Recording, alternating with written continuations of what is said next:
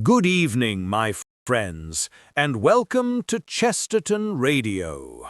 It is a curious thing that men delight in mysteries, for in mystery we glimpse the shadow of meaning itself. We are told that reason is a lantern to light the darkness, yet it is in the darkness that we most often discover the truth about light.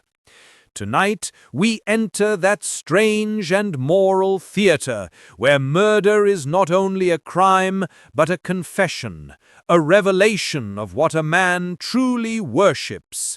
The police may solve the puzzle, but the poet explains it. And somewhere between them stands the detective, that most paradoxical of heroes, whose weapon is common sense.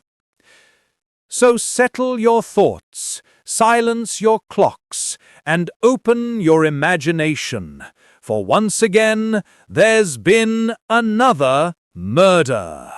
Radio 4.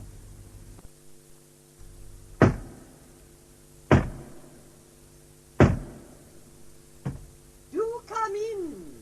Don't knock. And don't knock so loudly either.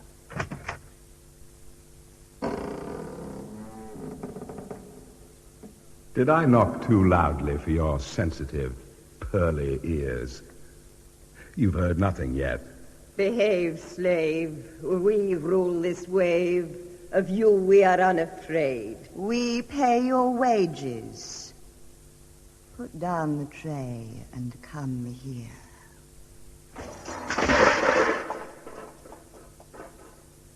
The Autonomous Murder Complex by Frederick Bradnam, with Robin Ellis as Harry Meadows. Ravages are my wages. Oh, look, I've broken my wages. As I'll break you both. You've let the genius out of the bottle. Silly cows. You don't know what you're up against. Now, let me escort you from the room. To the bedroom. This way, please. Come along. Thank you, slave. No. Down you go.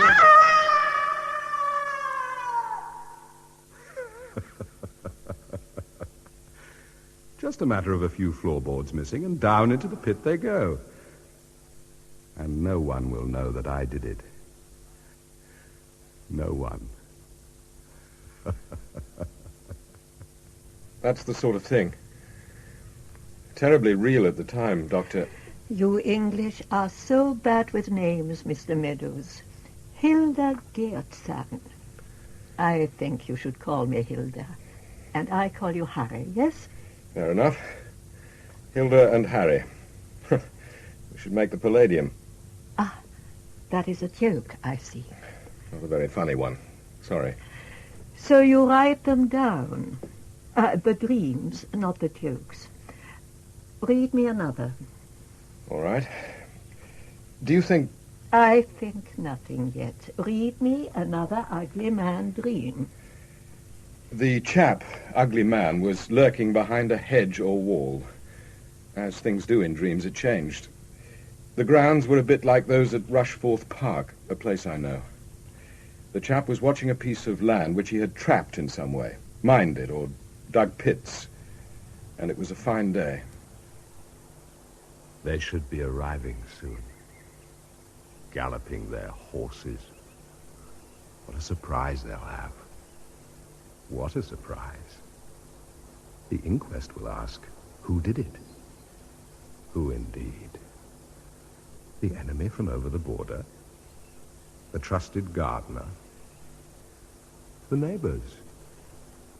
I shall sit in the courtroom wearing black as the friend who mourns and laugh inside. Listen. Ah, here they come.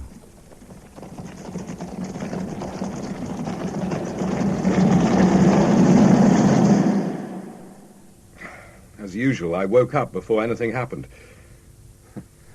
This This ugly chap is all bull, all talk. Yes, but his own sort of bull, as you call it.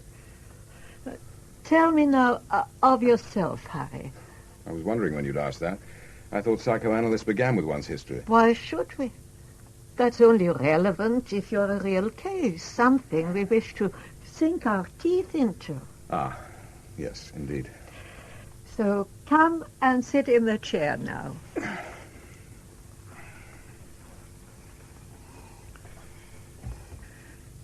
How old are you? 42. And for a living? Up to 6 months ago, I was a soldier. Been so since I was 19. A soldier? You surprised me. An officer? Yes, since military academy. I'm a lieutenant colonel. I commanded an infantry battalion. And now you have left the army. For what reason? Good question. A number of reasons. I had had enough. Saw no point in serving anymore. It was very unlikely that I'd get promotion, so I'd have to take my bowler hat, as we say, in a year or so why not now? And my last tour of duty wasn't a success either. Do you now do something else? No, not yet. I haven't got round to it. I'm in a pickle. Truth is... God, this is awful. I want to cry. Then cry. It's ridiculous, huh? I mean, I don't cry. It's like some blubbering schoolboy.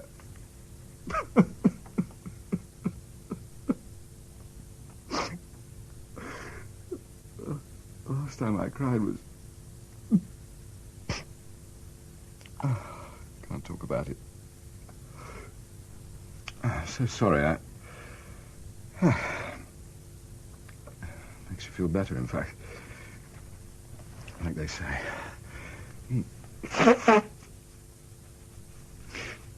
Truth is, my life is a bloody nonsense. Fallen apart. It's hard to explain. Your last tour of duty wasn't a success, you said. Can you tell me of this tour of duty? Yes. What isn't covered by the Official Secrets Act. It was the battalion's second visit to Northern Ireland in 3 years. The first wasn't too bad. This second go was a sheer catastrophe. I lost 10 chaps in one ambush. 2 weeks later, another 4 on the street in a week. Then my second in command and 3 of my best NCOs in one armored truck were blown sky high. All this in 3 months. So we were pulled out. I was moved to a staff job at NATO, relieved of my command, in fact. So I sent in my papers, and they were accepted. I sort of slunk out. Were you yourself wounded or injured? No, not a scratch. Do you believe the catastrophe, as you call it, was your fault? I don't know. I've chewed it over, God, have I not?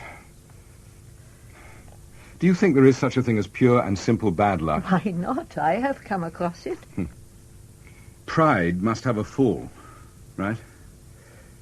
I was proud. Vainly proud? Not proud enough, perhaps. Had I set things in motion in such a way that they'd turn against me? I can't see that I did. I can see that I'd lost my grip a bit, though. I had become a bit remote, I suppose. And a battalion commander can't be even slightly remote. At least not under the conditions of the Ulster War, he can't. Perhaps if I'd been more on the ball, I could have prevented some of the beastliness. I don't know, but because I wasn't spot on the ball, when the bad luck rolled in, it swept me away. Do I make sense? A type of sense, yes. I suppose it was because I was unburdening my dreams on you that I wanted to cry. You did cry also. Why, I am not sure.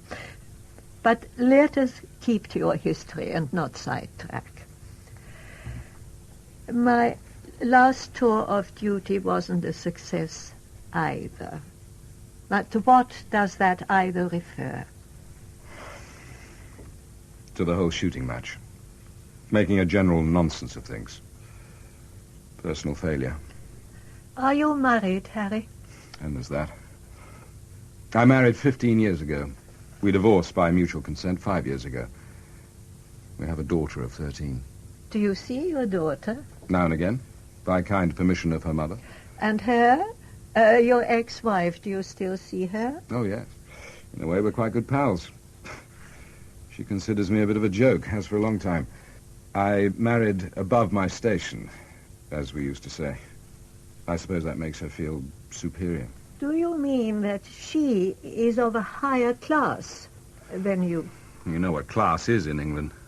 I came from the lower middle. My dad was a local council clerk. I married Lady Monica Grant, the daughter of an earl. So it was Captain Meadows and Lady Monica, who happens to be Mrs. Meadows. Well, tell me something of your marriage. God knows why I ever thought it could have worked. I don't think Monica believes it ever would. She's a very, how can I put it? Physical, passionate, strongly sexed lady. And she had a sexual crush on me. So did I on her, only not so much. But you can't keep that sort of thing up forever. If you'll excuse the innuendo. I suppose we had a good run for our money. Has she remarried? Funnily enough, she hasn't. I don't know what she does for mail company. She lives at home and there's no evidence of lovers there. Not when I visit, at least. Does it worry you, the idea of lovers? Good Lord, no. Although I am concerned for Patience, my daughter's feelings. Lovers all over Rushforth Park when she's there would not be a good thing, would it? Oh, children suffer far worse at come through. Rushforth Park is a large house? Very. A sort of castle. Monica's father is dead, her mother not. She really does despise me, always has. She's the Dowager Countess. And she lives at Rushforth along with the present Earl and his family. There's plenty of room. Monica and Mary, her mum, have a wing to themselves. Self-contained. And you visit this place still? When Patience is on holiday. I have to. It's the only way I can get to see her. And even then it isn't plain sailing. The last time was a couple of months ago. The Dowager Countess and Lady Monica will be down in a few minutes. They told me to say so. Thanks, Atwell. How are things? Fine, Colonel, thank you. Still fitting in all right? I hope so, sir. Is Miss Patience about? I don't know, sir. You haven't seen her? No, sir. I believe she's with the Bartons at Mallet, sir. I see. Thanks, Atwell. Keep up the good work. I'll do my best, sir.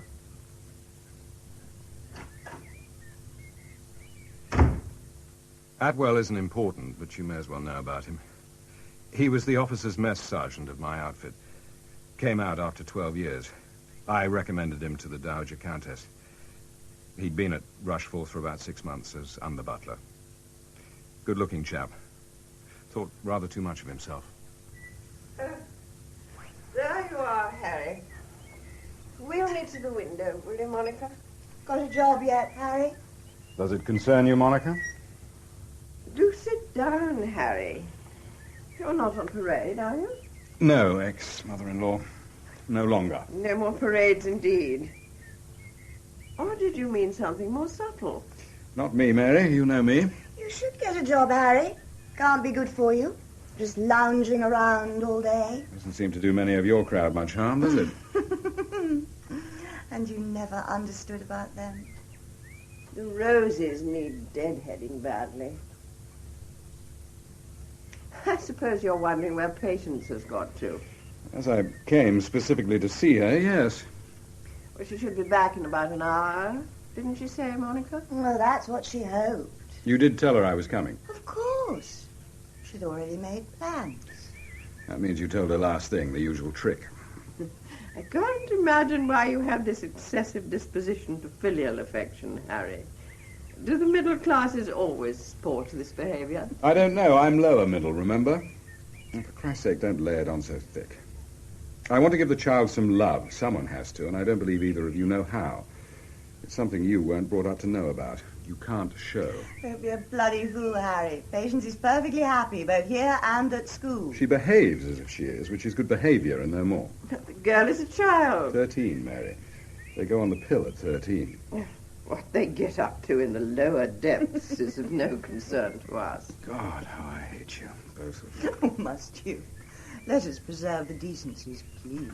And you don't hate us. We don't hate each other in our world. Shall I have tea, sir, milady? Oh, yes, do, Atwell. Have some tea with us, Harry. Patience will be back by 5:30, I'm sure. Is it as bad as that? I've given you the basics, but it is. In Danish, we say factor. Antics, playing games. Yes, but their game is not my game, if I have a game. It was of them I was speaking.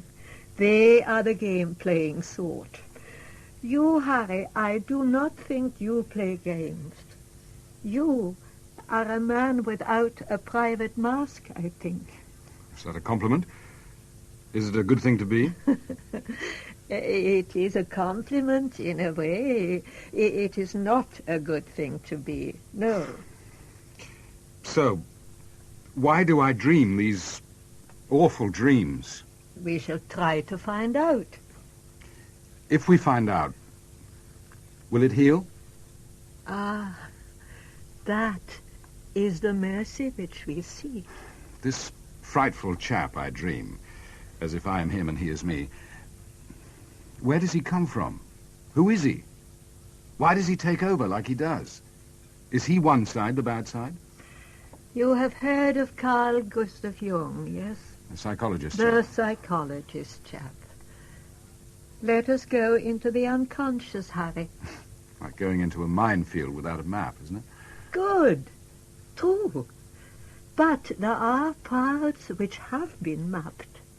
Some twist and turn and are made by their own immanent rules, of which we know very little, although we do know of the parts. Made by their own volition. So it seems. Jung called these parts complexes. And these particular complexes, which seem to exist in isolation in the unconscious, he called autonomous complexes. You mean while other complexes relate to each other, like paths that cross, these autonomous ones don't?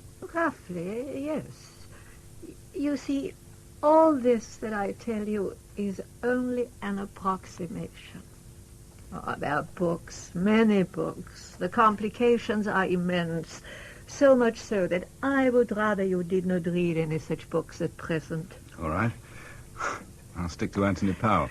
So these autonomous complexes throw up figures, images, in various ways. They can also invade the conscious personality and turn a person mad, or make him believe in his destiny so strongly that he becomes his destiny, but still often mad. He becomes possessed. It also, unfortunately, makes for persons to behave with great foolishness more often than not.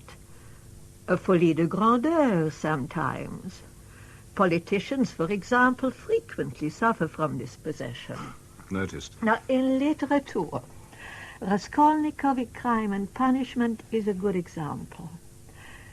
Dostoevsky understood that Raskolnikov's belief that a man is not a whole man unless he can take the life of another without compunction is foolish and pathetic and mad.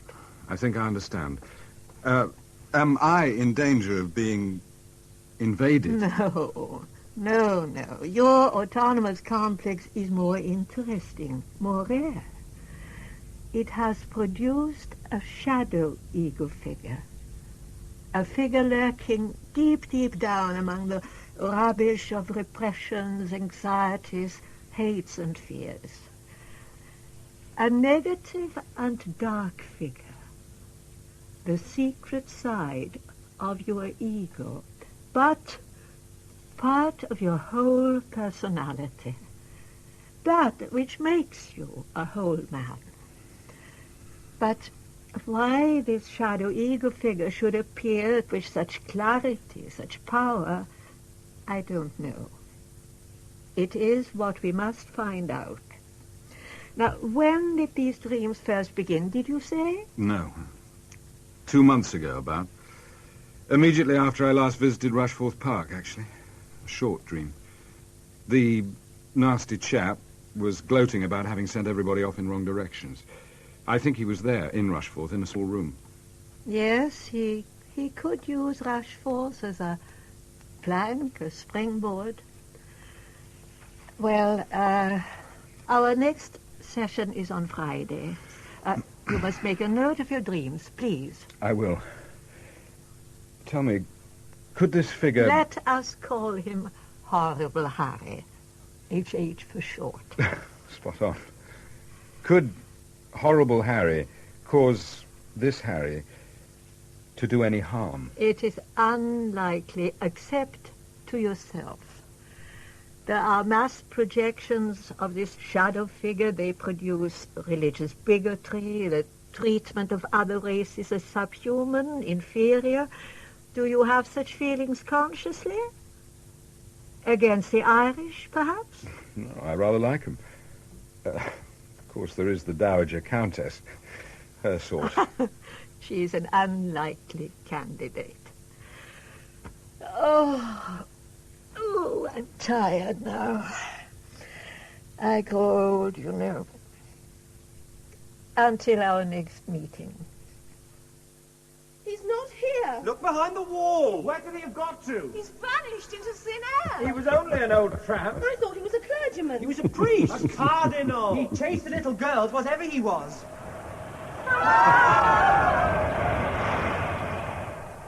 There, I have swept them away.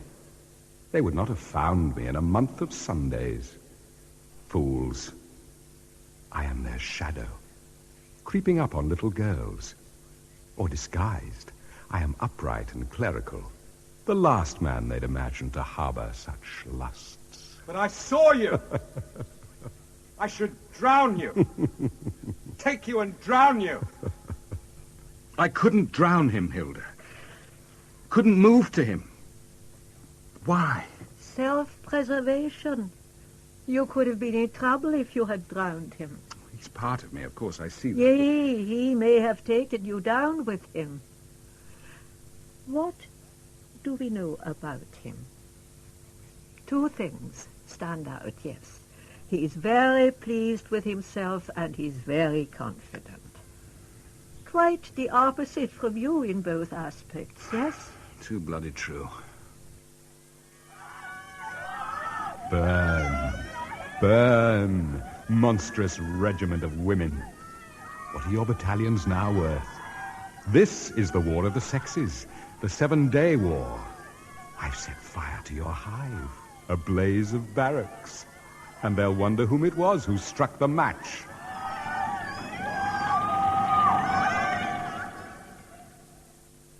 That paid them out, burnt them out, and paid them out. Serves them right. I'll teach them to ignore me.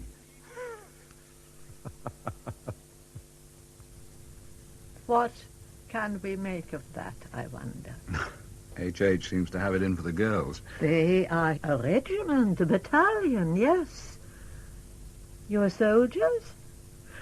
You resent the way the army treated you, but do you resent women in general? Certainly not. Not in general. One thing, Hilda. When H.H. is up to his tricks, I'm there also, every time, watching him openly. He doesn't appear to see me, or if he does, he ignores me. Is there a drift of sorts there? He's too conceited to acknowledge your presence. And, of course, you are no threat to him. Fair enough. Of course, he's still not been seen actually doing anything, has he? Only claiming he's done things or waiting for them to happen. I know. I wonder if he will do something, and if he does, why? There's no way of seeing him. Today, I am the invisible Hulk. The Black Death who will clutch at their throats until they are dead. There's no protection from him. I shall leave no trace of my revenge. You will see. The trail of dead will be like those struck down by an unknown doom. Here we go. Cloud. You would not know, but Nietzsche had similar dreams. He went mad, didn't he? Are you feeling all right, Hilda? Tired. And I have some pain, but let us go on. Now, this is interesting. HH is a revenge symbol, yes? Against all the slights you've received, the small persecutions, the manner in which the army failed you, the treatment you received at Rushworth Park, yes? I suppose so. But there is something more, which is exciting, yes. H.H. looks ahead to what is to happen often. Often as if he knows the future. He prophesizes. Yes, this is unusual. Oh. Hilda?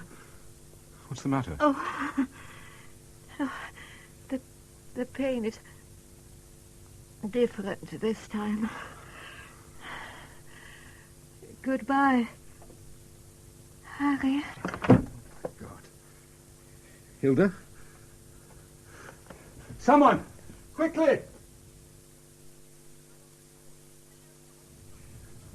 I thought it better to talk here, Colonel Meadows, and not the consulting room, which may have seemed I was taking over from Hilda.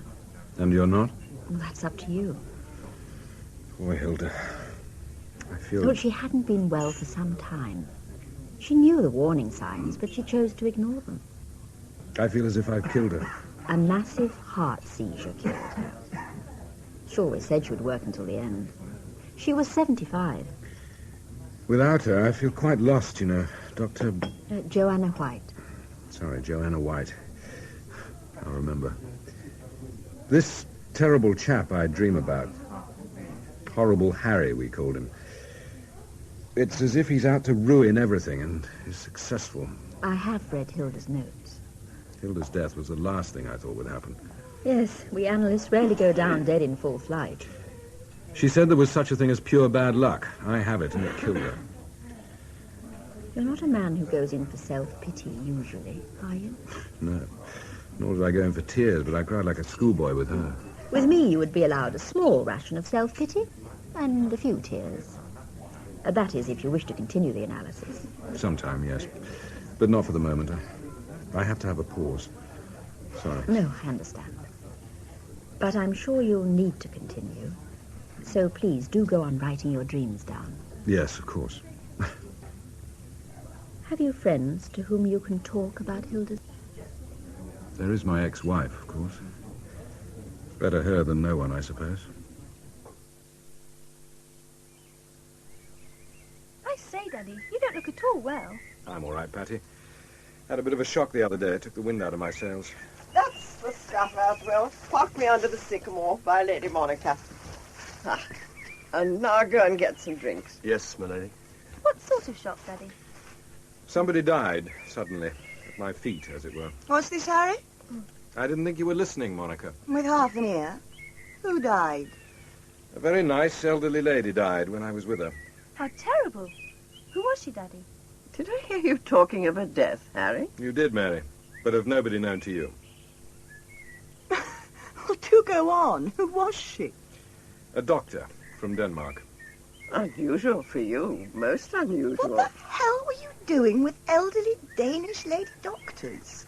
Playing bridge? Holding tea parties? Did you like her, Daddy? Yes, very much, Patty. How did it happen? She had a heart attack, bad one. You see, she was a fine person. You haven't answered Monica's question, Harry. I know. I wonder what you'll make of it. Make of what? Harry, you're not cut out to be enigmatic. She was a psychoanalyst, and I was consulting her. well. That's a turn up for the books. And when she died, you were on her couch. I suppose she did have a couch. Yes, and yes. All our American girls have their analysts. Your father is somewhat different, Patience. Well, he could have problems.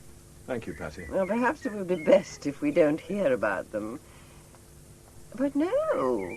On the other hand, knowing you, Harry, it is tantalizing. I have certain dreams. Hold your fire, Harry. I thought, Jane, your American friend, very nice, Patty. Oh, thank you, Atwell. Well, put them down there. I'll look after things. Thank you, Lady Monica. The soft drink for Miss Patience is ice cold, I'm afraid. Never mind. It'll soon warm up this evening. It will, miss. And I brought some Angostura bitters for the Colonel. Is that all, milady? Indeed it is, Atwell. Thank you. Is he proving satisfactory? Atwell? Oh, yes. Very. I can't stand him. Too bad. Oh, why did you ask? I just feel responsible for him, that's all. He has learned his duties very quickly. So, you went to this lady from Denmark and told her your dreams. That's about it. It sounds as if they were too much for her. Mummy, you can be so cruel. Heartless more than cruel, Patty. Oh, that's me. Certain dreams, Harry. Don't we all have certain dreams? Or do you mean they are of a sexual nature? No, not that. Yes, we all have our own certain dreams, but surprisingly enough, there are types and patterns of dreams which are very common. I bet you've never had a common dream, Grandmama. Cheeky brat. I sometimes dream of being a girl again, riding horses, not stuck in this damn chair. That is understandable. My dreams were disturbing. Sort of nightmares, do you mean? More real. They remain with me. They don't fade out, vanish. Well, well. Fancy you, Harry. As you said, a turn-up for the books. Were your dreams about leaving the army? Of course they weren't, child. You're right. How are you so sure? Well, I don't think you felt guilty about leaving the army, Harry. A little bitter, maybe. But I think you were glad to get out, so why should you have disturbing dreams about it? Fair enough. We were trying to discover what caused the dreams when Hilda died. It was complicated. You'd better come out with it, Harry. What sort of dreams? An autonomous complex. My dear boy, what? I'll tell you. An autonomous complex is a twisting of things in the deep unconscious, which in my case has thrown up a shadow ego figure. The dark, secret side of myself, actually. A very nasty, evil bloke who spends his time creating havoc, murdering people, and being pleased about it. He's known as Horrible Harry, after his brother. Like Cain and Abel. Oh, poor Daddy. Really horrible. It's like someone walking over one's grave. It seems to me to make you a more interesting man than I thought you were in the past. You would say that. I might have guessed. I suppose you could be capable of murder, Harry, if roused. It's not me who murders, Monica. I'm not the type. He is. Well, we all of us have a dark side to us, don't we? Only it's very firmly sat upon, isn't it? It is, Patty. Even in the unconscious. So, when it rears its ugly head in those depths, as powerfully as in my case, one has to find out why. Or else damage can be done. Oh, damage? In what way, or to whom? To the dreamer's personality. To my life, Mary. What do you do now? Now your analyst is dead. If the dreams continue, then I go to another analyst and continue. Well, that woman dying in the middle of things can't have helped. It left me pretty numb. I felt it was my fault. When was this, Daddy? A week ago. Seems an age. You'd better try to get over it, Harry. Go off and do something outrageous. That might quell your nasty friend. I wish I could. No, it's not in Harry's nature. Not outrage. Hence the dreams, I imagine. I wouldn't like to live with them. They make you look over your shoulder. Well, what's that Will doing, taking the chairs in? How on earth should I know? Well, I thought you might. Did you now? Yes. Anyway, thanks for your sympathy. I didn't expect it. Why not? I'm not all that bloody. In fact, the whole thing gives me a cold spine for you. All I beg is, for God's sake, get it sorted out. Well, you don't want to go dotty, do you? Not you, Harry. Some men do, spend all their lives working at it, but no, you're not the sort. I'll hang on to my sanity, Mary. Now, Patty was going to take me to see the new puppies. Shall we go? Yes, lovely. Won't be long. Where are they? Well, they're over in the stable. They're very alike, those two. I wouldn't have expected it. And you must stop Atwell hanging around, Monica. I know. He's becoming a bore. See? We haven't touched the drinks.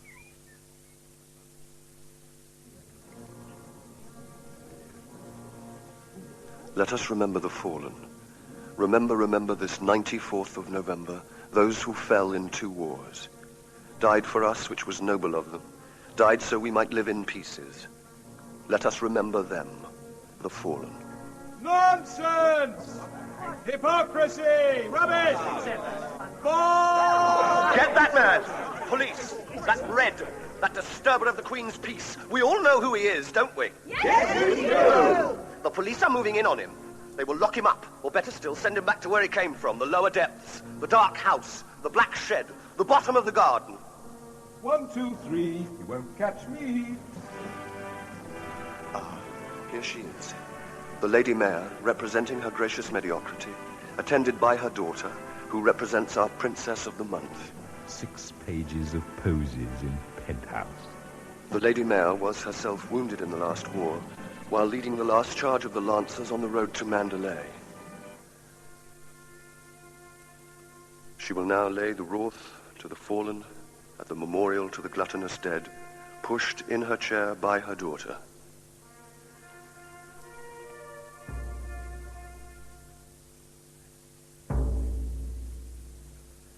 As they remain at the memorial in silence, a figure approaches. He walks with quiet deliberation, a tall, dignified man wearing a long black cloak. A foreign diplomat for sure. Now he goes over to the Lady Mayor, bends over her for a few words. Now he turns to her daughter, places his cloak around her in a grand gesture. What has happened?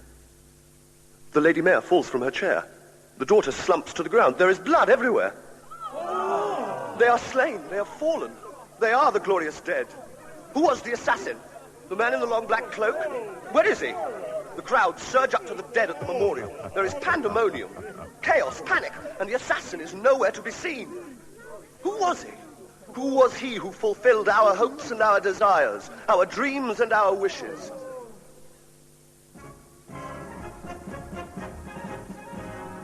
Who said I never did anything? This is only a beginning. Wait and see, and they won't catch me.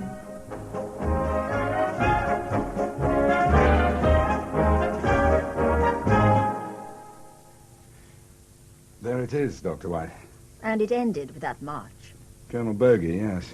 Daft, isn't it? And some of it is rather obvious, isn't it? Like the assassin, it's cloaked with the obvious.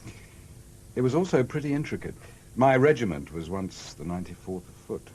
So we have the 94th of November for the celebration of what is no longer part of your life. And the dead? The images and statements of dreams are often very stark. The past is dead, and so on. Also, you have no unconscious desires to kill your ex-wife and her mother, but you probably do have the unconscious desire to have nothing more to do with them. It would be best if they were also no longer part of your life, although that's impossible. A really fresh start. It could be that that's what horrible Harry is up to.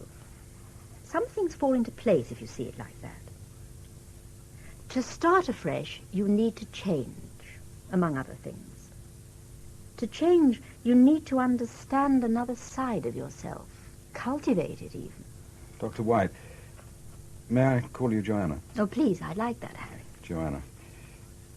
Joanna, you're not suggesting I become at all like H.H. Perish the thought. No, perhaps more ruthless than you are? Ah. Well, look at it like this. You grew up as a man in the army, with all that that implies. Part of a closed society, a world of its own, a club. Loyal to one another, so far as the rest of society was concerned. Loyal to Queen and country. H.H. also killed the Queen figure, didn't he? Now you're out on your own after 20 years or more. Out of the hive, the barracks, the security of the order of soldiery. Whether you know it or not, it's given your ego one hell of a wallop. So, to begin again, you must change, and the change must come from inside you, deep down, from the unconscious where HH lurks. If you don't change, you'll become a silly old buffer type, an anachronism out of your depth. So HH has been killing the past. Let's say it's a theory worth exploring. One thing, though. HH didn't come into a dream until after I'd left the army for some 4 months. They actually started, as I told dear Hilda, shortly after a particular visit to Rushforth. The first for some time. There's always a trigger, often quite a small thing, which stirs the complex. Rushforth Park is the past. It's only the present still because of your daughter, which makes it worse. You're tied to the place because of her, so you resent it. Not her. But because of her, you can't openly deal with your resentment. That makes sense. I know. That's what worries me about it. Anyway, we'll give it a twist next time. Oh, before you go, Harry, tell me, do you lead a very lonely life, day by day? Good Lord, no. I live alone, as you know.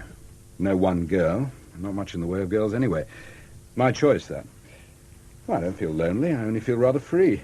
For once, I have no responsibilities. I have a good few friends, whom I see quite a bit of. Round the corner from my billet is a slightly disreputable drinking club. The sort of place I couldn't ever have belonged to before. Full of actors and actresses, gamblers, retired villains, some writers and composers, and a number of ladies without visible means of support. Evening, Colonel. Had a good day? All right, Al. Took a lot of exercise, at least. Pardon my usual, please, Doris. Be with you in a jiff, Colonel. She had flat feet and a fur coat. Was you have an agent with flat feet and a fur coat? Real mother figure. Evening, Harry. Evening, Michael. Oh, you be careful, Colonel. Exercise can be bad for the old ticker. And what do you know about exercise, Alf, except some indoor activities without cards? Cards? Bed, you mean, Diana? I was trying to avoid the obvious. With Alf, only the obvious counts. Thanks, Doris. Thanks. Anyway, I can't remember so far back. Years since I played cards. Did any of you see that playlet on the beam last night? No. Well, who can I conduct a conversation about it with, That isn't very good grammar, is it? What do you expect? He writes things. I didn't see you yesterday. No? Wasn't I here yesterday? Lunchtime, wasn't I? What did I do yesterday? It's what exercise does for you. Gives you amnesia. Do shut up, Alf. I thought you said you'd be here in the evening. Is that the evening paper, Doris? It is, but hand it back when you've read it. Don't I always? Did I, Diana? I don't remember. I went to dinner at some friends. Sorry. It was a long-standing invitation. It didn't matter. Only that I got landed with that beautiful young man who once played the lead in a Ken Russell film. He's heartbreaking. After 2 hours, he's mind-blowing. I'm sorry. I don't know what's the matter with me, but I'm becoming awfully forgetful. Absented from the mind. I suppose it's lack of responsibility doing it. You need a job, Harry. When you're out of work, it goes like that. So my ex-wife tells me. I mean that I need a job. Here, Colonel. Don't you know a place called Rushforth Park? I do, Al? I thought you mentioned it at one time. I could have done. Why? There'd been a murder there. Double murder. What?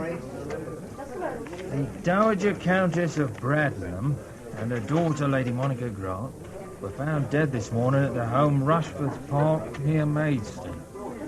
It is understood that they died of knife wounds. Police won't say no more at this juncture. Says... Harry, do you know them? Let me see it, Al. You're right, you are. Photos and all. Are they friends of yours? Yes. Friends. I knew them. I knew them very well. If you'll excuse me, I must do some phoning, among other things. I thought he was going over. If I'd known him, I'd have read it out. Not your fault, Alf. I wonder what they are to him. Dunno. But close. Very close. I bet my shirt on it. I seem to recall that he... Excuse me, Alf. I think I'll make a phone call too. House mistress. I wanted the head. No, you'll do. I'm Colonel Meadows, father of Patience. Yes, Patience Meadows. Oh, how do you do? I don't think we've met. No, you don't know me. Oh, well, in that case, it could be anybody, couldn't you? Yes, I could be anybody. Well, I quite understand. Lady Monica, well, that would be difficult. Look, will you listen to me, woman? Something has happened. Something has happened to Patience's mother and grandmother, the Dowager Countess. An accident, yes. Well, it's a bit more than unfortunate. They've been found murdered. Yes, murdered. Well, how the hell do I know who did it? All I want you or your headmistress to do is to tell Patience the news before she hears it accidentally. I know it's not a nice task, but it's what you're there for. Then get her to ring me. 01-246-8091. Thank you. Silly cow. Damn, who the hell's that? Where's my flaming revolver?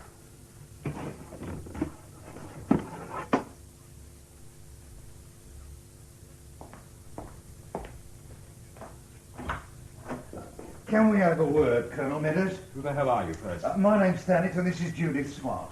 This is a bad time to call, for whatever reason. What do you want with me, anyway? We'd rather not talk in the corridor. Are you the police? Oh, were you expecting the police, Colonel Meadows? Perhaps. But you're not them. Tell me what you want of me, and I might let you in. And do put your hands on top of your heads. What the hell? Up, Thanet, if that's your name, and you, Smart. Crikey, he's balmy. Not. He's got a revolver. Now, come into the hall. I'd rather the neighbours didn't see. Oh, God help us. Say you were harmless. Got anything to identify yourselves by? In my handbag, my NUJ card. The tidiest handbag I've seen for a long time.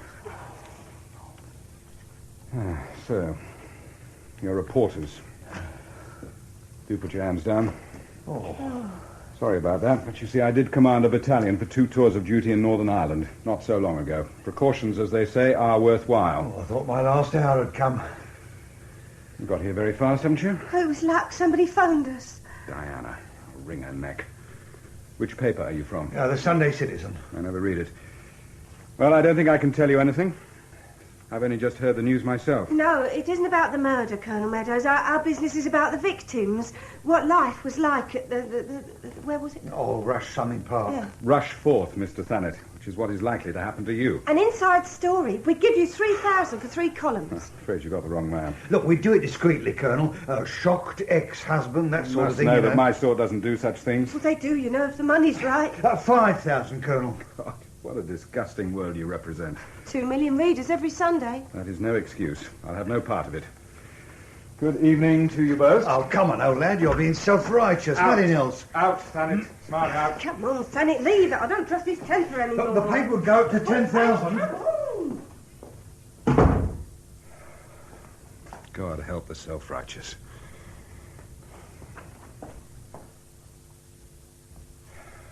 Put the gun away. I actually felt capable of killing them. And what could I tell them? Who did murder them? Who in heaven's name? Hello? Patience. Patty, darling.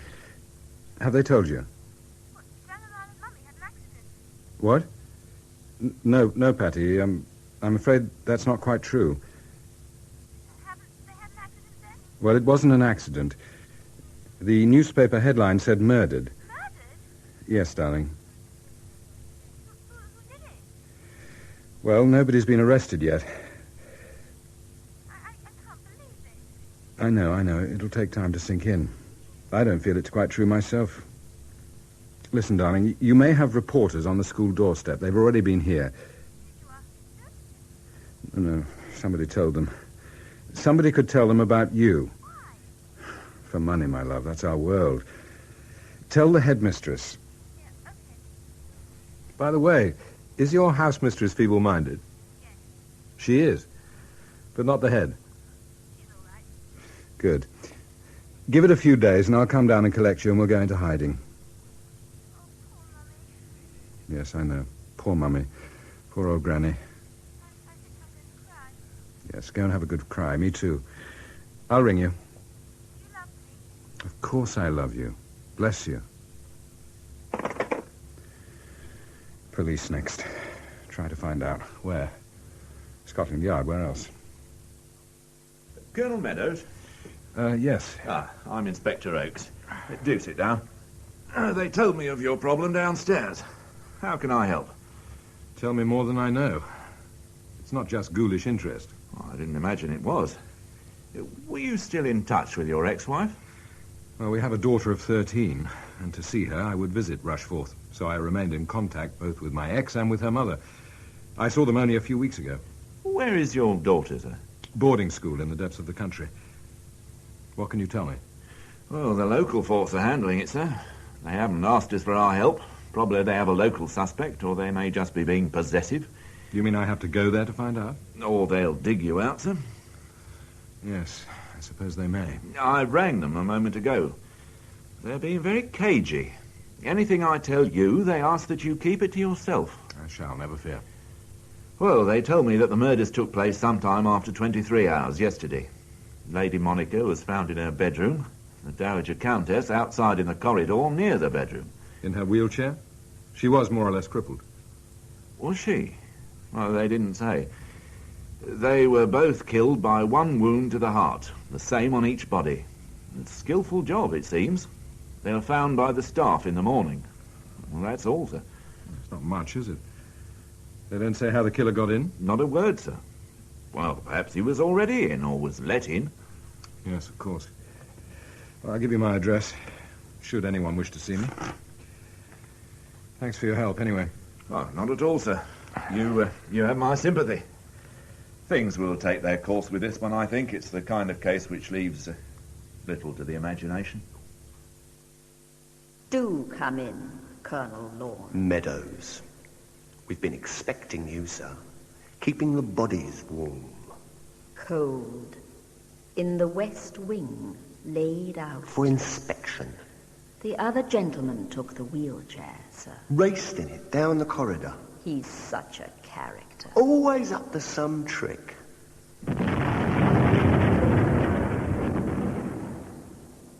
Come in, dear boy, come in. What a wonderful scene of carnage, eh? What went on in the kitchen, eh? Not an unbroken utensil to be seen. They didn't expect it, you know, but they deserved it. Richly. Barefaced, bearing hearts, and so on. They should have expected it, dear boy. The signs were all there. Of course, as we both know, signs have to be interpreted as best one can. Taken as omens. So there it is. And do take the knife with you. It is yours. You recall when they gave it to you, I'm sure. It's more of a short bayonet than a knife, isn't it? Well, I'm wheelchairing away. Cheerio.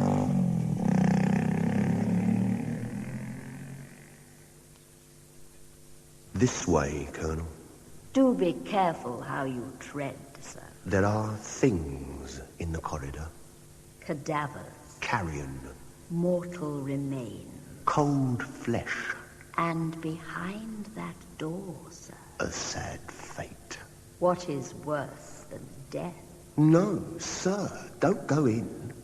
Don't go in. Not again, sir. You will only live to regret it. You have opened the door, sir. So now you'll have to see what you did. And that will make you scream, sir.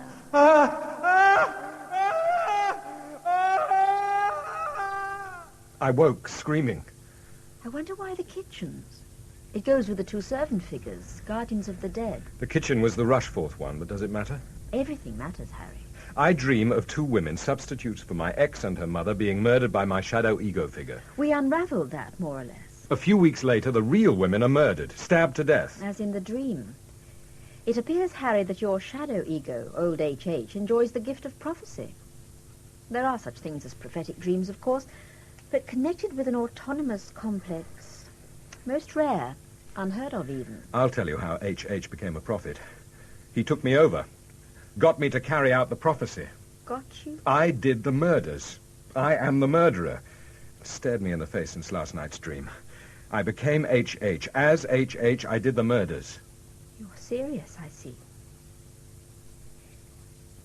What is the hypothesis? For years you've harboured murderous feelings against your ex Monica and Mary, her mum. They despised you, looked down on you, sent you up, emasculated you. You took it on the chin like a man, but deep in your unconscious you indulged in fantasies of revenge. The two women seemed impregnable behind real castle walls. Also, their attitude to you, you believed, had undermined your self-confidence until you began to fail as a soldier. That was the nail in their coffin, for you loved the army before anything. What revenge is better than murder? Only murderers get found out, so horrible Harry came into being. He could do it and not be found out. The point is that although you would kill as your duty as a soldier, you are not a murderer by natural inclination, and your coded behavior discounts such a thing. So you know about killing people, consciously, and unconsciously you know about the desire to murder. No wonder H.H. was produced. I'm terrified, Joanna, frozen. Is it possible that I was possessed by my own shadow? Just now you claimed that you were possessed. You now ask me if you could have been. There's no logic about this. I have no memory of doing anything, but... All right, yes, the unconscious can invade and possess the conscious. It accounts for some types of insanity. Could this happen to me again? If it did happen to you before, I suppose it could happen to you again. In that last dream, H.H. was absolutely real and different. The come in, dear boy stuff, like an old pal. Before, we kept our distance, didn't we? What do I do next? What can I tell you? However, you said that the murders were committed after 11 at night. What did you do that evening? Oh, I've been into that. I went to dinner with some friends, Tim and Liz. She's pregnant, having a rough time. I left early, around 10. Plenty of time to drive to Rushforth by 11ish. And you did that? I don't remember doing so. I thought I'd driven home. Have you found blood on your clothes or in the car? I've looked, not a trace. What about the car? Petrol? Mileage? No idea. I didn't check at the time, of course. Joanna, what the hell do I do now? Stop believing that you did the foul deeds. My theorizing is what it is. A fiction. You couldn't jump in and out of H.H.'s skin, as it were, without severely damaging your psyche. If you turned balmy that night, you'd still be balmy, and the last thing you'd do in that case would be to confess. Then my dream of the murders was coincidence. I think it was prophetic. How or why, I don't know yet. Prophetic. That goes well with possession, doesn't it? I don't know. If you still think you're guilty, what are you going to do about your guilt? I shall go to the police at Rushforth. I'll find out what they think, then I'll make a statement. I must know the truth. How can I take patients on until I know the truth? And if the police agree, if you see what I mean, that I was the murderer, mad or not, the sooner the world knows about it, the better. And Patty can be looked after by others. I have tried to tell you the truth, Harry. All right, find it out in your own way, if you must. Afternoon, Davies. Afternoon, sir. Busy boys, are we? There's a military bird waiting in the drawing room. I thought you'd better see him, sir. His family. Oh, yes. Colonel Harry Meadows, ex-husband. Oh, yes, I know a lot about Colonel Meadows. So he's turned up, has he? Shall I get him in, sir? No, I'll use the drawing room for our chat. Since we got a place like this as HQ, why not use its charming facilities? What's he like? Big and tough. Typical regular army officer in my book. Except he seems sort of dreamy, half with us. Does he? Interesting. Right.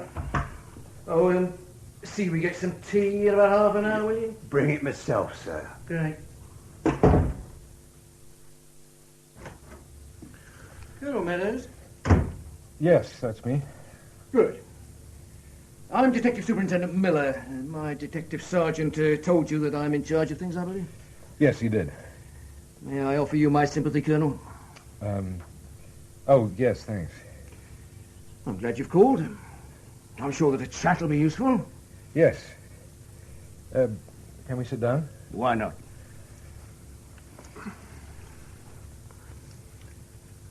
Lovely room, this, isn't it? Yes. Yes, I suppose it is. I'm told that nobody was allowed to smoke in it. No, it was a house rule. The fabrics hold the smell. Oh, so that's it, is it? I wondered why. Although today, of course, smoking is becoming an antisocial activity in the eyes of many. Yes. I puff at a pipe on occasions. Some must say I enjoy a cigar now and again. Yes, I'll smoke a cigar, if offered. Is your daughter remaining at school, Colonel? Patience? Yes, but I'll take her off soon. Was hoping to. Your little friends will rally around her there, I'm sure. She rings me. She's all right. Well, that's one thing. I thought you'd asked to see me. I was getting round to it, sir. There's been a lot to do, though. Yes, of course. Is anybody helping you with your inquiries? Not yet. They will be soon. I'm fairly confident of that, sir. Yes. It's very difficult to get away with murder, isn't it? With this sort of murder, yes. The random sort, the Yorkshire Ripper variety, that's another matter. Well, that sort of chap is mad, though, isn't he? I mean, not clinically, perhaps, but not rational, not normal. I leave that to the head shrinkers, sir. It's a good nickname, head shrinker. They reduce the swollen-headed ego to its right size. I don't know much about it, Colonel. Tell me, sir, did you know the staff here? Well, by sight and name, that was all. Except for Atwell, who was once with my battalion. Yes, that's right. Yeah. Do you know why they were murdered, Mr. Miller, Colonel Meadows? I think I do, but I have to verify one or two things before I can be sure.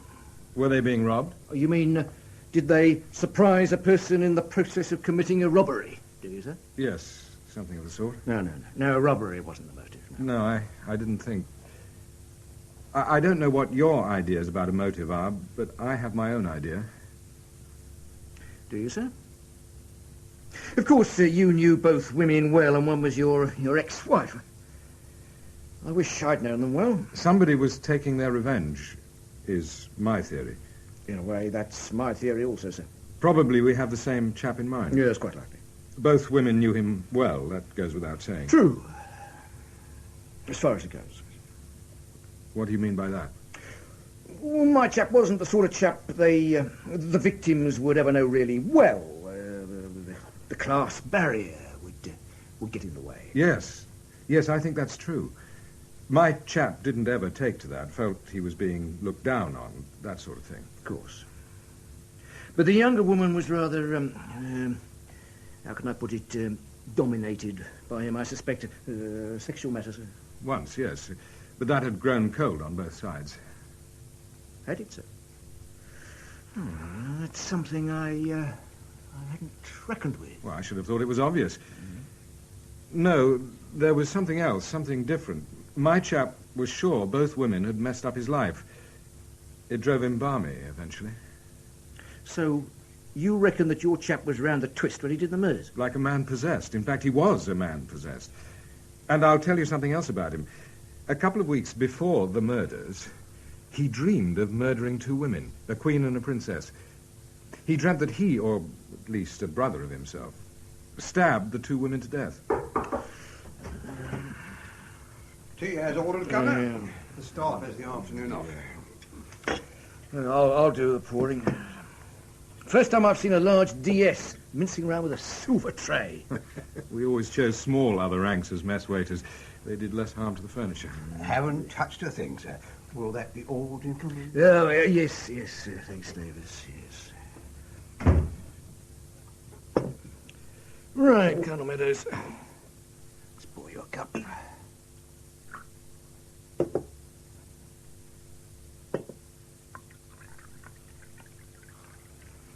How do you know about the dreams? A cake. They're homemade and very good. But you know that, of course. I'm on a diet, but I'll have a cake. Your chap told you of the dream, I suppose? He spoke of it, yes. It was a worrying dream. He had to speak of it. Delicious, this cake. Tell me more about your chap. I'm not entirely au fait with the way, the tactics my chap employed to carry out the object of the exercise. He drove down from London right enough that evening, got here about 11:30. Probably the servants were in bed, certainly off duty. But Atwell opened the door to my chap nevertheless and let him in, as he would. As he would? Atwell knew my chap, and my chap held rank over Atwell. Oh, did he? Go on, Colonel. Well, once inside, my chap sent Atwell packing. He heard the old Countess pushing herself around in her wheelchair upstairs and wondering who it was arriving so late.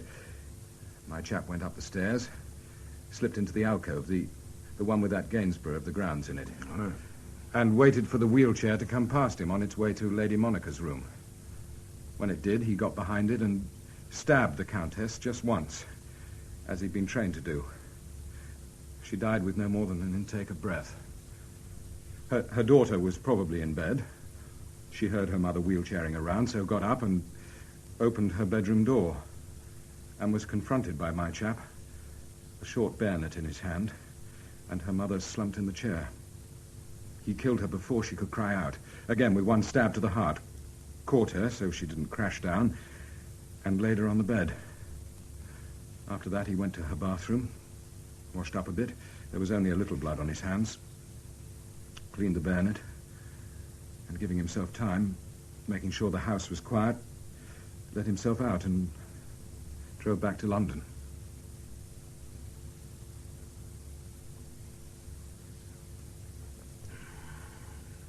You drink your tea, sir? I want another cup. Yes, right away.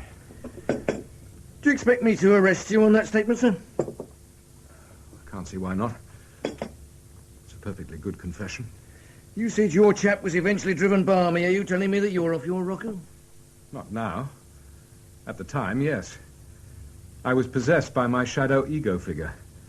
The one I had dreams about. An autonomous complex we christened Horrible Harry, as he is my ugly half. God save the Queen. You said we've christened? The psychoanalyst I go to. Have you told him this story? It's a her. Yes. And what did she say? She said it was a good theory, but it couldn't have happened. If you were possessed when you did it, how do you remember what you did now? I don't. Not a thing. I'm only sure that that's the way it would have happened, did happen. You're telling me a fiction then, sir. I can't arrest on a fiction. We've not got an iota of evidence against you. Well, Atwell must have let me in. We'll ask him that, sir. Of course, you could have done it, I grant you, but there's my own chap to consider first. I thought your chap was me. And I thought your chap was my chap. I need to investigate my chap first, sir. Give me a day or so, and I'll get round to your claim. Go back to London, stay there, and I'll be in touch. All right. This isn't exactly how I visualize things. Never mind. I see your point. Don't keep me hanging around too long, though, will you? There is my daughter to consider. Yes. Yes, there is. I'll do my best, sir.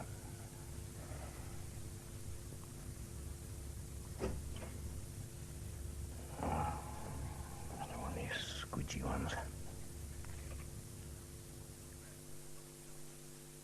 Is he a nutter, Governor? How the hell do I know? I didn't ask him for the name of his witch doctor, it reminds me. Not to worry for the moment. He left it on the way out, wrote it down. It doesn't leave things undone, doesn't Colonel Meadows? The odd thing is, Davis, he could have done it. What evidence do we have to the contrary? Atwell, sir. We shall see. Meadows' story's good. It's wrong on some details, but it's good. Is it an invention, and doesn't he remember? If it's not an invention, sir, but he does remember, even though he says he doesn't, why get the details wrong? As an insurance, perhaps. He wants us to think he was balmy, anything. But he obviously thoroughly disliked his ex and her mum. Probably they treated him like dirt. Proud man, true. So, he could have gone round a twist, and he would know how to use the bayonet efficiently. And the women know him. So even late at night on the unexpected call, they wouldn't fear him, wouldn't be on their guard. Unless what, sir? We must find out if anybody overheard threats, or was there ever any violence? Yes, did Colonel Harry ever give Lady Monica a belting or tip up the old lady's wheelchair? I doubt it, but we better give it a whirl. And that well, sir? I'll tackle him. When he arrives, have no fear. And I've told Meadows to stay in London. We better ask the Yard to keep an eye on him, you never know. Oh, Colonel Meadows. Evening, Mrs. Taylor. I don't like to appear inquisitive, but there's been a young lady, well, girl really, ringing your bell. When was this? It's about 6, an hour or so ago anyway. Well, I think I know who it is. Thank you, Mrs. Taylor. Not at all. I thought I should say. Oh, why, Colonel, there she is. Daddy. Patience. Patty, I tried to phone you. I've been out all day. What's happened? Oh, they let me come away. School. Miss Standish thought it best. Trouble? No, just that, well, nobody could talk of anything else. Being the centre of attraction has its disadvantages. I've been nowhere until today. It was jolly ghoulish. Oh, you must be exhausted. Come on. And hungry. I am, a bit. What a nice flat it is, Daddy. Of course, you've never been here, have you? Wasn't allowed. I always planned to sneak away and come here. All hell would have been let loose. Oh, poor old Mummy. Poor, really, old Grandmama. Do you believe it all, Daddy? That they are dead? Yes. I still can't properly understand that it's for real. Oh, I've got that far all right. But I've had more experience of sudden death than you, not surprisingly. I couldn't stop crying. Thinking, the other night, what they did. Stupid thing. I know. But there is no knowing, Patty. I don't think we should talk about it tonight. Not yet. Let time heal. It does. Yes. Pax until you say. It's funny. What is? Well, I mean, most girls at Blade see their fathers much more than I ever saw you. Well, I should hope so. But, well, I wonder if as many get on as well as we do. Some do, some not. I think we're rather alike, and that's quite a help. We don't have to be on parade all the time. Not like at Rushforth most of the time. Oh. Daddy? Mm-hmm. When all this is settled, I'll be able to be with you, won't I? That's a point. All things being equal, yes. Oh, equal? Well, why shouldn't they be? Oh, sorry, darling, I was putting it clumsily. I was thinking of the Bradenhams, that great horde. But you come before them, Daddy. Of course, yes, I know. Grandmama wasn't a bad old sort, and she was very brave. All that pain and not a word. But the rest of them, not Mummy, but the others, they're awful, Daddy. They're bullies and they're very stupid. Yes, I know. I'll take you on, and anyway, they wouldn't want you, I bet. I give them absolute hell. You know, I think you would. Oh, dear, I've suddenly gone tired. Then you'd better suddenly go to bed, or suddenly better go to bed. Good morning. Or rather afternoon. Oh, dear, what time is it? Thought I'd let you sleep in. The clock is correct. Oh, I did just that, didn't I? It's nearly 12. You needed the sleep, obviously. You want an egg? Please, I'm hungry again. Growing girl. Did you sleep well, Daddy? Yes, funnily enough, very. You mean no nasty man dreams? You know about them, of course. I'd forgotten you did. No, I think old Horrible has been banished. I had rather a decent dream, actually. Maisie Hitchin at school has the most extraordinarily erotic dreams, according to her. My efforts at any sort of dream are pretty feeble, although I did dream of Mummy the other night as if nothing had happened. When I was at Rushforth, I often had fairly unpleasant dreams around Atwell. Atwell? Yeah. Well, I better get that.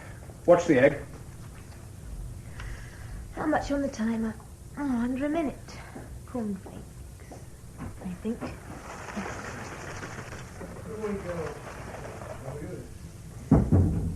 Daddy does keep everything neat and tidy.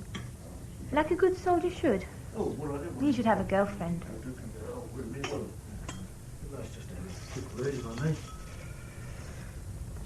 Oh, hello. You're the detective. Detective Superintendent Miller, Miss Meadows. Where did you meet, for heaven's sake? Oh, Mr. Miller came down to the school and grilled me. Oh, my egg's done. Do you mind if I eat a late breakfast while you're here, Mr. Miller? Of course not. And I never grilled you. You grilled me, more to the truth. Well, I wanted to know things. Didn't you, Half? Still, you were very useful.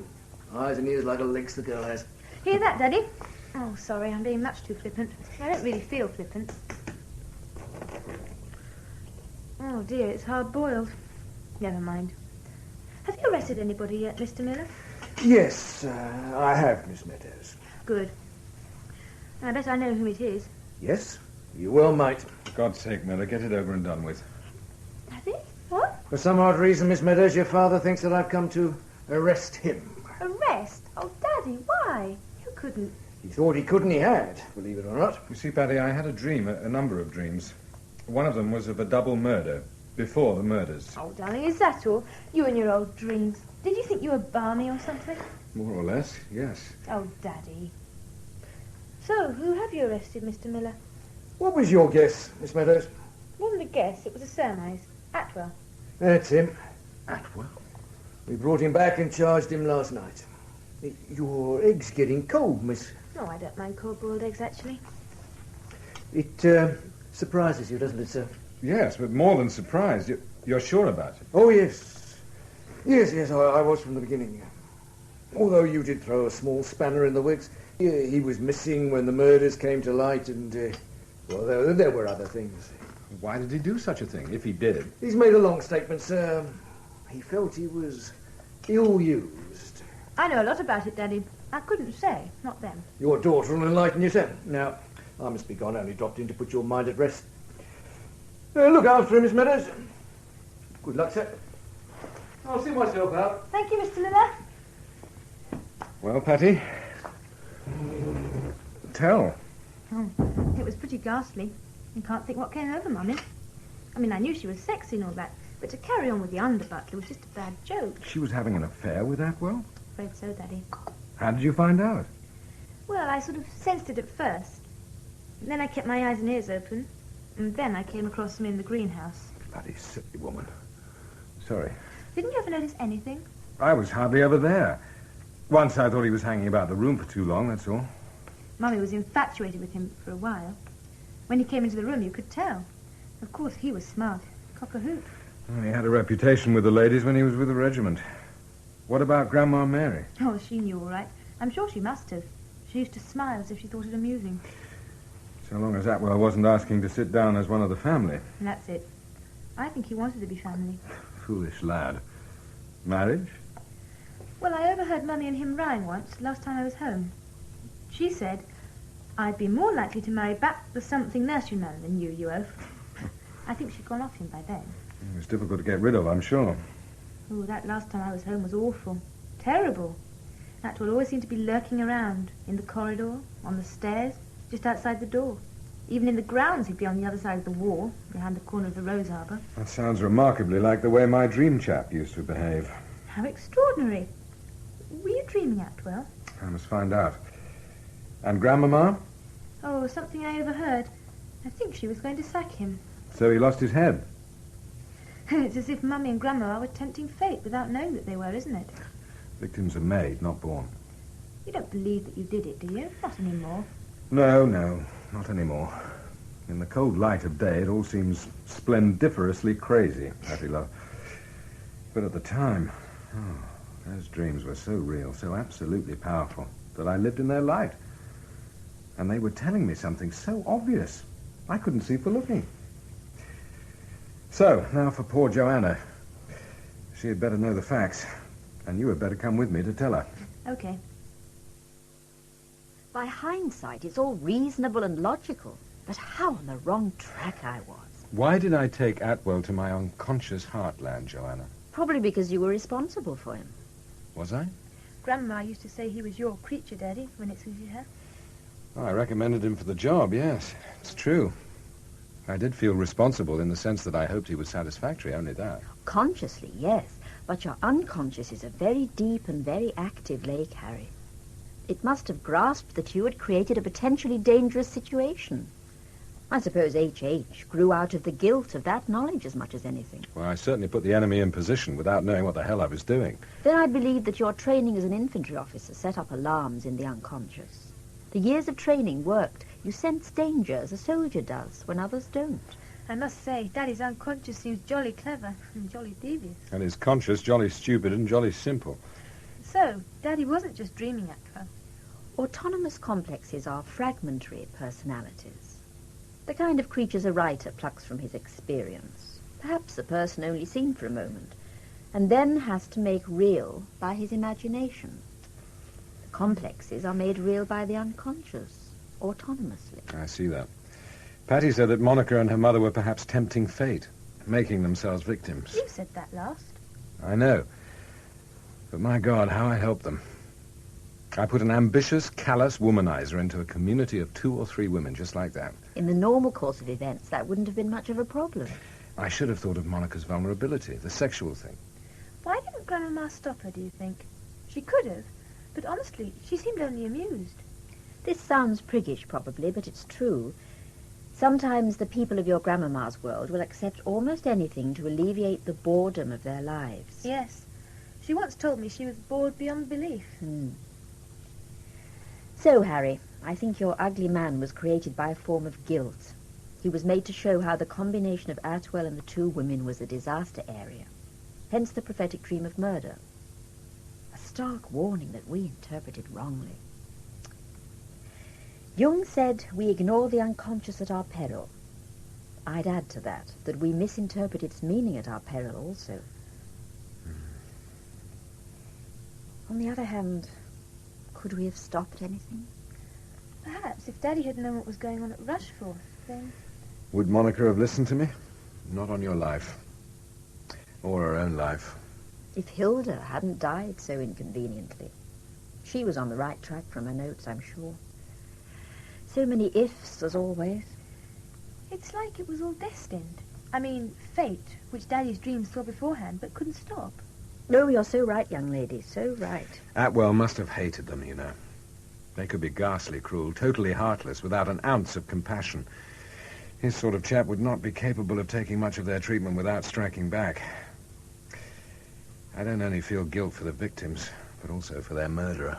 Please, Daddy, that's no good. It won't help. I know, Patty. But I have to acknowledge it to get over it, which I shall, with your help. I've taken a bit of a bashing, haven't I? Well, you can laugh. I'm a different chap to what I was 6 months ago. I can see my late self quite clearly, you know. As a new man, Harry, you have somewhere to begin from, and somewhere to go. And what about that overactive unconscious, Dr. White? Do we still have to put up with that? I better start looking for a job. That's a joke today, isn't it? Afraid so, Patience. The overactive unconscious is all part of your father's makeup. Tell me, can children inherit a father's unconscious, plus a couple of his complexes and a few of his nasty dreams? In The Autonomous Murder Complex by Frederick Bradnam, the part of Harry Meadows was played by Robin Ellis, Joanna White by Bridget Turner, and Hilda Gertzand by Catherine Wilmer. Atwell, William Nye, Lady Monica, Frances Jeter, the Dowager Countess, Pauline Letts, and Patience by Tamsin Collison. Detective Superintendent Miller, Hugh Dixon, Detective Sergeant Davis, Alan Dudley, Inspector Oakes, Stephen Thorne, Thanet, Ronald Herdman, Judith Smart, Rosalind Adams, Diana, Stella Forge, Alf, John Livesey, with Stephen Garlick, Crawford Logan, Andrew Seacombe, Teresa Stratfield, and Patience Tomlinson. The play was directed by Jane Morgan. This drama, set in the 1970s, is all about the investigation of a murder.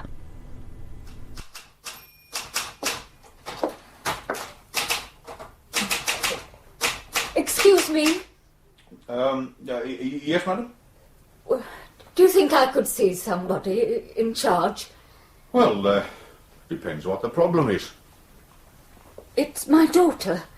She didn't come home last night. Ah, yes. How old is she? Nearly 21. Does she have a boyfriend? Yes, and he's very concerned as well.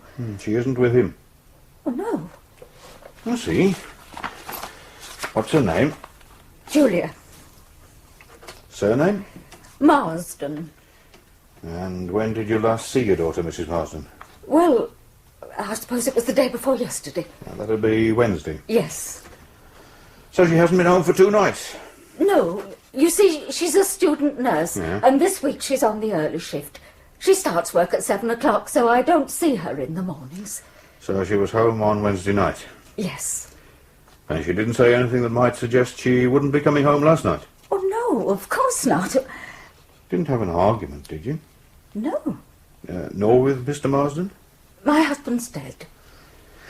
You see, the problem is your daughter's of age. Unless she breaks the law, there's nothing we can do to bring her back. Not if she doesn't want to come. She hasn't left home. She hasn't taken any of her clothes. And we haven't had an argument. We get on well together. She's happy in her job. She's happy with her boyfriend. Look, Mrs. Marsden, you see, even in a small town like this, lots of young people go missing. Most of them turn up again safe and sound. Believe me, there's nothing to worry about. But Julia wouldn't run off. She doesn't have reason to. Look, have you phoned the hospital? What? The hospital where Julia works. Have you phoned to see if she's turned up for work this morning? Well, no. Well, I think you should do that, don't you? I mean, she could be trying to phone you at this very moment with some sort of explanation. Here, you ring the hospital. Did I tell you it's my birthday today? No. I'm 43. Happy birthday. Thanks. Doing anything special tonight, then? No. I might go down to the social club for a few beers. That'll be about it. Do you want to come? Oh, I wouldn't mind. Yeah. How long you been in the force, then? Nearly 20 years. 10 as detective sergeant. I'm still dreaming of making DI. Why not? I've been passed over too many times, that's why not. It would require an act of considerable merit on my part for my name ever to be taken seriously again at a promotion board. Oh, I don't know. Been blokes waiting longer than you who've made it. Yeah, but my face doesn't fit anymore.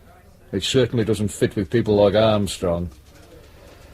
No, what I want now is a job as an advisor with some security firm. You know, sort of thing. Something at twice my present salary, plus expenses, and a firm's car. Yeah, who doesn't? Burgess? Yeah? What? Well, I don't want to see her. How old is she? Yeah, and how long's she been missing? One night. Does she know there's nothing we can do to bring her back? Yeah. Oh, all right, I'll have a word with her. Put her in one of the interview rooms with a cup of tea and a policewoman. OK, you better bring it in. What's up? A distraught mother who's mislaid her daughter. She's having a nervous breakdown all over the duty sergeant. What are you going to do? Have a word with her, reassure her. You know, the usual cobblers. Oh, there's a photograph. Perhaps you'd like to file it when the sergeant brings it in. Well, seems she came prepared for the worst. Well, they always do, don't they?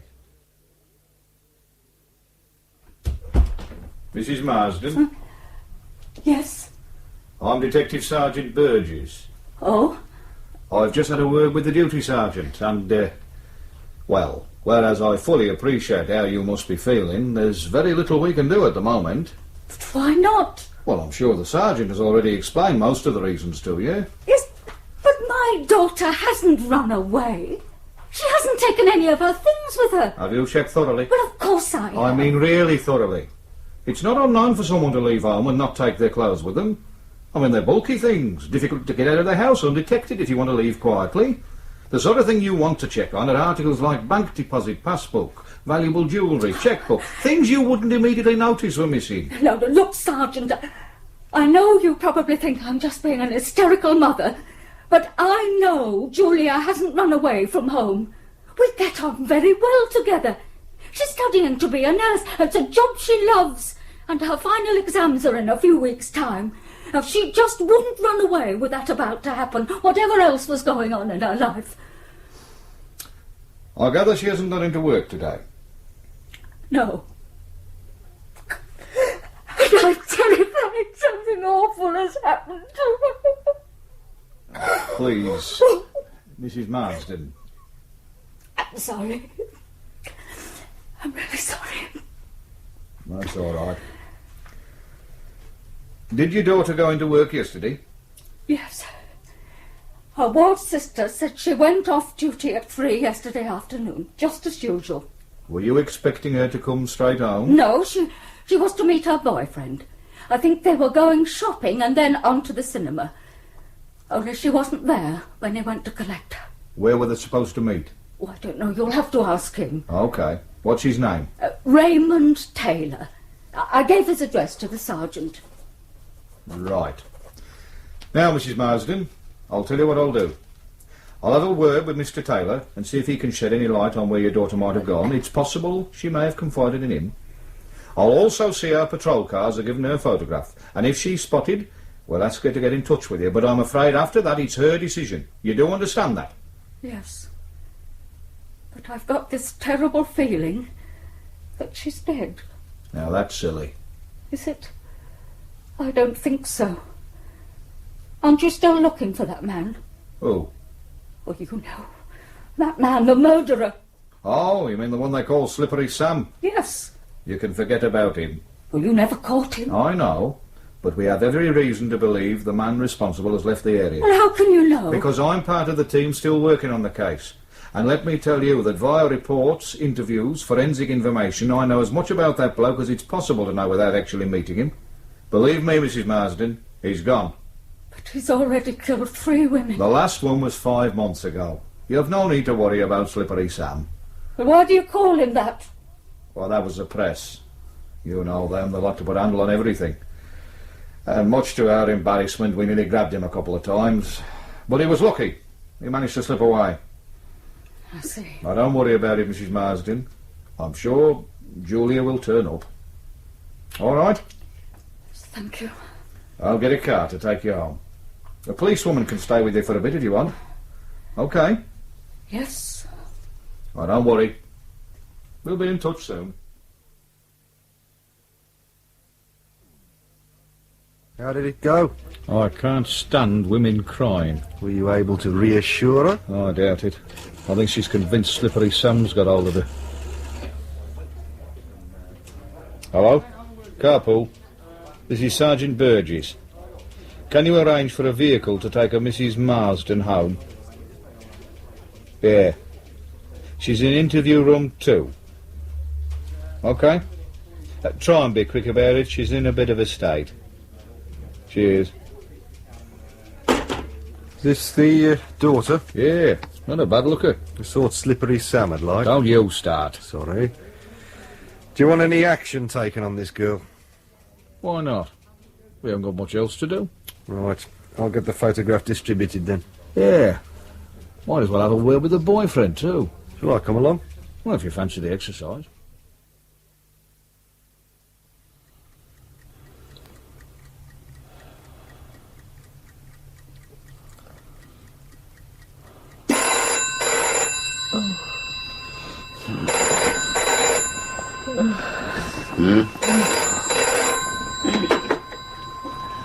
Hello. 5847. Oh, hello, Mum. Yes. Yes, I'm afraid we're still in bed. Pardon? Are you all right? Are you sure? Yes, what's the matter? Oh, come on, Mum, tell me. Please. All right. Let me talk to Malcolm. I'll ring you back in a few minutes. Are you on your own? Why not ask Mrs. Fletcher to come in and keep you company? I'll call back in a little while. What was that about? Oh, I don't know. Well, what did she say? Nothing very much. She was crying. She's always bloody crying. Oh, don't start, Malcolm, please. It's true, though. All right, I know it's true, but this time she sounded really unhappy. She wants me to go up there. Oh, no. This happens nearly every bloody school holiday. You don't have to come. I know, but it would be nice to spend the remainder of half-term with you. I'm sorry.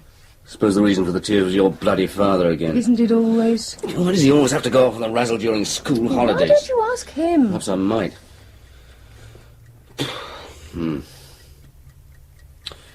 But she really sounded unhappy. Yes. Oh, I suppose you'd better go. I think I should. I'll ring the station and see what time the trains are. Don't you want me to come with you? Of course I do. You know I don't cope very well with her on my own. But you don't have to come if you don't want to. Yeah, well, we'll take the car. I think it should be able to wheeze its way up there one more time.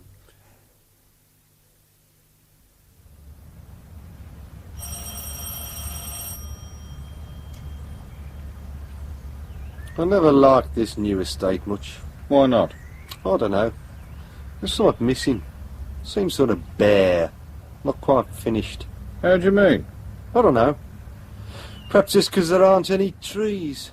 My wife spent nearly 2 years trying to persuade me to buy a house up here. I reckon you were wise not to. I sometimes wonder. She'd no sooner stopped pestering me about the house than she up and left. Good morning, sir. Raymond Taylor? Yes?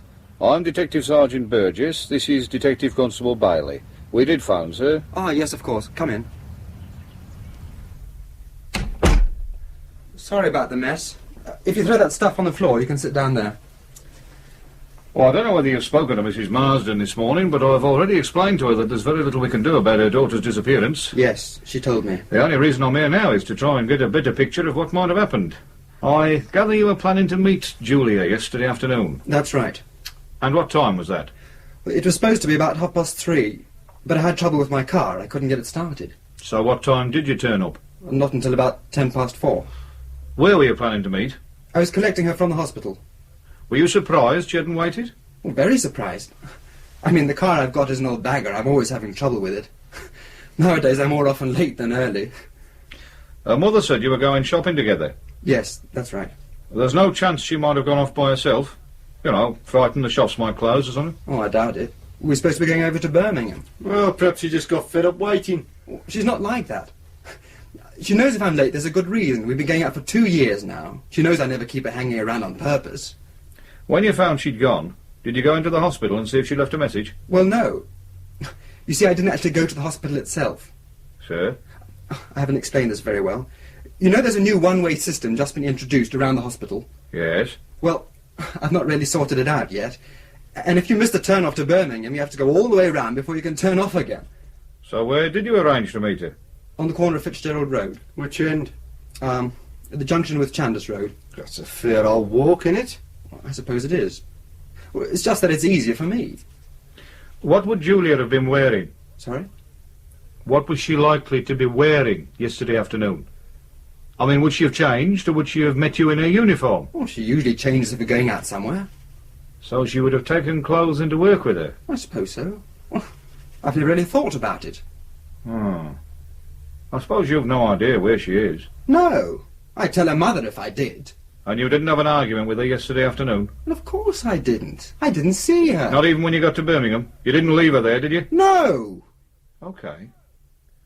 Don't look so worried. You don't think I've done anything to her? I doubt it. How does she get on with her mother? Fine. Argue much? Well, Julia never mentioned it if she did. And she's not said anything to you in the recent past that might suggest she wanted to leave home? No. Even if it was only to go off for a few days by herself? She just isn't the sort of person who would do that. Not without saying something first. She's too considerate. And why should she want to leave home anyway? Well, ask her when we find her. Until then, thanks very much for your help. Well, what happens now? We'll keep an eye open for her. Don't worry. We'll let you know as soon as we learn something. Well, isn't there anything else you can do? I'm afraid not, sir.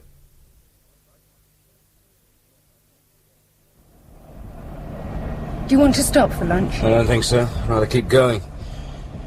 You know, it amazes me how that marriage manages to stagger on. Well, this time I'm going to find out why it does. I mean, this must be the 4th time in a year this has happened. Mum can't go on like this. Neither can we. I wonder why he stays. What do you mean? Well, if he can still pull the birds with the ease he seems to, why doesn't he shove off altogether? I don't know.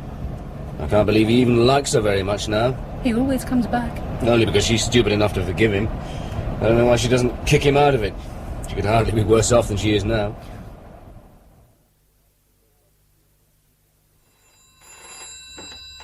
Burgess. Oh, hello, Mrs. Marsden. Have you? Was there anything missing? I see. Hang on, I'll just make a note. Jeans, navy blue polo neck sweater, plim soles, and what? A black duffel coat. Nothing else? None of her personal effects? I see. What about her uniform? Yeah. OK. Well, many thanks, Miss... Sure, don't worry. We'll be in touch as soon as we learn anything. OK. Yeah, thank you, Mrs. Marsden. Yeah. Goodbye. God, that woman does go on. Well, you can't blame her. That still doesn't make it any easier to put up with. Is this what you might be wearing? Yeah. Black duffel coat, navy blue pullover, jeans and plimsolls. That'll make her really conspicuous. Especially the jeans and plimsolls. No personal effects missing. No. So let's hope she hurries up back. Well, if this is accurate, I think it unlikely Sam's got hold of her. What is it? Sighting of the said villain. Where? Madrid. Where did that come from? It's with the Interpol stuffer coming this morning. He gets around, doesn't he? The last place was Geneva. Do you think the super will let us check it out? You must be joking. He wouldn't sanction a trip for you to put flowers on your mother's grave on your day off. Yeah, could be right. Come on, let's go and have something to eat. I'll treat you to lunch then at the Swan. Oh, birthday lunch. Why not? We can try their real ale. It's supposed to be quite good. Oh, bugger it. If it's the DI complaining about your spelling again, you'll be buying the lunch. Burgess. Yeah? Where? Walton Woods. Have you told the Heavy Brigade? What about Mr. Armstrong? Right. No, I'm going straight up there. Now what? Someone's found a body at Walton Woods. It's cold. Why do these sort of things always happen just as you're about to go to lunch? If this is Sam's handiwork, you'll be bloody glad you missed it. Sutton, Yeah, Skip? is the doc here yet? Yeah, he's up at the site. What's he like? As usual. Well, that's something to look forward to. The control van's been quick in getting here. Then our Lord and Master is in residence. We need not fear anything, except his breath. I don't think I've ever got that close to Armstrong. You're very wise. His breath's so bad, you wish he had a simple case of halitosis. Why does Armstrong cause you so much needle? He just gets up my nose. Do you know, he once called me an incompetent snotbag. He calls everybody that. It's part of his childish charm. I know, but when he said it to me, he meant it. You're too sensitive. I'm not. It's not without reason he keeps blocking my promotion. He meant it all right. And it wasn't until he started doing that I realised how bloody ambitious I was. Yeah, well, collar Sam, they'll probably make you chief superintendent. Collar him and I'll expect to be made bloody king. Hello, Doc. You don't look too cheerful. Neither will you be when you see the state the body's in.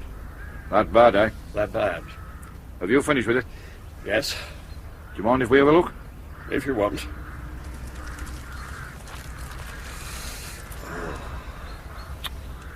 You were right.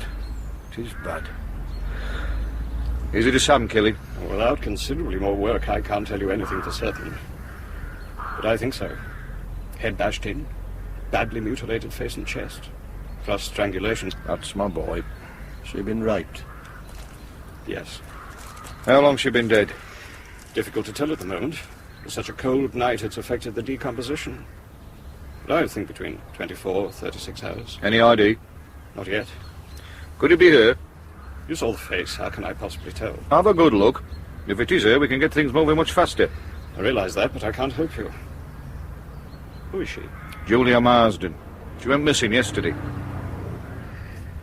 I can't say if it's the same person. OK, Doc. Thanks. Oh, one thing. Any of her clothing left? The remains of a pair of jeans, blue pullover, not much else. What about a black duffel coat? Not that I've seen. OK. Perhaps you'd care to tell Superintendent Armstrong that I finished. Sure. That the sooner he gets the body to the lab, the sooner he'll have my report. I'll do that. And thanks for your help, Doc. That's all right. She was in a mess, wasn't she? They all are. Is this the first of Sam's work you've seen? Yeah. Let's hope it's the last.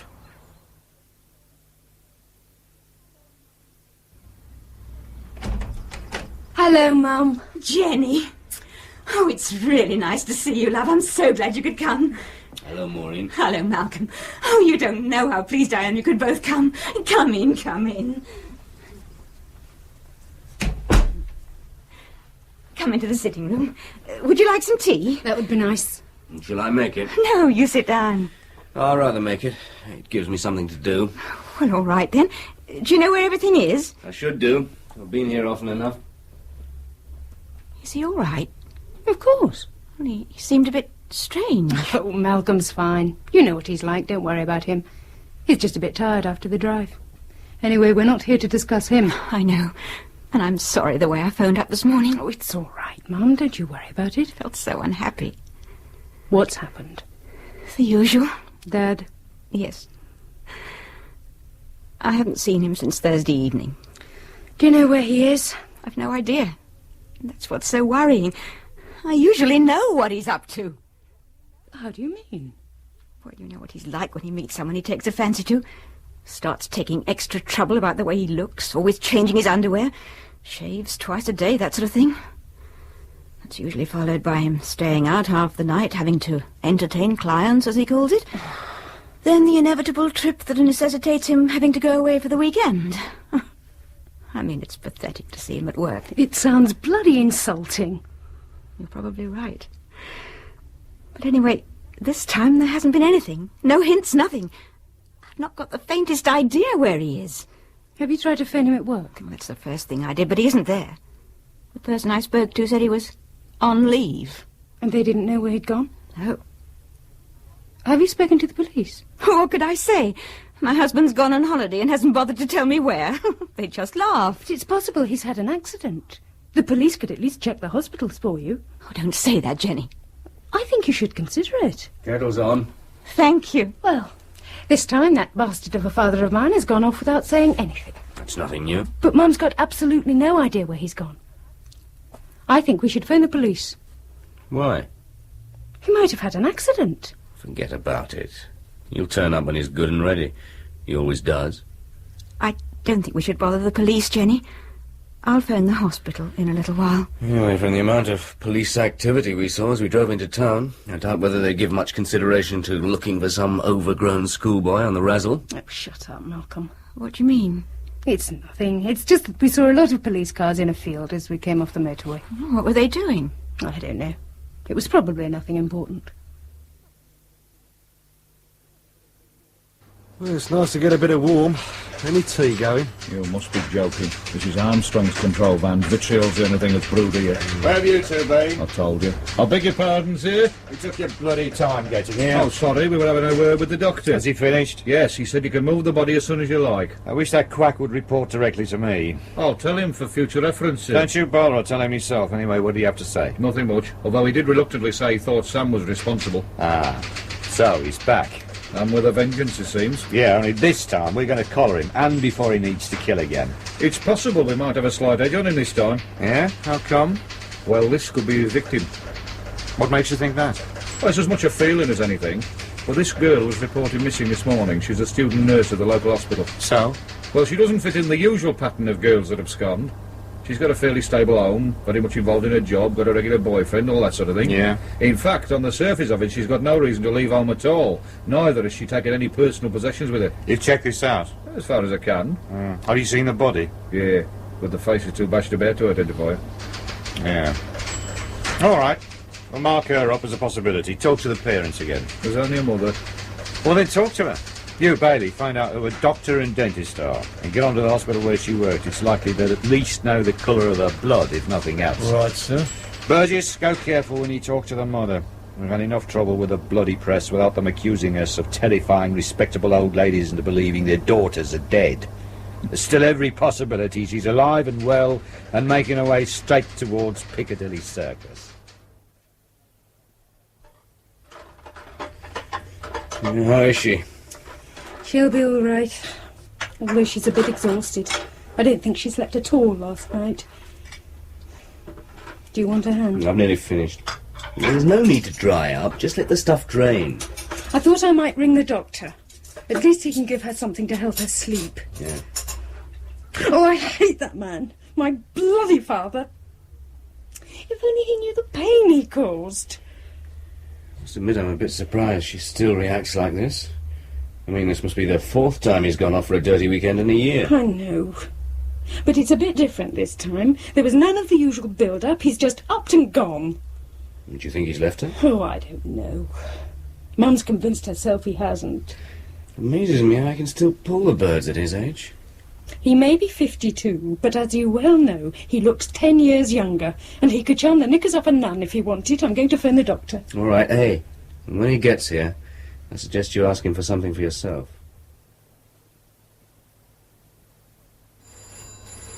Oh, I'm tired. Yes? Mr. Armstrong gone? About an hour ago. I think he said he was going back to the Nick. Oh, I'm hungry. I could do with something as well. I think we're still wanted here. Well, I'm certainly not. Perhaps we could slip out for a bit. Pubs are open. That's not a bad idea. I'll have a word with the DI. I reckon he heard you. Burgess? Yes, go. Just have Mr. Armstrong on the phone. He wants you back at the Nick at once. What's up? We've just identified the victim. Who is it? Seems you are right. It's Julia Marsden. So get your ass back there quick and take Bailey with you. You wanted to see me, sir? Yes, come in. I suppose you've heard. I have. Here's a pathologist's report. Makes much the same reading as the other Sam murders. Have you told the girl's mother yet? Not yet. I've sent a car to fetch her. When I spoke to Mrs. Marsden this morning, I asked her to check to see whether any of Julia's clothes were missing. And? Well, apart from jeans and a pullover, there was a black duffel coat. I wondered if it had been found. Hang on. Hello. This is Armstrong. Did you find a black duffel coat this afternoon? Yeah. Can you check the list then? I suppose it could be at the hospital. Well, it isn't. This is the contents of a locker. Uniform, shoes, towel, couple of magazines. Yeah? Ah, are you sure? Ta. No duffel coat. Hardly something you'd miss. You don't know the snot bags are up there this afternoon. Some of them wouldn't notice a steamroller parked in Westminster Abbey. Look, Burgess, I know we've not got on too well in the past, but I'm prepared to forget about that. You responded well when Julia Marsden was reported missing. He looks good in a report when it's seen we've taken action from the very beginning. Keeps the press happy. Helps remove some of the tarnish from our somewhat green image. Right? Yes, sir.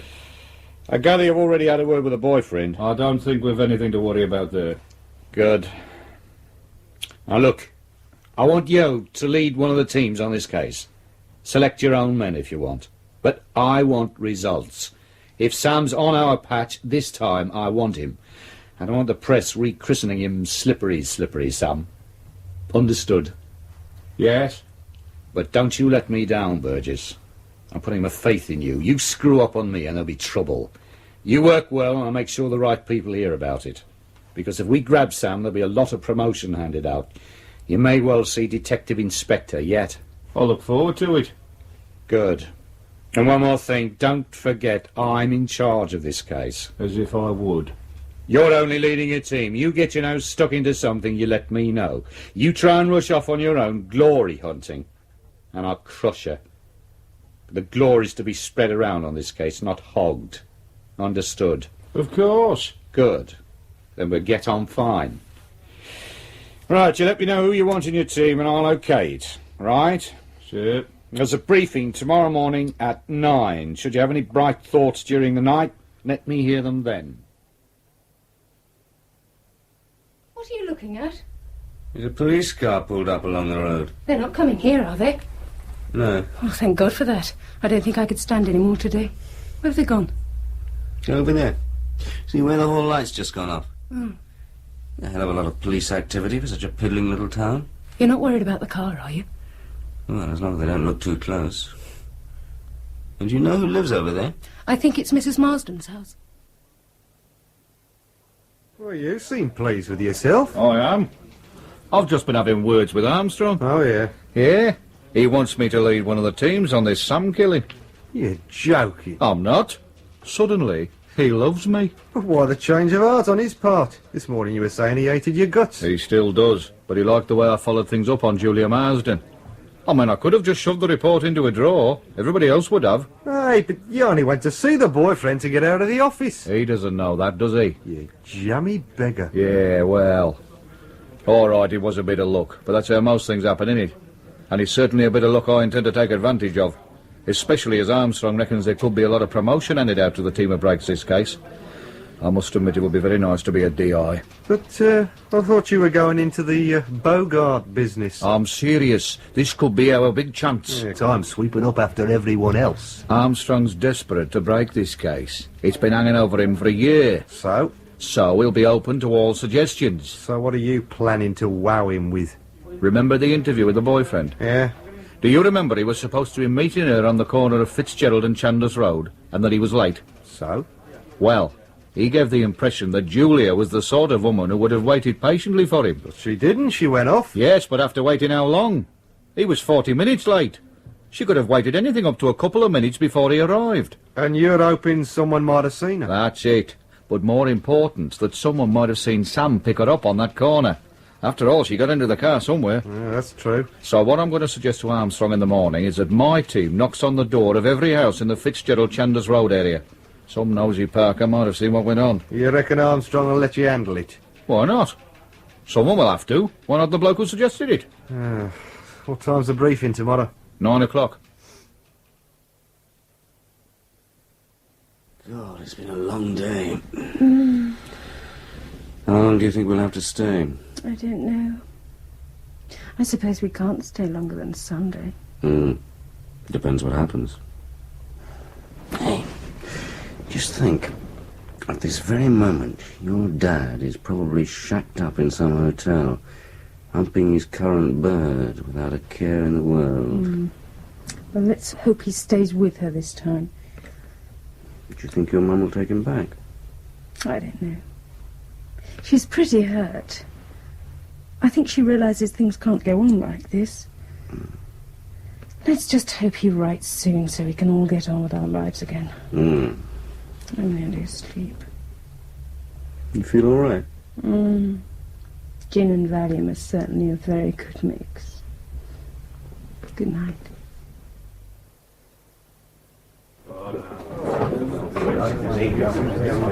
Burgess? Sir? How many men will you need for this house-to-house thing of yours? As many men as you can spare. The way things are going, you might be working alone. I need every man I can get hold of to search those woods again. The duffel coat's definitely missing. Mrs. Marsden's convinced it is, so I suppose we've got to do something about it. Did I have a session with her? It's all about crying. She went on and on. I had to get a bloody doctor to her in the end. Where is she now? They've taken her into hospital, women's medical. There's a bloody irony. It's the ward her daughter was working on. Hope to God nobody tells her. The coat into the hospital, is it? No, I had a team in there this morning taking the locker room to pieces and another lot interviewing the staff. Are you going to get any outside helping? You must be joking. This is a local affair. I want it kept that way. So every man's going to have to work twice as hard as usual. That's something to look forward to. Should you work 3 times as hard as usual, Bailey, you should just about turn in a reasonable day's work. All right? Give me 5 minutes, Burgess. I'll come back to you on how many men you can have. Right, sir. What did I say? Too much. Armstrong doesn't like silly remarks. I should have thought you'd learned that by now. Obviously not. Well, there's one thing I have. What? You were right about his breath. Oh, shut up. Find me a road map. I want to work out how we're going to approach this house-to-house thing. What's the matter? I feel rather strange. How do you mean? Sort of light-headed. Oh, that's probably the side effects of the drugs you took. Oh. Would you like some more tea? No, I don't think so. Has the postman been? I don't know. Yeah, he passed a few minutes ago. Oh. Perhaps there'll be something in the second post. Yes. Actually, I think I'll go and lie down. Can you manage? Of course I can. I'm not an invalid. I'm sorry. Yeah. Well, if she's going to behave like that, I hope we hear something soon. So do I. I assume we're not going back tonight. I certainly can't. Well, I'm not leaving you here alone. I'll give Charlie a ring, say we can't make it. I'm sorry. Oh, it doesn't matter. Here, see what's on at the local flea pit. Perhaps we can persuade your mother to go out for the evening. I doubt it. Oh, no. What's the matter? Have you seen the headlines? No. There's been a murder. Come on, love. Why are you... It's Julia. She's been murdered. Who's she? Mrs. Marsden's daughter. Across the road? Yes. Julia's dead and I knew her. I knew her. Oh. What a tone.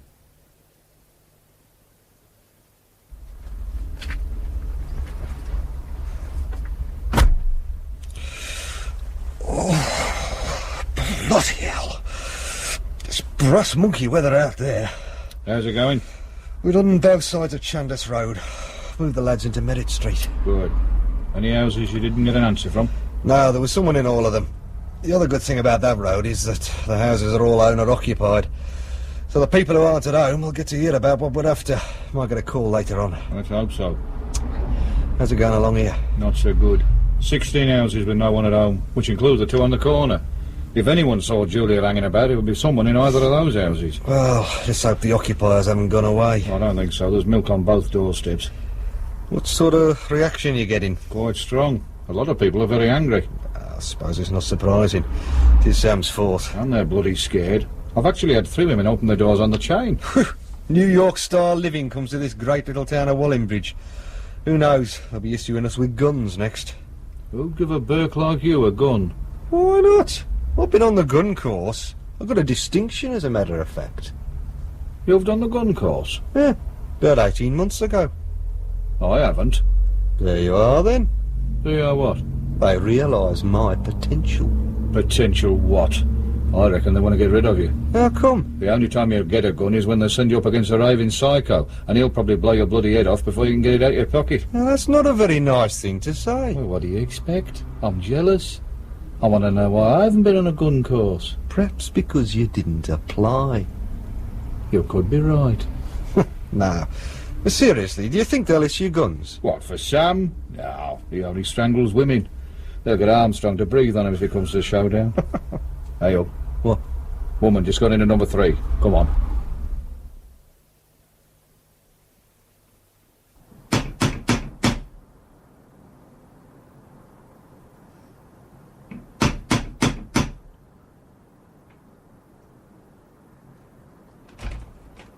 Yes? Good morning, madam. I'm Detective Sergeant Burgess. This is Detective Constable Bailey. We're making inquiries concerning the death of Julia Marsden. Julia Marsden? Do I know her? That's what we're hoping to find out. You'd better come in. Thank you. Would you mind wiping your feet thoroughly? I've just had the whole carpet shampooed. Oh. Sorry. Thank you. If you would like to come this way. Now, Julia Marsden. This is a photograph of her. No, I don't know her. Now think carefully. You didn't by any chance see this person standing on the corner of Fitzgerald Road on Wednesday afternoon? No. You're quite sure? Positive. Although, now you come to mention it, I do recall a young woman. But it wasn't the girl in the photograph. What time was that? Oh, about 3:45. In fact, I remember her quite distinctly. And why is that? Oh, she looked so cold, as though she'd been waiting some time. I felt quite sorry for her. In fact, I must have stared because she noticed me looking and smiled. It was quite a charming smile. But you don't recognise the photograph as being the same girl you saw waiting? Oh, no. The girl in the photograph is far less attractive. Do you remember what she was wearing? No. Oh, yes. I recall she was wearing plimsolls. I remember that quite distinctly, as I consider them totally unsuitable footwear for such a cold day. That's all? You can't remember anything else she was wearing? Yes, I can. A duffel coat. I recall a duffel coat. I remember that because I thought the duffel coat so sensible and the plimsolls so foolish. Can you remember the colour? No. I think it was dark. Possibly dark blue or black. I can't remember for certain. But you're sure about the time you saw her? Oh, yes. How can you be so certain? Well, when I got in, I unpacked my shopping and made myself a cup of tea. I then took the tea upstairs to my bedroom and switched my radio on. And? Listened to the 4 o'clock news. Did you see the girl again?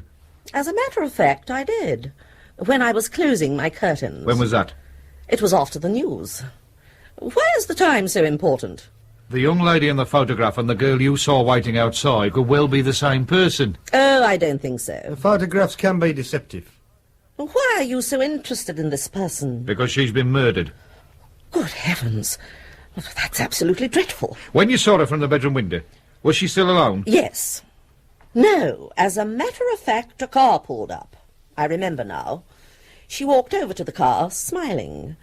It was the same smile she'd given me. Such a pretty smile. But then she looked surprised and spoke for a minute or two to the driver. Did she get into the car? Yes, she did. And can you remember anything about the car? Oh, yes. It was a dark blue Cortina estate. You're that sure? Without a doubt. How come? My son-in-law has exactly the same make of car. I see. Look, Mrs... Meadows. Yeah, Mrs. Meadows. I think we should start getting some of this down on paper. Would you have any objection to coming down to the station to make a statement? Well, I don't think so.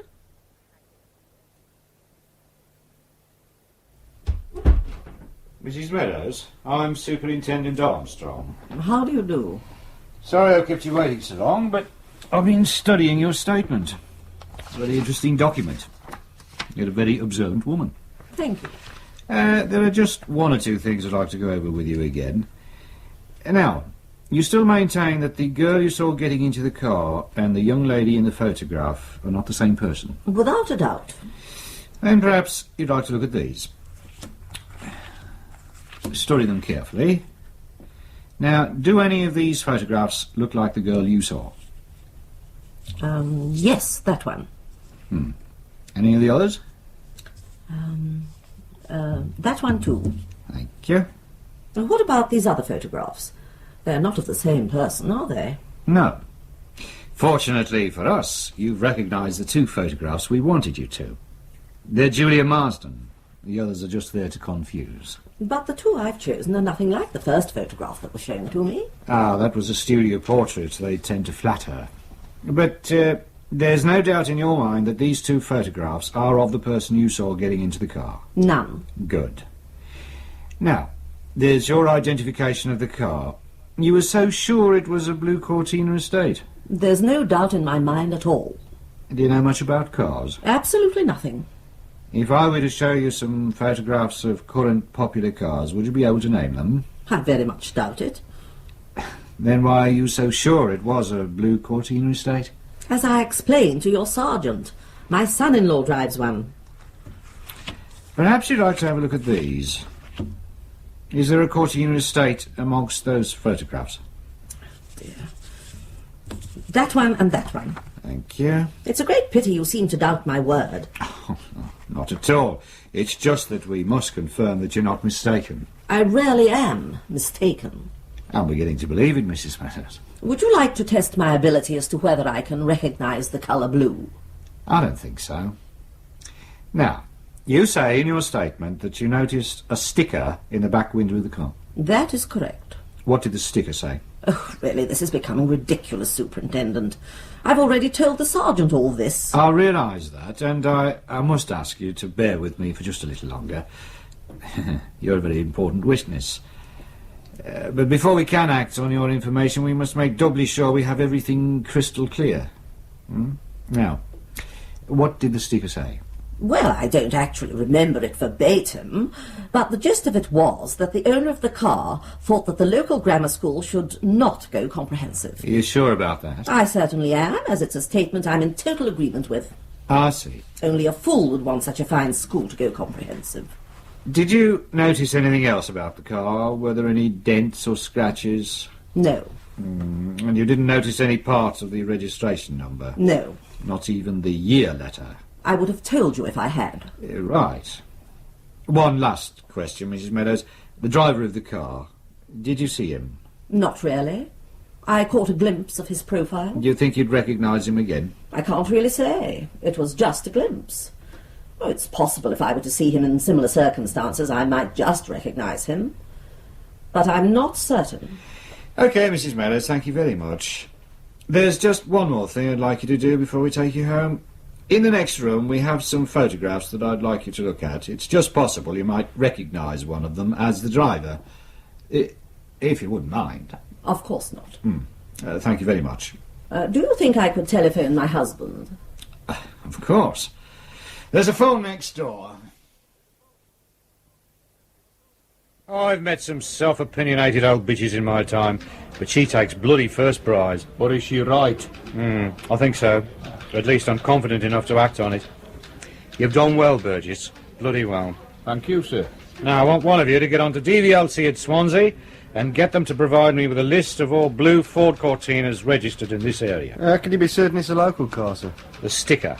The grammar school issue is totally a local matter. The chances of an out-of-town car carrying such a thing are almost nil. It also seems from the way Julia reacted to the car, she must have known the driver.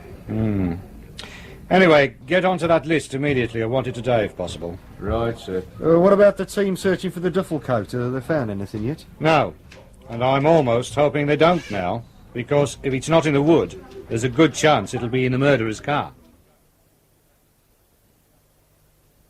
Are you awake, Mum? Yes. I've made some tea. Oh, that's nice. How do you feel now? Much better. Good. Did I hear you crying? That was this morning. You've been asleep all day. Have I? Oh, dear. And there's nothing to worry about. That was me just being silly. What was the matter? It was just something I read in the paper. You and Malcolm are all right, aren't you? Of course. There's nothing to worry about. Nothing at all. Oh, it's just that I find Malcolm a bit difficult to understand.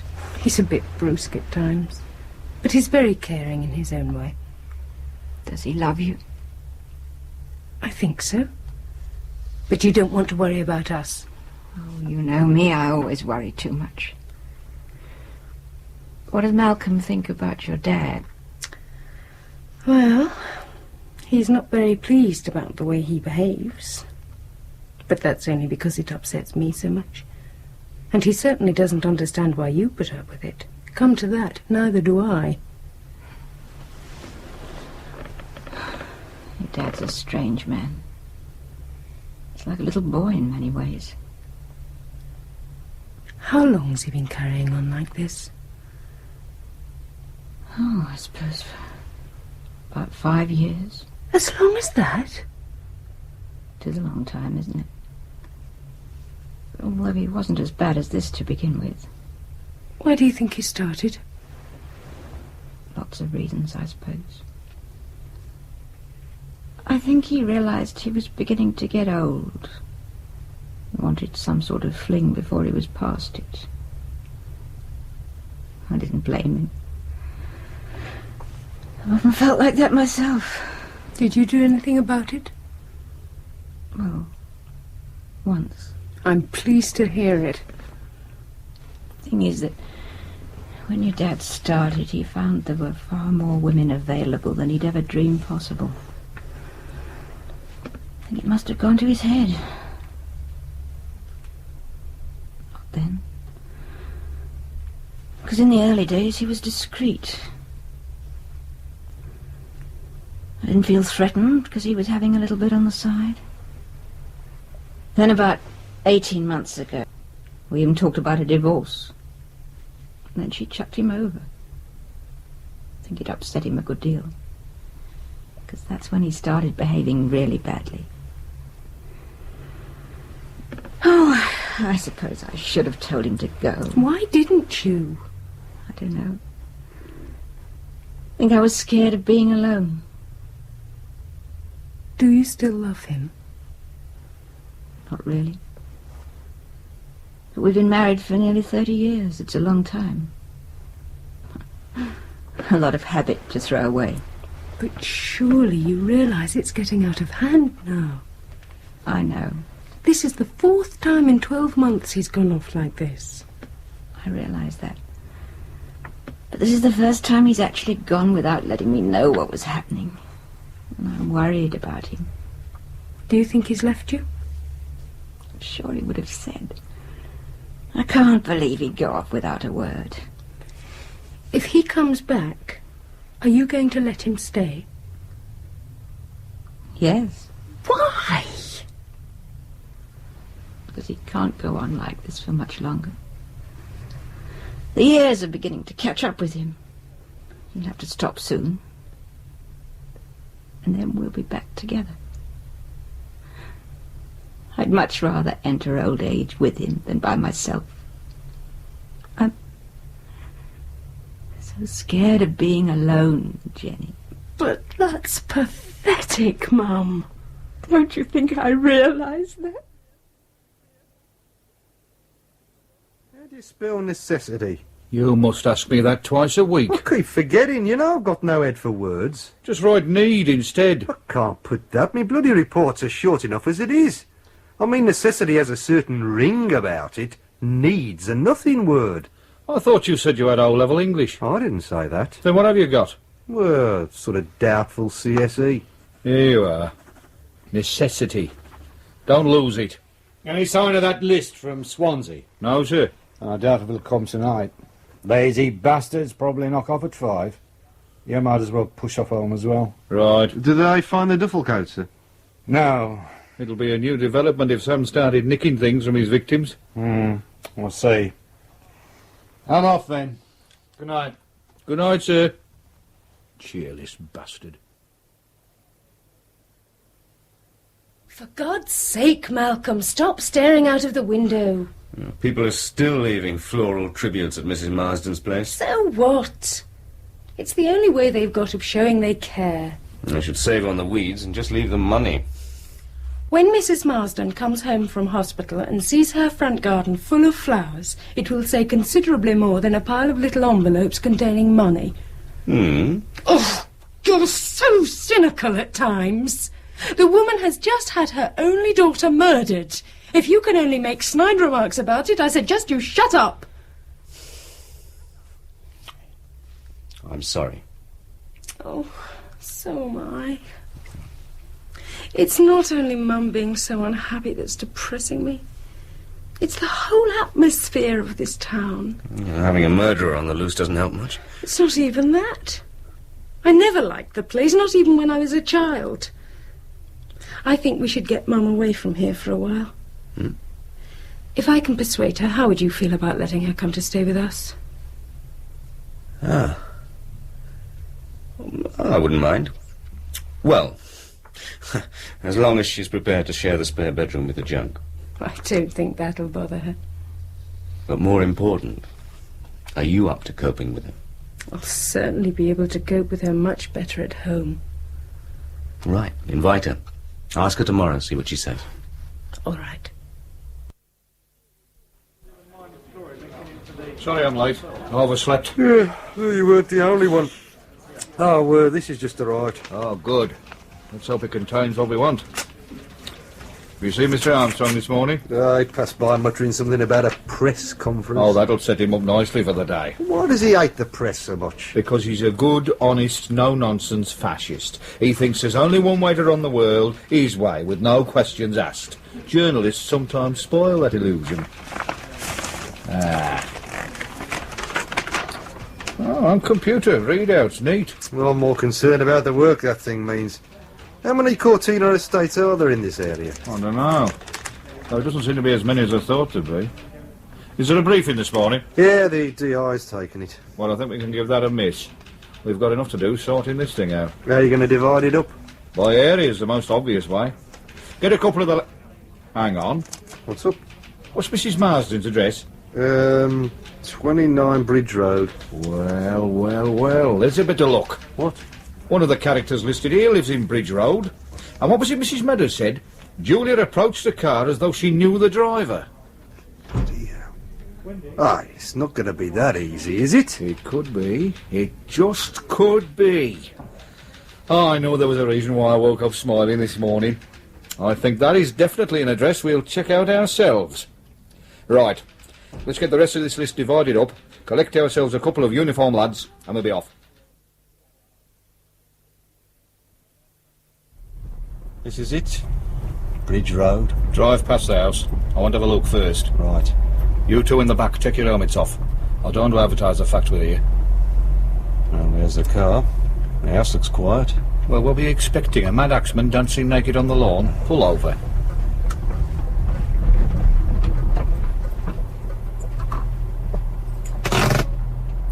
Right. We've a neat little semi-detached house.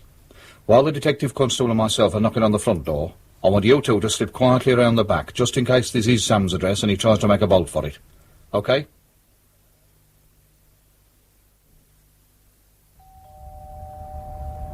Well, the sticker's where it's supposed to be. That's a good beginning. Yes? Is John Arnold Maitland in the house?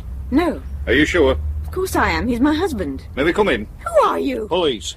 But What on earth? This is Detective I don't Constable understand. Bailey. Do you mind if he has a look upstairs? What for? Don't worry, he isn't going to steal anything. Go careful. Right. What is it you want? Just a word with your I husband. told you, he isn't at home. What's in here? But it's the sitting room, but... Have a look. If you must. And that room? The kitchen. Do you mind if I let a couple of my friends in? Tell me what it is you want, please. Did you check the shed? Yes, sir. Good.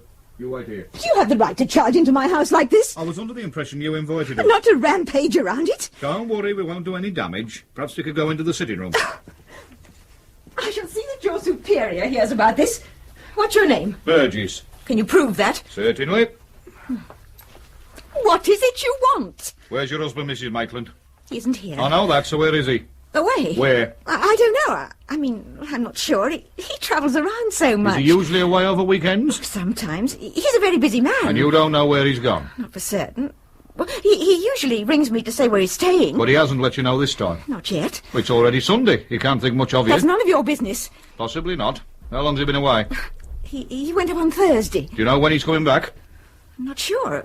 Next week sometime. There's no one upstairs, Skip. Okay. What's all this about? I'm sure you're not allowed to come into people's homes and behave the way you have. You invited us. Why do you want to see my husband? Has he done something wrong? We're not sure. We're conducting certain inquiries, and we would just like to talk to him. Why won't you tell me what it's about? Because we feel we should discuss the matter with him first.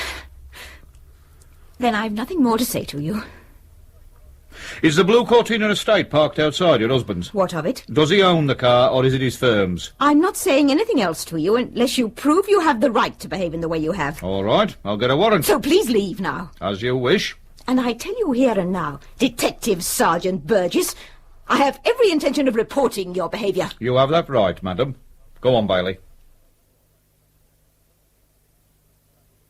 Well, I screwed that up, didn't I? Armstrong will have my guts when he hears about this. Well, I suppose it was a bit rash charging in like that. I was so sure Sam would be there, you know what I mean? Had this very strong feeling. Well, you were wrong. That still remains to be seen. Did you look around when you were upstairs? Yeah. No duffel coat? I didn't see one. Well, there's got to be something I can give to Armstrong before that woman puts her foot in it. What about the car? Perhaps there's someone there. How do you suggest we get inside it? Or we could take it down the car pound. What is it? 4 years old. There's bound to be something wrong with it. Oh, it's parked round the wrong way for a start. Oh, I bet they really missed you when you left traffic division. Come on, let's get back to the nick and see what the others have come up with. Mum, we're home. Oh, thank God for that. What's the matter? I'm so glad you're back. What's happened? The police have been here. What did they want? To John. It was awful.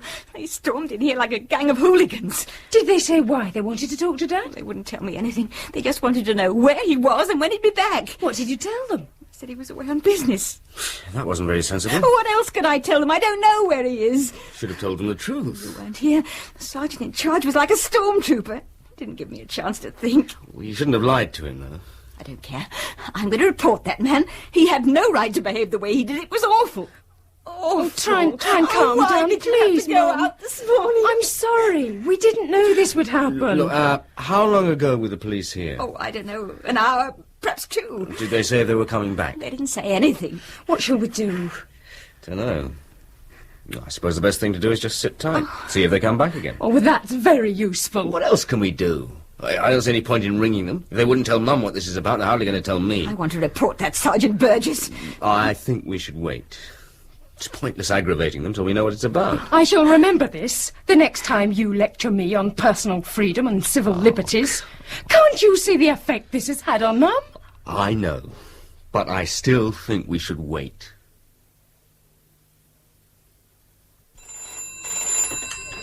Burgess? Yeah?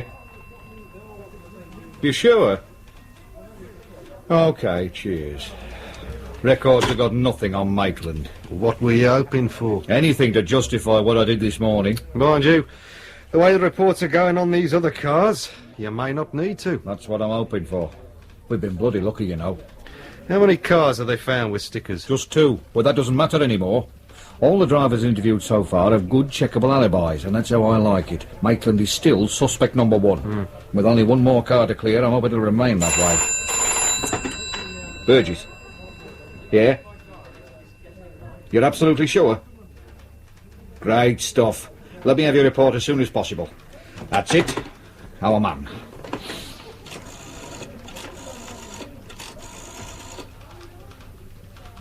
This is Burgess, sir. Do you think I could have a word with you? Yes, very important. Thank you, sir. You reckon this bloke is Sam? I think there's a good chance he is. And you think his wife doesn't know where he is? She says he's away on business, but I think it's just bluff. Mm-hmm. So what do you want to do? Well, I think we should find out what his car can tell us. Right. Operative when I saw her this morning. Well, I'll arrange that. I think I'd also like to have a word with her myself. Bit of rank might add some weight to the occasion. It might also soften her up a bit.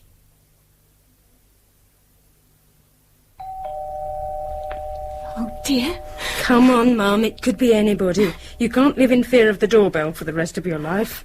It is the police. Seem to have come in force this time. 3 cars out there. Just there we are. I'll let them in. Try not to get too upset, Mum. It might not be anything. I can't believe he's done anything wrong.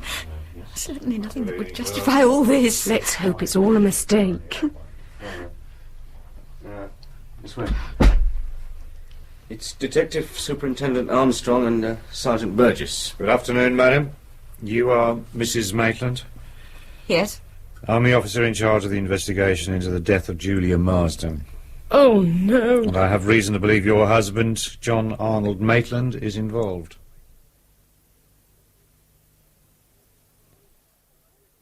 Right. Well, that's it for the moment. I told you I didn't know anything. But now we've got that fact on paper. Are you the sergeant who came this morning? Yes. I hope you realise you terrified my mother half to death. I'm sorry about that, but it was necessary that I gain quick access to the house.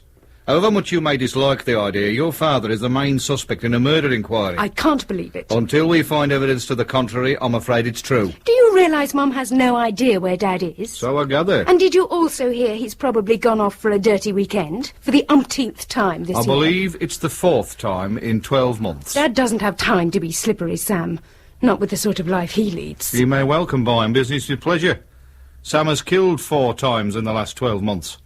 I hope for your sake that the dates of his absences don't match the dates of the murders. Can I have a word, Skip? Excuse me. Well, fingerprint boys think they've got a match. Julia Marsden? Yes. They're positive? Oh, yes. Their smugness confirms it. Careful with that car! Forensic have still got to examine it. Burgess. See? I've got one more job for you here. Now what? The state Mrs. Maitland's in, I didn't get much sense out of her, which means you two are going to have to go through Maitland's things. Diaries, papers, anything that might establish where he was at the time of the other Sam killings. Right. Anything that looks at all interesting, bring it down to the Nick. We'll sort it out there. Look at the street. Neighbours hanging out of the windows. Right mess they made of getting Dad's car onto the transporter. Ridiculous. I wish I could smile. Those 2 policemen still in Mum's room. Yes. They said they'd be there for a while. Where's she gone? She's lying down in our room. I don't think she'll ever recover from this. Well, we'll take her home with us as soon as possible. Get her away from this house. Oh, Malcolm. You don't think Dad's a murderer? I find it difficult to believe. Surely, when you're as disturbed as the murderer must be, you can't just hide it like that. Oh, God, I'm so unhappy. Well, let's hope they find him soon. Get things sorted out. It's amazing how much junk you can pour into one of these little writing desks. Yeah, well, at least he's neat. Let's hope he's methodical as well. Are you listening to the stuff you're dumping in that sack? Of course I am. What's that supposed to be? One diary. Then why have you written one dairy? Can't you spell at all? Oh, don't start. I'm tired. It's been a bloody long day. For all of us, mate. Yeah, but you enjoy this sort of thing. I mean, going through a bloke's personal... It's part of the job. But it's a part of the job I don't like. Just as I don't like looking at the bashed-in face of the young women. You'll get used to it. But I don't want to. Come in. I can't sleep. Come in, Mum. We can't either. Wondering where he might be. Trying to remember whether he mentioned anywhere before he went off. When did you last see him? Thursday evening. He popped in for a little while, fiddled about in the bedroom, then went out again. And didn't come back? No. Didn't you say he started his leave Wednesday evening? Yes, And he was out all day Thursday? that's right. You've no idea where? Thought he'd gone to work. He left at his usual time. Did he take the car on Thursday? Yes. And when he was here, did he seem himself? What do you mean? Did he seem excited or agitated? Don't know. I didn't say much to him. What are you getting at? Nothing really. I was just wondering where he was on Thursday, that's all. You don't think he killed that girl? Of course I don't. Then why are you asking me all these questions? I've had questions all afternoon from the police. I'm sick to death of being interrogated. I'm sorry, I didn't mean it to sound like that. John hasn't done anything wrong. He's just gone away for a little while. Of course he has, Mum. And why you started calling me Mum? You've always called me Maureen before. It just came out. I suppose it's just a feeling of solidarity. Well, stop it. I don't want your support if you think my husband's a murderer. I don't think that. Come on, Mum. We're on your side. You don't need to fight us. How do I know? How can I tell what you're really thinking? Look, I think you should get away from this house. I'll phone the police tomorrow morning and see if you can come home with us. I don't want to. It would be better for you. It would get you right away from everything, give you a chance to rest. I'm staying here. This is my home. And I'm not running away from it. No one's asking you to run away. Just come home with us for a few days' rest. I don't want to. And if you think my husband's a murderer, I don't want you here either.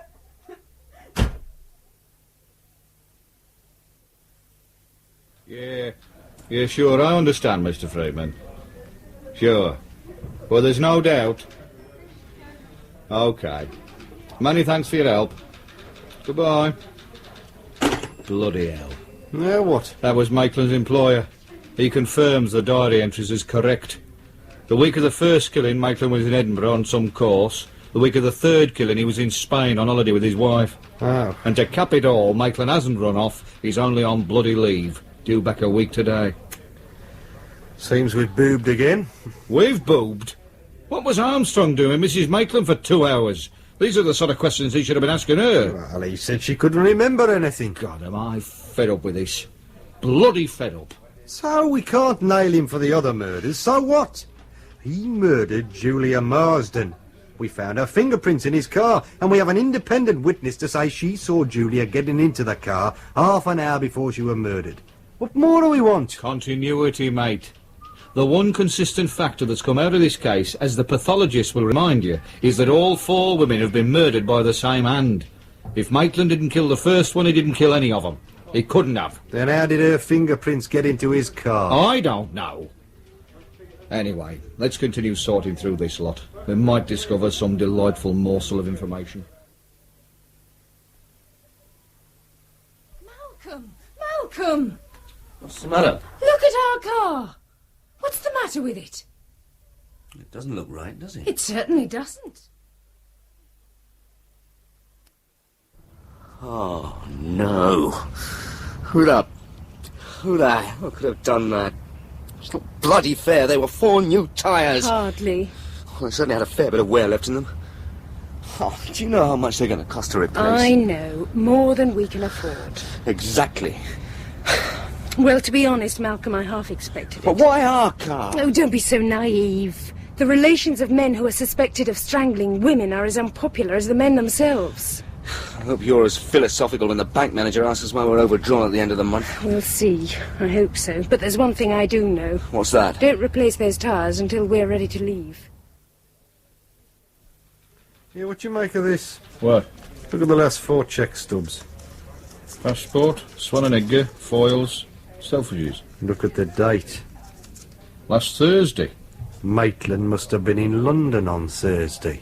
And if he was in London, he couldn't have been here murdering Julia Marsden, could he? Well, would be rather difficult. That's it then. Conclusive proof. Oh, I suppose I better go and see Armstrong. Tell him the good news. I knew my becoming a DI was only a bloody dream.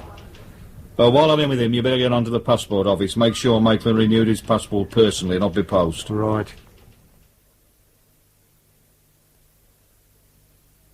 Well, Burgess, seems you got yourself a bum suspect. What are you going to do about it? There are still the fingerprints in the car. You've got to find out how they got there. I don't think you're going to do that until you find Maitland, old son. There's no news of him? Not a whisper. Ugh. Now you've landed me with the unpleasant task of telling the Chief Constable that Maitland's in the clear. Can't you wait? What for? You seem to have conclusive proof Maitland couldn't possibly have committed any of the murders. No point in sticking my neck out by delaying things, is there? After all, nationwide murder hunt, very expensive. I see no point in continuing to waste the taxpayers' money and looking for an innocent man. Look, I want to have another word with Mrs. Maitland. I'm sure there's something she hasn't told us. I'm sure many things she hasn't told us. But it doesn't seem to matter now, does it? Well, there are still the fingerprints, plus the fact that someone had tried to wipe the passenger side of Maitland's car clean. There must have been a reason for that. You're a desperate man, Burgess. Well, what do you want? Well, can't she give me a couple of hours? Just let me talk to his wife again. I don't know. Your early promise has somewhat withered. 2 hours. That's all I'm asking for. All right, then, 2 hours, not a second more. And you let me know of any developments, any little thing at all. I promise. Oh, it's you again.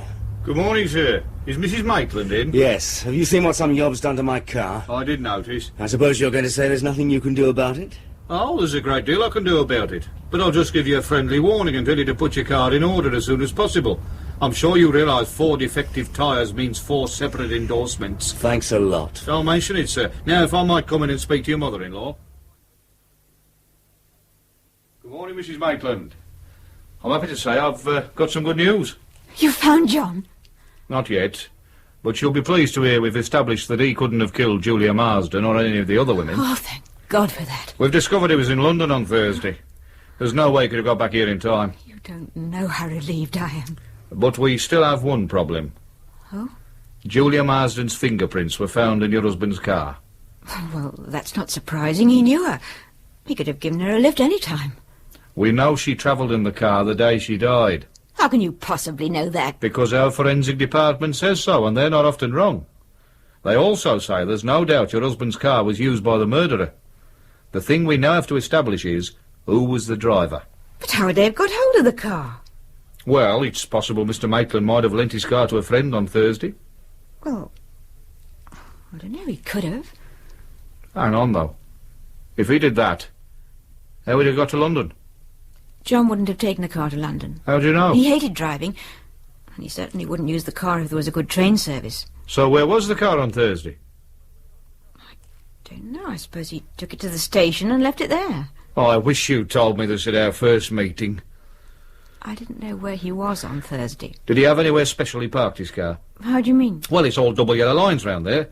He couldn't just park it outside the station. It would have got towed away. Well, he probably put it in the car park. That waste piece of ground near the station? I suppose so. He's certainly parked it there before. You sure? Of course I am. Thank you. Shouldn't you tell Armstrong what we're up to? He can get stuffed. I want to see what we turn up at the car park before I say anything to him. He won't like it. Then he'll have to lump it. When I told him the Maitland thing had collapsed, his whole manner changed. The bastard's only out for himself. He's not interested in supporting his officers. He only wants the glory they earn for him. He's still the super. So what? I'm only a fragile detective constable. Then you've got nothing to lose. But I can still be crushed from a great height. They certainly stacked the cars in this place. Do you notice they've all got their ignition keys in? I did. What do you two want? Police. Oh, yeah? You find any nicked cars here that got nothing to do with me? We only park them. Who are you? The manager. What's your name? Len Woods. Are you here all the time? Usually. Were you here last Thursday? I should think so. You better know so. So what? I'm interested in a blue Cortina estate that was parked here all day Thursday. How am I supposed to remember a car as common as that? This one was special. It got borrowed during the day. Oh, not from my side. This one did. And the bloke that borrowed it took a girl for a ride. So? And then he killed her. Remember anything now? No one took a car from this site. Have it your own way. Perhaps we should take you down the Nick. You might remember better there. There's no need for that. I want to help. I'm pleased to hear it. All these cars have got their ignition keys in. Why? Well, look around you. There's no other way we get 100 cars on this site. We've got to pack them in as tight as we can. If the first car in wants to be first out, we've got to move a few to get at it. How close an eye do you keep on them? I noticed you too, didn't I? So how did the car I'm interested in get off? Well, I know the car left the site, and I know it was brought back. Who borrowed it? Look, you put me in a bit of a spot. I'll kick your bloody face in if you don't tell me. Well, I don't want to drop me mates in Look, it. jerk, this is murder. It's not a case of nicking tyres or swapping engines. It's the big one. So if you don't open your gob and tell me who borrowed the car, I'll book you for obstruction, OK? All right, all right. Good. Look, this job doesn't pay very much. I mean, I'm all right, but the blokes who actually park the cars don't do well at all. So, to earn a bit extra cash, they clean customers' cars. So? Well, there's no water on the site.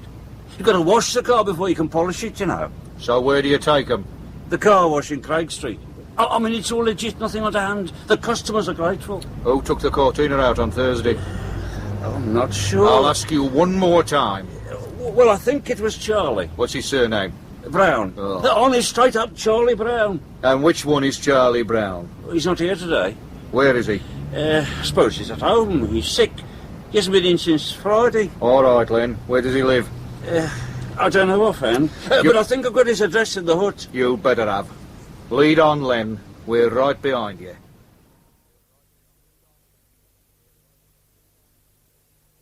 God, it's a miserable hole. I don't reckon this staircase has seen a paintbrush this century. We'll complain to the landlord later. This is his room. OK. Ready when you are. We'll take it nice and gently this time.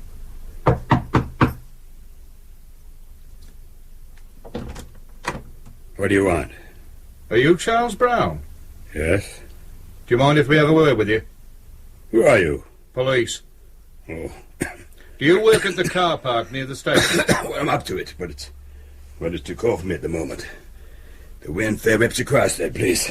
This can't be him, can it? You're bloody good acting if it is. How old are you, Pop? 68. We've been had. Look, what's all this about? Were you at work last Thursday?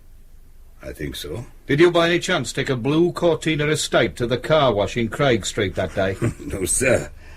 Len doesn't let me do things like that. He doesn't trust me, you see. Did you see such a car being taken off the site? No, well, I wasn't feeling too good, you see, and I spent the day trying to keep warm. Do you ever do any car cleaning? Not really. There isn't much this time of the year anyway, and, well, Len hugs what bit there is. That doesn't surprise me. Come on, let's go and get him. Yeah, you get back to bed, Pop. What the hell is all this about? This is Alpha 1 to Control. Over. Control, over. This is Sergeant Burgess. Priority. I want the nearest cars to go to the station car park and apprehend the manager, Leonard Woods. Repeat, Leonard Woods. Arresting officers are to approach with extreme caution, man believed to be highly dangerous. I am proceeding to car park myself and will prefer charges on arrival. Over and out. Well, don't just sit there, Bailey. Get a bloody move on. Control to Alpha 1, over. Alpha 1, over. Leonard Woods has absconded driving a dark maroon Jaguar. Registration number as yet unknown. Alpha 5 and Delta 3 are in pursuit. Last report states Jaguar joined M1 at junction 15 and is heading south. Over. Put out a general call and alert the motorway police. If you need clearance, see Superintendent Armstrong. I'm coming in. Over and out. Well, that's it. They won't get him now till he reaches London. What a bloody shambles. Back to the Nick. Yeah, only nice and slowly. I think I can wait a little while before I have to see Armstrong's face.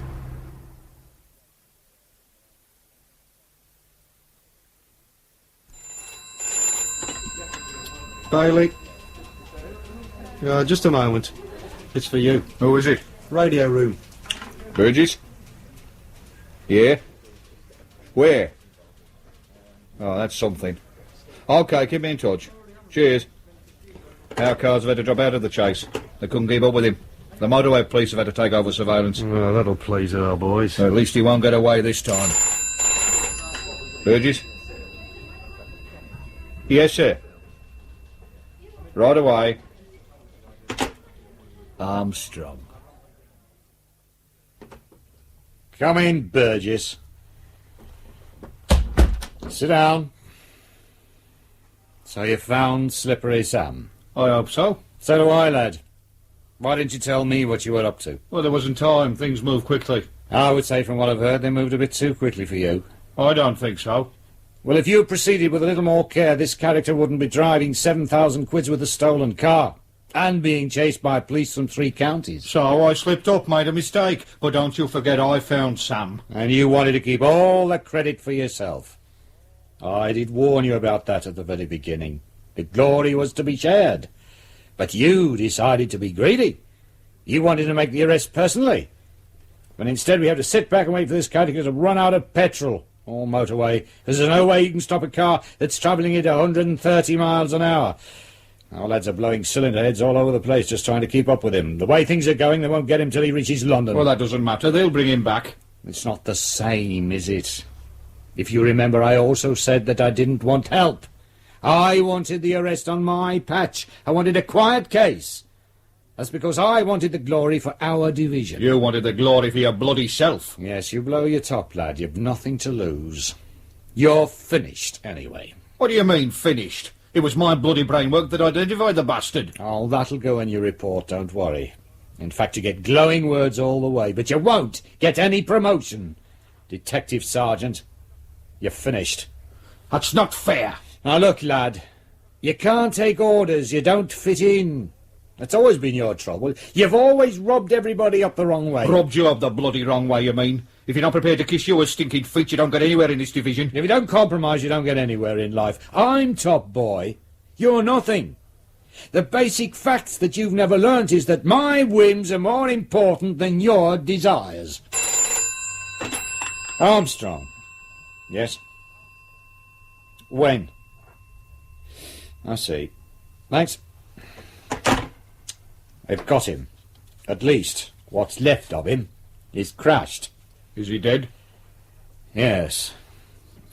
Should you wish to transfer to another division, I won't block or comment on your application. This would be a good time to do it, lad.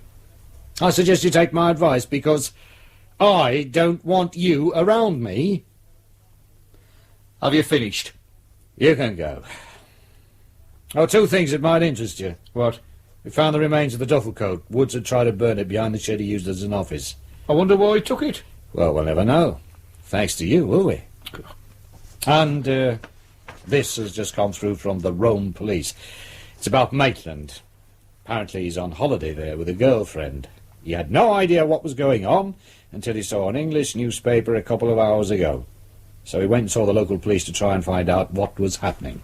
Is he coming back? Yeah. When he's completed his holiday. There's no rush. Does his wife know where he is? No.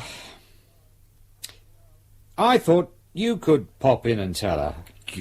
Make it your last duty on this case. Nice city, Rome. So I'm told.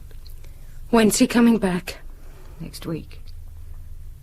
Apparently he isn't alone. He wants to finish his holiday. You're not going to sit around waiting for him, are you? No. Even I realise it's all over. He doesn't care anything about me. Come back with us, Mum.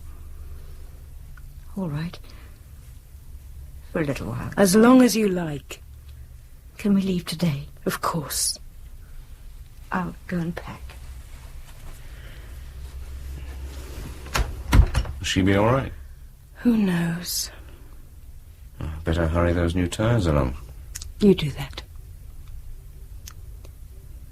Do you realise the only person who hasn't been touched by any of this is Dad?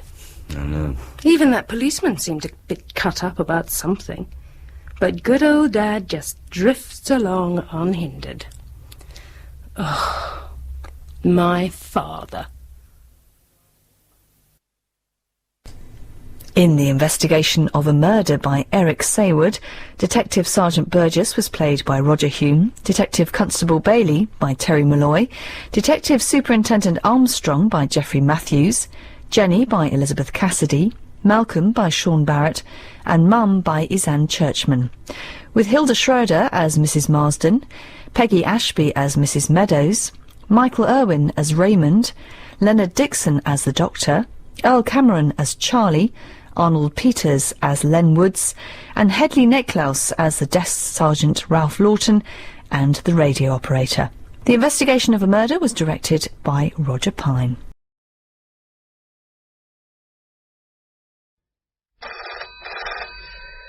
Oh. Hello, Cockfoster. Blimey, 2:15. Sorry to wake you, Mr. Cockfoster. It's Detective Sergeant Frogman here. I'm at the scene of a murder. Go on. The corpse has had its head cut off. Charming. Go on. He's the vice chairman of the police committee. Name of Victrola. Wonderful. I don't know if you met him. No, and now I don't expect I will. No, sir. Living? No, he's dead. I know he's dead. I said, what did he do for a living? Oh, a financial and property consultant. What's the address? The Coppers, Mells Drive. Copper Beach is not our kind of coppers. I don't want the roots and derivations. Just tell me where it is. It's halfway along Mells Drive. Very grand part of town. A big half-timbered place set well back from the road. There's no number on the gate, but there's a red telephone box on the pavement right outside. Did you say a red telephone box? Yes, sir. Are there any other colour in this town? No, sir. Sorry, sir. Actually, that's where I'm speaking from. From a red telephone box? Yes, sir. The phone in the house has been disconnected. Ripped out. I see. This geezer's head. Is it about the place? No, sir. We're looking for it now. Okay. On my way.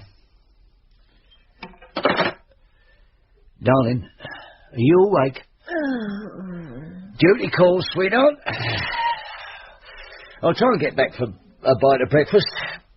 Now, don't forget the man's coming to fit the carpet in the morning.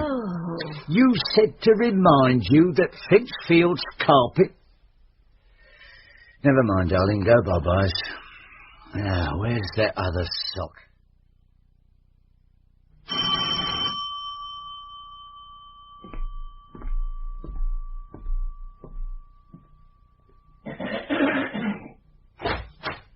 Good morning, sir. Morning. I'm Chief Inspector Cockfoster. Who are you?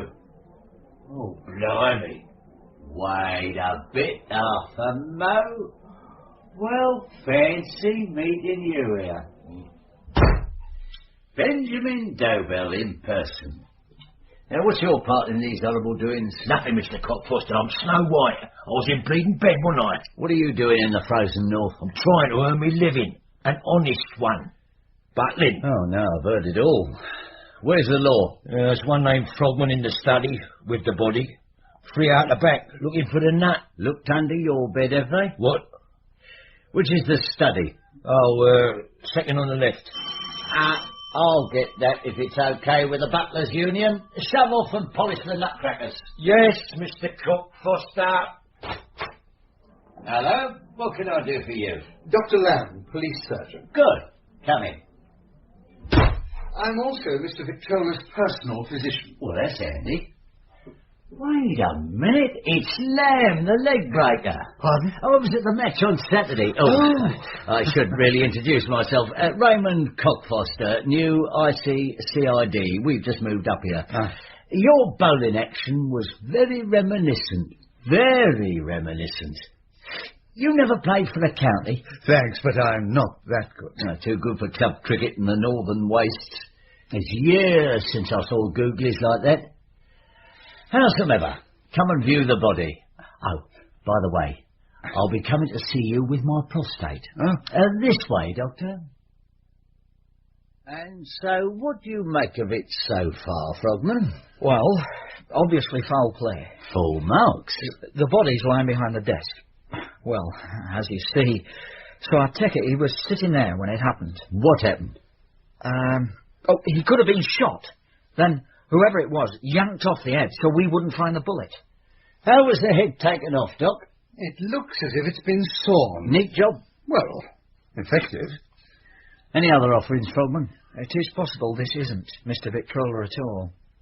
The shoes are on the wrong feet. It's possible somebody dressed him in Mr. Victrola's clothes and in the heat of the moment slipped up on the shoes. Which seems a very silly mistake. Yes, sir. Well, Doctor, is it Victrola or ain't it? Can you tell in the absence of the loaf? I won't know until I've had a good look in the mortuary. But then you'll know for certain. Well, not absolutely. He's never had any chronic organic problems as far as I can remember. No operation scars. Fortunate man. Until now. Well, the fingerprints do. Oh, this place should be full of them. His office, his secretary's... Secretary's what? Office. You were going to say something else. Secretary's flat. Ah, like that was it. Yes, it might have to be prints, but I much prefer teeth. Well, I can let you go now, Doc. We'll have him in the morgue in about an hour. Let me know what you find in the morning. I'll do my best. Oh, Doc. Yes? I must say, I admire your daring. Daring? What do you mean? Your cool audacity. What are you referring to? Cricket. What else? Your slow bowling. Aha. Yes, it takes true guts to toss up such lazy-looking deliveries. Of course, you impart a lethal spin. I do my best. The art of deception. Quite. I rejoice to see it. Thank you. On the cricket pitch. I beg your pardon? I'd have enjoyed betting against you. Oh, you were a batsman. You see before you a man who topped the metropolitan averages 1963 to 1968. Really? Well, perhaps we could have a session in the nets. I look forward to the contest with some relish, though my eyesight isn't what it was. Yes, well, good night, Inspector. Good night. Tell you what, Frogman, we'll set up shop in here. Right, sir. Where's his wife? In bed. She knows she's a widow? She got up and took a loo. And? She was very disturbed. I'll go and have a word. Where's her room? Straight up, turn left, along the corridor, door facing you. I'll nip up there now.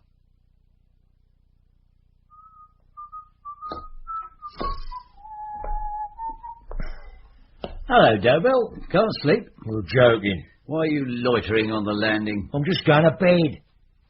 I'll see you later. Am I right for the mistress of the house? Yeah, that door there. Thought so. Good night, Dobell. I said scram. Stop hanging about like a gentleman's gentleman. Sorry, Mr. Cockfoster. Come on, I know you ain't asleep. Okay. Stick 'em up. Oh, yeah? I said stick 'em up, cowboy. They're up. Close the door. Right. What do you mean, riding your horse into my bedroom? I'll take him out, shall I? No. Leave him there. Give him some hay and come over and sit on my bed. I like your style. Oh, that's fine. I like yours. You think we could be partners? Why not? Stick up a bank together? Not likely. Why not? No guts? I'm a policeman. I like your honesty. Oh, tell. And I like your horse. He's well bred, I will say that. So in reality you belong to me. In what sense? The entire police force belongs to me. They were left to me in my father's will. Also the patrol cars and police horses. My husband stole them, everyone. No wonder you did him in. The Royal Air Force belongs to me too.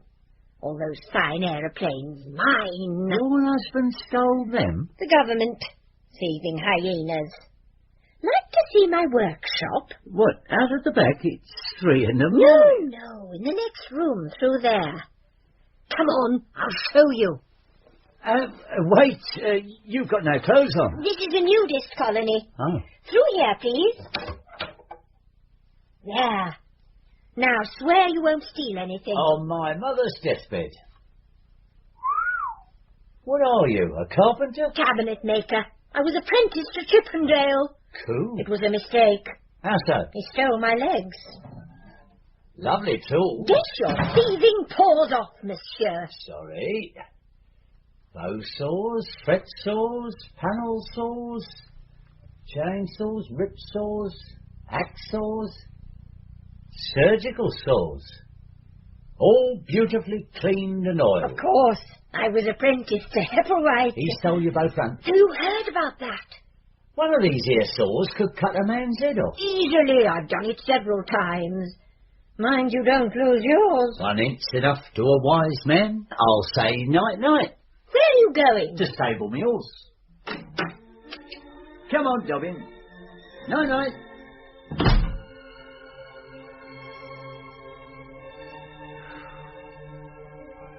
Hello. The Berlin Philharmonic.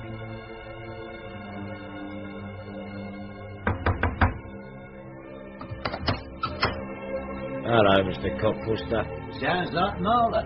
How would you know? I know everything. Mind if I switch off?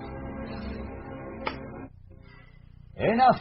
No more. 'Tis not so sweet now as it was before. Yeah. 'Tis a bit sad. Well, that's your Marlowe, isn't it? Where'd you pick up a taste for the Vienna School? Music Appreciation Club, Parkhurst. You want the Barbaroli version? I served a stretch with Fernando Musaka, the Mad Axe composer. Him what done in the conductor for bringing in the piccolos too early.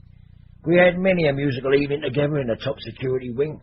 Here, they let him bring in his own grand piano. What did you play, the Aeolian Kosh? No, I used to... That's enough of your artistic memoirs. Save them for the third programme. Now, what are you doing in these parts, son? Could ask you the same, couldn't I? Lip. How much did all this stereo gear cost you? It's all brand new. Yeah, and new records. It's all paid for. You want to see the receipts? Paid for with what? Savings. Not behind. How much was this geezer paying you? 100 a week and all found. How long you been at liberty? 6 weeks. When did you last see your master? Mr. Victrola? Well, this morning. I brushed his dandruff off when he left for work. He didn't come out for dinner. Was that unusual? No, he hardly ever did. Couldn't stand his wife's conversation. We was all in bed by about 11. He still hadn't come home.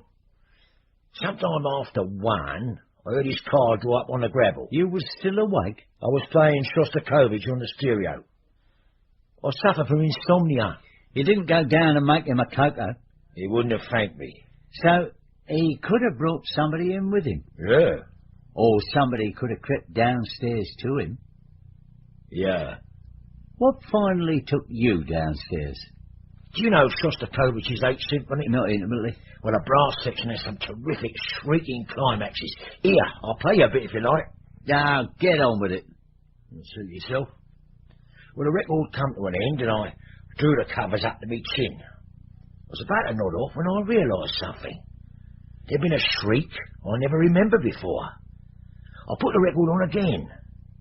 The shriek wasn't there.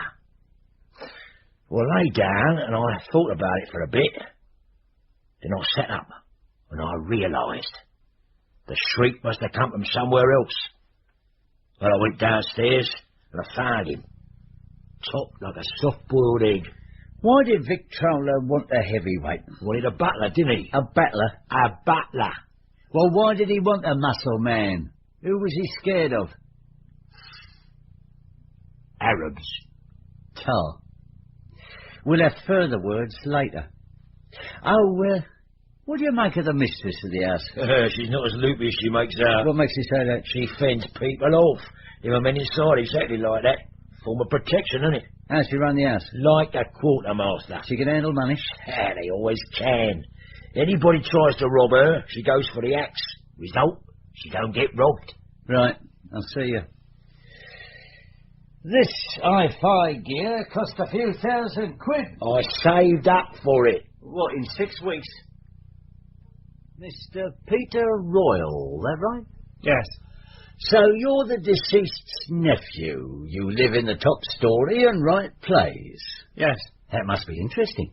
Well, yes. Yes, indeed. Sold any to Hollywood? No, I write chiefly critiques of society. Oh, yeah? Plays of, well, social relevance. Police thuggery, racism, that kind of thing? Well... Occupied on what at this precise moment? A piece in praise of the Palestine struggle. Pro-Palestine? Pro-humanity. Good for you. Any money in that? I don't do it for money, surprisingly enough. Oh, you write to change society. I get it. Very worthy, too. I applaud you for it. Did you by any chance do this geezer in? No, I only slay them in print. I'm a fearful coward, actually. Now then, Miss Victrola, you were... Ms. Beg pardon? Ms. Where? Oh. Ah, not Miss or Mrs., but... Could I call you Angela, is it? Ms. Call me Ms. Victrola. How old are you? 18 last month. You were out when this happened? Right. At 1, 2 in the morning? Right. Doing what, may I ask? You have exactly the same tone as my father. Doing what, may I ask? Rallying. Oh. Motor rallying? Correct. Did you win? No, I got lost. Oh. Friend of Mark Thatcher's, are you? Ha ha. What about your navigator? That's why I got lost. I didn't have one. He had to finish a whodunit. You what?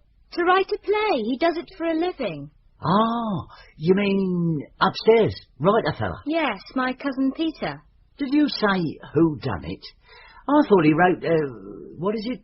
Plays of social relevance. Oh, yes, that's when he's Peter Royal. But then when he writes whodunits, he's Fred Martin. Is he indeed? Now, I'm glad you told me that.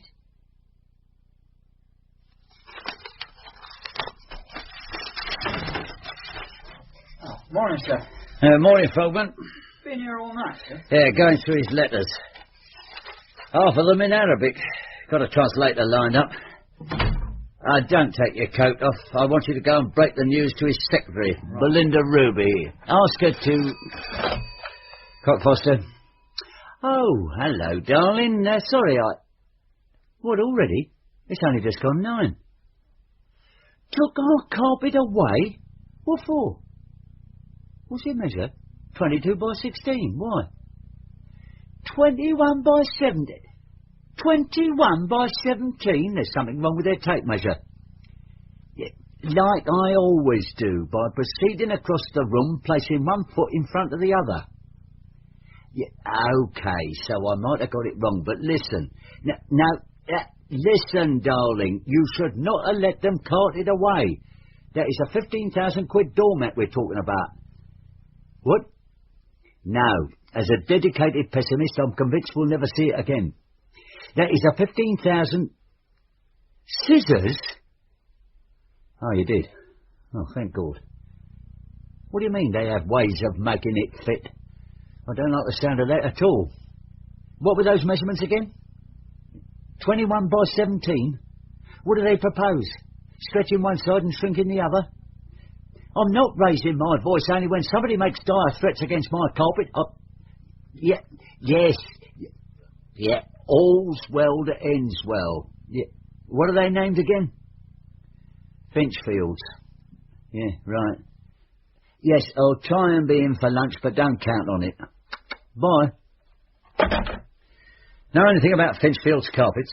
Little shop in Kirkland Gate. Any good? Fitting carpets? Couldn't say. Where were we? Belinda Ruby. Oh, yes. She was apparently more than his shorthand typist, so be gentle, but stay alert.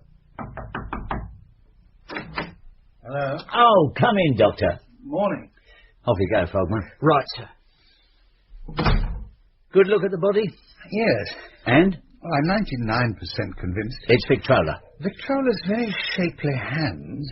You still sound doubtful. Trouble is, I only examined him once in any depth.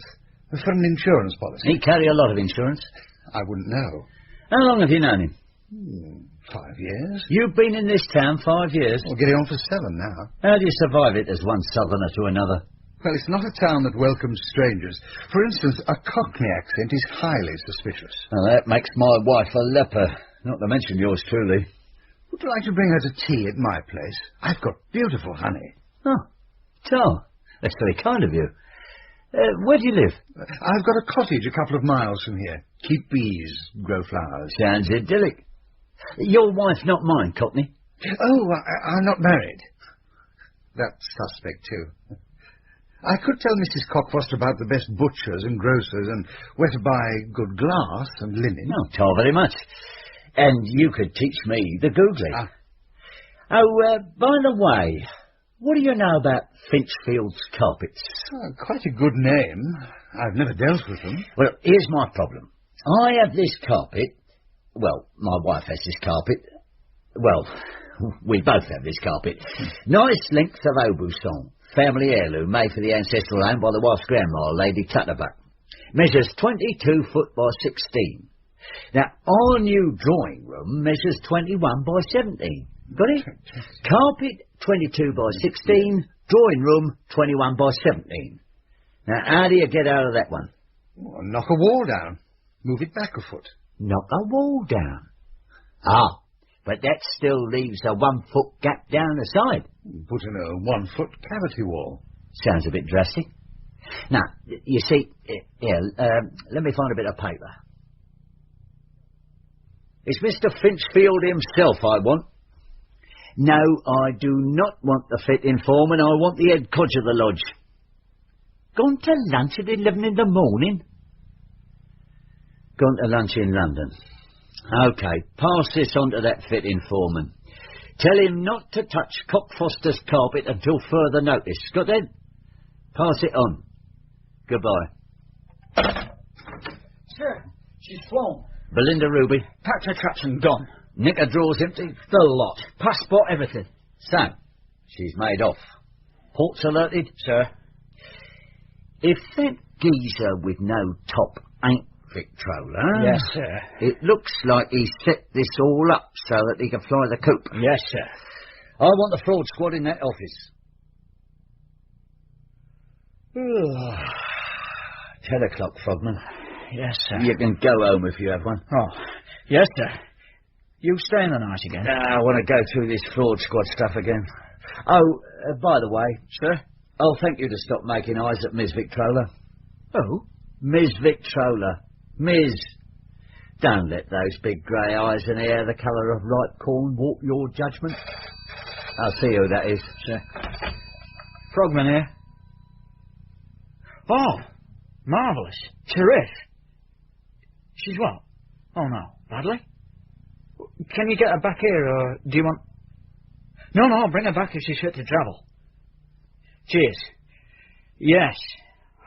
Thank you. Belinda Ruby? Yes, sir. Hotel in Liverpool. The ambassador. What does that mean? America? Isle of Man? She's been hit on the head. They found her wandering about the corridors, concussed. They're bringing her back. Liverpool? What's that? 20 miles? Shouldn't take more than half an hour. Belinda Ruby? Age? 28. I'll get this down, Frogman. Sir. So what happened, Miss Ruby? I was rung at midnight on Tuesday and told to go to the Ambassador Hotel in Liverpool, room 56, to pack a bag, passport, money, certain documents. Rung by whom? A hotel receptionist. A man speaking for Mr. Victrola. Accent? Sorry? Accent of the receptionist. Oh, Liverpool, I suppose. Go on. So that's what I did. I drove to Liverpool, parked in front of the hotel, went up to number 56. Then? I knocked on the door. Yes? It swung open. There was no light in the room, but the light from the corridor, it was enough to show Ray in a chair smiling at me. Ray? Raymond, Mr. Victrola. What did he say? He said nothing. He simply smiled, and I stepped into the room towards him. Then there was a sudden sound behind me, a scuffle, and then a God Almighty blow on the head. The next thing I knew, I was walking along a corridor, on a completely different floor, they tell me, and a small man with a big ginger beard was propping me up and clicking his tongue, you know, disapprovingly. He thought I was drunk. Victrola was in a chair, sitting? Yes. Smiling? Yes. You were under the impression he called you there to fly the coop. I'm sorry. You'd gone there to flee the country with him. It didn't surprise you. You were ready to do a vanishing trick. No, it didn't surprise me. He'd robbed people blind and was getting out. Not exactly. Approximately. That's what the press will say. They'll make a feast of it. Was anything missing when you came round? The money. How much? 15,000. What? We always kept a 15,000 float for emergencies. Anything else missing? Certain documents. Business documents. OK. Mr. Blinder of the fraud squad will talk to you about those. Are you feeling fit? Quite well, considering. Only, I'd like you to cast your eye over a body with no head. What? And Frogman. Sir? Fingerprint the ambassador. You mean the room? I mean the ambassador. Oh, good morning. Could I possibly speak to Mr. Finchfield? 10 o'clock. OK, I'll ring back at 10. And meanwhile, I want nobody to touch Cockfoster's carpet. Pass it on. OK, Frogman. Sir? Let's just recap on the scoreboard. This geezer vanishes in a snowstorm of bouncing checks and business swindles. Or does he? In Victrola's home, office, car, we found 1 million fingerprints that fit the corpse. More dabs than une de manche à la grande jatte. If that stiff ain't Victrola, he went everywhere Victrola went and touched everything Victrola touched. Even at the Ambassador in Liverpool? Yes, one set of prints on Victrola's cigar case under his pillow. Could be a plant. Victrola could have hired the corpse to do it. To run around touching everything he touched. Oh, no, that's not humanly possible. Don't be so dogmatic, Frogman, eh? We are deep in the area of bluff, double bluff and triple bluff, and in this game Victrola excelled. Now what else have we? Reactions to viewing the body in the morgue. The secretary said, well, she would, it's a good get-out. The daughter and nephew have no idea. Well, fair enough. Or is it? Would you know your dad without his loaf? Think about it. His wife says it's Anthony Eden. Who done it, Frogman? Who done what, if it comes to that? Was your husband in the habit of smoking a cigar in bed? What would I know of his nocturnal hobbies? I was only the wife. Apart from yourself, Mrs. Victrola, who do you think might wish to murder your husband? Can you talk of nothing else? Have you no other topics of conversation? I'm investigating a murder. There you go again. You're obsessed with this subject. It's very unhealthy. You're in danger of boring the bloomers off me. Have you no small talk? Very well. What do you know about Finchfield's carpets? They don't fly. Is that so? They are not magic. Yet they carry a certificate of airworthiness. It bears examination. I'll look into it. Do. Look, I'll tell you the truth. Open your notebook, write this down. My husband flew away. I saw him go, in a comet. British Airways comet? Halley's comet. It was directly over this roof on Tuesday night. He won't be back for 70 years. He's outwitted you. Why aren't you writing this down? It's embossed on my skull. All the telephone boxes belong to me. Why did you suddenly say that? What? About the telephone boxes belonging to you. Because it happens to be true. The red ones? Lapis lazuli. Not the one outside your gate. Has that one come back? I keep shooing it away. It's always hanging around here. So I'd noticed. Ringing pathetically to be fed. Are you as daft as you make out? Do you mean am I masquerading as a lunatic? Yes. That I have yet to establish. So have I. But I'm on the right track. I can't say I am.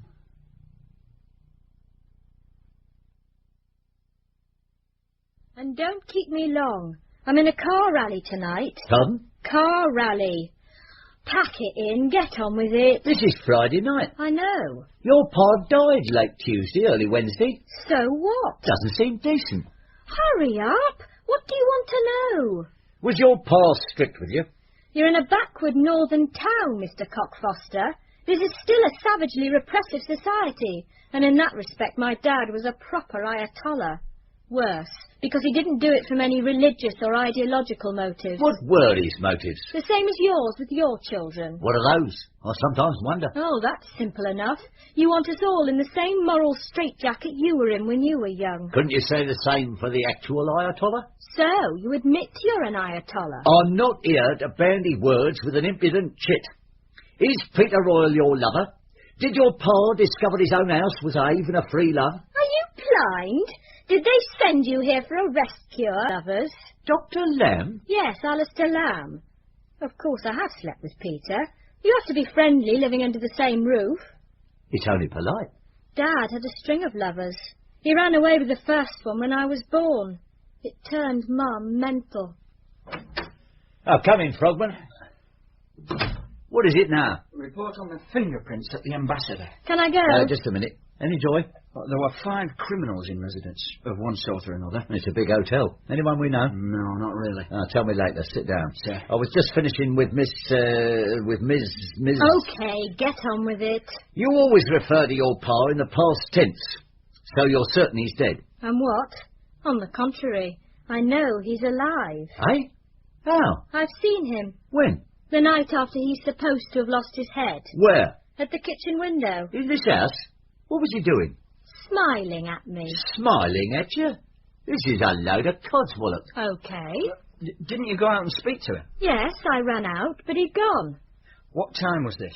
Just after 8 in the evening. Why didn't you come and tell me? I was here at the time. And give him away? Why so keen to protect him all of a sudden? Well, I do love him. Biologically, unavoidably, umbilically, it can't be helped. You're giving him away now. But he's in South America by now. Or wherever. If you did your part in, darling, this is just the kind of tale you'd tell. Well, so it is. Look, I really must shove. You've got sweet motives. He was a hypocritical tyrant, he turned your moral mental, and you stand to inherit. Inherit what? He owed millions. Inherit this house. I imagine it's a company house. We'll all be on the street. That doesn't seem to worry you. Oh, if Allah wills, so be it. Can I go now, please? OK. Send your cousin in. Don't keep him long. He's navigating. You fancy that little baggage, Frogman? Yes, sir. Why not? What would your wife think? Oh, she wouldn't really care. She's broad-minded. How old are you? 29. First wife? Second, sir. Men of my age are on sinking sands.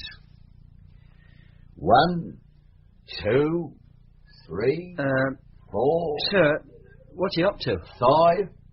Measure in this study. Eh? If it's going on the market, I quite fancy it as a setting for a certain family heirloom. Now, where was I? 4? 5. 4. 5. Oh, damn you, Frogman, I'll start again. You wanted me? Oh, come in, Mr. Royal. Or is it Fred Martin? Ah. Very naughty of you, hiding your light under a bushel. Any excuse? I like to keep Fred dark. People wouldn't take Peter Royal seriously if they knew he hammered away at whodunits. You do surprise me. I should have thought it'd be the other way round. Oh, no. I'd have sworn it was. Whodunits, eh? So you excel in the art of bluff, double bluff, and triple bluff. Hardly excel. It's hardly an art. Howsomever, I'm very interested. Tell me about this whodunit you had to finish. Must I? Please. I have a car rally. And I've a murder inquiry. Now, this whodunit of yours. It's called Death on Delivery. About cricket? No, this couple received... Do we really have to plod all the way through this? The bare outlines. This couple receive a huge packing case one morning. Stop. There. I'm hooked already. If it had been socially important, I'd have been nodding off by now. Go on, boy. They haven't a clue what it can be. It's nail-tight and secured with a wire, you know. Oh, I know. Stapled and so forth, with the lettering burnt into the wood. That's right. So the husband sends the wife for a claw hammer and pincers and so on. You know, Frogman, in a socially relevant play, the husband would have fetched the tools himself, or at least a social point would have been made. Am I right, Mr. Royal? Well, maybe. Anyway, when she returns a couple of minutes later, the husband's nowhere to be found. Vamoosed. Are you enjoying this, Frogman? Oh, quite interesting, sir. Sorry, go on with the tale. She looks everywhere. Not a sign of him. In the end, she calls for the police. I mean, he was in his dressing gown and so on. The plot thickens. So the police arrive, a couple of lads in a panda cart. It's nightfall by now. That's right, it will be. The upshot is, after poking all over the place, they finally open the packing case, which is still nailed up, and the husband's body is inside. Dead? Suffocated. Superb. How'd you get there? Professional secret. You what? I'm not going to tell you. Listen, on the law. Be that as it may. I could do you for obstructing the police. Over a fictional crime. I'll bet you don't know. Have it your way. Don't worry, I'll work it out. Listen, Cock, have you got any more where that came from? Can I please get off to my car rally? This car rally sounds mighty important. Not more than any other car rally. So stop fidgeting. Tell me just one more. What was the last one you wrote? The red telephone box. Red? Not O'Donnell, not Humbug Stripes? No, red. Why? Very well. The plot. A man is being shadowed by the police. Tailed. A mole. A man or a mole? Oh, yes, I'll get you. Carry on. He goes into a telephone box. Post office red. Just a common or garden phone box on a busy corner in broad daylight. And he doesn't come out again. Right. He disappears. Yes. Sucked up the wire by a man with a straw. In actual fact, no. There is a logical answer. There always is. I fail to see how this helps in the case of my uncle. It helps me to see how your mind works. Good night, Fred.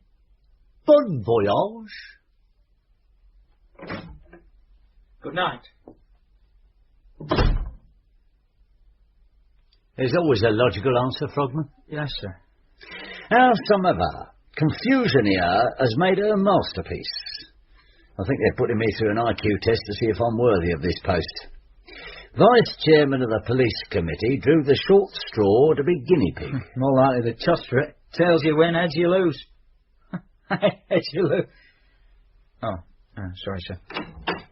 Cocoa, gentlemen. Oh, char, Dobell. Bring it over here. Drink it up while it's warm. Your kindness is all the more prized, Dobell, because it comes from a dedicated mobster, blackmailer, and probably murderer. Is he being sarcastic again? And draw those curtains. I'm not your bleeding butler, Mr. Cockfoster. Lip. Sorry, Mr. Cockfoster. And get that on your way out. Good evening. 31036. Mrs. Victrola's residence. Dobell speaking. Oh, Frogman, give me that report on the fingerprints at the hotel. Right, yes. What? Cooper, burglar. Okay. Snodman, burglar. Yeah. Whistler, burglar. Yeah. Pluck, soliciting. Flanders, burglar. Henry Pluck, persistent soliciting in public loos. Yeah. Henry Very well, sir. Pluck. It's Dr. Lamb for you, Mr. Cockfoster. Oh, give it here, will you? Here you are, Gov. Well, I'll just be off for my nightcap. Scotch? Das Lied von der Erde. Hello, Doc. What can I do for you? Hello, Chief. I'm ringing from home. How are you? Well, this perishing prostate makes my eyes water, I don't mind telling you, but I'll see you about that some other time. Sooner the better. Listen, I hope I'm not dragging you away from anything vital. No. But I've just had a little idea. I was wondering... What's that bell I can hear? It's my doorbell. I must have visitors. And you better answer it. I suppose I had. Would you mind holding on a moment, or shall I ring you back? You go and see who it is. I'll hold on. Nothing spoiling this end. Sorry about this. Back in a minute. I'll tell you what, Frogman. Yes, sir. How you fit a 22 by 16 carpet into a 21 by 17 space remains the most baffling mystery. Oh. Of course, Alfred Hitchcock might disagree. What, the film director? He once had the notion of starting a film in a car factory. Oh. The detective and the foreman of the works walked together alongside the conveyor belt, watching a car being assembled. Now, to start with, it's just a couple of nuts and bolts. But bit by bit, the entire car takes shape before their eyes. You there, Doc? No, he ain't. Finally, they reach the end of the conveyor belt. The car stands before them, shining in all its splendour. As they look, the door swings open, and a man's body falls out. What's the explanation? Alfred Hitchcock couldn't find one. He never made the film. Cockfoster! My God, Cockfoster, are you there? What? Yes, still here. Something wrong? It's terrible. Horrible. You've got to get over Now, here. calm down, son. Bit of bedside manner. I'm sorry. Take a nice deep breath, Doc. You done that? Now, tell me nicely and calmly what's bothering you. Sorry. There's a head on my doorstep. A man's head. What? When you just opened the door? I opened the door. There was nobody there. A car was driving away. I stepped out to get a look at it. Couldn't see a damn thing. It was going so fast. I just stepped out to see who it was, and I tripped over this thing right in the middle of my doorstep. Somebody's head? It rolled onto the gravel like a turnip. And it's him, is it? Who? It's Victrola. No, it's Dobell. Dobell? Dobell, the butler Dobell. Dobell? I think you're mistaken. Look again. Cockfoster, he's gazing up at me at this moment, and I tell you, it's Dobell. Dobell's here. Well, his head's here. One moment. Frogman, go up and find Dobell, quick. Right, sir. Frogman's just going to get him. I tell you, it can't be Dobell. Dobell's here. Flaming Hades, he just spoke to you on this telephone. He handed this blood over to me so I could talk to you. He walked out of this room not 2 or 3 minutes ago. I know that. Now, just calm down, son. There's a logical answer for everything. Will you just get over here damn fast? I'd I'd really appreciate that. Right you are, son. Don't you worry your head. Go and give yourself a nice tranquilizer, OK? And I'll be seeing you soon. OK? Right. Humbler. Humdrumbuller. No sign of him. No sign of Dobell? He's disappeared. No, don't you start. Well, he might have slipped out for a walk. Look what I found. What? In his room. 15 grand on his bed. Never mind 15 grand, I want dope. 15 grand? That's what Belinda Ruby lost at the Ambassador. I don't know about you, but my head's whirling round like a Battersea chair ride. Come on. Where to? Dr. Lamb.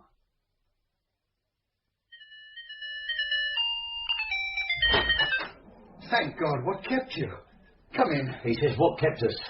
You've been a good 25 minutes. It's a 2-mile ride. Where were you? He says, where were we? Car had a flat. Stuck there in the driveway with a flat. When we looked in the boot, there was no spare. Had to raise a blooming patrol car. Know how long that took? God help the people. Oh, some of her. Where's the nut? There. Oh, I beg his pardon. So it is. Grief. Coup. Now, is that or is it not Dobell? Frogman, is that or is it not? It's his identical twin. What? What? This is Dobell's identical twin. Did he have an identical twin? Well, he must have had an identical twin. This is him. So where's Dobell? Well, this can't be Dobell. Why not? Don't start that again. Let's all keep our heads. Keep our heads. Frogman. Sorry, sir. Coup. That's all I can say. Coup. From a cursory look, Doc, was this unfortunate bonce chopped off or sawn off? Well, I'd say a surgical saw. Nice job, too. Nice? Did you say nice? Professional, practiced, adept. I'll tell you something. This is not a case of what the butler saw. Pardon, sir? More like who saw the butler. I can't help thinking. Yes? Poor old Dobell. He'd have gone a lot happier if it had been a musical saw. Sir, you realise this is totally impossible. 2 minutes after he left us, his head was on this doorstep. All right, check up. See if Dobell had an identical twin. Sir. Doctor? Sorry? Why did you call me? Call you? Why did you ring me up? Oh, gone completely out of my head. I wanted to invite you and Mrs. Cockfoster to Sunday tea. Sunday tea? Oh, told very kindly. When's that? Day after tomorrow? Yeah, we'll come. Tar ever so. Here we are, Saturday afternoon, the sun lancing in through the leads and making this old carpet purr like a cat. What's he reading? Wisdom, the Cricketer's Almanac. A very old copy of Wisdom. If I can't watch the cricket, I'll read about it. Wonder how many the doctor's bowled out today with his googlies. Now let's run through the bowling figures just once more. Sir? At the time of Dobell's disappearance, Miz and Peter called Fred were on a car rally. They got lost. You think they could have done 2 miles in 2 minutes and cut off a nut en route? No. The doctor was at home talking to me on the phone and answering the door. Belinda Ruby was in hospital with a relapse of her concussion. Mrs. Victrola was in her room when I went up to look for Dobell. I popped in to see if he was with her. She was at the window, moaning about that telephone box fouling the pavement. The red telephone box? No. She can see it from her room. Oh, so it seems. I took her word for it. She said somebody was feeding it. Bananas? Oh, plain bonkers. No, she said somebody was feeding it bananas. Licorice all sorts. Licorice all sorts? Giant licorice all sorts. Maybe you're right. Sir? Bonkers. Or maybe you ain't. Somebody is wriggling, Frogman. Sir? The second killing is always the mark of a desperate person. Furthermore, somebody suffers from an excess of ingenuity, an overdose of deviousness. Some devious old pike is wriggling and threshing, and when that happens, in my experience of fishing, the pike is almost landed. Now wait. Licorice all sorts? Jumping J off a rank. Did she say giant licorice all sorts? Oh, she's a case, all right. Now, shut up. We might be getting somewhere. Does she mean the square ones in black and white layers? Pardon? Alternate layers of licorice and white cream. Ah, what a strange and wonderful universe we inhabit. I think I see daylight, Frogman. Ah, Sunday in the country. Sniff that. They've just been spreading fertiliser on the fields. Yes, sir, I noticed. Well, here we go. Look at that doorbell. What a lovely touch. Bit twee, isn't it? No, Frogman. It's a stroke of genius. Now, eat nicely and say thank you for your bread and honey. Ah, just in time. Kettle coming to the boil. Hello there. Wife couldn't make it. Oh. I brought Frogman instead. Hello. Miss and Peter called Fred are coming along too. Peter and Angela? If they don't get lost. Oh, what a lovely house. Idyllic. Well, come straight through to the back garden. I've been putting in the bedding out. This way.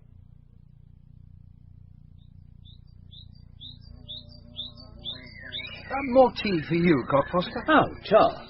My wife will kick herself for missing this. Scrumptious honey, Frogman. Fabulous. How many wickets did you take yesterday, Doctor? Only a couple. They brought me on to mop up the tail enders. Yeah, it's too early in the season for real sustained spin. Wait till August. Yeah. I was leafing through Wisdom yesterday, trying to find a match when I last saw a bowling action like yours. Found it in the end. A minor counties match, Staffordshire versus Devon, 18 years ago, would you believe? Happened to be on holiday at the time, Teignmouth. Glorious fortnight.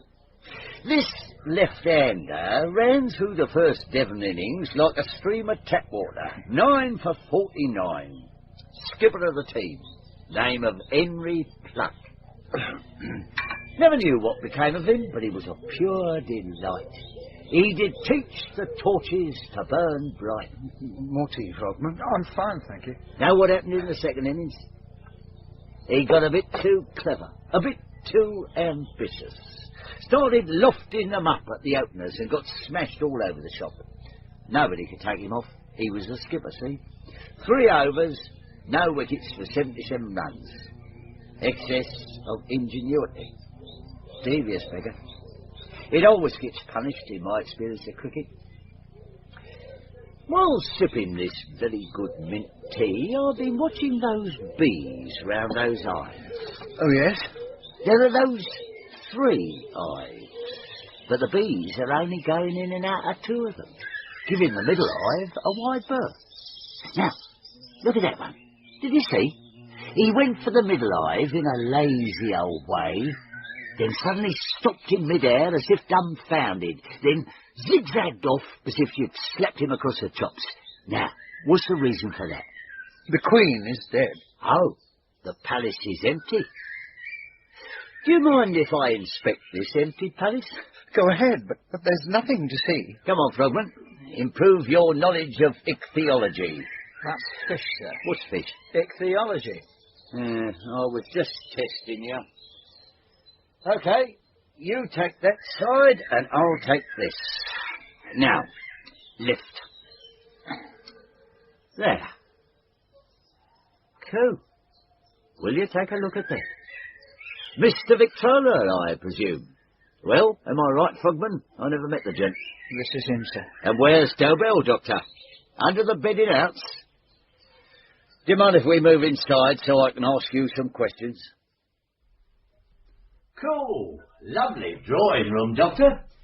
What does it measure, just for interest's sake? I can't recall offhand. And what would this be? There's a strong resemblance to a giant licorice allsalt. Notice that, Frogman? Sir? One of the square salt in black and white layers. Cassette player. Am I correct, Doctor? Mind if I wind back and play it?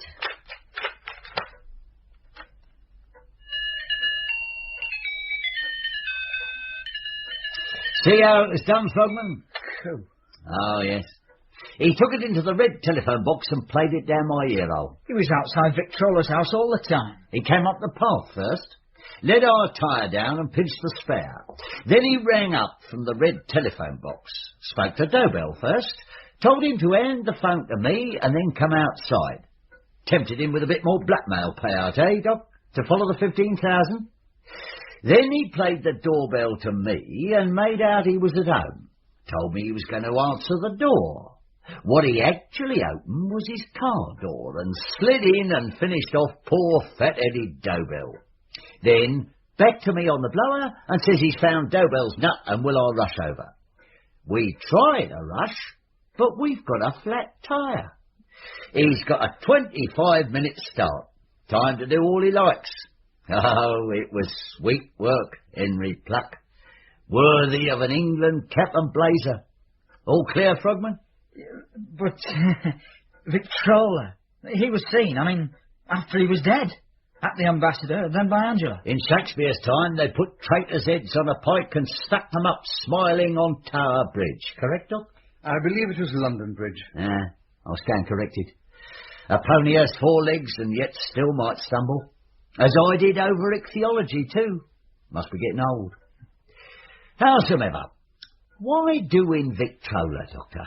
Dobell told him about my past. Persistent nuisance in public toilets. I was on remand with Dobell years ago. He had a good memory for faces. I led such a lovely life up here till he came along. Cricket, bees, flowers. Peter called Fred? Yes, Peter called Fred. Dobell asked for money, and when I didn't pay... He squealed to Victrola. Silly sausage. Why couldn't he be content with Gustav Mahler? You pleaded with Victrola to forgive and forget, as one lawbreaker to another. He, being a whited sepulchre, said no, and you, very understandably, sliced off his loaf. That about it? Yes, thereabouts. Well, you threw me up some tricky ones, but I've been and gone and sent you over the boundary ropes. Take him away, Frogman. Sir, where to? Take him in. Oh, yes, sir. Aren't you coming, sir? No, you two run along. I'll tarry a while. Oh, Peter and Angela never turned up, sir. I must have got lost. Or perhaps I forgot to invite them. Are you sure you're not coming? No, I'll linger a while. Charming room. Let's have some air in here. Absolutely charming. Here I am where I ought to be. Now then. 1, 2, 3, 4...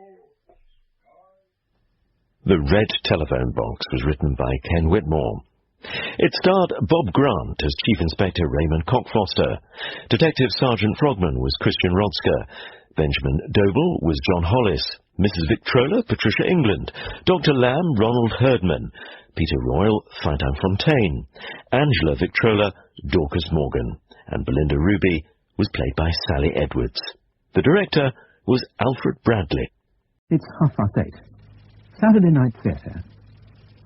The Riverside Villas Murder by Kingsley Amis. Dramatised for radio by Frederick Badlam. With Ian Sharrock as Peter Furneaux, Stephen Thorne as Captain Furneaux, and Peter Jeffrey as Colonel Manson. The play begins on a summer evening in 1936. The Riverside Villas Murder. Hello there, Peter. Good evening, Mr. Langdon. He's nice, Mr. Langdon. Golly funny. Terrific imitations of Sidney Howard and C.H. Middleton, he does. I think I'll fly them from here. Not too near the river, near enough to number 22 Riverside Villas. Mr. Hodgson, a private investigator. Dad says inquiry agent. Also ex-copper. I wind up the plane. Aeroplane, sorry. Have a look at garden. Deck chair, book on it. Must be Daphne. I'm coming back by the look of things. Daphne Hodgson. What the school's code of dishonesty. Find one, and keep on at her until she lets you take her out. But don't touch her until you've got her on her own. Right, aeroplane wound up. As in it's on a recce. Troop concentration, movement of supplies and ammo. 1, 2, 3, off you go! She's climbing. Turning now. Go on. Curve down. Curve down. Hell. Shot up and there over the hedge of number 22. Blast. Here comes Daphne to the deck chair, wearing those trousers. So don't look there. Have to ask her. Hello, Daphne. Can I fetch my aeroplane? No, what? Aeroplane. It's over there in the flowers. Oh, that model plane. Yes. Can I fetch it? Why not? Thanks. It's a Moraine Sonia. Oh. It's no stuff, is it? No, it's okay. It'd have to go full speed into a brick wall to do much to itself. It's very light, you see. Oh. Is it? Here, feel it. Oh, I believe you. What are you reading? Book. Oh. And if you don't mind, I'm going to go on reading it. I wonder if she's done it. Can't imagine her. Is it a thriller? Not so fast, is it?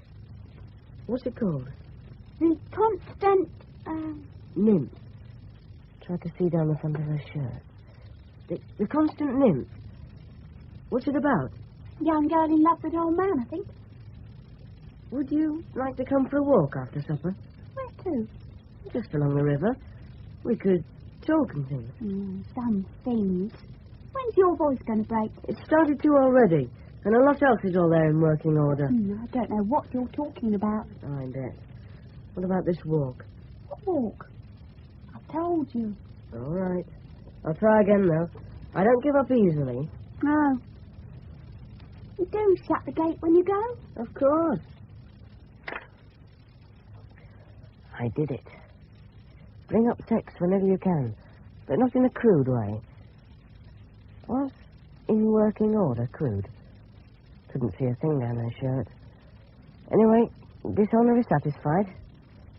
Now, I'll try the manoeuvre. Send the mooring Thornier up, then catapult the Skyhawk glider to intercept it like an aerial torpedo. Right. Wind up the plane. Aeroplane, sorry. There. 1, 2, 3. Off you go! Glider at the ready. Here she comes. Take aim. Fire! No, too far in front. Would have given the pilot a nasty shock, though, I bet. Where are they? Near number 19. Pick them up and try again. Mrs. Trevelyan. Peter? Peter Philo. Hello, Mrs. Trevelyan. Hello, Peter. How are you? Any news from your mother? I'm very well, thank you. No, not since yesterday. We're going to ring up this evening and find out. I was wondering, when you rung, whether you and your father might like to come and have a bite of supper with my husband and me. It's very kind of you, Mrs. Trevelyan. I'll ask him in a moment. What are the planes? This is a mooring Thornier, and this is a Skyhawk glider. Manoeuvres? Just training flights. Oh, of course. I realise you can't give anything away to casual inquirers, but I wondered... Well, actually, these are secret trials. A new technique of anti-aircraft defence. An aerial torpedo, the Skyhawk, aimed at the middle of an enemy formation. Yes, I see. How's it fired? It would be launched by catapults. There are catapults, real ones, I mean, that can launch an aeroplane from the decks of naval vessels. The battlecruiser HMS Hood is one. Catapult? You're 14, aren't you, Peter? Yes, that's right. You build your own machines? The plane, the aeroplane's just shot kit. Elastic motor, quite powerful when it's fully wound. There are petrol ones you can buy, but they cost a terrific lot. She's looking at me like the chap who guessed my weight, but differently. I would like to build one of my own, but that would cost a lot too. I'm not sure I could do it anyhow. I'm not good enough with my hands. Oh, I'm sure that sort of thing develops with practice. Well, I suppose it might. Now, I must go and find your father before he starts supper. Are you coming in? I think I'll just have another couple of flights. I hope to see you later, then. Yes, thank you. Her hips and her top half. You can see them move. Easily move on her dress. White dress with red and blue flower pattern. She's not a girl. Not like Daphne. 25, 27. Terrifically attractive. Looks me up and down that way. Did I blush? Hope we go to supper. 2 flights and I'll go in. Hello, Dad. Hello, Peter. Honestly, old boy, I can't imagine what possesses some people. I've tried, but I can't. What sort of people, Dad? Well, this woman, Charlotte Bryant, from the Sunday Express here, sentenced to death yesterday for murdering her husband. Weed killer, if you please. Giving your own husband arsenic over a period of 6 months. Watching him writhing about. Oh, I just can't understand it. Beyond me. Are we going to have supper with Mr. and Mrs. Trevelyan? Yes. Decent little woman, Mrs. Trevelyan. I can't say I altogether take to him, Don, or Ron, or whatever he's called. Bit of a go-getter, if you ask me. He's a solicitor, isn't he, Dad? Yeah, something of the sort. I say, old boy, will you put the top back on that bottle for me? Yes, thanks. This is when I miss your mother. She's my right arm, all right. I don't know, Dad. You do a lot of things with it. Well, since I've suffered it since 1918, 18 years now, I ought to be used to it. I am, I suppose, on the whole. Except for not being able to wield a tennis racket. That's still cut. It's a tennis club's flannel dance next Saturday, isn't it? So it is, yes, your first flannel dance. Now, this chap they hanged the other week, Buck Ruxton. Dad, are we going to ring up Mum? Ah, yes. You go and ask for the number, would you? I'll come and speak when they put you through. Righto, Dad. The number's on the pad.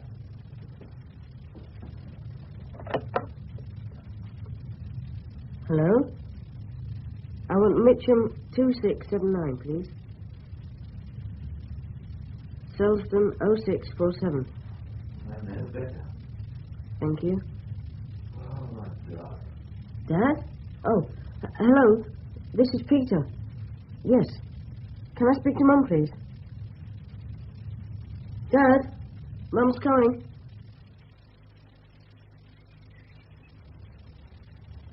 Here we are. Acting Chief Constable Colonel Manton, DSOMC. 11:30 sharp. Good morning. Good morning.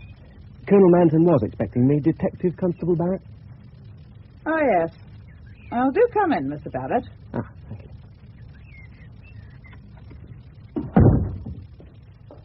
He said for you to wait in the library.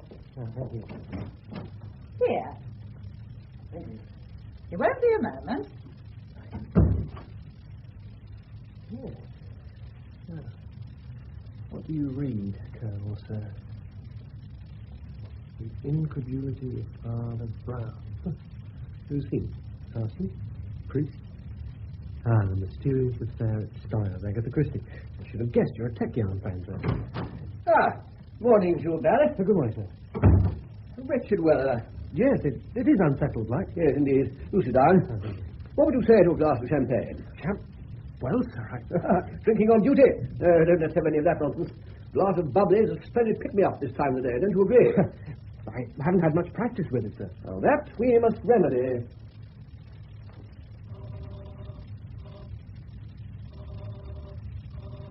There we are. Charlie. Charlie, sir? I do beg your pardon. Charlie is service language for the letter C, which is dash dot in the Morse code, and in this case stands for champagne. Ah. Mrs. Ellington, who let you in, and I have worked out quite a useful system. It saves time for both of us, and it means I only have to see her once on each occasion instead of twice, which is an advantage because I don't like her much.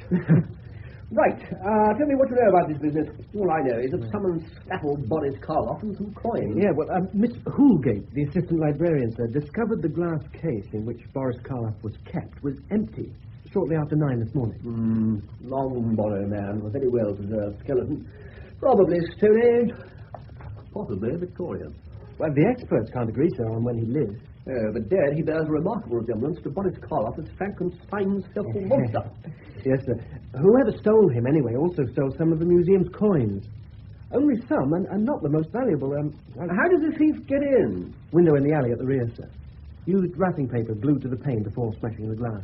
See. Somebody may have heard or seen something, but I doubt it. The window is in a recess, like.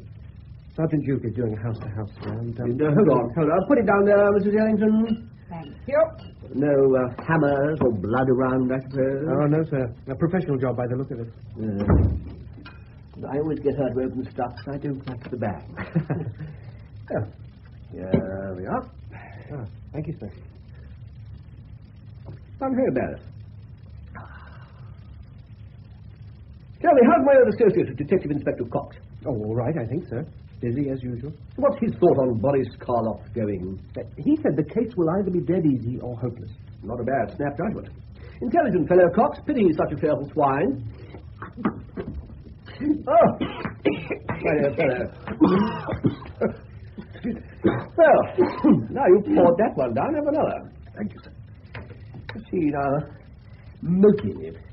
Who might want to get hold of Boris Karloff? Have him snaffled. Won't help. Mr. McGrath, the librarian, reckons there's no market for him. No, I'm sure he's right. And the coins?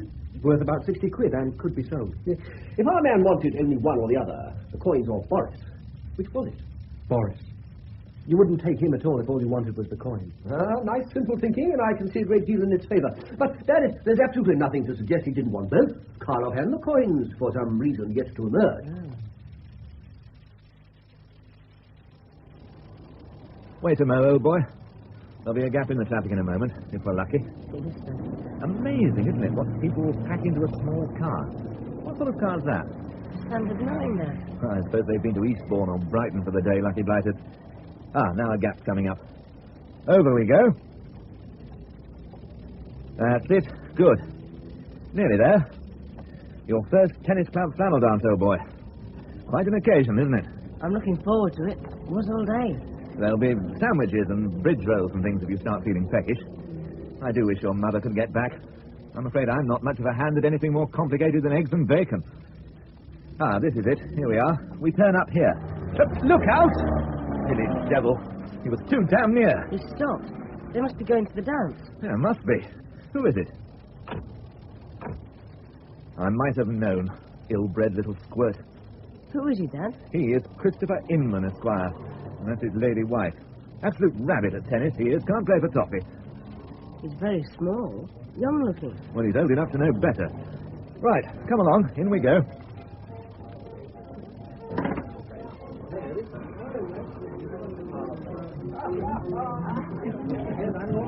Who's playing? Sir, Sofa's Rhythm Boys. I suppose they're okay. They haven't a trumpeter. So I see.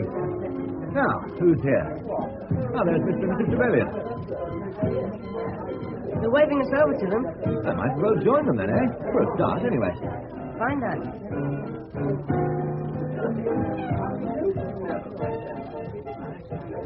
Good evening, Mrs. Trevelyan. Trevelyan? Good evening. Young Peter's here for his first flannel dance. I hope you enjoy it, Peter. Thank you, Mrs. Trevelyan. I'm sure I shall. Well, I'm in the chair. What do you both have? Well, thank you. I'll have a pale ale, if I may. Pale ale, and you, Peter? Can I have a cider? You certainly can. I won't be a jiffy. Here's Reg Langdon. My round, Reg. What do you have? Hey, by Tom, look who's got here. Inferno. You meant to be Yorkshire or Lancs, Mr. Langdon? Oh, you cheeky young devil. Are you by yourself, Mr. Langdon? I am, Mrs. Trevelyan. Wife pleads a sick headache. How are you, Inferno? Well enough, considering all things. Good crowd here this evening. Just about the whole of Riverside Villas, except for the Hodgson. Oh, Harry said they were going to be a bit late. How's pool, Peter? Not too bad. Here we are. Very good. Side tracks for the guest of honor. Here's yours, darling. Thank you. Cheers, everybody. Peter. You, Peter. Cheers, Peter. My school days were bad. Awful from start to finish. Oh, mine weren't. I was the school bully from the day I arrived, pretty near, so I had a lovely time. Insensitive clods like you, Don, will be okay. Fellows cast in a finer mode, like me. Yes, modesty for you. And then I had the crass idiocy to do it all over again, the other way round. I didn't know you'd been a master. Well, a teacher rather than a master. Girls as well as boys. 6 inglorious years of it. Oh, where was this? Of course, there were great compensations, my young friend. I've always must laugh. The beautiful little children, they are so well, how shall I say, so fragile, and the little necks, so where they are. That was the German film, was it? Yes, you remember, Strong Meat for Babes. Has anyone seen The Secret Agent yet? I haven't. It's in the West End, isn't it? Yes. I went in my capacity as film critic for The Rag. John Gielgud and Robert Young, as well as Laurie. There's a terrific scene in the chapel. Peter, I want some air. Come with me. Why, Mrs.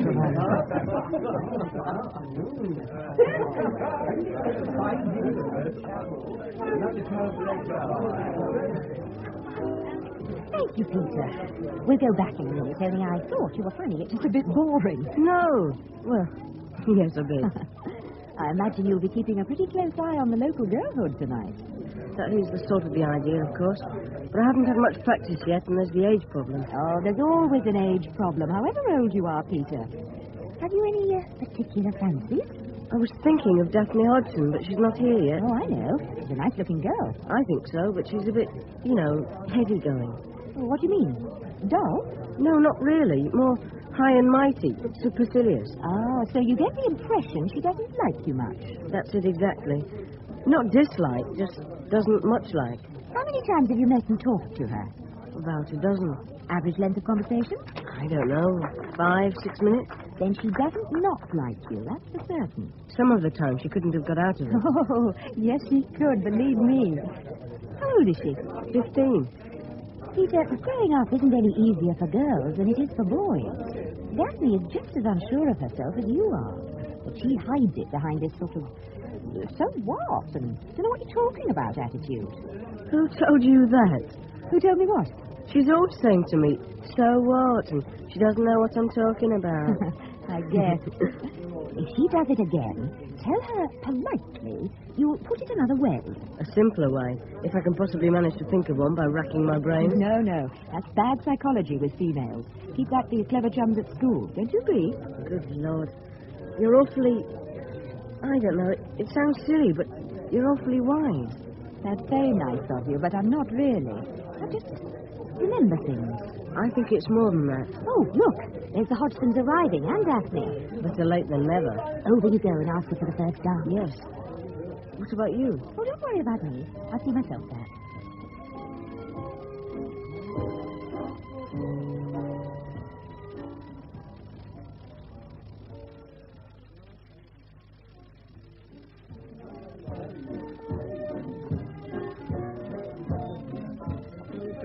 Jolly hot in here, isn't it? Is it? Well, I think it is. Oh, sorry. You just have to follow my lead, Daphne. There's nothing to it if you've got a natural sense of rhythm. I don't know what you're talking about. Let me put it another way.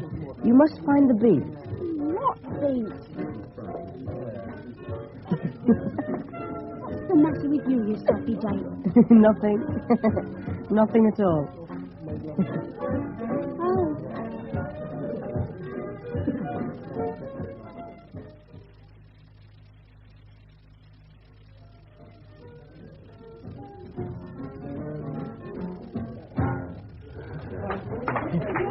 Thank you.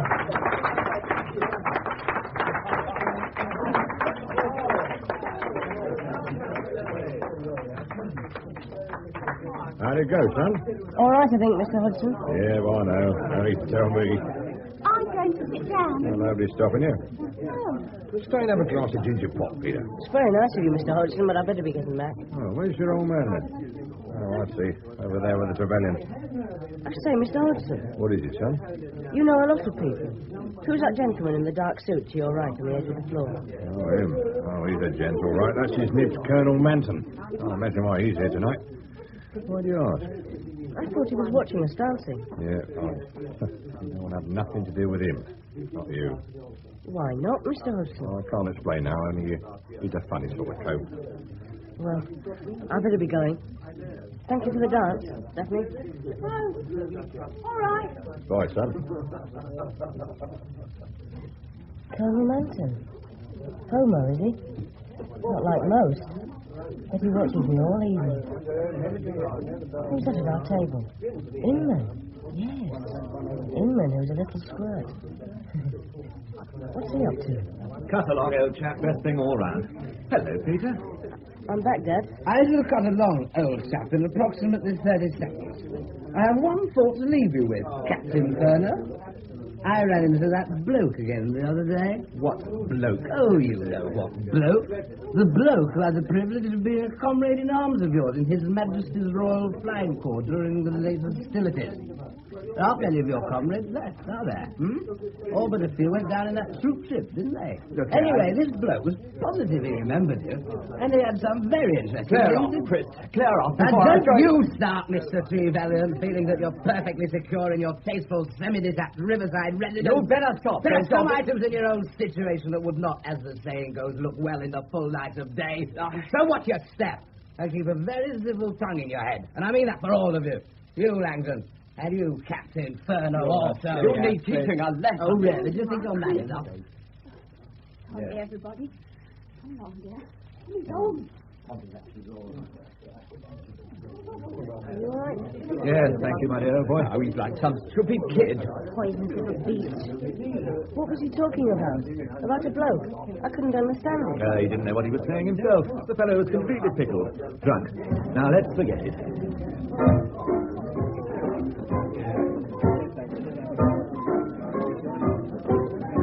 Peter, may I have the pleasure of this dance, sir? You may indeed.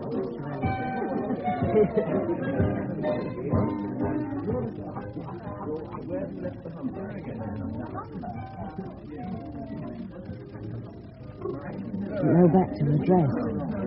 Her thumbs against my thumb. Close. Will it count with her? Is it like a nurse? No, nothing like a nurse. Dark suit there, Colonel Manton. Watching.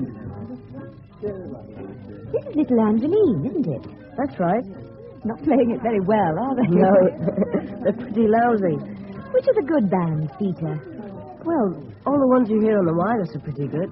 Carol Gibbons and the Savoy Hotel Orpheans, Maurice Winnick, Charlie Coombs from Cassani's Club, George Scott Wood and his Six Stringers. That's a lot of names to remember. You soon learn if you're really interested, that's true. You're a natural dancer, Peter. That was a funny business with Mr. Inman, wasn't it? He's a poisonous little swine, that's all. I can't understand why he should have gone out of his way to be so unpleasant like that. Causing trouble for the fun of it. There are people who like doing it, and he's one. Well, my father told me Mr. Trevelyan had been made a partner in his firm. You must be very pleased. Oh, we are, of course. Of course, it'll be a wrench in a way. A wrench? We'll be moving to North London as soon as we found a house. I see. North London. Oh, please, Peter. I'm not going to vanish off the face of the earth. You must come and see us there. Yes. Feels as if you are. Going to vanish? Well, we're not. You'll see. Now, let's concentrate on your dancing. You're good, all right, but you ought to open up a bit. Variations. Oh, right.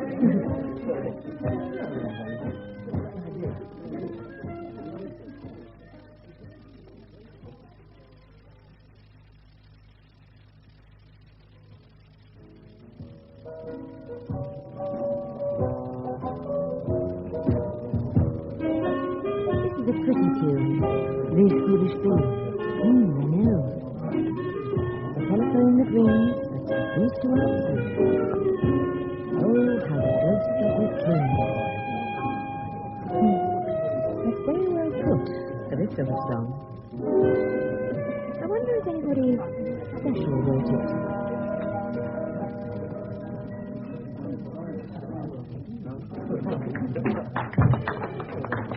Should I leave now? She doesn't.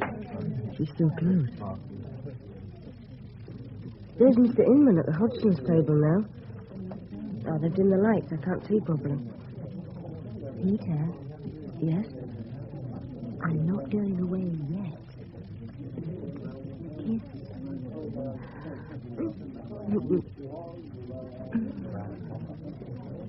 Not yet.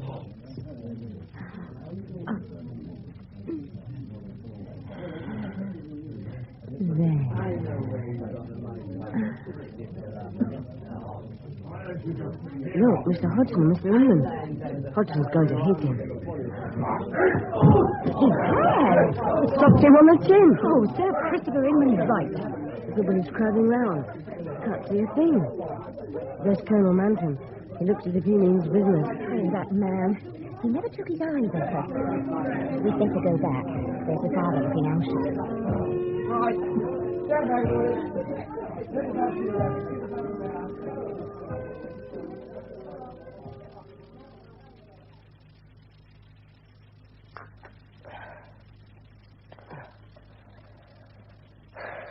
I wish Mum would come back soon. Still, it's really quite good being alone. Dad not back till 6:30 about. Homework. Later. Not much, anyway. And I can do the Congress of Vienna in the morning on the train. Time. 5 to 5. Radio Times. Tuesday. 5:15. The London Zigeuner Orchestra. Have that on. What's in the Daily Mirror? New flight in August. Jim and Amy Mollison. What's this under it? Change of life in men and women. Dr. Marie Stopes. Sex? Change into what? 6 bob, post fourpence? Not likely. Cricket. How are the Indians doing? What? French windows. There's a bloke there. Is he drunk? Just a jiff. I'll open the windows. Fallen in the river. Soaking wet. Come in. Can I help? Mr. Inman. Oh, hit me. Sit down. His head. Wounded. I'll get help, Mr. Inman. Get Mrs. Trevelyan. Mrs. Trevelyan. Mrs. Trevelyan. What is it? There's an accident. A man's been hurt. He's inside. I'll come straight away. Go back to him. I had to put a cushion over his head. Mr. Inman, can you hear me? Oh. Oh. Hello. Funny. Mr. Inman, there's help on the way. We'll get a doctor. Oh. Heard something. It turned round. Hit me in the head. I fell down. I had to tell him. You wouldn't have liked it. It was important. I had to be honest. A man has the right to know. Don't talk. You shouldn't try. You're the Furno boy, aren't you? Yes, Peter Furno.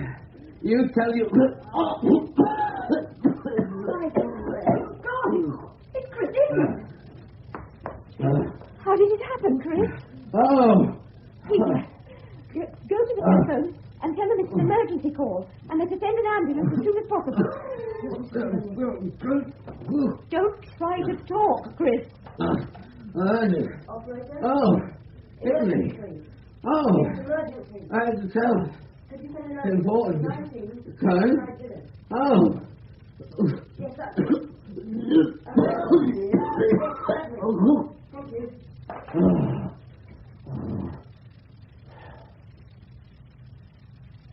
Oh, my God. He's not dead, is he? Fetch me that mirror. Thank you. I think so. The mirror's quite clear. I think he's dead, Peter. How do you feel, old boy? I'm not dead. Just about. Oh, I ran every yard from the office. Jack Lovelock couldn't have done it faster. I don't know how you can be so calm. Marvellous, 100%. I wasn't frightened when he came in and fell over. I was more sorry for him. Then he seemed to be saying hello and other muddled things. It was worse for Mrs. Trevelyan. He died as she held his head. Yes. The police inspector said he doesn't think it was an accident. Somebody probably thumped him with a sharp instrument and then shoved him in the river. The doctor's surprised he managed to get out and get up here. I think, Dad, if you don't mind, I'll take Mrs. Trevelyan home and stay with her till the doctor comes. We'll only be next door if the inspector wants us again. Good idea, old boy. Let me take you home, Mr. Trevelyan. Thank you, Peter. Yes. The police have phoned Mr. Trevelyan and your doctor. Yes. Oh, the fresh air's nice. Give me your arm. No door key. We'll have to go in the back way. The door's open. I'm not walking too fast. No. You're a brave boy, Peter. And intelligent. I couldn't have moved a finger under my own steam. Anybody could see that. I'll open the gate. There we are. Peter, I know it's silly, but bolt the gate, please. No, it's not silly. I bet we bolt ours tonight. Sorry. The bolt's rather stiff. Done it. Now, let me take you into the house. Don't grow up too fast, Peter. When I was your age, I couldn't wait to get out into the world. But I thought it was going to be so marvelous. Well, it isn't. Things like this, they're happening all the time. And it isn't fair. It isn't fair at all. Don't cry. Please, Mrs. Trevelyan. You've had an awful shock. I know. Awful. That's my husband's car. I'll be all right now. And thank you, Peter. Thank you. So, you're Peter Furner. Yes, sir. My name is Manton, and this is Detective Inspector Cox and Detective Constable Barrett, whom we met yesterday. Hello, young Master Furner. Yes, Furner, that's a French name, isn't it? It was originally, but my father says our ancestors came to England in the 15th century. No doubt they did. Now, Peter, I read the statement you made to Mr. Barrett yesterday, and I've asked you to come to my house because there's one or two things I want to ask you. But first, let me tell you, we can stop this little talk anytime you choose, understand? Yes, sir. Good. Now, those things you said Inman said, are they verbatim? I think so, sir. I was listening very carefully. Well, you say Inman kept saying hello. Are you certain of that? No, sir. It was as near as I could get. He wasn't talking clearly. He was very blurred. Yes, Barrett. Funny thing for a seriously injured man to say, wasn't it? Yes, but he was very confused. I don't think he could see very well, and he only just knew me. So he could have said hello out of puzzlement or surprise. Yeah. What do you think, Cox? Well, it's possible, isn't it? Anything's possible. Indeed, yes. Peter, did you make any particular sense out of the other things he said? No, sir. Right. Now, as to the dance on Saturday, I was there. Well, I think you saw me. Yes, I did, sir. I think I saw some sort of altercation involving Inman and your father and Mr. Trevelyan.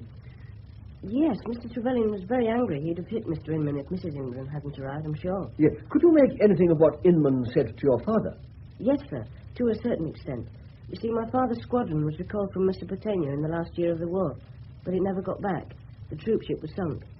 There were, I think it was 7 left altogether, including my father. They were the ones in hospital who weren't fit to travel. My father had smashed himself up a couple of days before when his engine failed as he was coming into land. His right arm's not much use even now. What type of aeroplane was it? A Sopwith F1 Camel, sir. My father can tell you all about it. Yes, so it can. Let's get back to Trevelyan for a moment. You said he was very angry. Well, there's lots of sorts of angry. Which sort was he? Not wild, sir. Dangerous looking, but well under control. Thank you. Have you got that, Barrett? All of it? Yeah, I have, sir. I think Master Furner is to be congratulated. Yes, he is. Don't you think so, Cox? Yes, you've been most helpful, youngster. Thank you, sir. Now, Peter, perhaps you wait in the little room outside while we have a few words with your father. A hell of a long few words. He's been there 20 minutes. What was it Inman's friend remembered? Who killed Inman? Why? I do wish Mum was here. Dad looks so lost. Please wait in here. Thank you. Hello, Mr. Hodgson. Sit down, son. You been in there? Yes. My father's in there at present. My turn next. Well, what'd you make of his nibs, Colonel Manton, eh? I thought he was rather nice. A bit sort of funny, though. Oh, he's a scream. Not half he isn't. Marvellous, isn't it? I take a swing at him in public means I've probably done him in. I wouldn't think so. Oh, thanks, Peter, but you're not them. Is your mother back yet? No, she can't leave. My aunt hasn't had the baby yet. It's late or something. Are you here, are you, Hudson? Yep. Does his nibs want me in now? In a moment, Mr. Hodgson. You were a long time with Colonel Manton, Dad? The blighter's raving mad. Question after damn silly question. What sort of questions? Now, what sort of a man Christopher Inman was? Had he got any enemies? Still, he must have had at least one, which didn't go down at all well, let it be said. Had I noticed any suspicious characters hanging about the place? Could Furlough have managed it in the time? There and back, Colonel. That we must establish, Barrett. It wouldn't have been easy for him with that arm. No, Cox, not easy. Anyway, he did come very clean about the crash. That is, the non-crash. Well, he knew we could probably turn up the hospital records. Too probably. Or find that bloke of Inman's.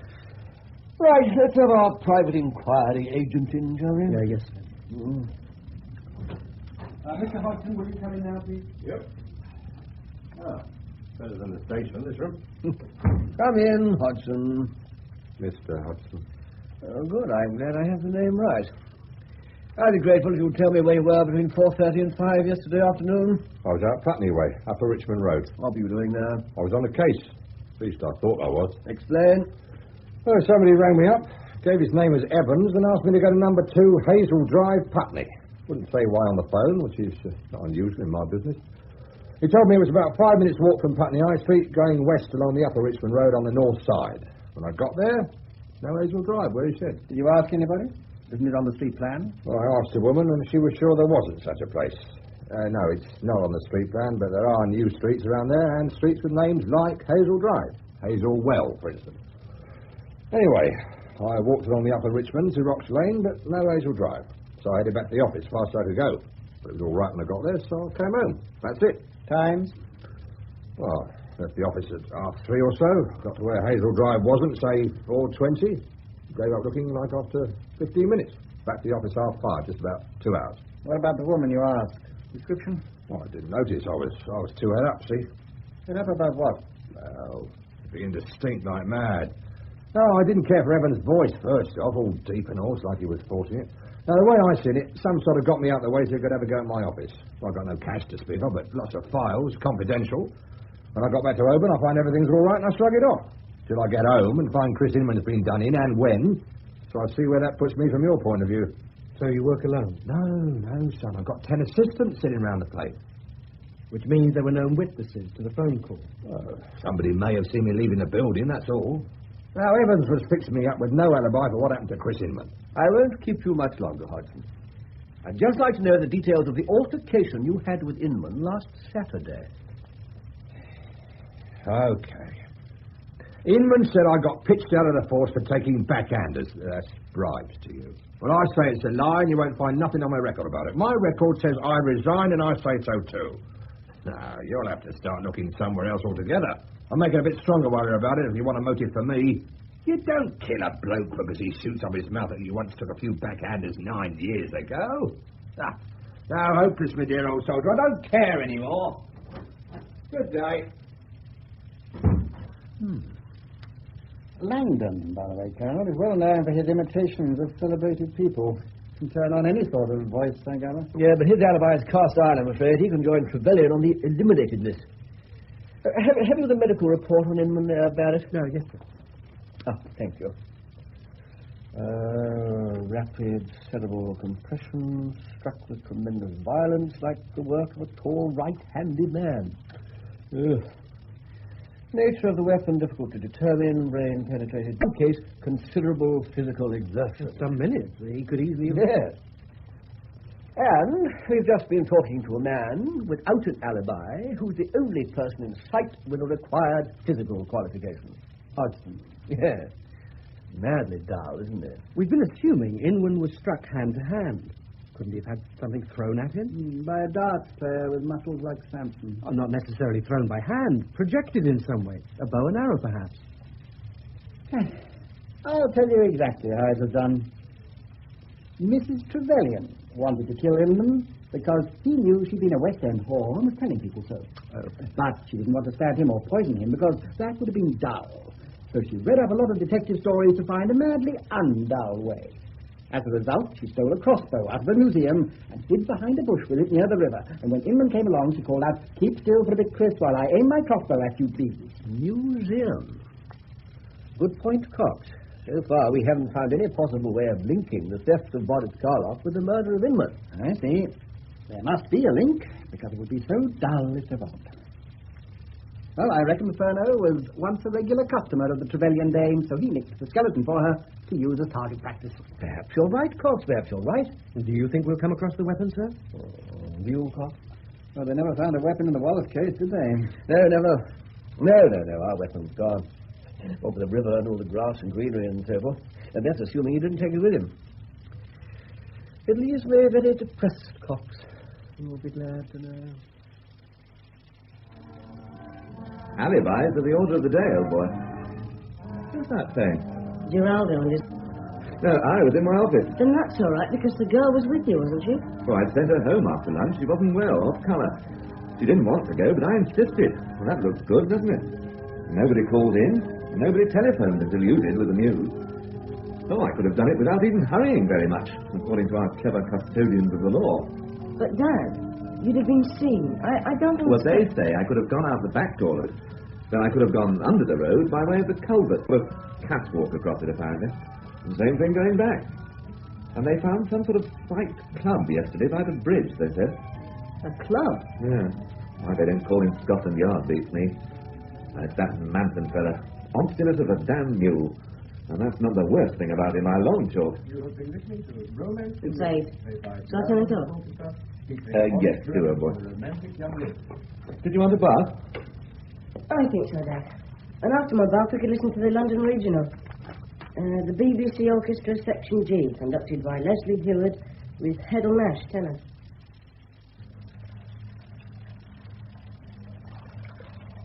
What was it England was all about at the dance? Was it something shameful? Skeleton in the cupboard? And would Dad kill him to stop his tongue?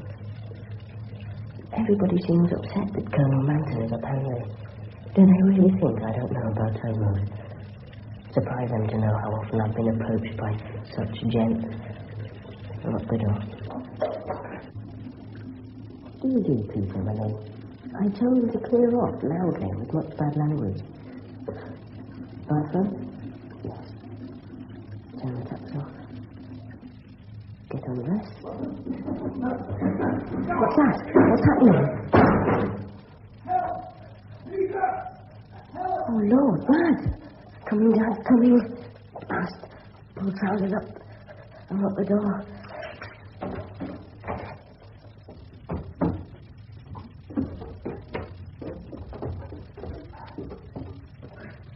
What's happened? Are you hurt? No, I'm all right. I'm all right. Just get this thing off me, will you?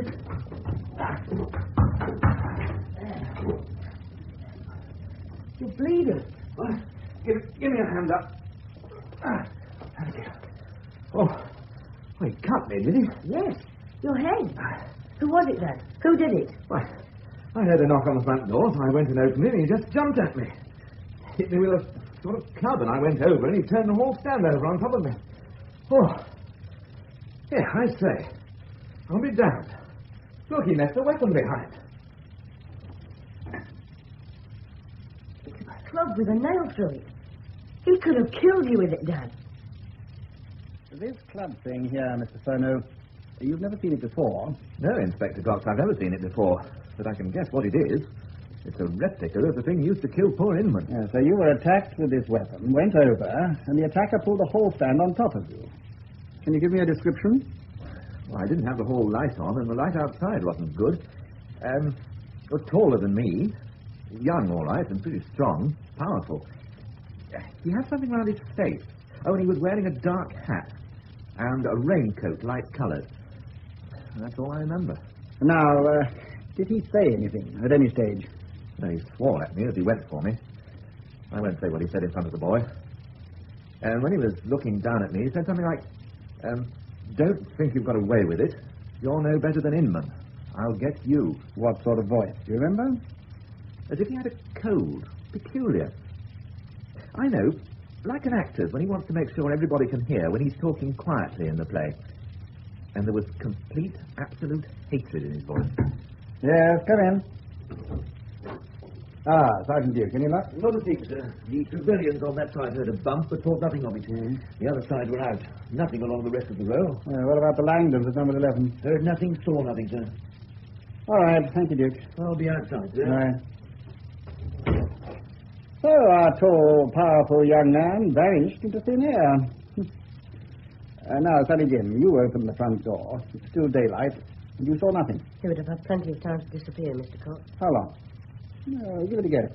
Oh, from when I came running down the stairs to when I opened the door, after I helped Dad, picked up the weapon, at least 30 seconds. But he'd have to have run, wouldn't he, to get out of sight in 30 seconds? And you think somebody in the riverside houses would have heard or seen a big bloke in a long mac belting down the pavement, wouldn't you? It was just bad luck they didn't, Mr. Cox. Like the whole attack, my lad. Bad luck.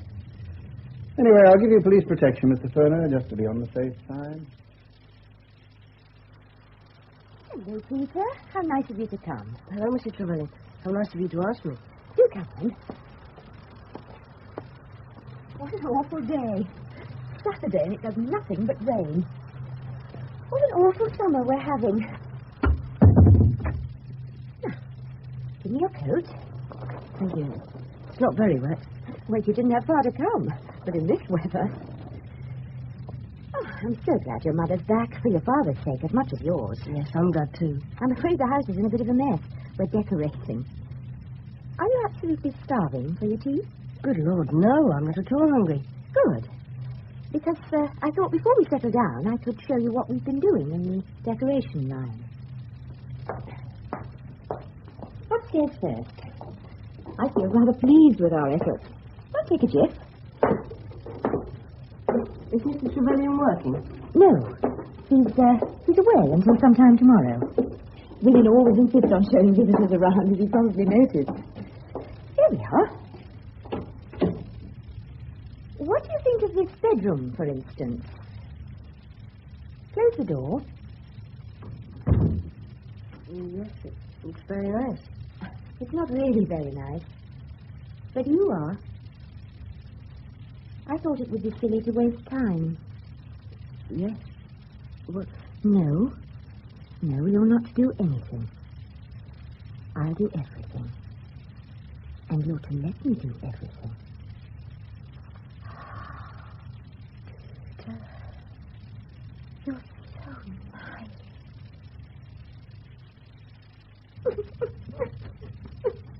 Please, don't cry. Please. Tell me what's the matter.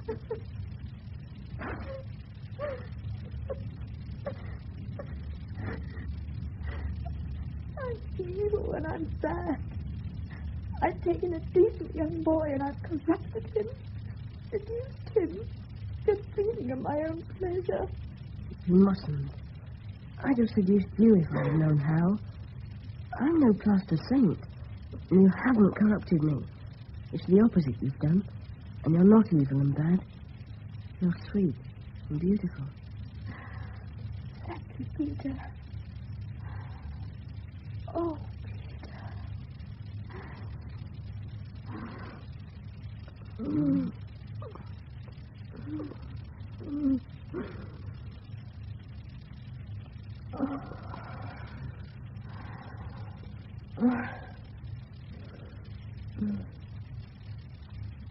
Now, would you like your tea? Good Lord. I'm hungry. Yes, please. Well, you stay where you are. Everything's done except make the tea. I'll go and bring it up here. It'll be cozy, won't it? You like being, well, sort of in charge, don't you? This is scrumptious cake. I made it myself. Yes, wanting to be the dominating one. It's probably rather awful of me, but I do. Boy doesn't mind, because it's all strange to him. And he's so terrifically keen on everything to do with it anyway. I expect so. I've been with a couple of other boys, you know. But you, Peter, are the most beautiful, the nicest of them all. Darling Mrs. Trevelyan. Darling Peter. You can have some more cake later. Put the tray on the draining board, Peter. Mind the clothes mangle. What happened to the window? You've sharp eyes. I knocked a pane out. My husband repaired it. I think I should go soon. I said I'd be back by about past. I don't want you to, but you'd better. In a moment. Tell me, is your father all right after that awful business? He's a bit shocked still, I think. At least everybody knows now he couldn't have... Well, it must have been somebody else who did the murder. Somebody who's still around. The trouble is, no one saw or heard the attacker except him. You must have heard him. I was running a bath. I couldn't swear I did. Peter, what are you saying? That Inspector Cox, he didn't believe Dad. He could see it. He could have done it all himself. That's insane. Why should he pretend he was attacked? Why? To make people think it was an armed assault by the same man who killed Inman. So whoever that man is, it couldn't be Dad, as you said. Oh, God. But there's a policeman outside your house on guard at this very moment. He stays there when my father isn't there. I think he's watching for something else, not just guarding. Something else? What else, for heaven's sake? I don't know. I wish I did. Peter, don't you love your father? I think I love him. I think I do. Don't you know him after all these years? I want to know him. I want to be sure.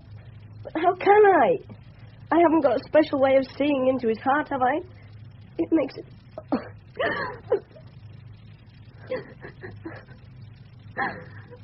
Don't go. It wouldn't make any difference another few minutes, would it? You'd only be a bit late. Yes. Only a bit late. Shall we risk it? Yes. Yes. Good afternoon, Peter. Good afternoon, Colonel Manton. Come and sit down. I won't apologize for bringing you round here on a Sunday. My mother was very impressed by the car and the chauffeur, sir. Was she? Because I intend to give you a whopping tea, and anyway, it's still raining cats and dogs. Like yesterday, sir. Raining hard. Yes, boring for you at your age, I'm sure. No, sir. I wasn't bored. I found things to do. Did you now? Well, tea. But before tea, I want to ask you some questions about the Thursday evening attack on your father. Sir, to what degree do you suspect my father of being mixed up in all this? Because I'm not going to help incriminate him. Let me assure you unequivocally that for more than one reason we're quite certain your father had no hand in the death of the late Inman. Does that satisfy you? Thank you, sir. Yes. Good. Right, back to the attack on Thursday then. How easy would it be to upset that whole stand? Not very easy. It's got a sort of gutter at the bottom for umbrellas to drip into. Made of metal. It gives the stand a low centre of gravity. Yes, but for instance, you could upset it? Yes, sir. But it might take me a few seconds. Yes. And when you arrived in the hall, did you smell anything? Smell? No, sir. I didn't notice any smell. Now, I want to ask you some more general questions about married couples. In the nature of the things, you can't yourself be married, but you are that ideal combination, an uninformed observer who is also shrewd. Now, let's take the Hodgsons first. Would you say they get on well together? I should say they get on pretty well. I think she thinks he's vulgar and he thinks she's stuck up, but I reckon they're pretty fond of each other. Thank you. And Mr. and Mrs. Trevelyan... hello, the books on that shelf are in total disorder. Excuse me. Yeah, the Trevelyan's. What about them? They get on very well, as far as I can see. We never hear any rows or anything. They go out a lot together. Well, the deceased Inman didn't seem to take that rather rosy view, did he? No, he didn't, sir. Not seem to. I've thought a bit about that since. I think he was just trying to be nasty without necessarily having anything to go on. Because they seemed happy. It was wipe that grin off your face. That's more like it. Right, let's have the tea in, shall we? Yeah, well, it's possible. There's that Saturday's dance. One after the other. Like a ritual, you see? Yes, sir. And Inman was like a man that evening, going round saying goodbye before setting off for a long journey. Well, it was that in a way. I mean, goodbye, and I'll give you something to remember me by. What about the Langdons? They seem to get on very well, sir. In a different way from the Trevelyan's, though. Different? How, Peter? They're more like, well, Mrs. Langdon sort of mothers him. And I get the impression he rather likes it. Ah. Now, that does set the mind to work. Tea. Do you happen to know if Mrs. Langdon has money of her own? I've never heard that, sir. It strikes me as pretty incredible. Does it? Why? Well, anyone with any money to speak of wouldn't be living in Riverside Villas. Now, we can't have that kind of talk from you, young man. You're thinking like a cynic. You'll have to earn the right to do that.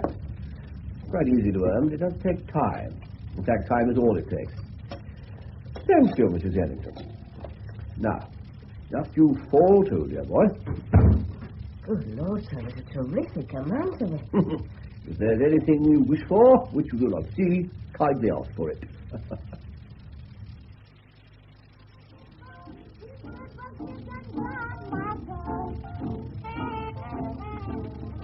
Oh, lovely.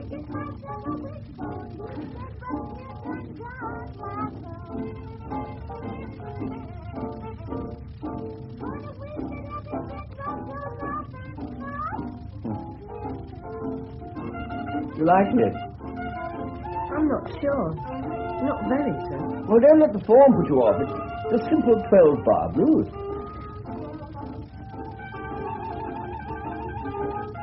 And I haven't had enough tea. Yes, thank you, sir. I'm really full up. You know, Peter, that noise is about a quarter of my life. It makes me do absurd things. For instance, the reason why I wasn't here on Thursday evening is that I was in London at the Holborn restaurant listening to Bram Martin's band. Now, there's a Louis Armstrong I'd like to play you. Oh, somewhere I have it. Colonel Manton, would you mind if I asked you some questions? In principle, certainly not. Well, the first one is sheer curiosity on my part. But have you found any link between the stealing of Boris Karloff and the murder? There must be one, but we haven't found it yet. Do you know who the murderer is, sir? Oh, yes. That was obvious the moment I knew the bare facts. Really, sir? But you haven't any proof? Ah, yes, it's a question of proof, as it inevitably is when there are no material witnesses. What had my father done so Mr. Inman could threaten him? No answer, Peter, I'm afraid. Your father must tell you in his own good time. Do you think he was really attacked on Thursday? Or did he do it himself to divert suspicion of the murder? Ah, you thought that one out of you. Well, let me put it to you like this. We no longer take an interest in the matter. Sir, when will it all be over? Oh, in a few days, with luck, and possibly with your further assistance. Oh, and as a matter of interest, everything I've said to you this afternoon has had a purpose, and everything I've told you is true. Louis Armstrong. Quite true for what it's worth. Anyway, bear it in mind, eh? Yes, sir. I'm glad about my father, sir. I mean, I'm sure he had nothing to do with it. I was sure. But I'm glad you are. Good. Now, let's enjoy the music, shall we?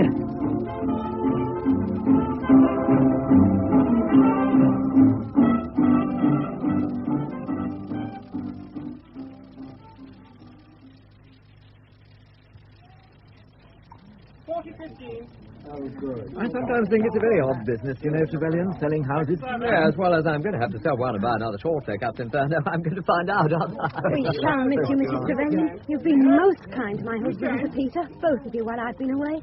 With all this wretchedness going on, This is the least we could do, Mrs. Furneaux. I don't like the idea of moving, and I know Don feels the same. Well, we must do what we must do. No escape, I'm afraid. Ah, there's the old boy. Played his game, I see. Have a good game, Peter. Are you coming to join us, Peter? Oh, in a moment, Mum. I'll have a wash first. All right. Don't be too long. Oh, good one. Now, 30. Mrs. Trevelyan. Haven't seen her since... Can I sit there? You first, do. Hell, I bet I blush. Let's say I'm hot from playing. Now the Langdons have arrived. How do you do? I should go and have a wash. I'll start to look a bit balmy, just glued to... What's this? Inspector Cox and a policeman in uniform. And that Mr. Barrett coming up the path. They look as if they're going to arrest someone. Hello, what have we got here? Walter David Furneaux, I arrest you for the murder of Christopher Inman. I caution you that anything you say may be taken down. Colonel Malcolm said it wasn't him. But you are not obliged to say anything at the moment.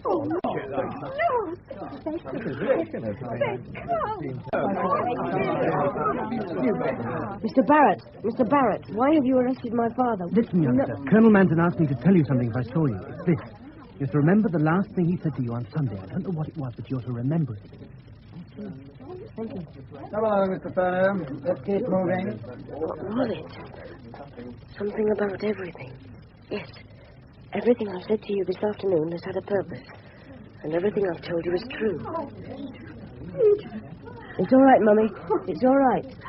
Don't cry. Dad's done nothing. Oh, of course he hasn't. It's all bloody ridiculous. Now, look, let's give you a lift home. Thank you, Mr. Trelawney. You'll be all right, Mum. Dear. Come on, we'll get you. Here we are, Barrett, the Furneaux residence, 19 Riverside Villas. March up to the doorman, ring the bell. Me, sir? Yes, sir. Don't you lead men into battle, sir? Oh. I saw you coming. What do you want? Is your mother at home, son? Don't call me son. It's Saturday morning. She's shopping. May we come in, Peter? I suppose so. Yes, come in.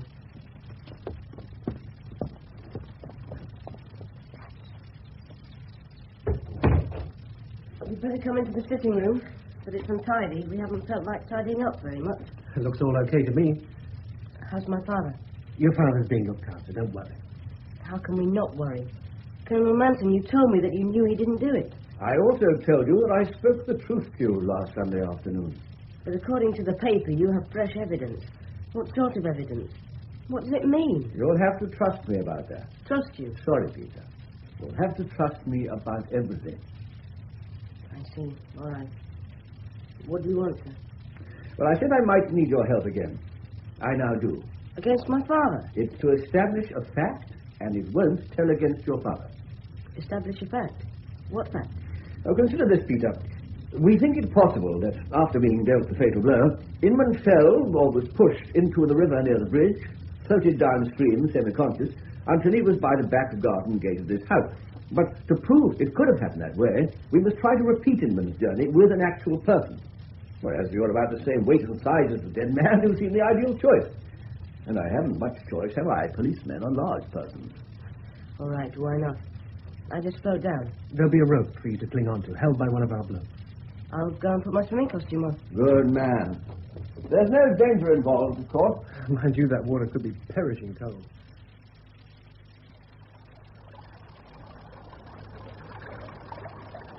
It's not as bad as I thought. I've been in for 3 or 4 minutes. What rocking great clouds.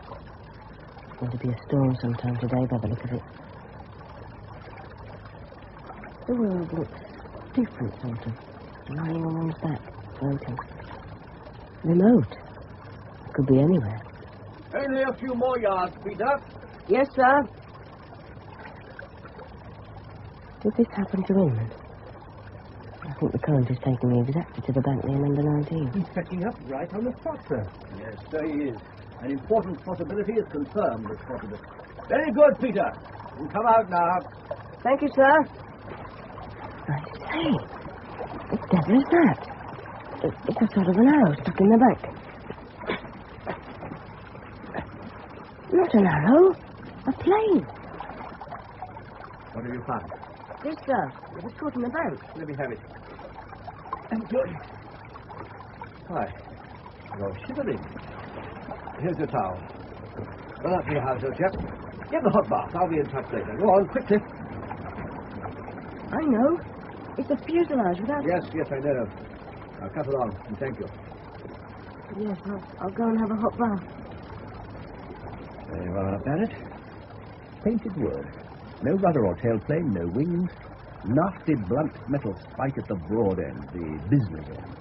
Truth. Were you expecting to find it? Not exactly where it was, but it's obviously going to be somewhere in this area. It's been manufactured so it can be shot. Yes. Vital evidence, my dear chap. They might have searched forever without finding it. Guard it with your life. Yes, sir. The water's not all that cold, you know. No, not all that cold. He looked at it as if he understood. He's a very bright lad, Barrett.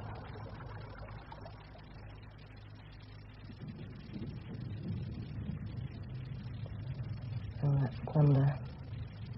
Once it breaks, perhaps I'll lose this bloody headache.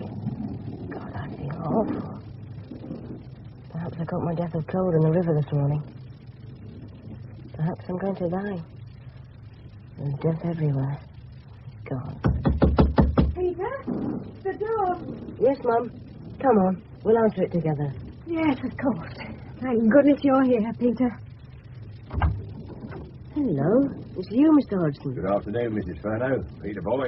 Will you come in, Mr. Hodgson? No need to. The wife and I were thinking. We thought it must be a bit depressing for you here all on your own on a Saturday, so we thought you might get a step across to number 22 a bit later on. Like around 7, have a bite of food. Oh. Dad will be out, the youngest in bed, so there'll just be the 4 of us. Oh, that was lovely. That's the first meal I've enjoyed since... for days. Good. Well, sit yourselves down. I'll have a hand of cards in a minute. You comfortable there, Peter? Yes, thanks. Good. I would like to thank you both, Mrs. Hodgson, Mr. Hodgson, for having us round. Under the circumstances, it's most kind of you, and a lot more than most people are prepared to do. Please, think nothing of it, Mrs. Furneaux. It's the least we can do, isn't it, Harry? Yep, the least. Well, now, you're looking rather pale, Peter. It's the thunder. It always gives me a headache. Oh, well, it is a bit stuffy in here. Shall I open the window? Not wide, but enough for some air, Mrs. Furneaux. Oh, please do. Yes, I'd like some air, too. Right. Poor Peter. I hope you didn't catch cold this morning. That was a lark this morning, wasn't it? I won't draw the curtains for the moment. Oh, the muck up there is about to get to us any moment. What a blooming summer. Look at it. It's almost dark already. Well, that better, Peter? Yes, thank you. You've seen your husband, Mrs. Furneaux? I saw him yesterday. Ah. All right, is he the captain? As they say, he's as well as can be expected. Is he saying anything? No. He's extremely reticent. Yes, I'm sure he is. And the solicitor isn't saying anything either. That's the way they fixed it. Fixed what, Mr. Hodgson? Tell you what I think, son. It's all a put-up job. He's collaborating with him, the captain is. I know, I can feel it. They've got some scheme going. The captain's not guilty, not in a million years. Oh, it's all some trick that his nibs has thought up. I only know he's not guilty. He couldn't be. We know that, too. And I'd swear on the book that the voice I heard over the phone that time wasn't your father's, not the captain's, not ever. Oh, here it comes. Oh, it's pouring. Oh, dear. Daphne's out without a coat or hat or umbrella. I think you should close the window, dear. Yeah, well, I told her it was going to come down, cats and dogs. Anyway, this will clear your head, Peter boy. What the hell was that? Went right through the window. It's a golf ball. Ducky kids, I'll get my torch. I'm going to take a stick to him, might have put someone eye up. Mum. What is happening, Peter? Stop it up. I'm going out. Stay here, Mum. Stay with him, Mrs. Hodgson. I know who it is. I'm going to see.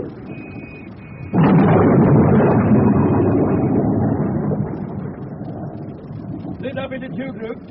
Hawkins and Brown, stay where you are. Right, Todd. The rest to the bridge. Come on, you chaps. Follow me. This way. Crawling policeman. Dark and foully wet. Must get to the river. Hold! Oh, it's you, Sonny. P.C. Hawkins, that's me. What are you doing out all in this wet? I saw the torches. Wanted to see what was going on. Well, you won't see anything in this dark, will you? Better get in the dry. You're soaking. Oh, not as wet as me, mind. I've been in the river. Come up suddenly at me, he did. Give me a fine old butt in the tummy. Oh, bit of luck. I dropped my torch on the bank. Are you there? Who's that? Hodgson here from number 22. I see golf balls right through my bedroom window. Oh, that's a joke, isn't it? Taking a swing of golf balls in all these? Get to the riverside. Then follow it along to the culvert. Here we are. Now, down to the culvert. No need to run. There's no hurry if I'm right. And if I'm wrong, it doesn't matter. I don't want to see another scary film or read another scary book for the rest of my life. Good. The police are not here anyway. This is it, is it? Yes. Careful. Careful. Here's the catwalk. Try not to shake. Now, down into the culvert.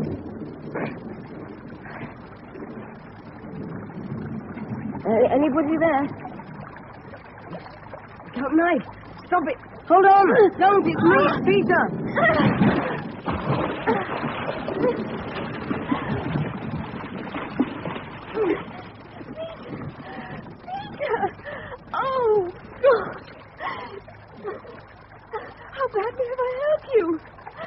about missed me. It's only a scratch, Mrs. Trevelyan. I didn't think of it being you. I'm sorry, Peter. So sorry. It's all right. It's so awfully dark. I can't even see your face. Perhaps that's just as well. Yes. Oh, Peter. How did you know I was in the culvert? Because I know you. You needed somewhere to hide and work things out. And you were sure they wouldn't look here. Come on, let's get out of the water. We'd better be getting back. Whatever for? Because you've got to give yourself up. They'll soon catch you if you don't. Nobody saw me do it. They can prove nothing. They can. And they know how you did it. I think I know too. You must come back. No. I've got it all worked out. I know the South Downs where I grew up. How do you think you'd get there? It's impossible, Mrs. Trevelyan. They'll be looking for you, and you're all wet. I'll break into shops and get fresh clothes and money and a pair of spectacles and do my hair differently. Oh, sir, you could come too. We could change our names and live together. We could be together for always. Oh, darling, Peter. Get off! You're insane, and you're bad. I suppose I am. It would never have worked, would it? I don't think I'm insane, but I am bad. I'm sorry. I said we knew roughly how you did it, so we'll find the machine. It was your model glider gave me the idea. The catapulting you spoke of. I made a catapult with heavy elastic and cranked it up with a clothes mangle. It was very powerful. Is the contraption there now, in position, I mean? Yes. My husband's away until tomorrow. I didn't expect the police when I shot the golf balls. Colonel Manton knew it was you. The police have been watching you. Come back with me. Give yourself up. Mrs. Trevelyan, please. Forgive me, Peter. Not now. Now you won't be able to. But sometime. No, don't say anything. I don't want you to forget me. But you'll have to try to. Anyway, all the women you meet for the rest of your life will be less bad than me. Goodbye, Peter. Mrs. Trevelyan. No, don't come near. I still have the knife. Goodbye, Peter. It is really the best way. Mrs. Trevelyan, please, don't. Where are you? It's so dark. Damn. Forgive me, Peter. God. Should have taken the knife. Mrs. Trevelyan. Better get back. Tell them. They'll never come back. So cold and wet. Run.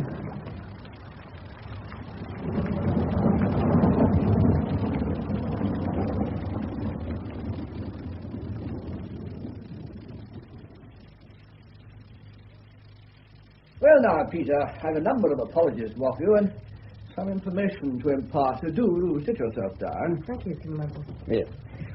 Well, I hope you're well and Clacton-on-Sea was a success. Oh, yes, sir, thank you. We had a jolly good week and lots of sun. Splendid, good. Well, the apologies first then. Chiefly what I did to your father and through him to your mother and yourself. You didn't tell my father the arrest was a fake, did you, sir? No, I couldn't rely on his powers as an actor. I see that, sir. I think he understands. I've been invited to write an account of the whole affair, and I intend to lay some stress on your father's contribution. It's true he had no choice, but I shan't say that. That will help, sir. He doesn't feel much of a hero at present. Ah. Has he told you about his wartime accident and his arm? The car crash, sir, yes. Yes, and also how Inman met a chum who knew your father was in admin and not a flyer. He's explained it all, sir. I think he felt awful about the deception all the time. You see, sir, just before Inman was killed, he worried me because he'd become terribly worked up about 2 recent murders. Buck Ruxton and a woman. Charlotte something. Charlotte Bryant? Yes. He felt he was no better than they were, which was silly. But when Inman was killed, it did worry me. His furious interest in the 2 murders, did you see? Oh, yes, completely, Peter. Most people have a morbid interest in murder. but not a serious interest. And then he made it worse by lying about the size of the person who attacked him that evening. She was so much smaller than him. He couldn't admit to being knocked over by her. It was all this hero stuff, I suppose. Exactly, the boy. Well, did you tell him about P.C. Hawkins? 14 stone of him, and he was butted into the river. Yes, sir. It helped. Yes, good. Yeah, well, that leads us back to the murder.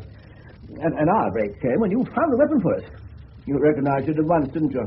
Not only is the fuselage of a sixpenny glider, it also told me who the murderer was.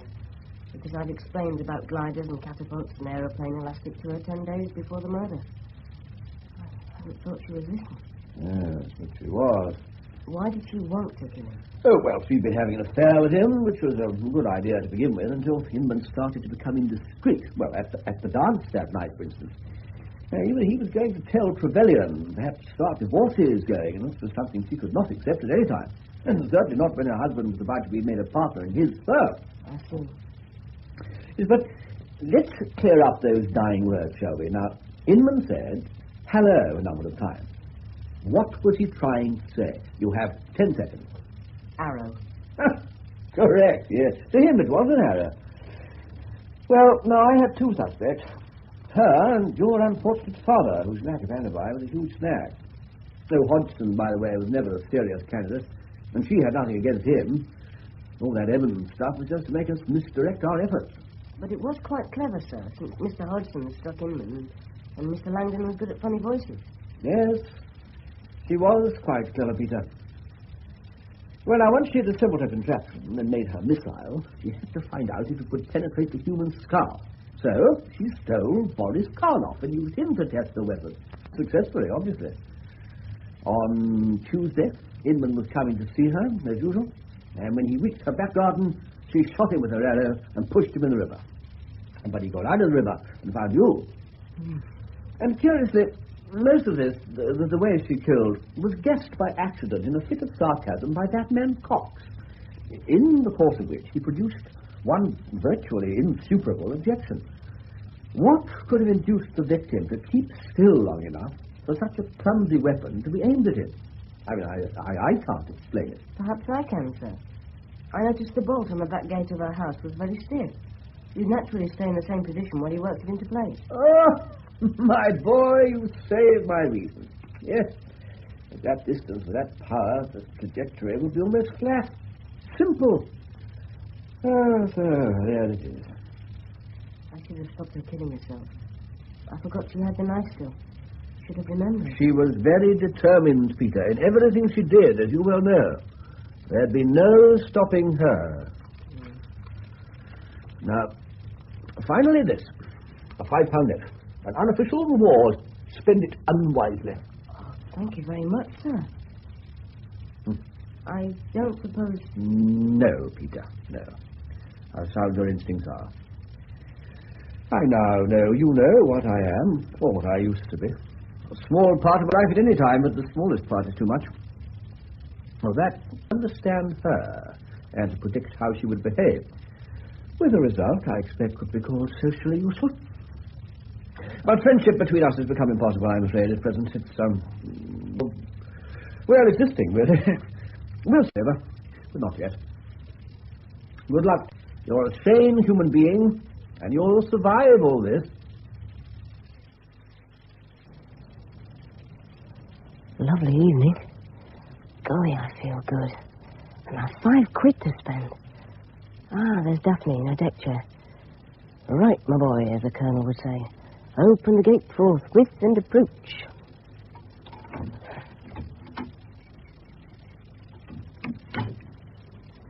Hello, Daphne. Oh, hello. Put your book down, there's a good girl. Are you free this evening? Oh, don't know. Fine, that means you're free. I'll be over to fetch you about 7. You put on something nice and we'll go out somewhere. Oh. To hell with O, Daff. O or no O. I'm coming back at 7 and you'll be ready, okay? What if I'm not? Then I'll sit around until you are. It would be wasting time. You're a big man, aren't you? I'm not very big, I agree. Still, it's early days yet. He, certainly. As for man, I might surprise you. See you at 7. Oh. All right. That's a good girl. Till 7, then.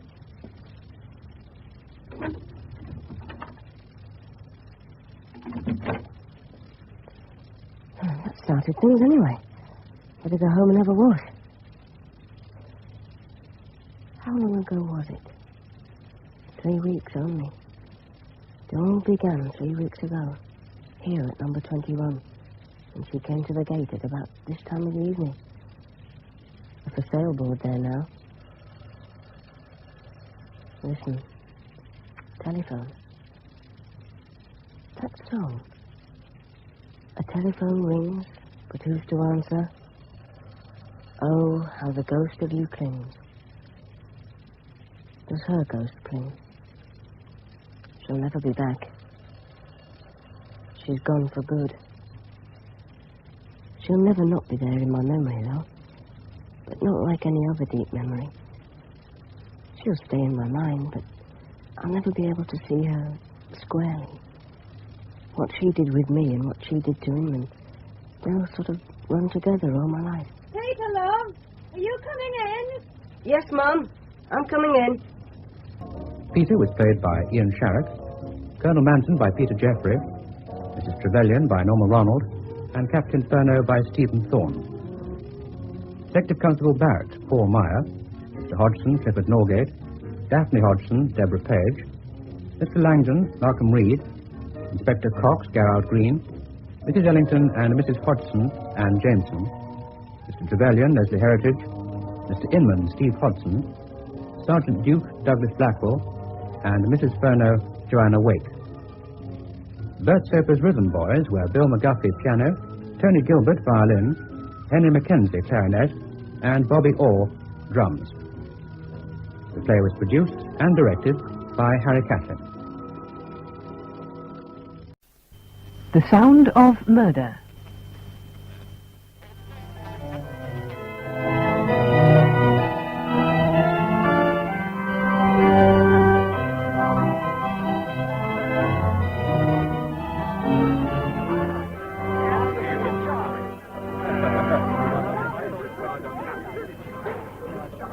Martin!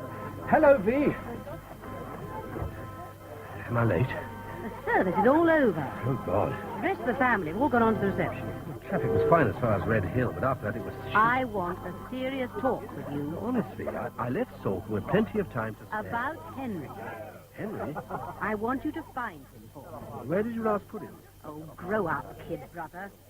This is serious. Well, wasn't that Henry playing the organ? No, it was someone they had to find at the last moment. Well, Henry always plays the organ at family weddings. I know. Besides, I thought young Cynthia was a favourite. She is. So what's he up to?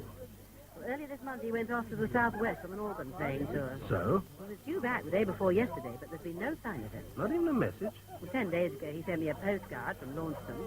He said he was going to a village called Fernybrook in the Moor. Well, where's that? Dartmouth. It seems the church organ there's something special. He wanted to make a tape recording. I see. He also said he'd be back on Thursday, and he was looking forward to playing at Cynthia's wedding. And that's the last you heard from him? Yes. You can tell the police. No. I want this kept in the family. But surely it would be... It could be simply one of Henry's little lapses. Again? You might say he was a martyr to young women. Might I? One flattering remark from a girl Cynthia's age, and he completely loses his head. He's certainly vain. What man isn't? He does always come back to you, of course. Till now.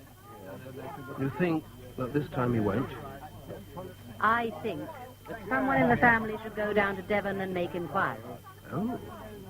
And as you're going back to Salcombe, well, Dartmoor's not much of a diversion, is it? You can call into Fernybrook on the way. I guess I could spare some time. Spare some time? You retired from the Navy 3 months ago, and all you've done since is mess about in boats. Boats, I understand.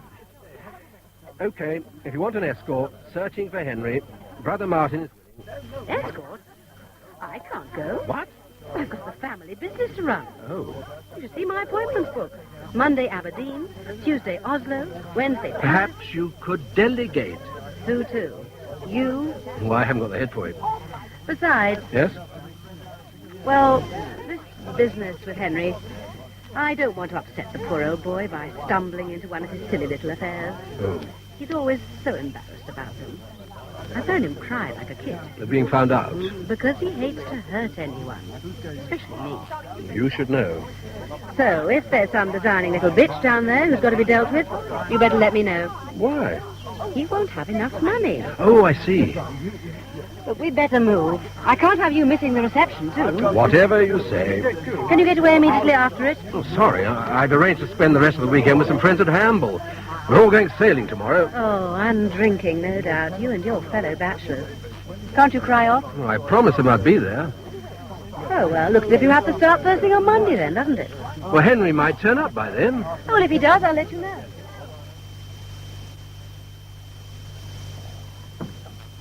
Perhaps you'll join me. Never touch it. Yeah. You're off. Well, thanks. Well, cheers then. Seem to have got the place to myself. Suits me. More customers, more work. You don't do bar snacks, I suppose? We do, but not after 2 o'clock. I've come a long way this morning. Hampshire. I've heard of it. Had to leave just after 8. Did pretty well. We got a bit lost coming over the moor. They all do. I better explain what I'm here for. Not the beer. My name's Hicks. I'm here to look for a missing brother-in-law. I wouldn't look for mine. Mr. White. Henry White. Chap about 50. Flowing white hair. Slight build. Mad about playing the church organ. Bit of a ladies' man. I'll say. Then you know him? I've seen him. When? Several times. When was the last? Thursday. Same day he left. Left? So I'm told.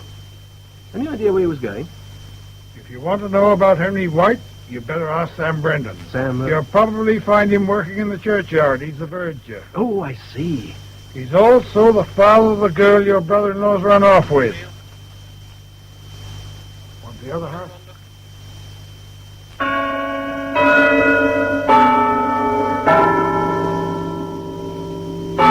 You ask me what I think, sir.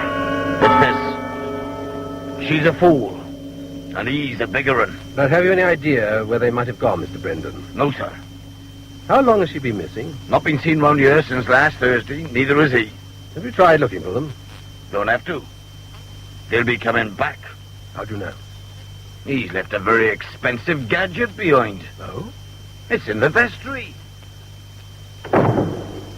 That's it over there. His tape recorder. The church organ's a Father Smith, very old. Your brother-in-law spent hours recording himself playing on it. Expensive machine like this, you'd expect him to look after it, not leave it lying around in a vestry. He didn't. I found it up there in the church and still plugged in. As if he just walked out and forgotten it. So I brought it in here. Very thoughtful of you. If he wants the key to the vestry, he'll need to see me. Was there a tape attached to the machine? No, sir. You're quite sure? Certainly. Well, as you say, it looks as if he's coming back. So do I wait or carry on to Salcombe? Is there anyone in the village who can put me up for the night? The season's over. Where did Henry stay? Thornton Cottage. Mrs. Hamlin runs the place. But I doubt she'll help you. I can still ask. You can ask. I'll show you where it is. Thank you.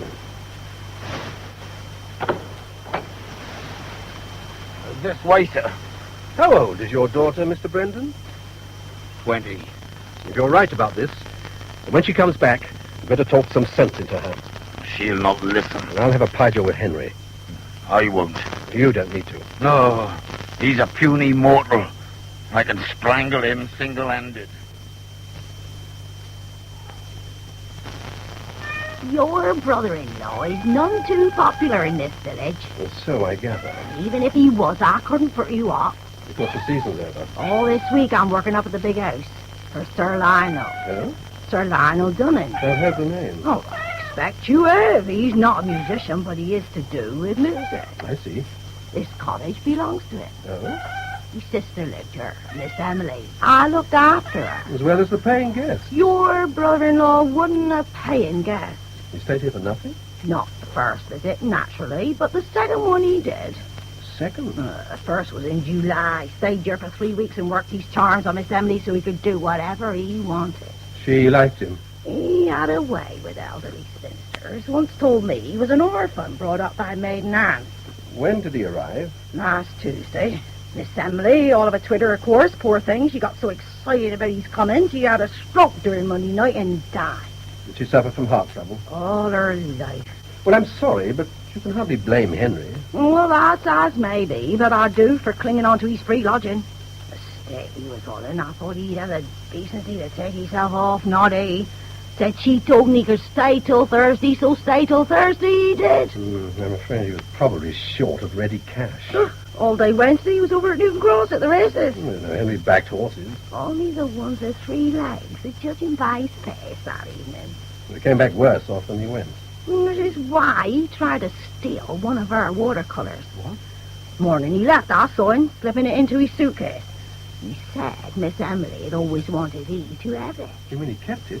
While we were arguing, Sir Lionel walked in. He told him to put it back. Which he did? Double quick.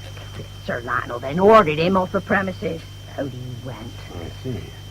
You should have seen the look on his face. If you ask me, Sir Lionel's got an enemy for life.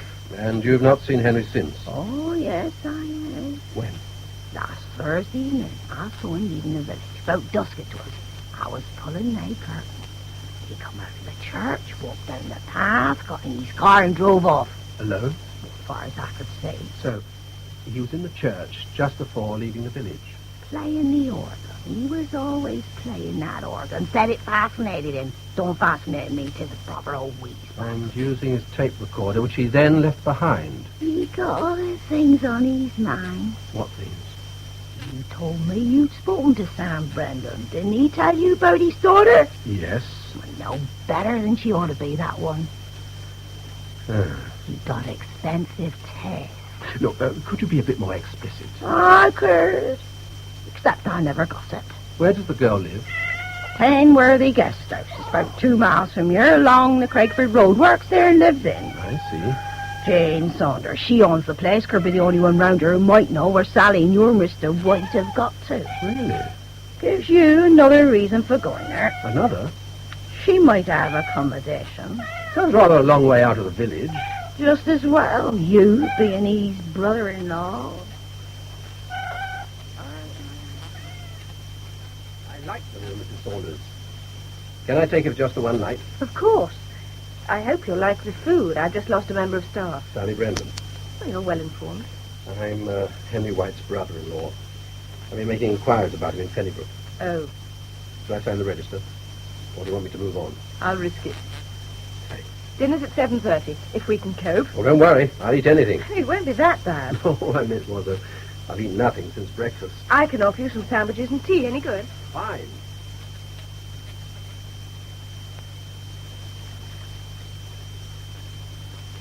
Sandwiches all right? Excellent. Your tea. Oh, thanks. So you've been talking to some of the villagers? Yes, including an old crone with a cat who advised me to stay well away from the place. Mrs. Hamlin. Yes. She's a damn good cook. She also told me that Henry has eloped with your member of staff. I'm afraid she's right. I haven't seen Sally Brendan since last Thursday evening. Any idea where she could have gone? I'm afraid not.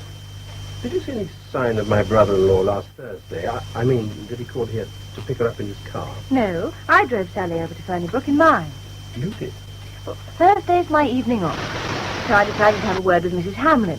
I'm trying to persuade her to come and cook for me next season. Oh, I see. Sally was supposed to be on duty. She'd got one of the other girls to stand in for her, so when she asked me to give her a lift, I agreed. What time did you get there? Oh, about 7:30. I dropped her in the lane behind the church. Was Henry still playing the organ? Yes, I could hear it. Sally went into the church, and I drove on to Thornton Cottage. And was that the last time you saw her? Yes.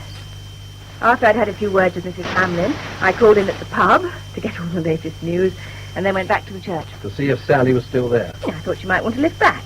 There was no sign of her, so I drove back alone. What time? Oh, about 9:15. She hadn't left the church with Henry.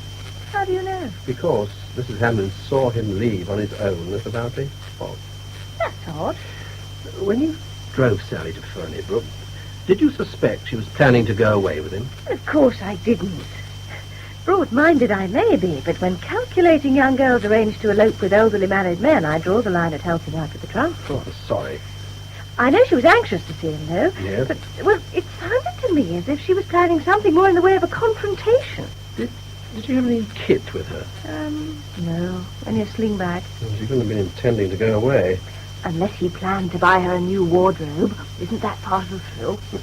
He wouldn't have had the cash. Perhaps she didn't know that. And all this was 4 days ago. Yes. Didn't you think of telling the police? Last Friday morning, when I went up to her room and found the bed hadn't been slept in, I immediately phoned her father. Sam Brendan was quite certain that she and your brother-in-law had gone away together. But he didn't tell the police either. Nor did your sister. She suspects this is one of Henry's indiscretions, and she wants it kept in the family. Maybe Sam Brendan wants it kept in his. Especially as he's quite convinced they'll be coming back. Because of the tape recorder. Right. Rather expensive for a man without any cash. Present from my sister. Oh. Are you quite certain he was short of money? Why? Well, during our car journey, Sally mentioned that he'd spent the afternoon talking business. Did you say who with? Sir Lionel Dunning. What kind of business? Antiques, I suppose. That's what he's in, isn't it? My sister directs a very successful furnishing business. One of its functions is to wipe off Henry's losses dabbling in antiques. What an expensive child he is. Besides, Sir Lionel had him thrown out of Thornton Cottage that very morning. What? Also, Mrs. Hammond says. Oh. I can't see Henry doing a deal with him in the afternoon. Can you? Depends what he had to say. Hello? Is that V? Oh, it's you, Martin. How are you getting on? Well, having had a hot bath and a damn good dinner, thought I'd just phone and report that a few... I don't doubt that you made yourself comfortable. It's Henry I want to know about. Well, quite. Well, I'm afraid your suspicions were correct. He's had another lapse. Damn. You still there? Yes, just fixing my head back on. Who is she? The verger's daughter. Age? 20. Type? As if I didn't know. Well, I've not seen her, but from what I hear, she could be pretty liberal with her favours. Thank God it's only the village hall. Buy her off. She's not here. What? She and Henry have gone away together, or so everyone seems to think. You're talking nonsense, Martin. What? Henry couldn't possibly elope with a girl like that. He hasn't the money. I think he might have pulled off some kind of business deal. It'll be the first time if he has. With some local chap called Dunning. I still don't believe your elopement theory. It isn't mine. My guess is they're rolling somewhere in the local hay, and I hope it bloody chokes her.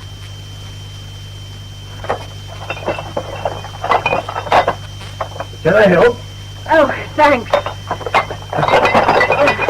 So you also run a bar? Of a sort. Like a drink?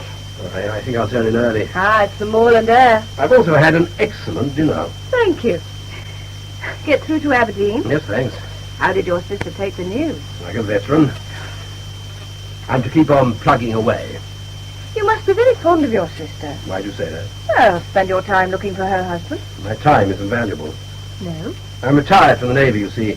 So all I do is live on my boat at Salcombe and wait for something to turn up. If you're trying to find a new career, I should have thought time was very valuable indeed. Perhaps. In my case, I owe Vera quite a debt. Oh. Unmarried sailors need homes as much as the others. And mine was provided by Vera. So you'll be staying on tomorrow? Well, at least till I've seen this fellow Dunning. What sort of chap is he? Loves his village, except for the grockles, Who? visitors, and loves his moor, as long as no one else is using it. But most of all, he loves being the squire. Squire? That sort of thing went out years ago. Unfortunately, no one seems to have told him. And my villagers tell me everything. No? Such as you being here, asking questions. I'm trying to find my brother-in-law. And so you finally come to me, Mr. Hicks. I understand he called to see you last Thursday. Well? I thought you might tell me why he came. And you must have had a very strong reason. Why? Because only a few hours earlier you'd thrown him out of Thornton Cottage. Your brother-in-law is a height of a crab. You push him away and then back he sidles. Which he did that afternoon. Yes. At first he was full of apologies. I'm glad to hear it. But what he'd really come for was to try and sell me something. An antique? In a way. Did you buy it? He couldn't guarantee that it was genuine. Oh. I think he was hard up. He was certainly interested in money. It'd have to be. Going off with Sally Brendan. That's a cryptic remark. Would you care to elaborate? It was something I heard. From whom? Someone in the village. Oh, Mrs. Hamlin. What did she say to you? Would you rather I asked her myself? She said the girl had expensive taste. Well, I have expensive taste, so what construction can you put on that? It's not the same thing at all. That's all she said, or was there more? Well? Only that the girl wasn't all she ought to be. You all you ought to be. Surely if you were, you wouldn't go listening to gossip and jumping to stupid conclusions. Everyone I've met in this village of yours is quite certain the girl's gone away with a man over twice her age. If you think he's exploiting her innocence, why don't you send for the police? Oh, I didn't say that the girl was innocent. No, that's something. Sally Brendan has the beauty of a camellia. Also, alas, the brain. Now, it's not her innocence that he's exploiting, it's her folly. Which is why I'm respecting her father's wishes and not reporting this to the police. Keeping it in the family? Family pride doesn't stop at Sam Brendan, or even this village. Aren't you here on behalf of your sister? All right if I join you? Of course. Come and sit down. Thanks. Busman's holiday? Oh, I always come here on Tuesdays. It's my day for walking on the moor. Sustained by a ploughman's lunch. Exactly. How did you find our lord at the manor? Oh, very much the pater familias. Bit of a hoot, really. He's only been here a few years. Bought what they call the big house soon after he was knighted. He's this country's foremost authority on English church music. Is he? Oh, didn't he tell you? All he told me was that he did no deal with my brother-in-law. Oh. So what is Henry using for cash? Is he really that hard up? According to Vera. Which brings me to Sally Brendan. Yes. Just what sort of girl is she? Young. I heard she had expensive tastes. But Sir Lionel resented my jumping to the obvious conclusion. She's one of his villagers. Oh, what's the truth, Mrs. Saunders? I'm sure you know it. 3 years ago, Sam Brendan lost his wife. He'd always been devoted to Sally, and from then on he'd hardly let her out of his sight. Lock up your daughters. She stuck it till she was 19, and then Sir Lionel stepped in. Sir Lionel? Well, Sam's not only the verger, he's head gardener at the big house, and still believes in the feudal system. So, free in for Sally. Right. God bless the squire. Seconded. It so happened I had a job and accommodation to offer, and she took both. And Sam? Oh, grudging acceptance. If you say so, Sir Lionel, but I'll not be blamed if she cuts across field. What? Dartmoor. For pregnancy before wedlock. A pessimistic type, our Sam. Very. Or did you know her better than you all thought? Sally's a good worker. You tell her what to do, she does it. That's not what I asked. She enjoys being attractive to men. What girl doesn't? In other words, Henry wasn't the only one. That's a question for Sally to answer. I'm going for a walk. Mind if I come too? Don't you want to get back to your boat at Thorcombe? I've never really seen Dartmoor. Oh. Waiting for Henry to turn up provides me with an excellent opportunity. So you'll be staying another night? If that's all right. Of course. That's the blowing house. Sorry? The Ferniebrook blowing house. I've just been telling you about it. Ah, yes. Lead. Tin. Oh. Now, we can either go that way and see the grey weathers. What? Yeah, stone circle. Or if you like, we can try the view from the top of Hanging Stone Hill. Well, On the other hand, Martin, we can simply walk round and round, endlessly discussing Henry and Sally Brendan. I'm sorry. I'm enjoying the walk a lot. It's just that, well... You've got other things on your mind. Lead on, Jane. Where? Oh, the grey weathers. You're sure? Quite. And I promise to concentrate.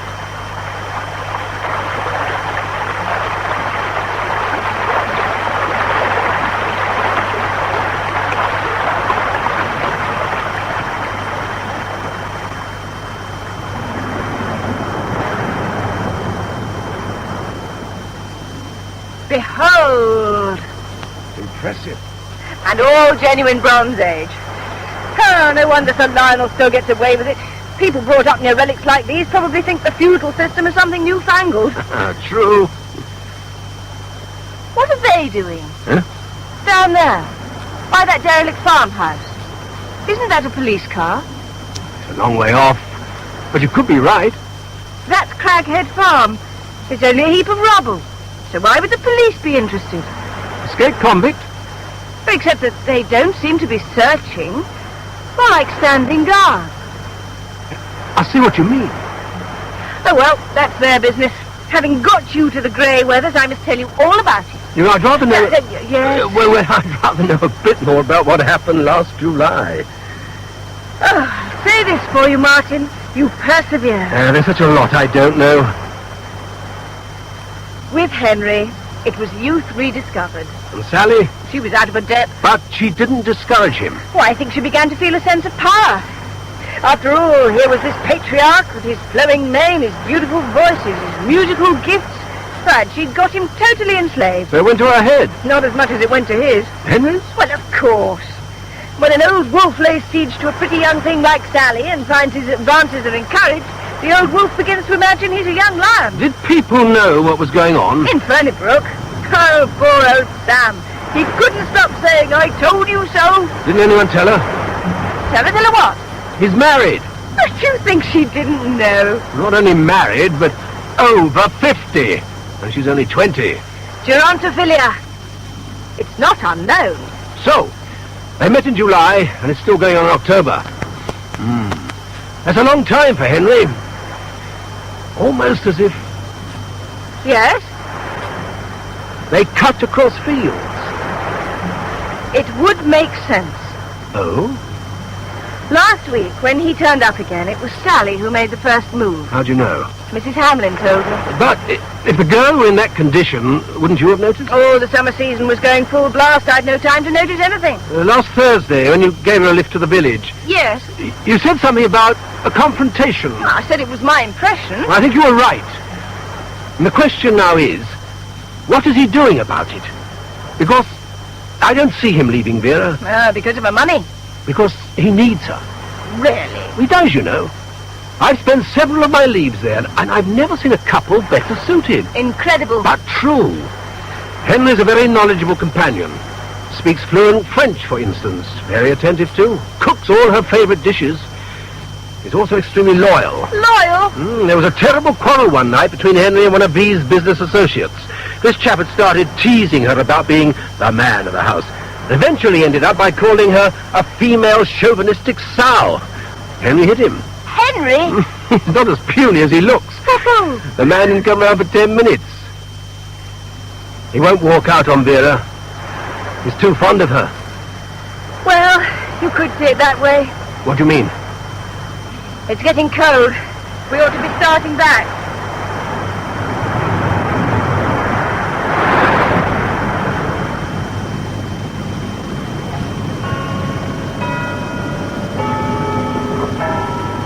Sounds like the clock in Fernybrook. Once we're through the plantation, we come out on the lane behind the church. Carries a long way, that chime. I could hear it from Penworthy. Did it keep you awake? Not for long. And it won't tonight, either. Bear up, we're nearly there. The lane, where you dropped Sally. Yes. I was wondering whether Henry might... I've talked quite enough about Henry. All right. Tell me about yourself. What do you want to know? How long have you had the guest house? Nearly 5 years. Tom and I bought it soon after he retired from the shipping business. Is your husband... Tom died 3 years ago. We turned right here and up the hill. First thing I must do is stop at the church and see if Henry's tape recorder's still in the vestry. Right. After that, a pint, I think, eh? How about you? Oh. Watch out! Jump for the bank! Hell's teeth. Are you all right, Martin? Oh, thanks to you. Who's the young maniac? Ted Searle. He always comes round that corner at 70. Oh, lucky for me, when I slipped, I fell up the bank. But if I'd fallen backwards, you'd have had one less for dinner. Martin will have the drink first. His tape recorder can wait. Good idea. Besides, if he comes back, someone in the pub may have seen him. Look, my car's parked over by the green, so I'll leave you here. Won't you come for a drink? No, sorry, I must get back. See how they're coping with the meal. I'll not interfere with that.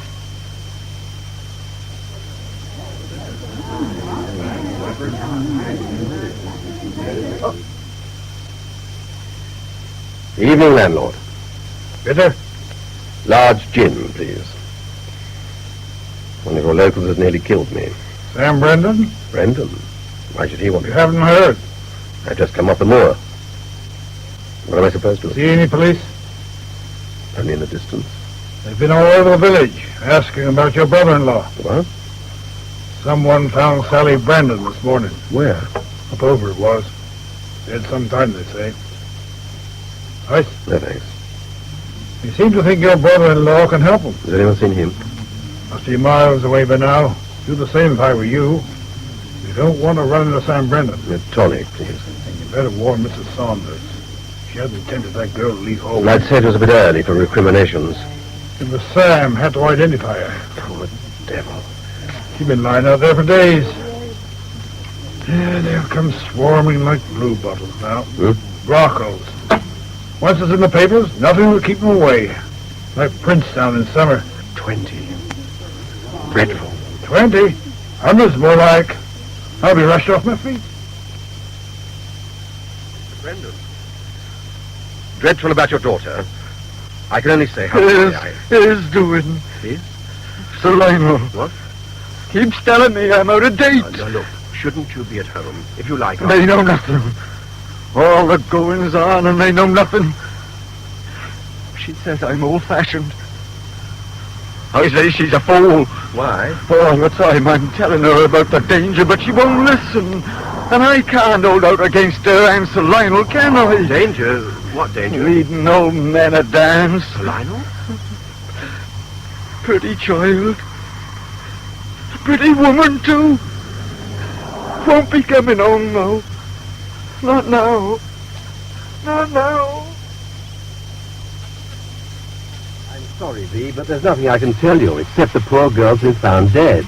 Murdered? That's the rumor. What do the police say? I haven't spoken to them. Why not? They haven't asked to see me. Well, you should be seeing them. Well, I've no status. You're a naval officer. Was. And anyway, that doesn't give me the right to go barging in. How do you know they suspect Henry? I don't. It's the villagers who suspect Henry. Oh, well, if you're going to listen to the peasants... They reckon he had a motive. What motive? The girl was threatening to break up his marriage. Oh, don't be absurd.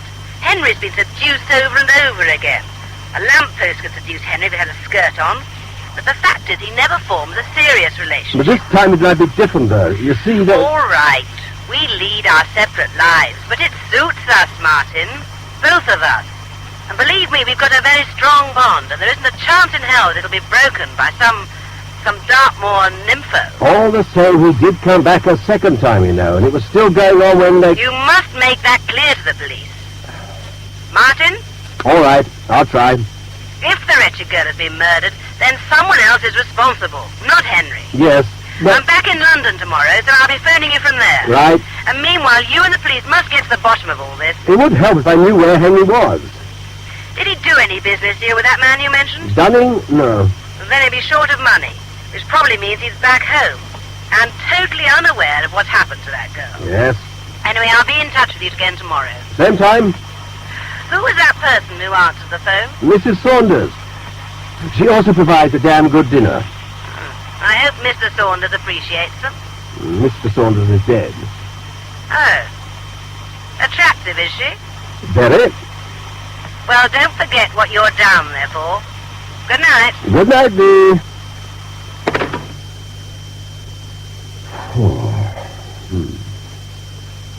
Hello? Hello, Jane. Does your bar run to brandy? Yes, but there's a visitor for you. No. Chief Inspector Worth, local CID. I told him you were on the phone, so he's waiting in the lounge. What sort of a chap? Oh, everything's simple, and if it isn't, it ought to be. It's not going to be simple for me. According to Vera, I'm to establish Henry's innocence. Then I should have the brandy. Thanks. What she won't realize is that they're building a case against Henry. They're hardly likely to discuss it with me. No, I suppose not. Still, there's one thing going for me. What's that? Henry had no motive.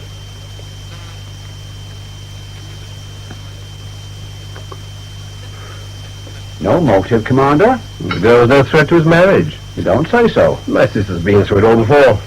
Really? And I don't see it makes any difference, even if the girl was pregnant. How did you know that she was pregnant? I guessed. Did you now? About 3 months, I should think. And you still say your sister wouldn't mind? Well, she'd mind, very much, but, well, she's learned to live with it. Very sophisticated London people, we all know that.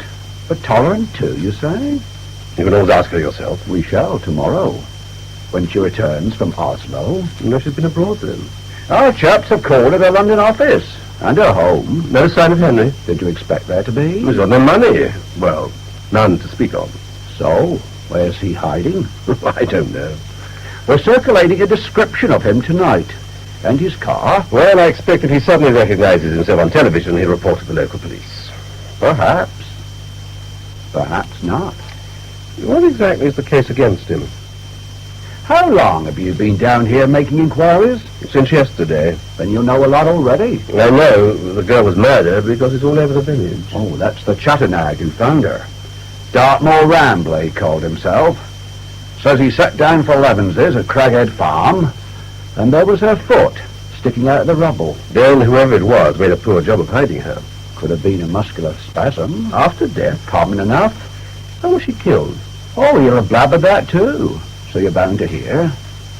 Back of her head was stove in. The proverbial blunt instrument. We're looking. Any witnesses? Oh, there's plenty of time for someone to come forward. Oh, they told me in the village she'd been dead for days. The Rambler again. Now, I can see everything's worldwide round here. But you died last Thursday night. When your brother-in-law left the village? Yes.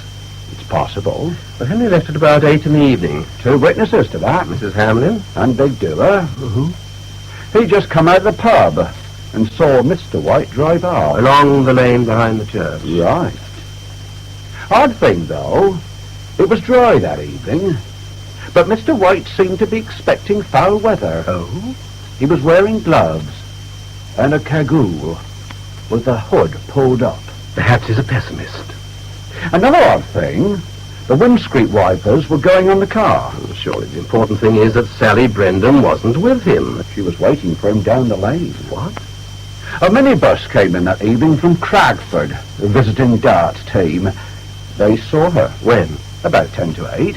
Jane, Mrs. Saunders told me she saw Sally go into the church. About 7:30. That's right. About 20 minutes later, she was back in the lane. Yes. So what do you think happened? So what do you think I think?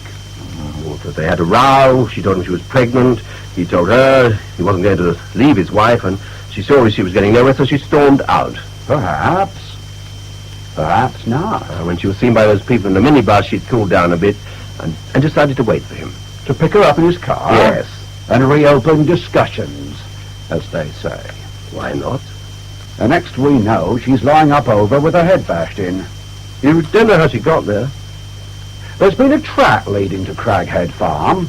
A car's been up recently. Tire marks? Ground's as hard as a dog's head. But they're clear enough. You don't know they were made by Henry. We will when we find the car. Perhaps. Perhaps not. Well, time I was moving. And you're quite sure you've no idea where your brother-in-law might be? If I had, I'd tell you. He's lived abroad, I hear. Yes, France. About a long time ago. Oh? Besides, he'd need money to go there. And you still claim he had no motive? I do. Well, I'll be getting along then. Yes, lots of gaps to fill. Your parents still alive, Commander? Why? Just policeman's curiosity. They died a long while ago. A car crash. When you were still a lad? 15. Lucky you had a big sister. What do you mean? Nice to see a bit of family loyalty. Good night.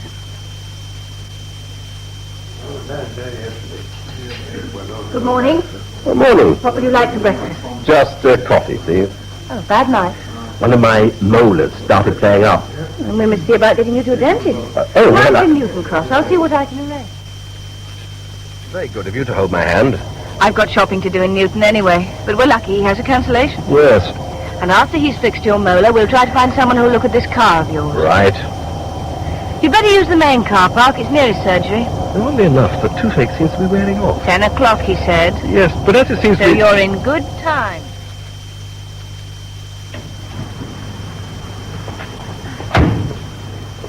This way. Martin? That's Henry's car. What? The green one. Are you sure? Oh, I've ridden in it often enough. Come on, let's take a look. Bit strange the police haven't found They it. think he's up country somewhere, not parked on their doorstep. Even so. The boot isn't locked. Shouldn't you report it to the police? Of course, after I've taken a good look. His luggage is still in it. What? Even his shaving gear. And his tapes. In those boxes? You can follow Henry's journeys from the labels. Truro, Launceston, Tavistock, Cragford. That's odd.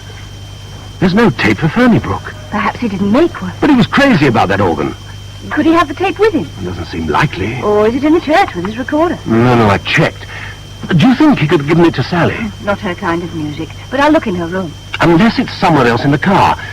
Let's look in the front. All right. The driver's door isn't locked either. Must have left in a hurry. Yes. What's all this red stuff on the pedals? What? Oh, that. Ochre, I think. Ochre? From Cragford Farm? You know there are no deposits near there. Yes, he's cadmium left on the passenger seat. Oh, my God. As, I suppose. It's a very dark red. The car must have been here for days. Hell! Yes. Poor Vera. Poor Sally. I better go and report this to the police. No, I'll do that. You've got a dental appointment. I think it's much more important. 10 o'clock, the man said, which gives you exactly 3 minutes. Come on, this way. But look here, Jane, When it's all over, we'll meet for coffee. Yes, I know, but 11 at the Blackpool Hotel. But I don't know where it is. Near the police station. How'd you like your coffee, Chief Inspector? Dark brown, please. Help yourself to sugar. A vehicle abandoned for days in a public car park and no one reports it. I'll have to make him jump a bit around here. I suppose Commander Hicks looked it over? He had to make sure it was his brother-in-law's. Of course. Pretty obvious what happened in it. Yes. We've got a big trawl out, but he's had days to slip away. Couldn't he still be in Newton? I doubt it. Oh, here's Martin. Morning, Commander. Morning, Chief Inspector. The Chief Inspector has decided to join us for coffee. How's the tooth? Hold, below the waterline. But he salvaged Oh, it. good. Quite a craftsman. Shall I help myself? Please. The Chief Inspector was just telling me why he doesn't think Henry's still in Newton. No? My view is he drove straight down here from Cragford and caught a train to London. Why catch a train when he had a car? The car is too easily traced. At least it should be. And why leave all his kit behind? He wanted to travel light. But he even left his personal things, and the car wasn't locked. He was in a hurry. Do the tyres match the tracks left at Craghead Farm? We're checking them now. There's a big dent in the offside wing. There are dents all over. I expect he was that kind of driver. And the ochre on the pedals? I'm more interested in the blood on the passenger seat. You think she was killed in the car? Looks like it. So, what's your theory? Well, I suppose it'll all come out at the inquest. When will that be? All in good time, sir. And then again, it's more your theory than mine. Mine? About them quarrelling in the church. Him picking her up in the lane and her having another go at him in the car. Oh, I'm sure you can fill in the rest. Well, I know what's in your mind. Yes? That he flew into a rage, and instead of taking her back to Penworthy, suddenly turned off towards Craghead Farm. When the car stopped, she panicked, struggled to get out, and he struck her down. Seems the obvious solution. Yes. But then it's an obvious crime. Well, there's no motive. So you keep telling me. I'll tell you something else.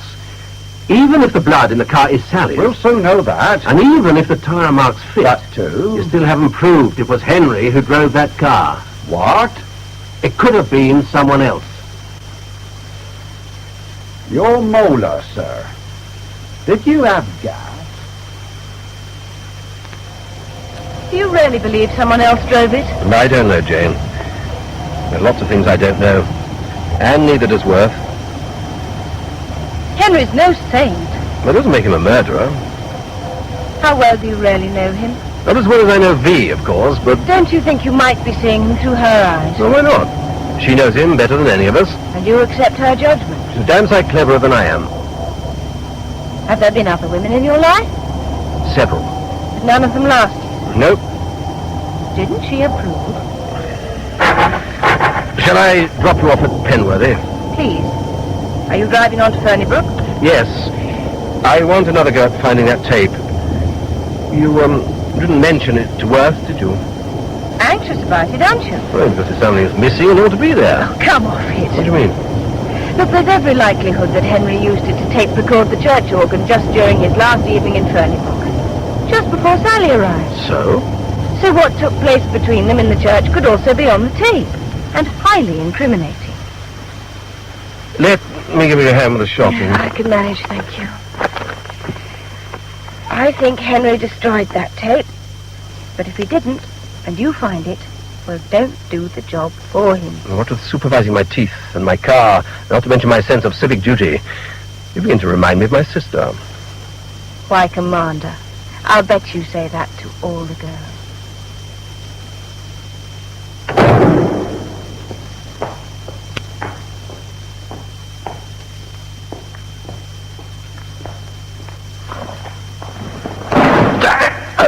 Blast. Oh, God. What the? Who's there? Keep away from me. What? You keep away. Mr. Brendan. Oh, it's you, sir. Who do you think it was? Well, it's dark in here. Hey, what did you want? I'm still after that missing tape. I thought he might have left it somewhere near the organ, so I came up to look and got my feet caught in the pedals. Sir Lionel must have left the bellows on. Well, Sir Lionel plays too, does he? It was him had the electrics put in. I see. There's no sign of the tape. If there were, I'd have noticed. And if I'd noticed, I'd have told you. Well, sorry I startled you. It's as if you'd seen a ghost. We don't have ghosts, sir. Only vandals and murderers. Yes, sir. I know what a tape is. One of those things Mr. White used to keep in red boxes. I wonder whether he'd left one behind. Mr. White's habit wouldn't leaving things behind, sir. And if I could take a quick look at the room he used, I cleared it up days ago. Nothing of Mr. White's is there. Anything else? How well did my brother-in-law know the moor? Hardly at all. He had other interests. Oh?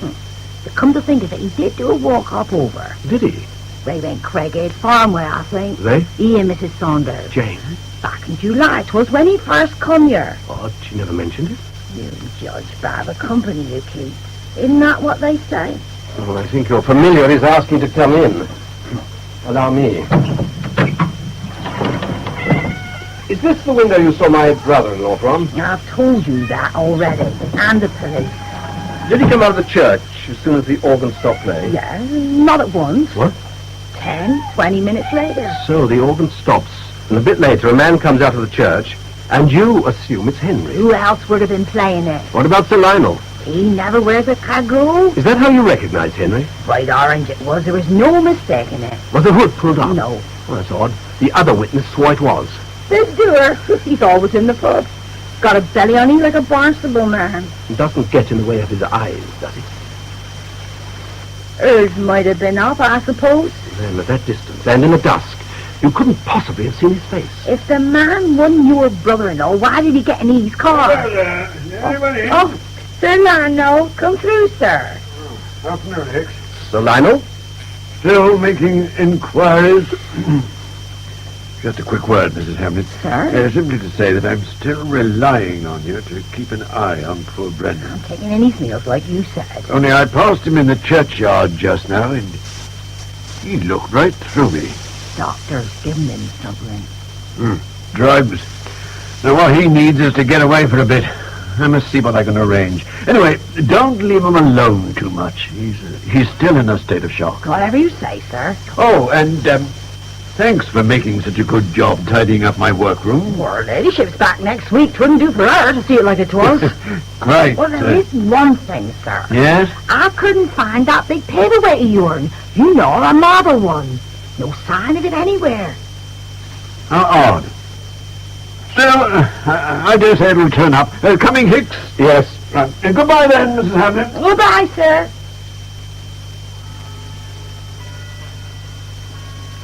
Where to now? The pub. What more questions? A few. You know, Hicks, much as I admire family loyalty, it can sometimes be misguided. It will surprise you to learn, Sir Lionel, that outside your village, A man is assumed innocent until proved guilty.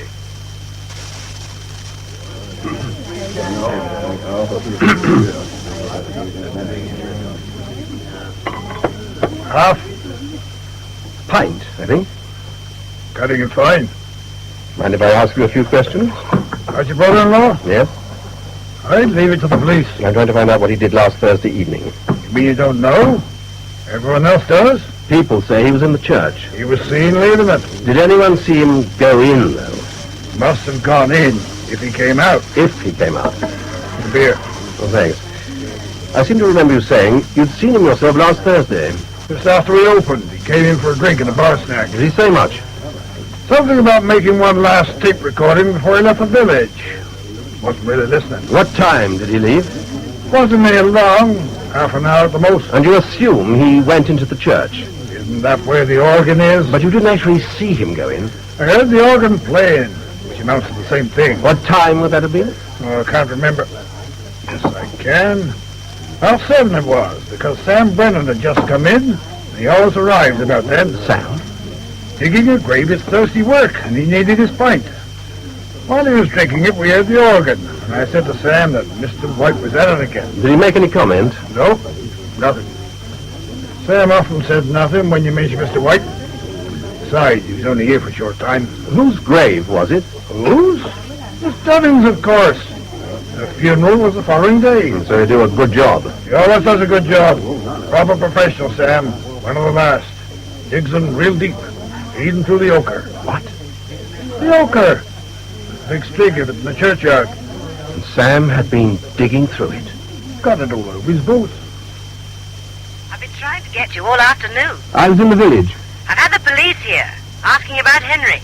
They're convinced the poor old boy's done away with that wretched girl. God knows why. Didn't they mention she was pregnant? What? About 3 months, I reckon. Their idea seems to be that the girl threatened to tell you, so he had to get rid of her.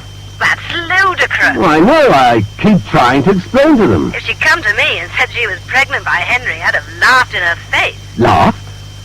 Martin, why do you think we're a childless couple? Well, I always assumed you wanted a business career.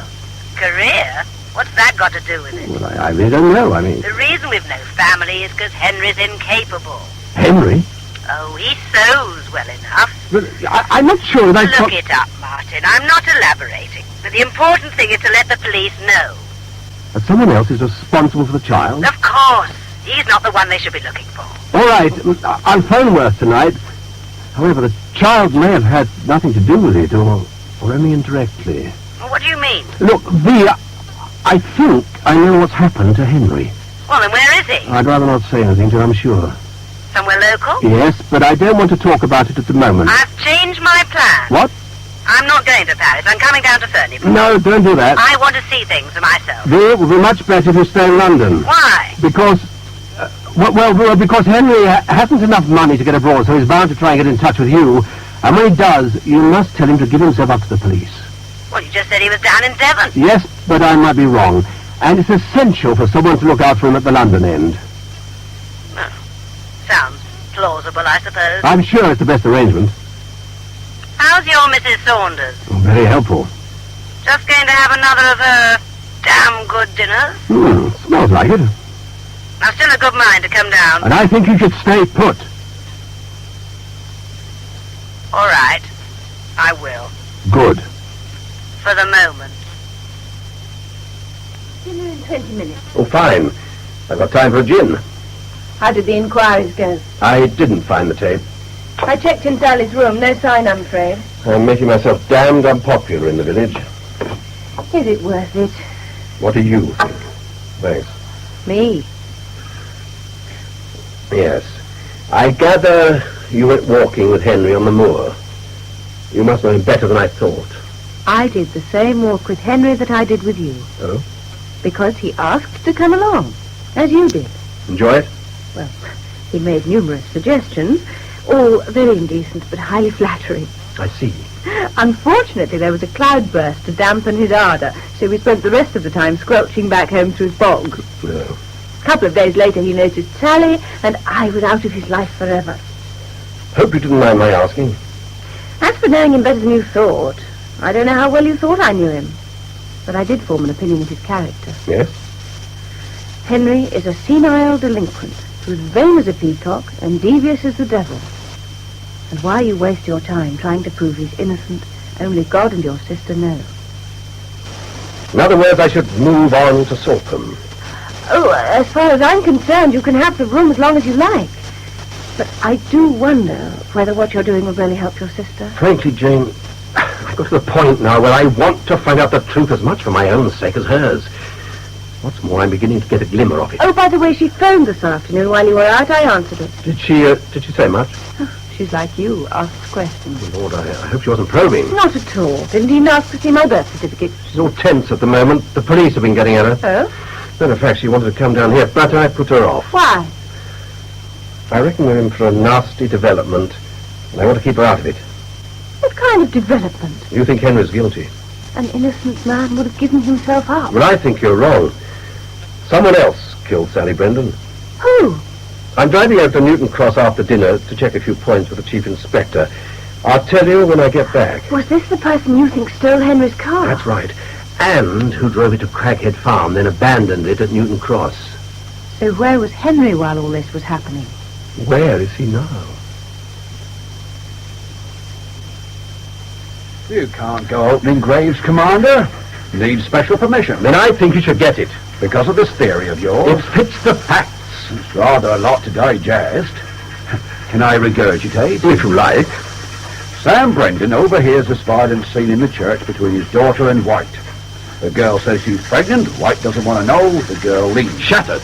Brendan is outraged, goes into the church, quarrels with White, and kills him. In a fury, of course. It wasn't cold-blooded. Sam Brendan wouldn't even raise his voice in a church, let alone kill someone. Oh, he raised it at me this afternoon when he thought I was Henry, come back to haunt him. Keep away from me, isn't that what you said? That's right. Tell me, Commander, is the supernatural now readily accepted in Saltham? What are you getting at? Well, just that you seem so keen to assume is accepted round here. What's your interpretation? He was dealing with the quick, not the dead. He thought he saw the man suspected of murdering his daughter and gave him a warning, keep away or I'll do for you. It didn't sound like that to me. No, I don't suppose it did. But to continue with your theory, next thing he has to do is to get rid of the body. So he hides it in Miss Dunning's grave. Well, she dug so deep, there was room for two. Next, he puts on White's cagoule, comes out of the church, and drives away in White's car. With which is unfamiliar, so he mistakes the light switch for the windscreen wipers. He drives along the lane behind the church. With foot hard down and smearing ochre all over the pedals. Tears round the bend. Straight into Sally Brendan. Who's waiting in the lane. Right! Wrong. The car would have inflicted multiple injuries. But Sally died from a single blow on the back of the head delivered with tremendous force. But her natural reaction would be to leap for the bank. Mine was. Yours? I've also experienced a car coming at me fast round that bend. Luckily for me, when I slipped, I fell forwards up the bank. But she could have fallen backwards, so her head came down on the wing of the car. Where the dent is? Exactly. Perhaps. Perhaps not. After which, according to you, Brendan picks her up and puts her in the car. Because he can't bring himself to believe he's killed his own daughter. Isn't there an opera about that? He drove off, meaning to rush her to a doctor, but after a few miles he had to face the terrible fact that his daughter was dead. So he takes her body to Craghead Farm where he hides it. Why? To incriminate Henry. Nice bit of invention, Commander, but nothing to do with human beings. Leastways, not the ones round here. What do you mean? If Sam Brendan had finally come to think he'd killed his own daughter, he'd have been shocked out of his mind. He'd have sat there in the car, stunned and helpless. He would never have dreamed up schemes for incriminating White or anyone else. He hated my brother-in-law. In his mind, Henry was responsible for the girl's death. Why did he drive the car to Newton? To create the impression that Henry left by train. Then how did Brendan get back here? Walked. 5 miles to Bovey, and another 10 across the moor at night? No one knows the moor better than he does. He's lived here all his life. If Sam Brendan had killed your brother-in-law, when would he have done it? Surely that's obvious. Not to me. Between 7:30, when Jane Saunders dropped Sally near the church, and 8 o'clock when witnesses saw the person they thought was Henry leaving it. Then we won't have to open any graves, unless it's to bury your theory. You see, Commander, we weren't satisfied with Big Durer's evidence, or Mrs. Amlin's, So he called on the vicar. I'm afraid I don't see what the vicar... The vicarage is close by the church, with the big windows facing its main door. We thought that if the vicar was in that evening, he might have seen the man who left around 8. And he did? No. Unfortunately, from about 7:20 till well after 8, he was in his study at the back of the house. Then I really don't see where the vicar comes in. Discussing the arrangements for Miss Dunning's funeral with Sam Brendan. So the vicar's a member too. What? Big family, Sir Lionel's. Hello, Jane. Hello. Well, nice of you to wait up. How did it go? I've made a complete ass of myself. Oh, dear, poor Martin. I even hinted it was all one big conspiracy, including the vicar. Lord bless my soul, Commander. Not only that. Keep out. And are you going to? There are too many unknowns. Well, for instance, why would he abandon his tape recorder, his luggage and his car when he was short of money? He was in a hurry. He's had 5 days. Well, then he must have expected things to happen sooner. Why should he? There's been a phone call for you. Yeah? No, Sam Brendan. He says he's found what you were looking for. The tape? I suppose so. Anyway, he said he'd wait for you in the vestry. Oh, then I better go and see him. Martin? Yes? I wish you'd give it up. Not until I've heard that tape. Mr. Brendan? Over here, Commander. I put it on the machine. Where did you find it? Vicar had it. What? Well, he's leaving next month for a new parish. Seems he gave the tape to Mr. White, asking him to make a special recording of the church organ. As a souvenir? That's it. Mr. White left it on the machine, and Vicar took it home last Friday. After the funeral service? Well, he didn't know anyone was looking for it till I told him. Has he heard it? Has no time, he says. So he'd like it back when he finished with it. Well, it depends what it has to tell us. Want to hear? Well, will she be on it? Your daughter? Probably. Then I'll wait till a bit later, sir. I understand. Well, I'll leave you to lock up, sir. You can drop the key over at my cottage. Right. Good night, Mr. Brendan, and thank you for all your trouble. Good night, sir.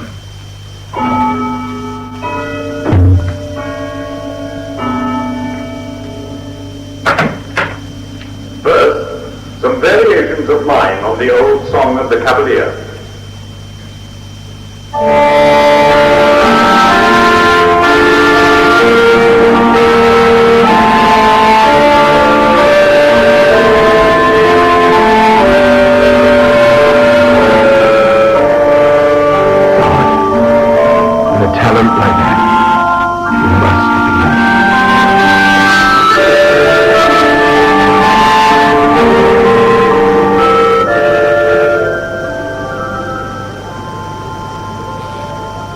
Is that you?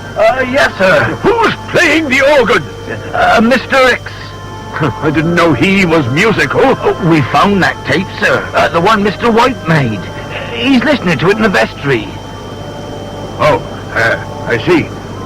Well, good night, Brendan. Good night, sir.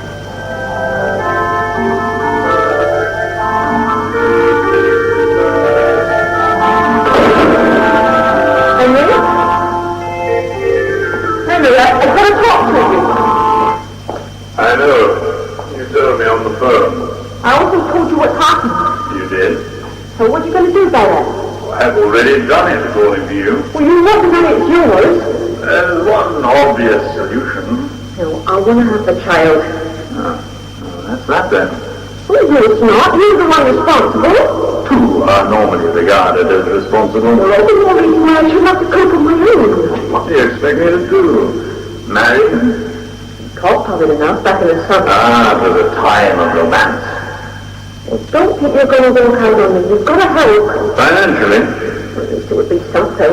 That business deal I was telling you about. Well? That chap's due here in only a few minutes. Here? If it comes off, there's a chance I might be able to let you have. Oh, a couple of $100. How far do you think that would go? Depends on whether you have a child, doesn't it? I've already told you what I plan to do. I thought you were more practical. As practical as you wanted. Perhaps I should go to her for help. You could do a lot worse. What? Vera's excellent in a crisis. Is this some kind of a joke. Vera can give you sensible advice on all sorts of things, particularly social welfare. She's quite an expert. Having to deal with all your mistresses? This being a place of worship, I think you should moderate your language. But you said you were agnostic. Into the high church one. Oh, you phony. An odd thing to say. To think I was supposed to love me. I really believe that. One can love madly in summer, but in autumn one has to be practical. Then be practical. Tell me what you're going to do. I'm not leaving an excellent and gifted wife in order to run away with you simply because of your condition. Particularly as nowadays it's so much easier not to be in it and to do something about it when you are. Nevertheless, assuming my business transaction is successful, I'm prepared to help you with your expenses. When you finish with someone, you finish, don't you? We can always look back on a wonderful summer. So, it's £200 and goodbye, is that it? Well, it wouldn't even be that if I don't bring off this deal. May I remind you that you'll be here at any moment? How long will it take? Well, if you miss. Then I'll wait in the churchyard. Oh, father's working out there. Then I'll wait in the lane. As you wish. This thing you ought to make. Yes? Is it for cash? What's so funny? I was thinking, Sally. Autumn's come for both of us, hasn't it?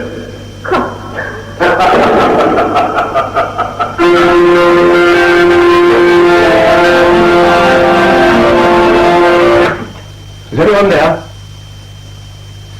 Mr. Brendan? Damn clock.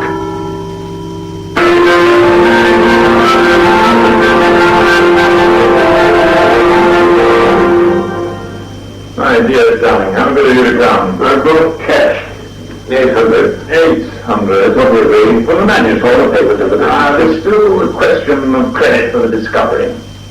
What do you mean? I was the one who found it. But this afternoon when you showed it to me at the house, you hadn't the faintest idea what it was. I didn't claim to be an expert. I was the one who identified it as Matthew and not, and therefore valuable. 800. Fair price is only a fragment. I changed my mind. What? 800 for the fragment. And another 3 for my silence about my part in it. Sure, all we did was find it in some old cabinet that you brought to the sale. And for a song, which only goes to show it's better to be more lucky than rich. Or scholarly. You've got a nerve. Well, I always fast. For 1100, you get the manuscript and all the credit for its discovery. Credit is mine anyway. I was the one who recognized its true identity. Oh, what a pity you didn't keep your mouth shut. If you hadn't been so anxious to show off your scholarship, I'd have sold it to you for next to nothing. You've got the effrontery to sit there and tell me I've never been able to deal with anyone as stupid as you before. I've made a fortune. Well, you are, without doubt, the most unlovable little insect that I've ever had to deal with. You're beginning to sound like a man who can't raise another 300. You agreed on 8. I'm aiming for, darling. I'd be a good way of selling it to one of the rivals, especially if I can now guarantee it's the genuine work of Matthew Locke, identified by no less an authority than Sir Lionel Dunning. The real musicologist and blood on all an insect that's just asking to be stamped on. You may have come by high and mighty at Thornhill Cottage this morning. But if you're anxious to get your hands on this manuscript of mine, you'd better come to Neil. It's not the only thing I'd like to get my hands on. And I wouldn't try taking it by force. Sally Brendan knows all about this little meeting of ours. Waiting for me just outside in the lane. So be a good chap. Go and sit quietly in a pew somewhere and think about how you'll raise another 300 in cash. Because, you know, dummy, I'd get rather a kick out of selling it to one of your rivals.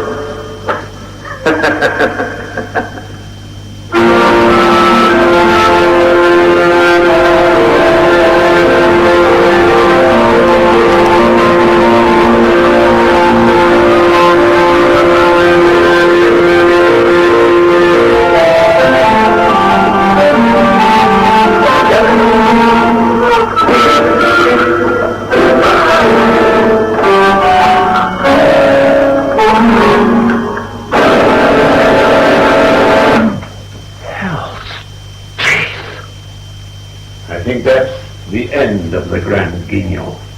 Sir Lionel. What a pity he didn't tell us how I got rid of the body. I can guess. I'm sure you can. So, what now? I shall hand this tape over to the police as evidence. Unless I can dissuade you. Don't even try. Ah, good morning, Commander. Very good of you to come over. You said on the phone you wanted to see me. Yes, sir. Shan't keep you long. Has Dunning confessed? No. But you have arrested him. What for, sir? Murdering my brother-in-law. No body. Well, Sally Brendan, then. No witnesses. I don't understand. I mean, what exactly are you doing? Legwork, mostly. For instance, we found the murder weapon. That killed Sally? A large marble paperweight. Where? One of my young constables spotted it. Chap called Radford. In the middle of a pile of stones it was, near Craghead Farm. You needed a very keen eye to pick it out. But he did. Good for him. Ambitious, I suppose. And you're sure it's the weapon? No fingerprints, of course. But forensics says it fits the wound. And the girl's left her mark on it. Blood? A trace, but enough. And it's Dunning's paperweight? Yes. We've established that from Mrs. Hamlin. Has he an alibi? He was all alone that evening, writing his next book. In that case he hasn't. Which means he had both opportunity and motive. He also had that bit of manuscript. We found it in a locked drawer of his desk. Well, I know to make a fool of myself, not again. But I do have a pretty shrewd idea where the body is. The grave? I've got the right theory, but the wrong man. Sam Brendan instead of Sir Lionel? Exactly. Only Dunning didn't knock her down in his car. He deliberately killed her. Because she knew too much? Of course. So what with that, and all the evidence on the tape, well, isn't it all over? Seeing a murder is one thing, Commander. Hearing it is another. A good defense lawyer could make a fortune out of that tape. I still say you've got more than enough to arrest him. I don't want to rush things. Rush? First, I've got to get him to talk. What do you mean? He's been here hours, and all he's done is to eat our sandwiches, drink our tea, and complain about both. But you must have questioned him. All morning, but he refuses to say a word. Oh, I've suggested he sends for a solicitor, but he won't even do that. You've got nothing out of him at all. All he says is he's not saying anything, not till we find the second tape recorder. Second one? Which is why I asked you to come and see us. Me? Would your brother-in-law have had a second machine? Only the one in the vestry looks fairly new. It is. My sister gave it to him last Christmas. Well, might he have kept the old one? Well, I suppose he could have had it as a standby in case a new one went wrong. But if so, where is it? You've no idea, sir? Well, none whatever. Pity. You see, we've been searching for it all day, and no one can find it. Not even Radford. Well, frankly, I think the second machine is a complete red herring invented by Dunning. Why, sir? To delay things long enough to invent a story. Perhaps. Perhaps not. Anyway, you can't go on doing nothing simply because Dunning refuses to talk. We're not totally inactive. No. Matter of fact, could be a busy afternoon. Why? We've got permission to open the grave. Afternoon, Mrs. Hamlin. Not enough to be pestering the living men. Can't even get a bit of peace when we're dead. More wine. Thanks. I hope you don't mind me joining you for dinner. I'm delighted. All the other guests having gone, I thought we'd have a celebration. The end of the season for us, the end of the case for you. Not quite. Oh, cheer up, Martin. Worth's bound to phone soon, and I'm sure he'll have the news you want. You realize I'm more unpopular than ever. All along, you've been the one person who was right. Well, he's never popular. Vera's attitude is quite extraordinary. I thought she'd be overjoyed, and she's anything but. Did you give a reason? Think of the publicity. Of course, nothing will bring Henry back, I know that. But, well, it's as if she wanted the whole thing dropped. Women who've just lost their husbands are not always rational. I suppose not. Now she's a widow, well, she might come to depend on you more. It's rotten having to take all the decisions on your own. Believe me. Forecast is good for tomorrow. We should do a long walk on the moor. I think we should have a day off at Salcombe and go out on the boat. I don't think I've got a very good stomach. Why not? You've got a very good everything else. Had any thoughts about your new career? Not really. Except buying a hotel and drinking the profits. Ah, A short career. That was an excellent dinner, Jane. Thank you. You're a damn good cook. I try. So why employ Mrs. Hamlin next season? Oh, because the cooking and everything else is too much for me to run on my own. Well, as to that, Yes? Why doesn't Worth phone? Oh, still worrying about Henry. It's not a habit I can break easily. Then I must try to find something else to occupy you, mustn't I? I don't think you'll have to try very hard. Oh, that's someone in reception. Damn. Bit late, so I better go and see who it is. No, I'll go. Stay where you are. Darling, what are you doing here? Because of your theories, they've opened my sister's grave. Well? She wasn't alone in it. So they found his body. I want you to come with me to the church at Ferniebrook. And bring your ears. The church? Yes, I want you to listen to something. What? I'll tell you on the way. You want me to come now? Yes. I need a moment to pump shit. Well, don't take all night. Who is it? Dunning. You mean Worth has let him go? Yes, he wants me to go to church with him. At this time of night, you mustn't. Why? That should be obvious if you think he's guilty. I'm damn sure he is, but he'd be mad to try the same thing twice. A lot of murderers are mad. I know, but curiosity always gets the better of me. I think both of us should go. Not necessary. Martin! Now, look, stop worrying. I shan't be long. If you're not back in half an hour, I shall phone the police. I may need longer. Half an hour, Martin. All right. And for God's sake, take care of yourself. Jane. Come on, Hicks. Haven't got all night. Goodbye, Jane. I thought we'd listen to it in the vestry. I still can't understand why Worth should have lent it to you. You know, we're fundamentally different, you and I.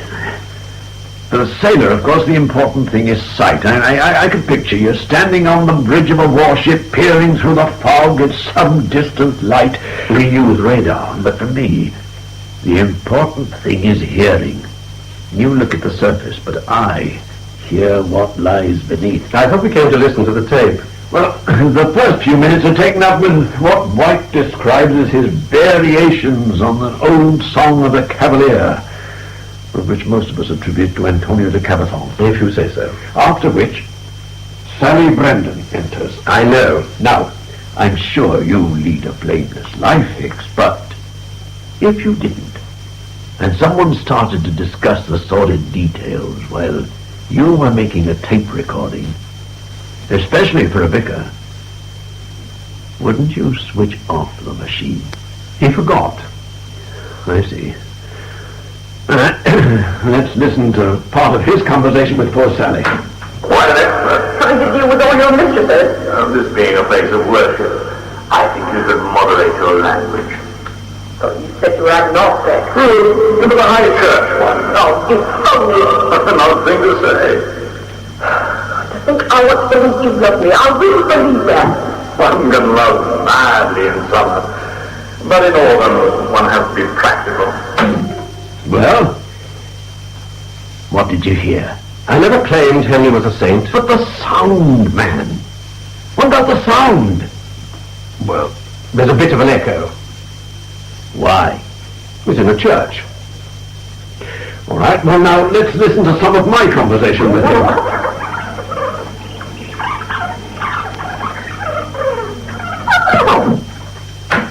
Why, Bartlett, your car, all you did was find it in some old cabinet that you bought as a sailor. And for a song, it only goes to show it's better to be more lucky than rich. Or scholarly. You've got a nerve. I always thought. For 700, you get the manuscript and all the credit for its discovery. Credit is mine anyway. I was the one who recognized its true identity. Oh, you didn't keep your mouth shut. Quite a charmer, your brother-in-law. Well, less echo. Exactly. Because that conversation was here in the vestry, hours earlier. Here? Yes. Well, you said he called at your house. No, he did for our first meeting.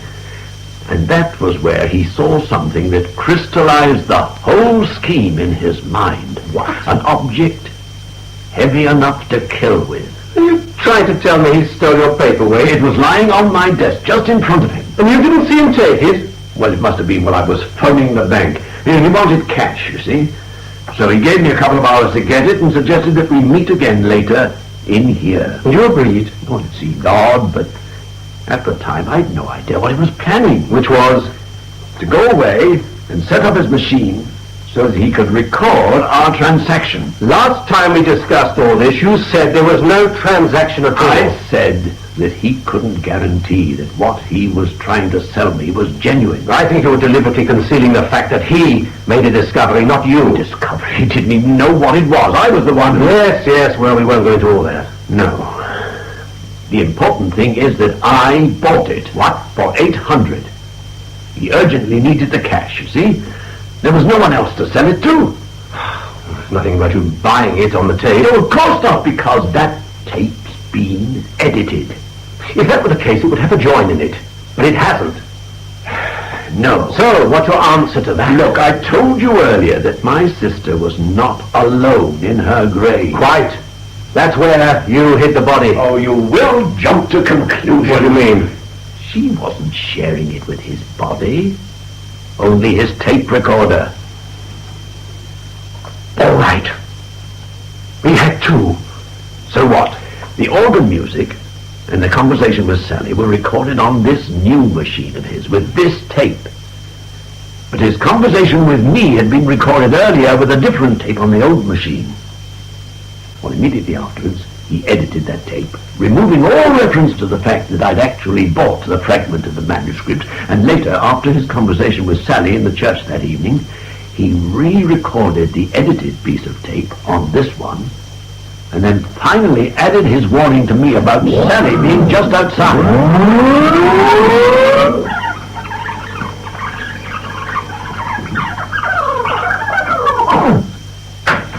It's not the only thing I'd like to get my hands on. I wouldn't try taking him by force.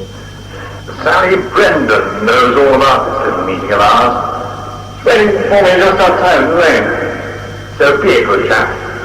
Go and sit quietly in a pew somewhere and think about how you're going to raise another 300. I hope you noted that the echo has now returned. White spoke those words into an empty church, and anyone hearing them would conclude, as you concluded, that having murdered him, I'd be forced to get rid of poor Sally, too. Not a bad tale, Dunning, except that it's all based on nothing more than a slight difference in echo. Slight?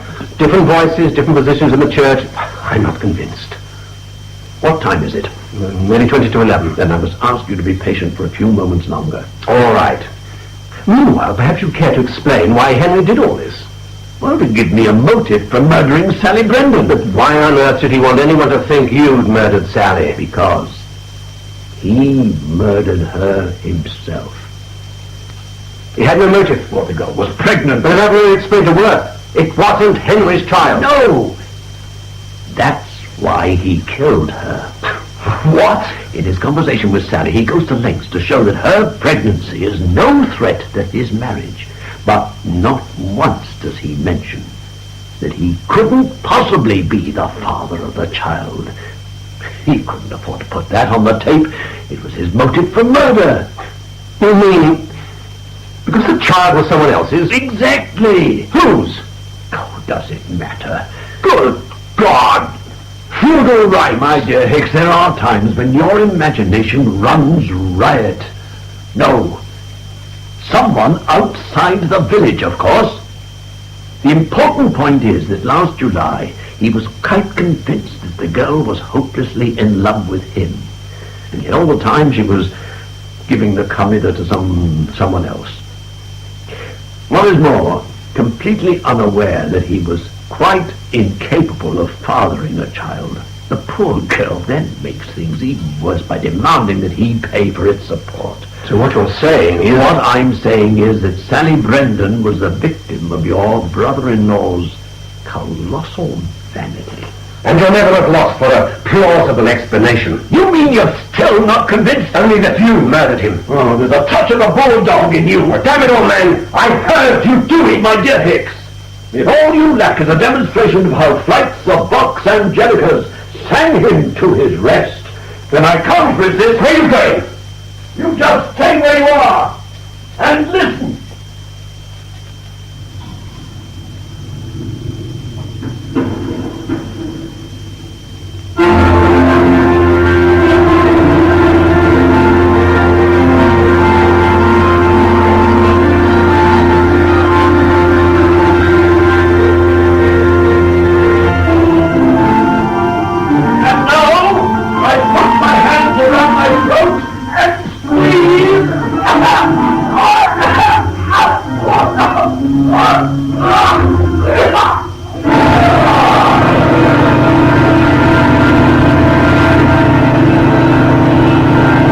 Solano!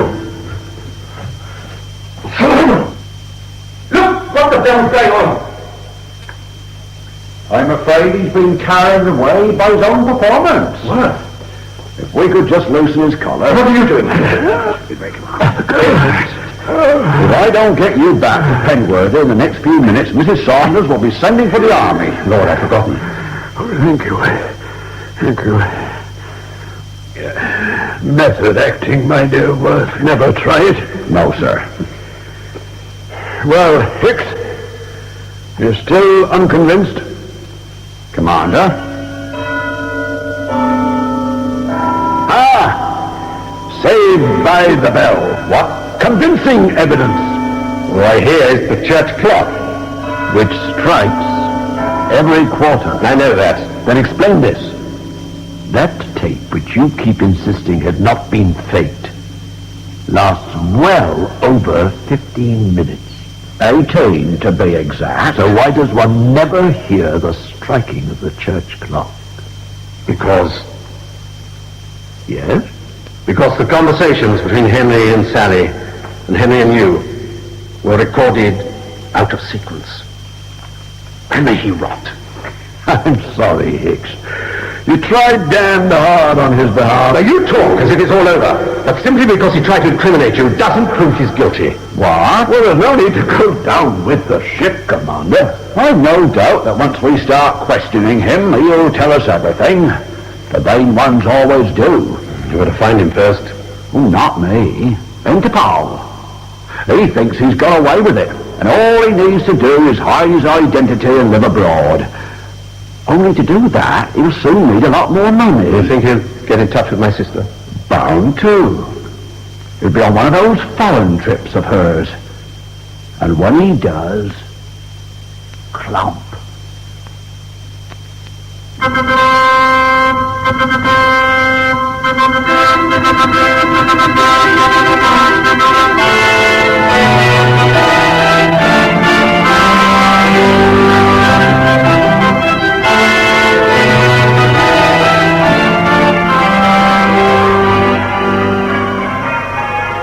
I like a wedding, Mrs. Hamlin.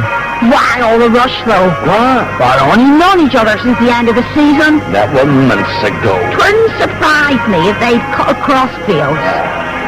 Sir Lionel's giving them good value.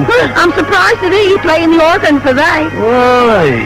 Members of his village, no? Aye, the commander invested a lot of money in that guest house of ours. Even sold his boat. I'm sure they'll make a success of it. Who's that in that ass? The bridegroom's sister. Mrs. White. Poor soul. You think she'd keep away from marriages? Hern can't have been made in heaven. Still, there's one thing certain. She's well rid of White. Be a long, long while before he comes out. If the prison has a chapel, and the chapel has an organ, he won't want to.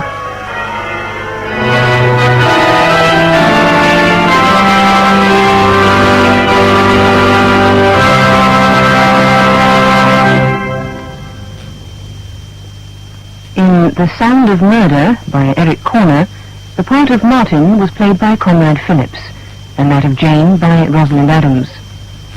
Others in the cast were Vera, Ingrid Hafner, Sir Lionel, Hedley Goodall, Inspector Worth, Gregory de Palme, Landlord, Gerald Wells, Brendan, Ray Handy, Mrs. Hamlin, June Marlowe, Henry, Peter Wickham, and Sally, Alison Hancock. The programme, which came from Bristol, was directed by Brian Miller. We present The Storm, adapted from his own novel by H.L.V. Fletcher.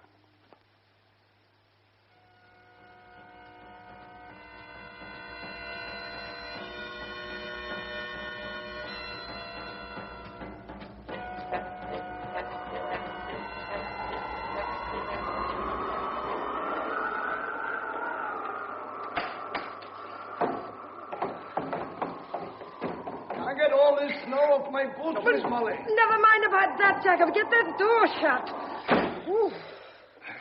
Well, come on, I'll pour you a cup of tea. Oh, I can do with it. My gosh, it's bitter cold. drink this and I'll go and milk Daisy.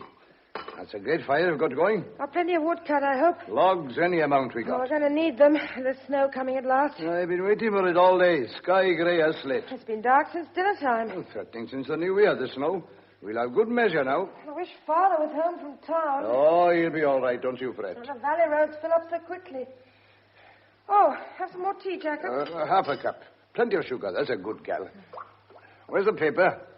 It's here.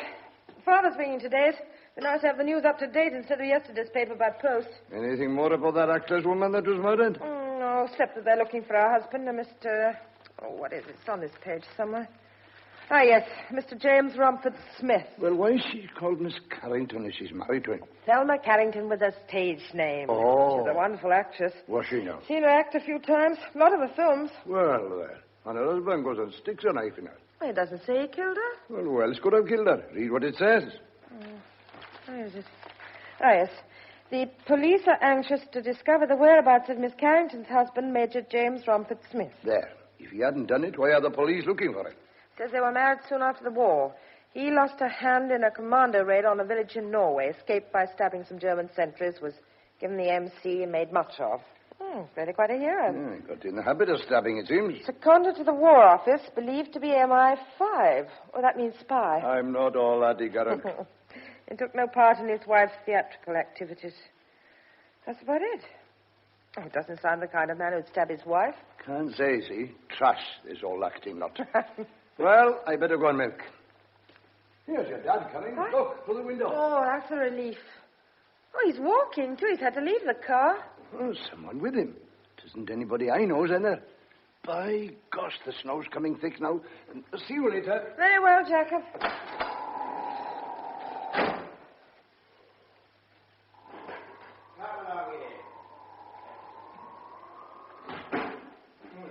Put your hair things down there and hang it yourself.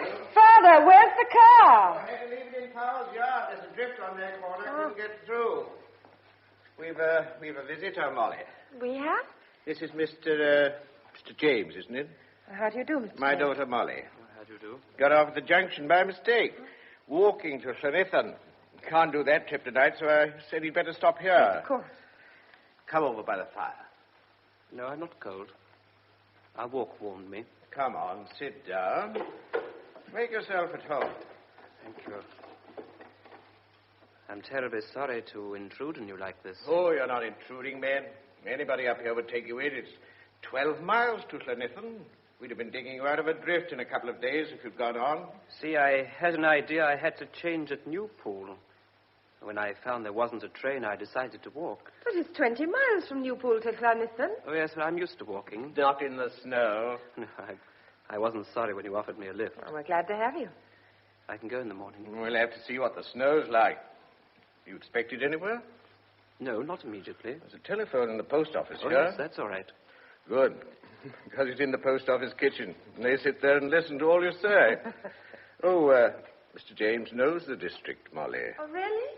Well, only in a general way. I was at Llanithan during the war, training. I see. Oh, Father, did you do all the shopping? Yes, I carried it up from the Powells in a sack. It's in the hall. Did you get the battery for the radio? Jones said he'd bring one on Saturday. Saturday, but this one's nearly finished. Well, keep it for the news then. Well, I feel a bit warmer. I'd better go out and see if Jacob's done everything. Make yourself at home, Mr. James. Well, thank you. Father, you're cold.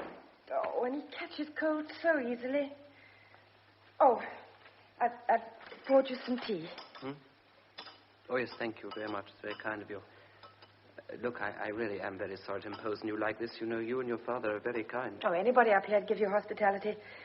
It's a very isolated district, these hills between the two towns. Only a few scattered farms. Oh, but then you'll know that if you trained here during the war. We get a lot more snow than they do lower down. Will I be able to leave in the morning? Well, that depends. I really can't say. Oh, you must be hungry. Well, supper won't be long. Oh, thank you. My father will show you where everything is. Oh, no, I'll be all right. There's some books over there, and the papers on the chair beside you. It's only yesterday's, I'm afraid. We have it by post. Thank you. And I'm sorry you can't use the radio. The battery's practically Oh, no, flat. that's all right. Well, are you quite sure you're warm enough? Oh, yes, it's It's a lovely fire. Well, I'll be in the kitchen, just through here if you want me. Famous actress murdered. Oh, God. Here we are. Oh, this is Mr. James Jacob. How do you do? Oh, pretty midday, thank you, sir. All things considered, and this cold snap coming. Molly! The snow's blowing off the yard. Drifts starting everywhere. I hope it doesn't snow for long. Only the Almighty to know, and he won't tell.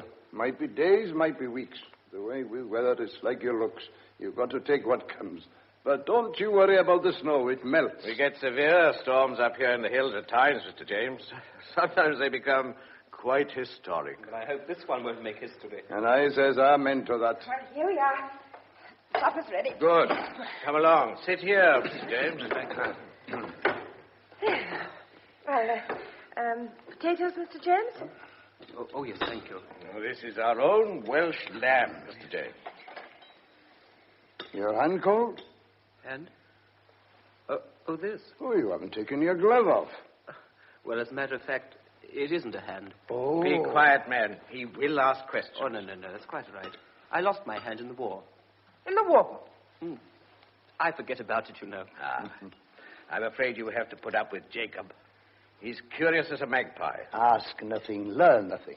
The nearest I got to the war was being home guard. I got a medal for that and deserved it. I had lumbago twice. You enjoyed that little caper? No, it got too strenuous for me. Did you get today's paper in town, boss? Damn, I left it in the car. Well, never mind. We'll get one in tomorrow's post. That's what you think. Look at it out there, piling up. One day's paper is much the same as another to us up here, Mr. James. Oh, yes. I wanted to know if they found the man who murdered that woman.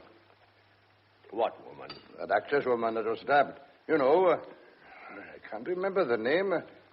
Something... what was it, Miss Molly? Thelma Carrington. Oh, yes. They're looking for the husband. No, they haven't caught him yet. Oh, right smart piece she was. But one's the same as another to me. All cats is grey in the twilight. I suppose she'd be a great loss to the stage. No, I don't remember ever seeing her. Yes, of course you've seen her father, the summer before last. I'm here at Stratford. Where? Maria in Twelfth Night. So we did. I didn't really think a lot of her. Not her part, perhaps. You seen Miss Carrington, Mr. James? A few times. Did you know she'd been murdered? Oh, yes, I heard. Well, who on earth would want to kill a lovely creature like that? Yes. She's very beautiful. What's that? Oh, no, nothing. Seen any of her films? No, I'm not fond of films. I like a cowboy film myself with red Indians. Oh, what are you looking so thoughtful about, Molly? Oh, nothing. No, I was thinking how silly we were not to get in more cylinders of gas before the snow started. Morris will get it up here somehow. Well, if we run out, we'll have no lights. Well, Miss Owens, the shop hasn't got much paraffin. She was expecting the van to come. We'll have to make some candles, like my grandparents used to. They used rushlights usually, Mr. James. And they used them economically, too. They went to bed early. Everybody had big families in those days. What's that got to do with it? Big families went out when the big lights came in. Oh, don't take any notice of it. And I shan't get to bed myself unless I finish supper and go home. And you weren't looking all that fresh, young man. Yes. I am very tired. Look, would you mind if I did go to bed? Of course not. We'll all make an early night of it. Come along. I'll show you up to your room. Thank you. Well, I say good night, then. Oh, thank you, Mr. Mosley, for an excellent meal. Good night, Mr. James. Well, I'd better be going, Miss Molly. Was it? What? Oh, yes, Jacob. See you in the morning. Nice chap, isn't he?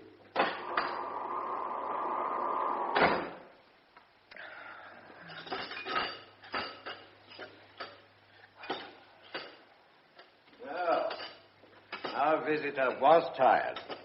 He won't lie awake long. I'm quite sleepy myself. Oh, no, Father, don't make up the fire yet. I have some mending to do before I go to bed. Don't wait for me if you want to go. I think I'll have a drink first. Where's the paper?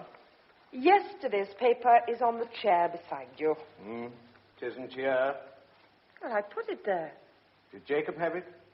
Oh, no, I'm sure he didn't. I wouldn't put it past him to take it home if there was anything in it he fancied reading. No, he didn't touch it tonight. Well, it must be somewhere. Oh, you've moved it yourself. I haven't even seen it. Wait, I'll come and look. Oh, don't bother. I'll have a whiskey. All right, I'll get it for you. Brrr. Cold away from the fire. I asked Mr. James to have one, but he said no. There's an innocent, if you like. Going to walk to Llanithan. We'd have been digging him out of a drift in about 3 weeks' time. Weeks? Hmm. Is it going to be as bad as that? Oh, thank you. That'll warm me up a bit. Yes, it's been building up for this snow. And that young man imagines he's going on tomorrow. Wish you would. Don't you like him? Father, I don't even know him. I'll tell you one thing. I don't think James is his real name. But he told you it was. In the car, when I said he'd have to come home with me. But there was a sort of pause before he said it. I wonder if James is his first name. Father, why not ask him? Oh, I don't think it's important. But it could be important. Look, girl, he's going to be here for days. Let's not turn him into a mystery. We're worse than Jacob. He says he's Mr. James, and that's good enough for me. Well, I'd like to know a bit about people if they're staying with us. He's probably a prince in disguise, come to seek your hand in marriage. And if he were, he could have my consent. Oh, please, Father. Well, he's better than that Tom Morgan anyhow. Well, Tom Morgan's the same as you. He even went to college. What's wrong with him? Oh, I don't like him. Well, I don't expect he likes you. Now, look here, my girl. It's silly to quarrel so late. Let's have a quarrel in the morning, then we can make it last all day. Are you going to marry Tom Morgan? He hasn't asked me. Suppose he did. Well, then I'd have to think about it, wouldn't I? He's the wrong Look, sort for I'm you, going Molly. to mix you another drink, then you can tell me who you saw in town, and then we'll go to bed, right?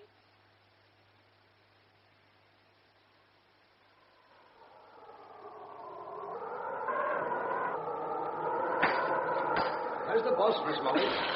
Jacob. He's by the fire dozing. I think he's caught a bit of cold. I warned him yesterday not to stand about after sweating. I managed to keep him in since dinner. Where's the other chap? He'll help. Mr. James? He's gone up to his room. Nice gentleman, isn't he? Is he?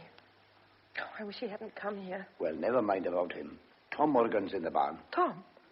Why didn't he come to the house? He says he's mucky. Been out since breakfast. They've got sheep lost any amount. How awful. And knows your dad here in the kitchen, too. All right, well, I'll put a coat on and go out. I'll make tea when I come back. All right.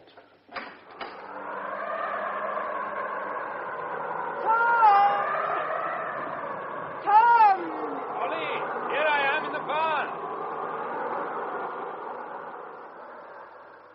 Why didn't you come in, Tom? I'm not fit for company. Oh, isn't it cold? Come where it's warm, then. Tom, don't you ever shave? No time for shaving weather like this. No. No, Tom, not again. Weather like this isn't the time for kissing either. Come inside, I'll make you some tea. No, I've got to go home. I couldn't pass without a word. You're very busy. You're telling me. I don't know where half the stock is. You've got a visitor. So Jacob said. My father picked him up from out on Newpool, didn't he? Who is he? His name's Mr. James. That's all we know. Except that he was in the war and lost a hand. Nice for you to have company. I don't like him. Good. No, I mean it. I do, too.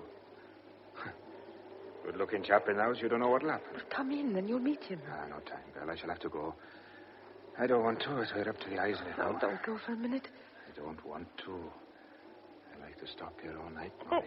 No, come. Please, be serious for a minute. What's the matter with you? Look, have you listened to the wireless today? Wireless talk sense? What time would we have? Well, I thought for weather reports. Weather reports, my foot. My father says there's more snow on the way, and that's good enough for us. He can smell snow. You haven't seen a paper? Since Sunday. Well, have you heard of Thelma Carrington? The film star? Yes. I've heard her. I've seen her in a couple of films. Oh, she's dead. No, is she? I thought she was young. Murdered. It's in yesterday's paper. Murdered? Stabbed. And Tom, listen, that man, Mr. James, we've got stopping here, I think he's her husband. What? But her name isn't James. I've seen her married him. I can't remember. Something fancy. It's Romford Smith. Her husband's name's James Romford Smith. Well, he's missing. The police want him. Get away. Where'd you get all this from? Doesn't it fit in? Mr. James Romford Smith, and he lost a hand in the war. It said so in the paper. Yes. Well, when Father brought him home, we had a paper with an account of Thelma Carrington's murder, all about her and her husband. Well, last night we couldn't find it. So what? Mr. James had been by himself in the kitchen looking at the papers. Well? Oh, use your head, Tom. He could have destroyed it so we couldn't read about him. Oh, Molly. But another thing. The wireless battery wasn't quite run down yesterday. There was enough left to hear the news for days. Well, this morning the set had been switched on and the battery was flat. Someone's always leaving the wireless switched on. Somebody could have come down and switched this one on in the night. Oh, talk sense. You were always a great one for making up stories. Well, all right, I'm imagining it. But there's one more thing. When I made his bed this morning, I saw initials on his pajamas. They were J.R.S. Well, now what you say? He could have borrowed it. Oh, Tom, please don't make fun. Well, taken all round, I suppose. It sounds queer. Jacob said he was a real nice chap. Jacob would say the devil was a nice chap if he helped him with his work and gossiped a bit. No, there's something odd about this man. He's quiet and distant. I can't explain. Oh, it sounds a bit like he could be the man. What you going to do? Well, that's what I was going to ask you. I can't do anything. Can't get away, that's one thing, not in this weather. But he's here, he's in our house. He'll have to stay for days, maybe for weeks. Oh, don't let on what you suspect. But can't you see? I don't want him here. Tom, I'm frightened. You got nothing to be afraid But of. he stabbed one woman. He wouldn't stab you. How do you know what he'd do? Does your father know what you think? Oh, I can't tell him. He's sickening for one of his chills. Besides, he'd either laugh at me or tackle Mr. James right out, and goodness knows what had happened then. Your father can look after himself. Look, I'm on my own, can't you understand? I'm terrified of him. Look, you only got to wait till the weather breaks. I can't wait. Oh, Tom, won't you do something? What can I do? Well, couldn't you get down to Newpool? What, in this weather? Yes, and let Sergeant Lewis know. Talk sense, girl. It'll take a day. You know the way we're fixed. Oh, yes, your sheep. I forgot. They're lost any amount. Hundreds of them in drifts. We've been looking all afternoon. We didn't find 20. Oh, snow comes. We don't know where to hunt. Everybody's in the same fix. They're too busy to help. All right. You're too busy. Can I help it, Molly? You know how it is with sheep lost in the snow. We'll be at it every hour there's light. Oh, it's all right. You can't help. I can see that. Look, now. This chap isn't nasty or anything. Of course not. Not in any danger. I'll tell you what. Why don't you run down to the post office, telephone Sergeant Lewis, and tell him what you told me? The police couldn't get here. You thought I could get there? They'll come some way. They wanted to come. I wonder. Wouldn't do any harm. Suppose I could just tell him. Oh, that's Jacob calling. I'll have to go. Got a kiss for me, quick. He's coming here. I'm here, Jacob, in the barn. It isn't easing up a bit, is it? You two cuddling in there? I'm coming. Don't feel the cold when they're young. Not with a girl in a barn. Your dad's woke up, and Mr. James is with him. I boil the kettle. Oh, Jacob, will you tell them I'll be in to make tea in a minute? I want to run down to the post office to telephone. Telephone? Yes. It's about those gas cylinders. Telephone? But you can't. Why not? The telephone line's down. Broke. Great piece of tree fell across it over by Little Hall. Oh, no. Stuck we are. No post, no paper, no wireless, no telephone. Better if we went to bed for a fortnight. Are you staying here, Tom Ogre, for some tea? Oh, I'm going home. Good night, Molly. Tom, please. Good night. Now we're all by ourselves.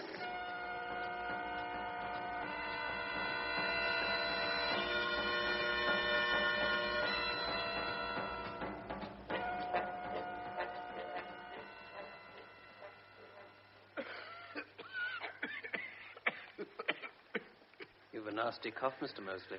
Yes, my chest is sore. Well, there's a bottle of cough mixture in the cupboard, Father. You better have some. I'll fetch it. Now, you go to bed and I'll bring it up to you. Yes, I think I will. Good night, Mr. James. Good night.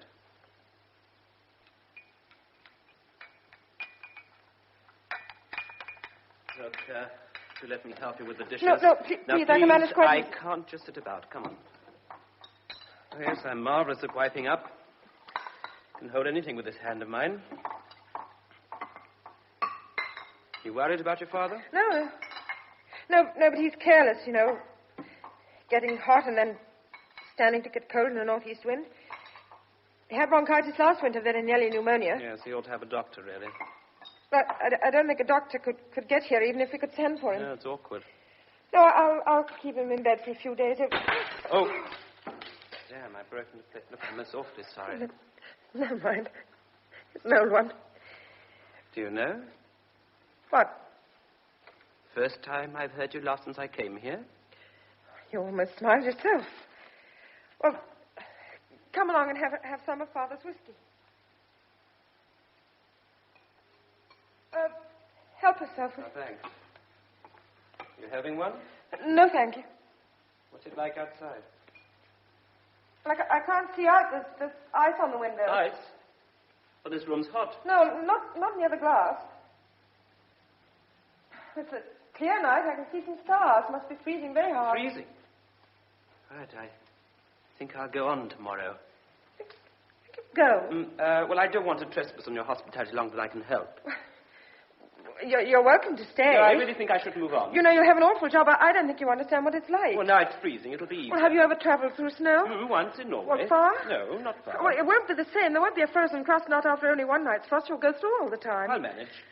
But you're taking an awful risk. But I'll start early. Do you know the road? Well, I know the way I want to go. Well, remember, I learned this area pretty thoroughly during the war. Most of the landmarks will be hidden. The hills stay. What time do you want to leave? As soon as it's light enough. Shall I pack some food for you? Oh, that's good of you. I've got iron rations in my pack. Look, you could just leave it here on the table. No, I'll be up. I'll get you some breakfast before you go. Well, I'll say good night then. Look, I want to thank you. No, please, don't. Good night. Good night, Mr. James. Oh, dear. I don't know.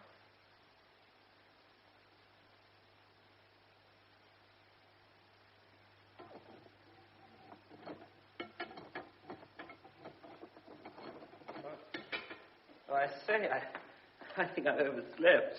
Well, there wasn't any point in my calling you. Up through the window. Hmm? Oh, it's snowing again. Damn. I'll have to put up with it. I must make a start. Go to the door and look at it. Blizzard. You can't go out in that. But it may not last. It must have been coming down for hours. But I've a good mind to chance it. Look, Mr. James, you must do what you like, but I can tell you this, if you do start, you won't go a mile. I'm sorry. Oh, well, it can't be helped, can it? You are anxious to leave, aren't you? Yes, I am. Oh, by the way, how's your father this morning? Oh, he hasn't had a very good night. Oh, is he worse? No, I don't think so. He says his temperature's down. Have you taken it? No, he won't have a thermometer in the house. He says if we had one, I'd always be taking his temperature. Oh, well, there's something in that. No, he's promised to stay in bed today. Look here. Are you really anxious about your father? No, not really, but I just wish it hadn't happened now. It's this sort of thing that makes you feel so isolated. Here's your tea. Hmm? Oh, yes, thank you. Look, I think I'll take Father up a cup and make a fire in his room. But the lights have gone out. Well, what's happened to it? The gas cylinder's finished. Well, have you another? No. Well, what do you do now? Well, we'll have to manage with a paraffin lamp, as long as we can get paraffin, and then candles, as long as we can get candles. So, can you manage with the firelight until I come down? We may as well save what we can.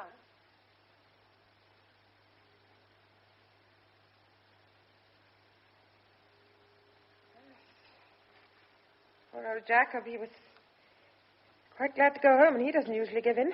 No, he really felt the cold today, and he's bred to it. Oh, I should have gone this morning.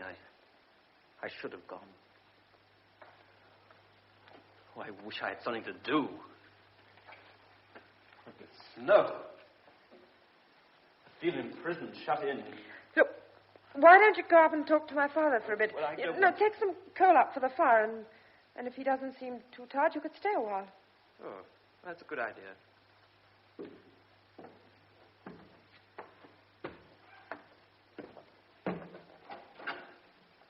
Brought some coal for your fire. Oh, thanks. Nice to see you, Mr. James. Well, now, how do you feel now? Hot and aching a bit, but I think I've got it in time. You're in the best place. So Molly tells me, but I'd sooner freeze outside than swelter in. We're never satisfied. I'll be out in a day or two. Well, don't rush it. Sit down a while. Oh, well. I mustn't stay too long. I'll tire you. Oh, I'm glad to have a gossip. It's funny the way things work out. I married a local girl, Molly's mother. When she died, I wanted to get away. Packed up the farming, let the land, and so on. I meant to leave. But my heart was here. Yes, I know what you mean. You see it as a good place to get away from, but it grows on you. The hills and all that. I'll die here. Oh, well, not for a long time. Hope not. Still, worries me a bit sometimes. What does? Die. Oh, now, don't be ridiculous. I mean on Molly's account. What's going to happen to her? Well, what should happen? I mean, she's happy here, isn't she? Of course, but it's not much of a life for her. And lying here today, it's been on my mind. Well, when you're a bit out of sorts, anything worries you. I had her properly educated, thought she'd get a job somewhere, but she insisted on coming home to look after me. Oh, we have holidays. I've taken her abroad and all that, but we come back and there's nothing for her here. Well, as long as she's contented. Nothing at all. She never meets anybody worth meeting. Oh, one day she'll meet somebody, get married, and then you will have something to grumble about. I wouldn't grumble. But who's she going to marry? Some farmer's son who'll turn her into a common drudge. You don't want her to marry a farmer? Not the ones I know. I should imagine you've got a particular one in mind. That could be. Oh, they're fine chaps in their own way, but she doesn't understand. Well, leave it to her good taste. When women fall in love, they haven't any taste. Is she in love? I wouldn't know. At her age, it's easy to imagine you are. Well, I know nothing about your daughter's affairs, but I think you're upsetting yourself for nothing. I suppose you're right. I must take her away when the spring comes for a really long holiday. Yeah, sounds a good idea. You're not married yourself. No, I was. Oh, I thought I heard you tell Jacob you're single. Yes, I didn't want to talk about it. I beg your pardon. I wasn't trying to be curious. No particular secret. My wife is dead. Oh, I'm very sorry. No, please don't mistake me. It wasn't a very successful marriage. It's over now. Sorry if I brought up something you want to forget. Oh, yes. It's all over. Have a look at the weather, will you? No, it looks about the same to me. Can't see 50 yards, like a mist. Probably go on all night. I think so.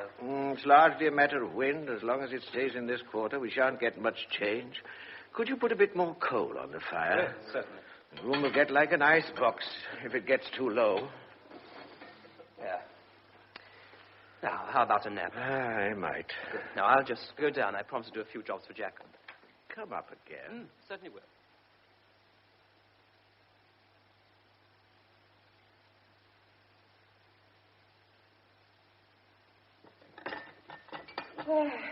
Dinner over again. Life's just a field of snow these days with meals dotted in it. 10 days of it we've had. Seems like a year. I thought the boss was going to come down for an hour. Yes, but he didn't want to after all. Jacob, I wish he'd start getting better. So do I, girl. So do I. He could only get some medicine, something like M&B. I can remember old Michael Evans used to cure with a Bible and a key. He really ought to have a doctor. Wonderful chap, old Michael.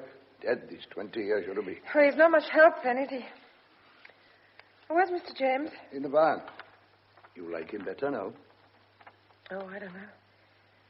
He's very good. Couldn't have played him when he came, could you? Well, she never had come. He's all right. Proper nice chap. But I don't know what's got into him these days. He's making something. What? Tennis bats, it looks like. Here he's coming now. Oh, hello. Look, is there any very strong twine? Yes, I think there's a ball of it in the straw. Good. I'll grease it, but it must be strong. Yes, it is. Fine. Jacob says you're making tennis rackets. Well, that's what they look like. Rackets, that's right. We'll play with snowballs. Well, what are they? Well, you wouldn't tell me. No, I wouldn't tell you because you're so inquisitive as usual. They're snowshoes. Snowshoes? Don't look like any shoes I ever saw. What are they for? Walking on snow. You couldn't walk on them things. You'd be surprised. You can get over deep stuff in them without going through. It is natural. I'll get drowned on my own 2 feet as long as I'm able. Bath chairs you'll be making next. Have you ever used them before? A few times. As soon as you finish, the snow goes likely as not. Then a thaw and water everywhere. Better if he was making bedding dross or a Noah's Ark. Oh, one thing at a time. I'd better get back. Unless old Pharaoh here can think of some other task for me. Old Pharaoh'd like a nap. Well, you have one, Jacob. Oh, I'll go and split some fire first. Have a nap before tea, perhaps. Do you like a cup of coffee before you go back? No. Oh, yes, it would be nice. The kettle's boiling. Ah, cups of tea, cups of coffee all day long was shocking. Breaks the monotony. Yeah, it does. Jacob and I were just saying the storm's been going 10 days. Yes, I know. I come up here to walk across the hills. Here I am. Like being in prison. No, I'm sorry. I shouldn't have said that. You've all been so kind. No, I know exactly how you feel. No, I don't think you do, Molly. Not exactly.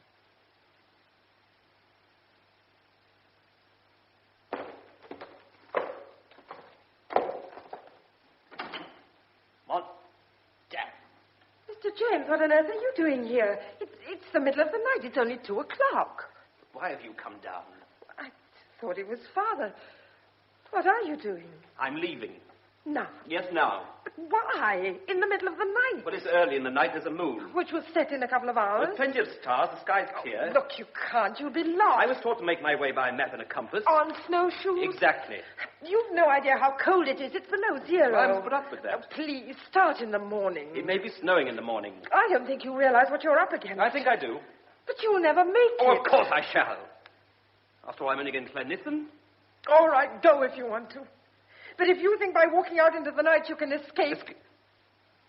What do you mean, escape? Would you mind answering my question? You know what I mean. Don't pretend anymore. Well, which of us is pretending? Your name isn't Mr. James, is it? What exactly is it, then? Isn't your name Romford Smith? Well, let's have the rest. Well, don't try to frighten Molly, me. I'm not trying to frighten you. Because I'm not frightened. I was, but I'm not anymore. I don't care. You can do what you like. I don't want to do anything. You're crying. Look. No, please, look, I'm terribly sorry. Look, there's nothing to cry about. It's reaction, I suppose. You are James Romford Smith, aren't you? Yes, I am. Selma Carrington's husband? Yes. You killed her, didn't you? As a matter of fact, I didn't. Oh, I'm so glad. God, it's such a relief not to have to pretend anymore. Oh. Tell me, what was she like? Oh, what, Thelma? Oh, I don't know. It's a job to say. Well, you know the publicity stuff. Beautiful, successful, clever. Oh, but she had one overriding ambition, to be a great actress. A really great actress. She was? No. She never touched it. And she knew. In her own eyes, in spite of success, she was a failure. Well, you see, the way I see it, they come in 2 sorts. Either you remember the part they play and forget the actress, or you remember the actress even if you forget the part she played. The latter of the ones, you only get a couple of century women like Siddons, Ellen Terry Bernard Doucet. You see what I mean? I think so. Well, that's who she wanted for company, and, well, she missed it somehow. Oh, well, Molly, our marriage was a great mistake. See, it was just 2 bodies. And we got to dislike each other.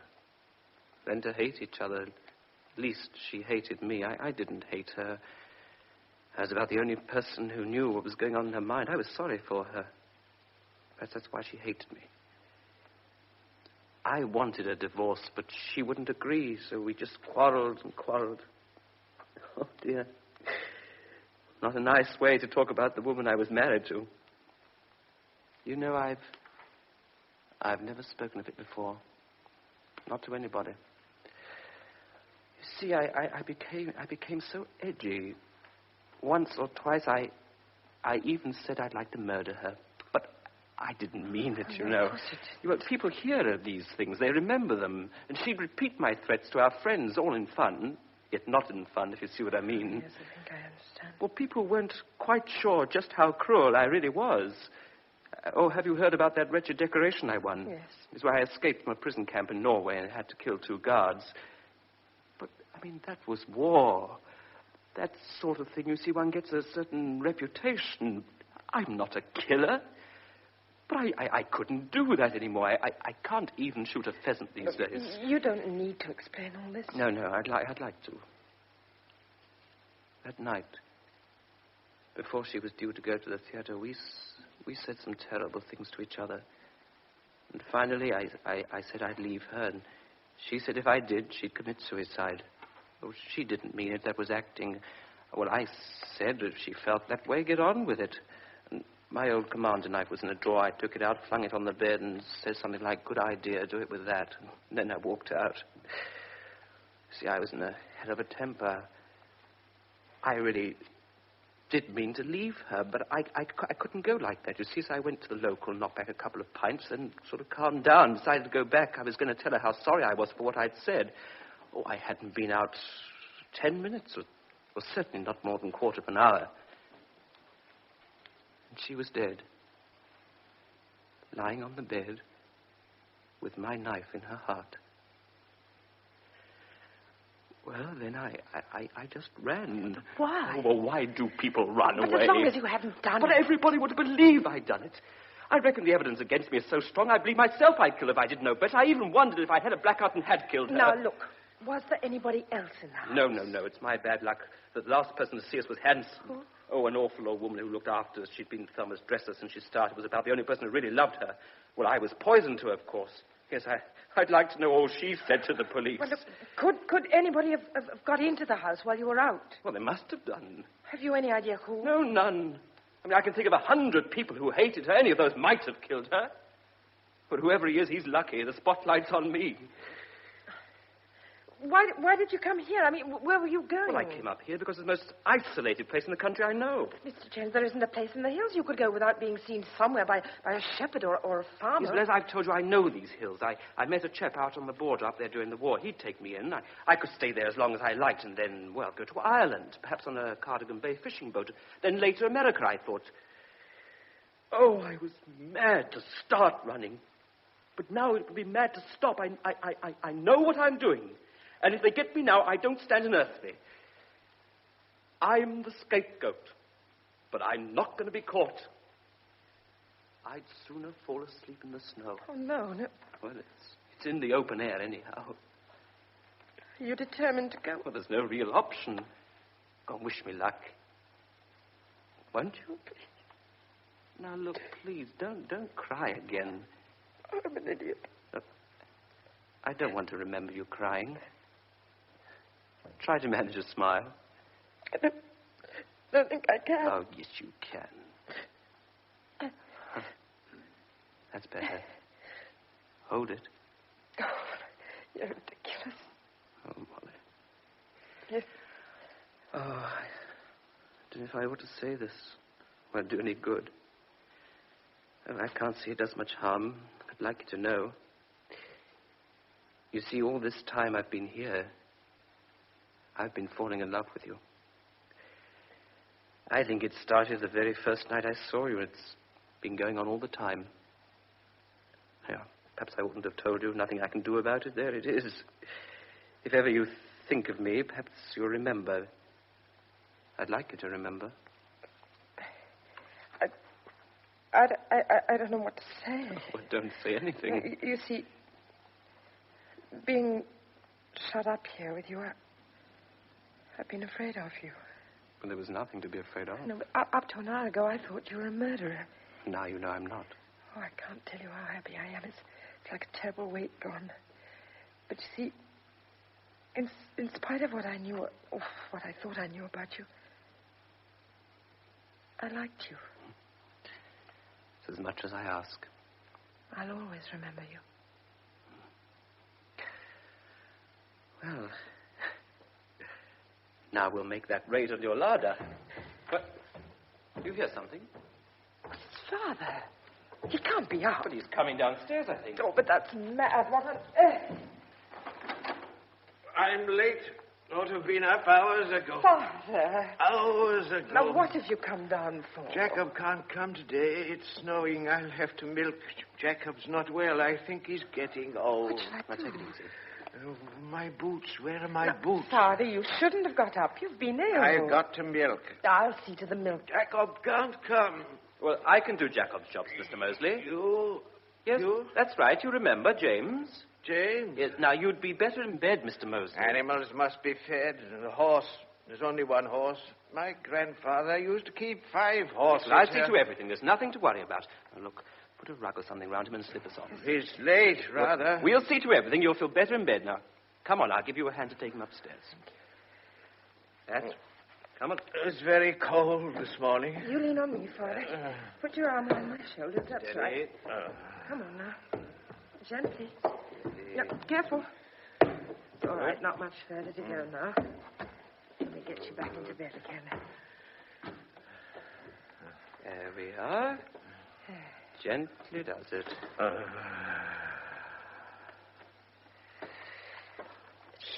Yes, I'm afraid his temperature's gone up quite a bit. Well, you wondered when he was ill before, but not like that. God, I hope he hasn't got pneumonia. I think he has.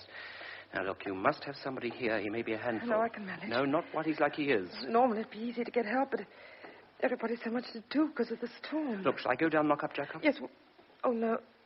Oh, I don't know. Why did this have to happen now? Oh, look, you should be going. Don't worry about it. I'm not leaving while your father's like that. But you must. I don't want you to be caught. I shan't be caught. If you hadn't been here, I would have managed without But you. I am here, and your father needs a doctor. But we could never get a doctor. Well, who is your doctor? Dr. Breen. A young man? No, over 60, and he's not strong himself. And even if I could get a message through, I couldn't ask. How far? Carson, about 7 or 8 miles. All right, I'll go. You... I can do it on my snowshoes. Please. No, it's easy. Trial run for my endurance test. Anyway, we can't possibly ask him to come. But we won't.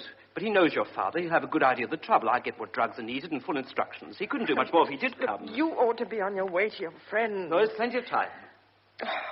I want to refuse your help. No, it can't be done, Molly. I need it. Oh, you are good to me, Mr. James. Mr. James? I don't think I could call you Mr. Romford Smith now. I should hope not. Well, my name is James. Yes, of course. It always has been James. Never Jimmy or Jim, just very formal and proper. James. Oh, James. That's it. Keep on trying.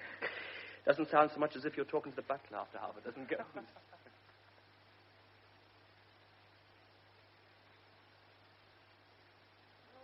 Gone 12 hours, Jacob. Oh, had a bite at the doctor's. No danger. If he got there. He got there, my girl. Do anything. That boy only put his mind to it. Can't do wrong in your eyes, can he, Jacob? What about yourself? I got the feeling we've been mates all our lives. It's been shut up in the snow together. Don't go there standing in the window like that, my girl. That won't bring him quicker. Sky's getting dark again. More snow coming. I won't be sorry myself to see him back. If he doesn't, I'll never forgive myself. Here come. Pray don't snow any more yet. Jacob! Jacob, look over there. Below the trees. That's him. Yes, it is, isn't it? That's him. Oh, them watches of his. Slow but sure. Walking like a duck hunting a place. Oh, Jacob. Yeah, it is me who got a kiss. James! James! James! Are you all right? Oh, yes, I'm all right. A bit tired, that's all. Well, I've got everything. Written instructions. Enough M&B to last the summer. Now, please don't cry. Come on, everything will be all right now. You'll see, everything will be all right.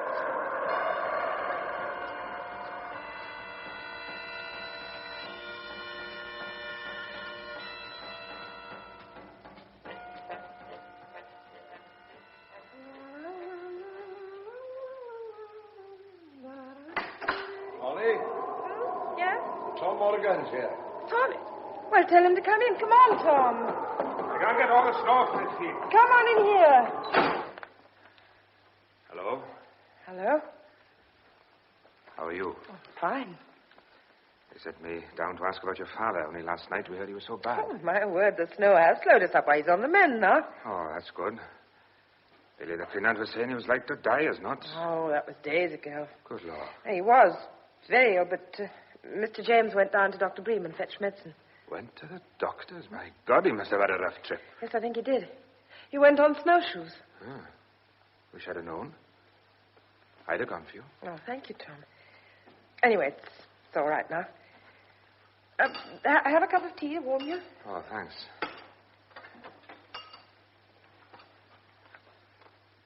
How's he getting on, this Mr. James? I could see him about here from the hill. Oh, he's all right. You've had a belly full of him, all right. Sorry, he couldn't leave with the weather we've had. You're still afraid of him?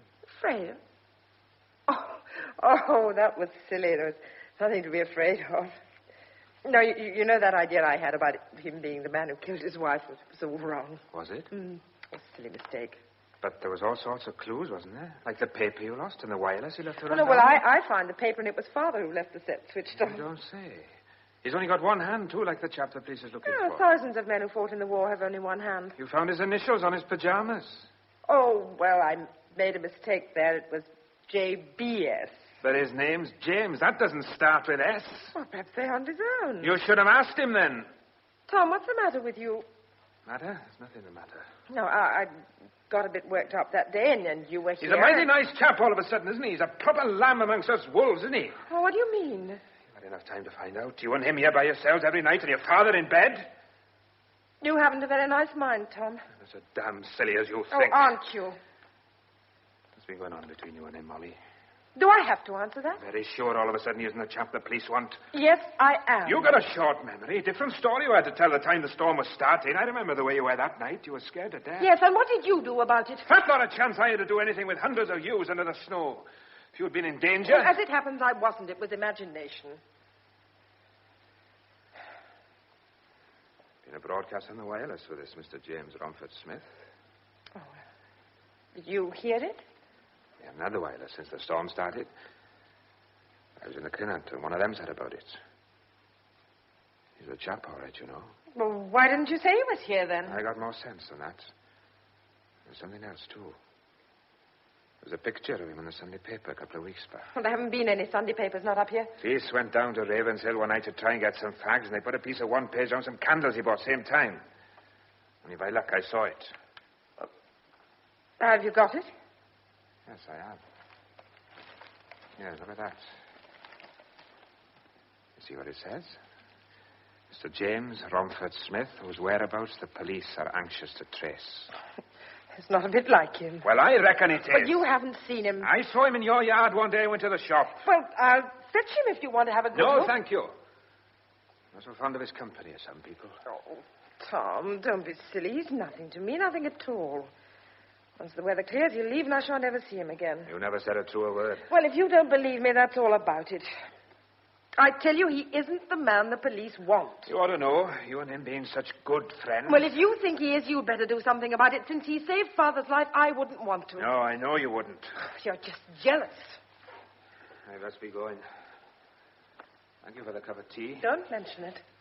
Hope your father will be better soon. Oh, Tom, please don't do anything silly. I won't do anything silly, don't you worry. Well, what are you going to do? Likely I tell you that, isn't it? You always think me a fool.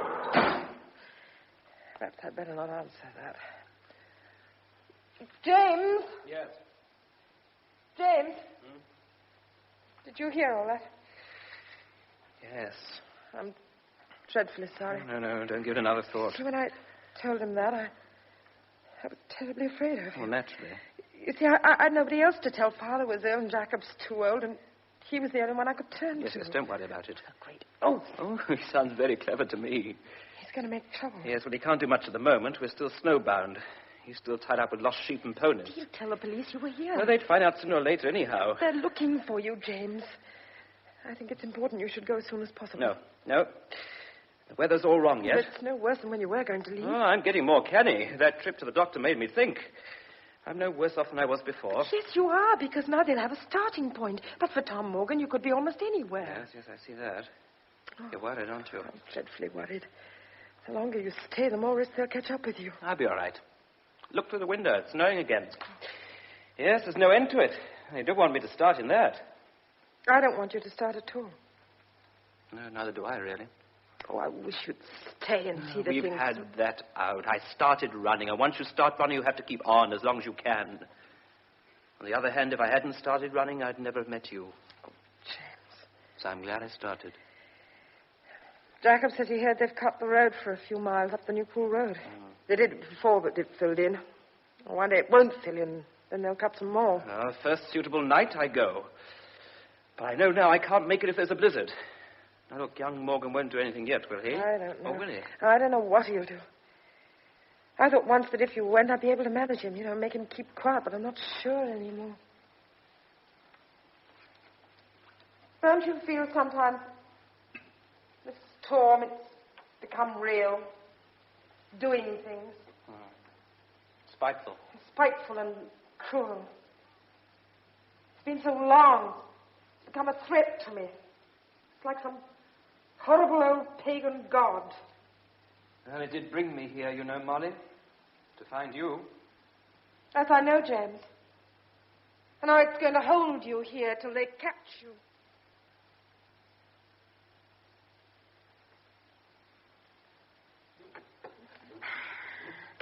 That ham was good.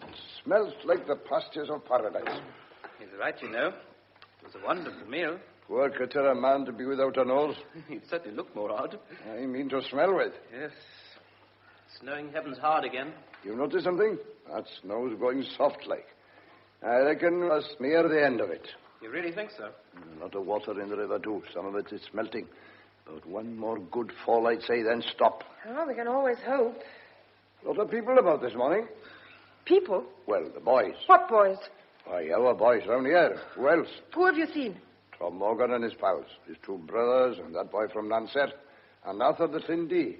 Got their guns, some of them. Said they were out after hares. That's a bare-faced lie. Because there's no Morgan born who'd waste a cartridge on a hare when you can catch him with your bare hands now. Only see him. Not as the poor critters is worth catching. They're nothing but skin and bone by now. James, I wonder, would you take this hot cup of tea up to Father? Certainly. Yes, then you can bring his tray down if he's finished with it. Right. I'll open the door for you. Look, I must talk to Jacob. You mean I'm not to hurry? Can I tell him about you? You tell him what you like. You will need him on our side. Now, look, don't get yourselves involved in my affairs any No, deeper. please. Oh, all right. Jacob, I'm listening. what are the Morgan boys and those others hanging around for? Oh, no good, I won't. They got work at home, plenty. Now, listen, Jacob, I've got to talk to you, and there isn't much time. Time's the one thing God give us plenty of. Now, tell Jacob what's worrying you, my girl. It's James. They're after him. Well, he ain't no hare, nor he don't run to be chased, I'm thinking. No, he's wanted by the police. Oh, a lot of us would be if all of us knowed about us. Do you like him? You do, seemingly. I ain't blind. Oh, call to blush. He's as tidy a man as you'd wish to meet. Him and me's got on so much very odd. You see, something awful happened. His wife was murdered. Was she now? Well, oh. It was that actress, you remember? Oh, I remember. And our James was her husband. I'll fancy that. Well, now. the police think he killed her. Do they? But he didn't do it, so he's trying to get away. You sure he didn't do it, Molly? Yes. He's told you? Yes, I'm sure of him, Jacob. Well, then, so am I. Where's them Morgan boys come into it? Well, when he first came, I thought he was the murderer, so I told Tom Morgan. Tut, if you told Well, me now... I thought Tom would help me, but he wouldn't then, or couldn't, and now I don't know what he's doing. Watching cat and mouse. Jealous. That's what Tom is. Good reason come to that. Oh, Jacob. To see yourself. Not the same girl these days. And the way you looks at Mr. James, proper cheeky. Now, the point is, what are we going to do? Can't Mr. James slip off somewhere tonight? No, it'll be snowing again. And if it isn't Tom or some of them will be watching. And if we knew what they was up to. The time I was getting out, I think. Well, what are you going to do? Well, if the boys is about, they'll be down in the buildings for shelter and a smoke sometime, should it be? They might talk. Oh, Jacob, be careful. Now, don't you fret. Artful as a badger I am. I'll go on a bit crouchy about Mr. James. Too much of a gentle lot for me. I know them boys. They'll be turning themselves inside out in a crack. You two stop in and keep out of sight. I'll be back sometime.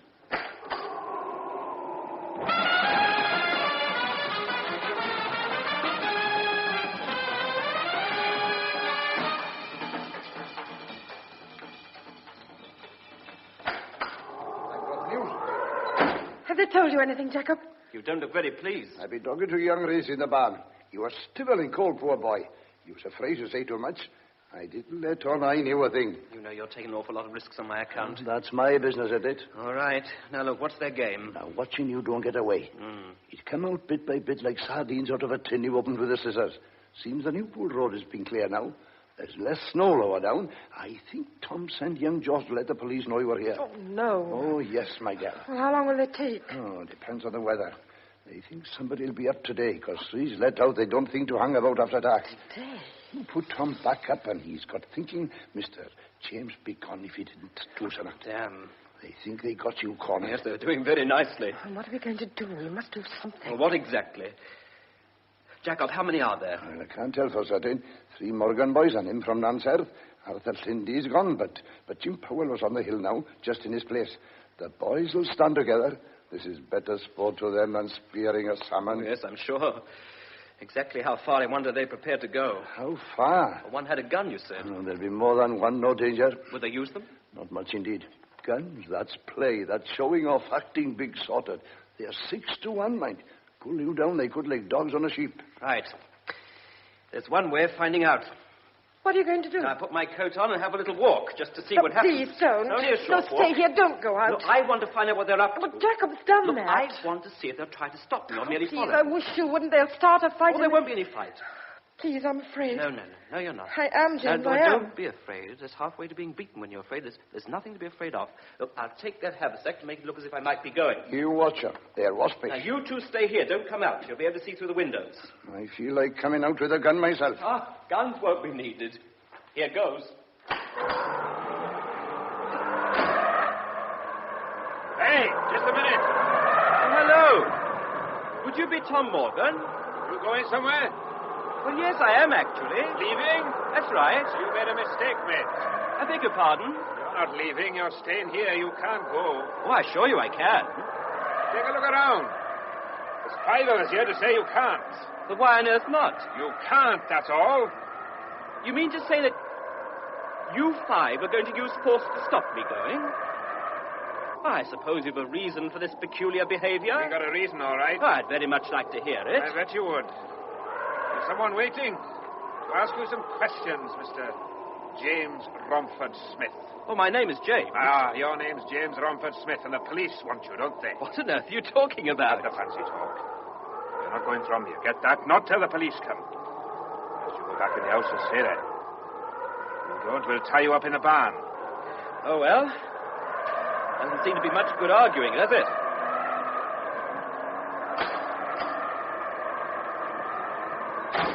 That's that. What did they say? Morgan knows who I am. I'm to stay here until the police arrive. I'll go and talk to them. That's no good. Tom ain't no pal to the police. You've got his knife in you. Oh, pity, that's how it is. But you can't. But they're all round. I mean, short of taking one of your guns and shooting my way out. Oh, of course I wouldn't. It's snowing again. May drive them in. Will they delay the police? I doubt they'll get it very hard down at Newpool, and they'll have to come back to drive them boys in.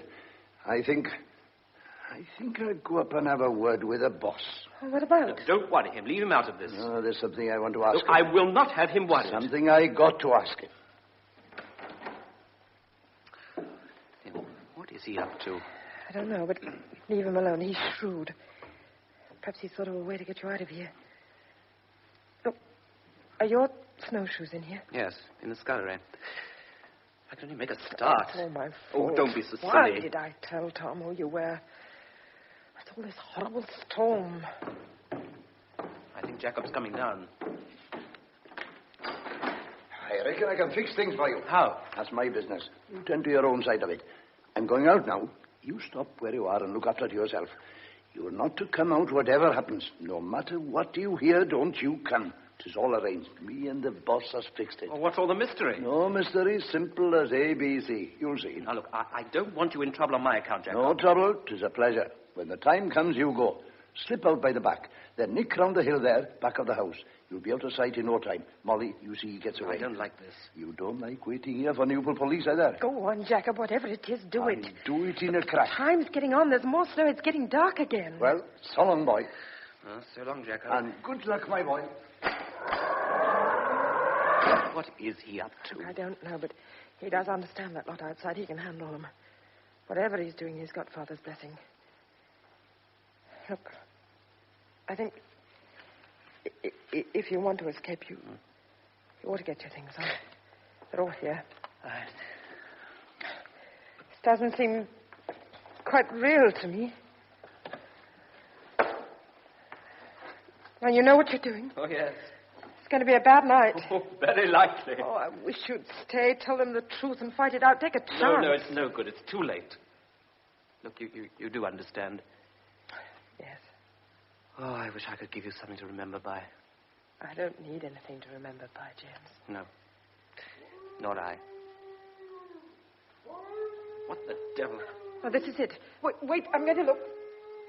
Yes, the buildings are on fire. On fire? No, stop, James. Don't go to help them. Can't you see? He and Father agreed about this. They're worth little, but there are animals, and all those are farmers' sons. They've got to help him. Mad. No, don't be silly. They'll put it out. It's a farm, and a farm is the most important thing in their lives. Are you sure he did this on purpose? Yes, I'm sure. Now, go now, quickly. Up the hill. Keep the house between you and the yard till you're around the breast of it, and then you can head west. The poor light in the snow will hide you in 5 minutes. Oh, this is goodbye. No, please, don't say it. Don't say it. Just go. Don't look back, James. Just go now while I've got my hands over my face. Please.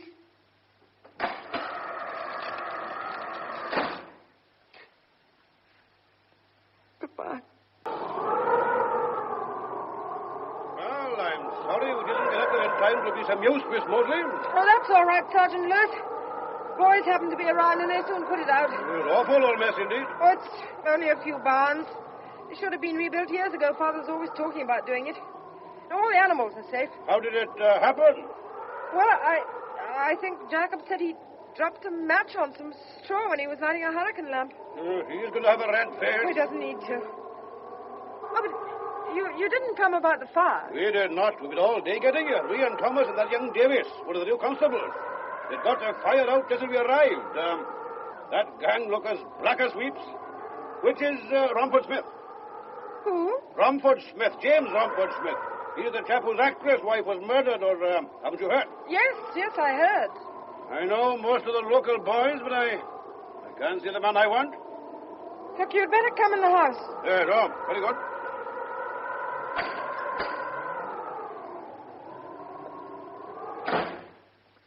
Is he coming in? Who? Mr. Romford Smith. He isn't here. Not here? No. But we were told we'd information he's been staying here. He was here. He's gone. Gone? This weather? Gone? Oh, no. After me coming up here, nearly killed me. Too old for this, or a luck I am. When did he go? Today. What time? I can't remember. Perhaps we could catch up with him. Oh, no, you couldn't. Well, where's he gone? I don't know. You don't know.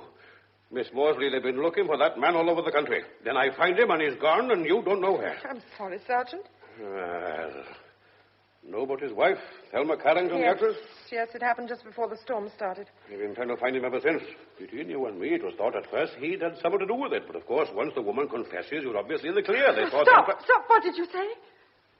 The woman? What woman? The woman that killed Thelma Carrington. A woman killed her? Well, didn't you know? We've had no news here at all for weeks. Oh, this Miss Hanson, she was sort of dresser and maid to the Carrington. Middle-aged woman. She was devoted to her mistress, but jealous as blazes and crazy. I mean, she was then, only nobody knew it. Miss Carrington was always nasty to her, it seems. She's right round the bend now in a lunatic asylum. Look here, Molly, what did Romford Smith say about his wife? Didn't say anything. Oh, he didn't. Well, look, Miss Carrington quarreled with this Hanson woman, got fed up with her and was going to kick her out. It's a long yarn. I can't tell the whole of it now, but the poor old coot just went crackers and stuck a knife into her mistress. When she knew she'd killed her, she just blew her top. She went and owned up straight away. Hey, you all right? Oh, yes. You've gone white. No, I'm all right. No, you didn't make that story up, did you? Make it up? Why should I? Anyway, you've seen the pip. Oh, no, of course you haven't. So what you really want to do is to let Mr. Romford Smith know about his wife's death? Well, naturally. Well, there hasn't been sight nor sign of him. There was an idea once the Hanson woman had done something to him. She didn't like him. If I could only get hold of him... Nobody will ever get hold of him. What you told until me? they find his body in the snow. Now, let's have a bit of sense. Listen here. You listen to me. James... Well, that's Mr. Romford Smith. He thought he was being blamed for his wife's murder. Well, I told you right no, at the first... listen. He's been trying to get away. He's been trying to get away from here, only the storm stopped him. And then Father was ill, and that stopped him, and then the storm stopped him again. Tom Morgan and his friends stopped him. Well, an hour ago he left, and he's heading for the Cardiganshire side. Tonight? He'll never do it. Why, there's more snow on the way, and it'll be worse there than You anywhere. Do something. Stop him. Catch him. Molly, how can I? Follow him. Follow him? Look, gal, if I had half a dozen picked men, and if they were equipped for the trip, and if they were sure of the way he went, and if there wasn't the risk of a hell of a blizzard tonight, gal, you know damn well I can't do anything. He's got to start. It's near dark. If I send those two chaps, they'd lose their lives. No, you're quite right. You can't catch him. He might get through to where he's going. Do you believe that? Oh, no. I can't warn anybody. Even most of the lines in the hills are down. Hey, what are you putting the coat on for? I'm going out. You can't. I'm going to the top of the hill. Act tidy now. Take the old coat off and make the boys a cup of tea. You can make one. We'll all feel better after a strong cup of tea. Look, I want to go to the top of the hill the way he went. I might be able to see him before darkness falls. Now, listen, I'll tell you what I'll do. My boys can go up the bed of the stream a couple of miles. Tom Morgan will go with them, help show the way. The snow will have blown down the dingle, and it won't be so deep. They can go to the top. And if they see this man, they can holler to him. And do you think they can head him off like that? I'm doing the only thing I can. I'm whacked. Me and you stop here and have a strong cup of tea and wait, see what happens. Perhaps I think of something else. Take your coat off now. You send your men, Sergeant Lewis, and then you can make tea, or you can follow me up now the hill. Listen, because that's where I'm going. Obstinate little girl, and now you're an obstinate pig.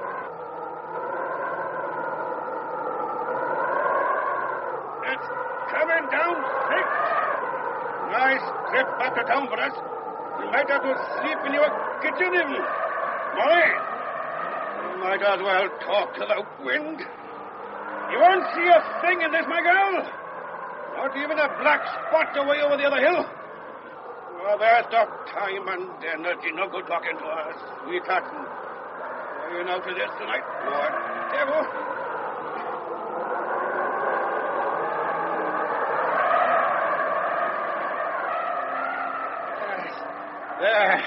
There, Molly. Now we're over the brow. There's nothing to see. Leave to them, boys. Come on, my maid. You've got to be brave now. I can't see 100 yards in this. Killing ourselves standing out in this wind. You come back now. There's your dad. All right. Come on, then. You take my hand now. Wait. What? Look there. There's somebody coming. Well, I'll go to Cardiff for the rail attack time. Yes, it's James. James. James. Quick, Sergeant, he's fallen. Hurry. Hurry. You live in the all right, we're coming, James. We're coming. It's all right. Hold on.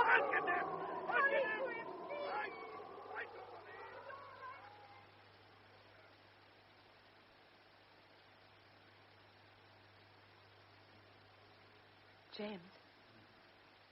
It's all right, James. It's me. You're safe.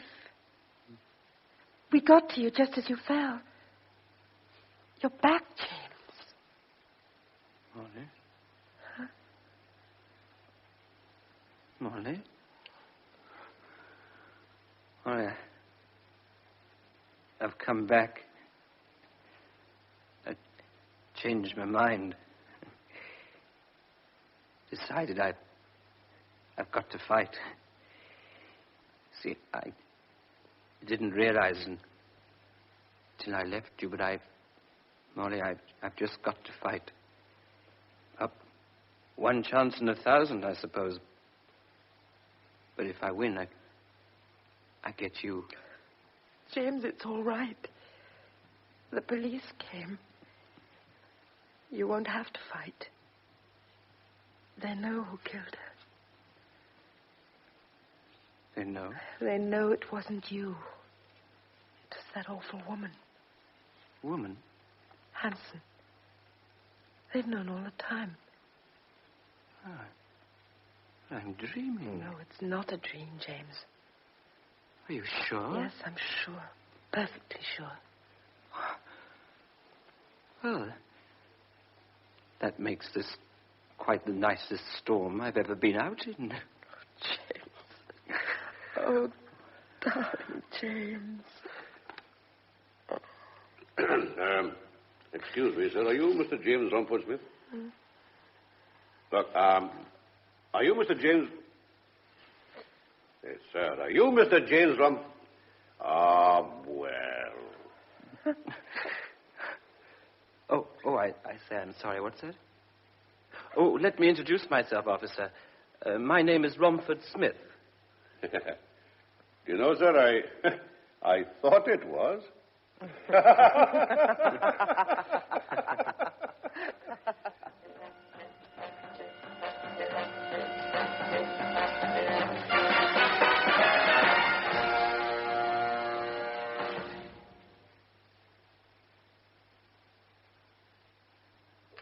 The Storm was an adaptation for radio of the novel by H.L.V. Fletcher. This was the cast. Mr. James, Oscar Quittek. Molly Mosley, Mary Wimbush. John Mosley, Ivor Maddox. Tom Morgan, Wynne Thomas. Sergeant Lewis, Yayan Rhys-Williams. Jacob Hughes, Prosser Williams. The play, which was recorded in our Cardiff studios, was produced by Herbert Davis.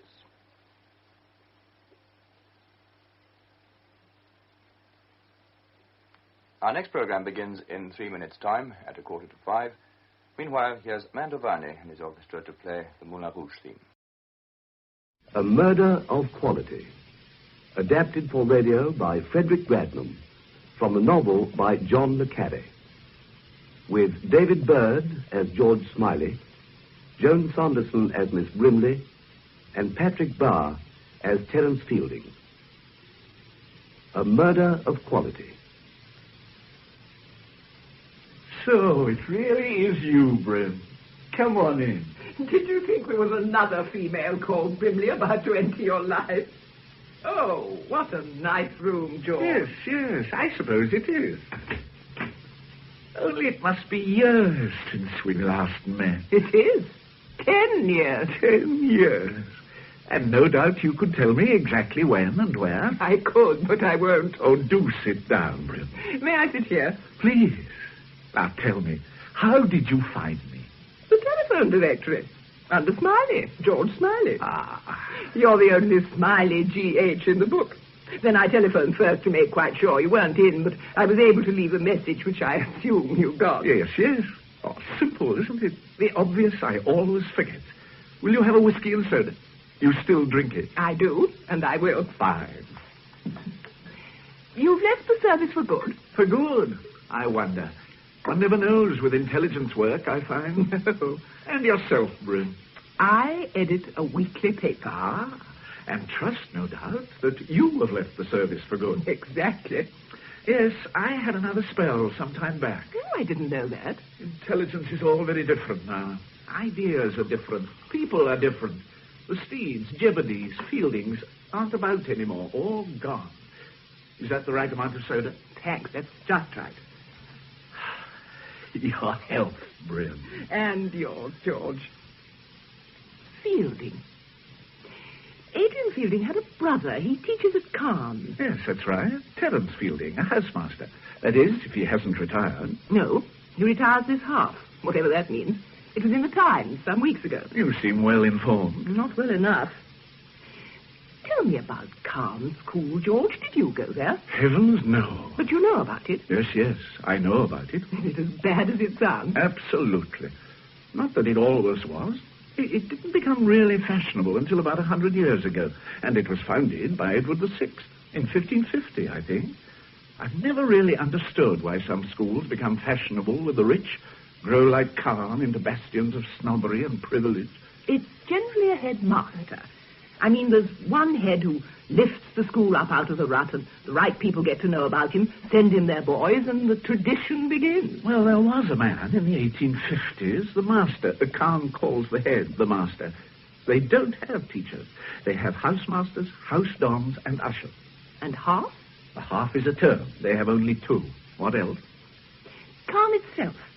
I know it's a town in Dorset, but what's it beside? Well, I suppose the school is the town. The playing fields and the staff houses encircle it. It's miles from anywhere, you know, Brim. Beautiful countryside, but quite isolated. Has little to do with the world most people live in. One would have to fit in. Or get out, I imagine. Yes. But that wouldn't be easy for the wife of a house don, would it? What's the problem, Brim?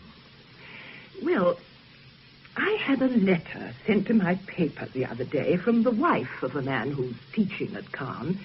They haven't been there long. They're called Road, without the H. I see. Oh, what sort of letter? I'm a ridiculous spinster, I know, but it's worried me, and I knew you were the best person to come and see about it. Well, you'd better read the letter to me, Brim. All right.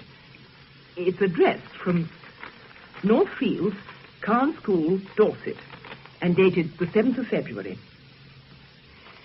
Dear Miss Fellowship, I don't know if you are a real person, but it doesn't matter. You always give such good, kind answers. There's something very wrong here. I don't know if he's really plotting to... I can't write the word, but I feel as if I'm dead already. Do you understand? It's this place. It's done something to him so that he hates me. No, it's not just my imagination, and I really am perfectly sane and normal. But I'm frightened of everything, of what he's thinking and what he might do. And now the long nights are coming. Please write and tell me what I should do. I hope you don't get many letters like this. Yours faithfully, Stella Road, Mrs. née Glaston. He is the husband, we must assume. Yes? It can't really be anybody else. And you're Miss Fellowship. Yes. Tell me, my dear Brim, what exactly is your paper, and how did you get onto it? It's called The Christian Voice, and it's a nonconformist weekly newspaper founded in 1903 by old Lord Lansbury. I'm its editor. It's very much a family affair. The same families take it now as did in 1903. The Lansbury we know is the son of the founder. He offered me the job after our outfit was thinned down in the 50s. Oh, yes, I remember now. And why do you take Mrs. Rhodes seriously? You've had other letters of the same order? No. Only one for a kitchen hints competition, and a note from her last year saying that her husband had been taken on to the teaching staff of Caen School. We printed the news. The point is, George, she's a Glaston. What is a Glaston? Well, they've been readers of The Voice since it started. The Glastons are part of our magazine, one of the few hundred families who form our establishment. So you take her letter seriously? I must. I know the Glastons are as down-to-earth as you could wish, Stella included. I don't think she's likely to be suffering from delusions of persecution. Oh, what are you going to do? Write to her. Ask her to come and see me. You see, I have the idea that Stella's husband isn't the usual Caen type. The product of a grammar school, red brick and all that. Yes. And Stella Road wouldn't be the type, would she? I doubt whether Caen has ever had a nonconformist wife. Road himself is also. Yes, he would be, of course. So I shall write to her. And if that doesn't help, well, I wondered, perhaps you could contact the man Fielding for me. Well, I have met him. Of course I would, but... What's Fielding like? Terence. He's not quite the man his brother was, you know. In his late 50s now, a big man with a fine head, rather flamboyant, a superb natural actor. Is he married? He's not the marrying type. Ah. He's very intelligent, of course, and very vain. Have you met any of his colleagues? Well, Anne knew a housemaster and his wife, Charles and Shane Hecht. I don't remember meeting them ever. I think they were typical of Caen and quite awful. Of course, things aren't at all the same at Caen these days. I remember before the war when Charles inspected the corn of Whitehall. Ah, yes. We don't do that kind of thing now, do we? Of course, I've nothing against Mr. Iredale as commandant. Nothing at all. He's a good chap, Iredale, when all's said and done. And his wife's such a nice person. Don't you think, Terence? Oh, I don't know, Shane. A bit overdressed for my taste. I know what you mean. I wonder why they can never keep their servants. I hear Mr. Road will be helping out with the corps next half. Poor little Road. Running about like a puppy trying to earn his biscuit. He tries so hard. Have you ever seen him at school matches? Well, he ought not to try quite so hard. Do you know, Terence, he'd never seen a game of rugger before he came here? It's all soccer at grammar schools, I believe. Is it? Do you remember when he first came, Charles? Oh, yes, quiet as a mouse. It was fascinating how he lay very low, drinking us in. The games, the vocabulary, the manners, everything. Then one day, it was as if he'd been given the power of speech, and he spoke our language. It was amazing, like plastic surgery. It was Felix Darcy's work, of course. I've never seen anything quite like it before. Dear Mrs. Rhodes, so sweet and such simple taste, don't you think? I mean, whoever would have dreamt of putting those china ducks on the wall? Big ones at the front and little ones at the back. I wonder where she bought them. I must ask her. Shall I ask her? You, Terence, would you? I think not. I find Mrs. Rhodes hell, to be honest, for once. Still, they're here next Wednesday. I can't leave them out. Black candles, Terence. Of course. Here are the coats, Mr. Fielding. Oh, thank you, True. Let me help you with yours, Mrs. Hesh. Thank you, Miss Truebody. Poor, dear, sad old fur. Oh, no. It's a lovely coat, madam. Well, thank you, Terence. Extremely pleasant. You know we're going to miss you when you go. Good night, Terence, darling. So kind. And in your last half, you must dine with us before you go. I'd be delighted. Good night, Mr. Hesh. Oh, good night to you, Miss Truebody. Oh, it's turning very cold, you know. We're going to be having snow soon. Good night, Miss Truebody. Good night, Mrs. Hesh. And thank you for such a delightful meal. You must have gone to a lot of trouble. Oh, not really, madam. It's nice to know you enjoyed it. Good night again, Terence, darling. Good night, Shane. Oh, it's turned cold. It's nearly the long night, isn't it? It's always supposed to snow at Caen during the long night. And it often does. Oh, do come on, Shane. Oh, Charles, you can quit march your boys as much as you like. I propose to go slow. Good night, Terence. Good night. There now. It was a success, wasn't it, Mr. Fielding?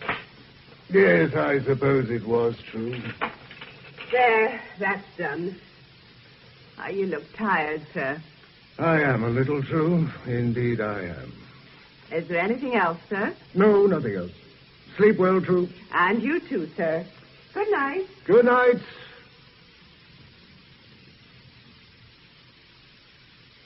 I wrote to Stella Road, George. Today I got another letter, not really a reply, and now I am worried. Which is why you've dropped in again. Yes, frankly. Here, read it for yourself. Right. 15th of February. Dear Miss Fellowship, I am not mad, you must believe that, but I know my husband is trying to kill me. I will come and see you as soon as I can. You do understand that I am normal. I'm so afraid of the long nights. There's something not quite right about him. At night sometimes, when he thinks I'm asleep, he just lies watching the darkness. I know he is trying to kill me, but what can I do? It's not nice, is it? You know, I suppose I should go to the police, but I thought first, would you perhaps see Terence Fielding? Yes. I'll ring him now. I could go down to Caen tomorrow. Oh, thank you, George.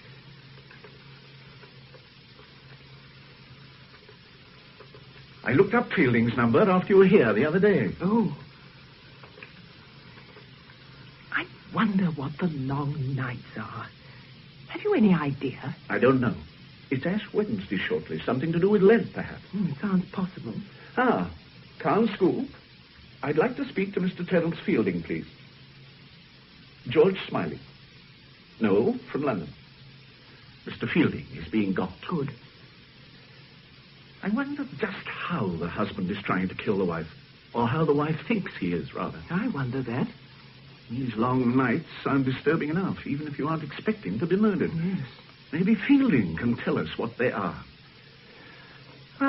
Fielding. Good evening. My name is George Smiley. I knew your brother well. We have, in fact, met. Yes, that was it. Look, I wonder if I might come to see you on a personal matter. A bad time? Or what has happened? No, for a friend of mine. She's received a disturbing letter from the wife of a Caen master. Yes, Stella Road.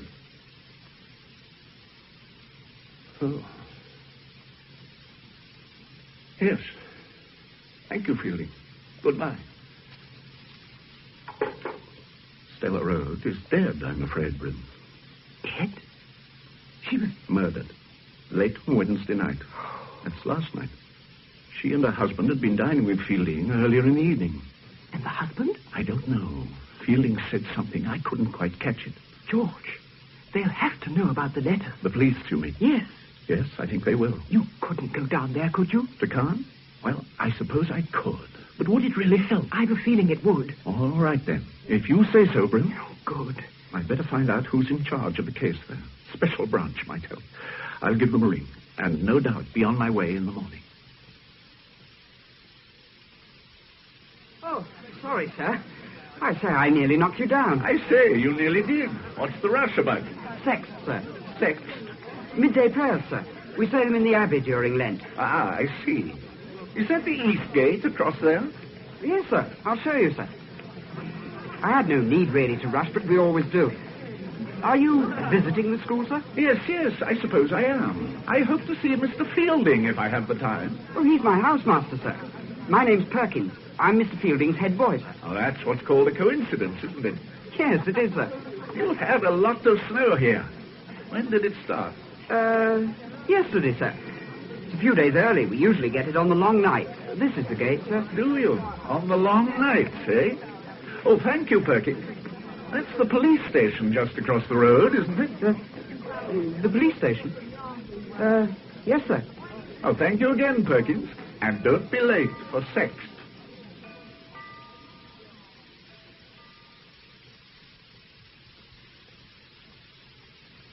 Oh, come in, Mr. Smiley. I was expecting you. Yes, I'd hoped. I'm Inspector Rigby. Ben Sparrow rang this morning, sir. Ah, that was good of him. Oh, come in, sir. Thank you. The two of you work together on the war, I believe. Yes. Well, sir, I'll be happy to give you all the help I can. Well, I could do with some myself, the way things are. Anyway, I'm very pleased you've come. Thank you. I believe you've got a couple of letters for me. Yes. I don't know if Ben explained, but here they are. Ah, thank you, sir. He told me all about Miss Brimley. Oh. Not nice letters, are they? I suppose Miss Brimley is sure of the writing. You can trust her. Aye, so Ben said. She's had other letters about a cake mix and so on from Mrs. Rhodes, and I suppose you can check the handwriting here. Oh, we can, but it's her writing without a doubt. Well, sir, how long are you staying? Well, I don't really know, Inspector. I should probably stay for a day or two just to have a word with Fielding. And go to the funeral, I suppose. I booked in at the Sawley Arms. Why no tell that? At least some think so. It's a funny place, Khan. There's a big gap between the town and gown. It's fear that does it. Fear and ignorance. Oh, I can call on Mr. Fielding and Mr. Darcy, and they say, "Good day, Sergeant," and give me a cup of tea in the kitchen. I don't get cross, but I can't get among them.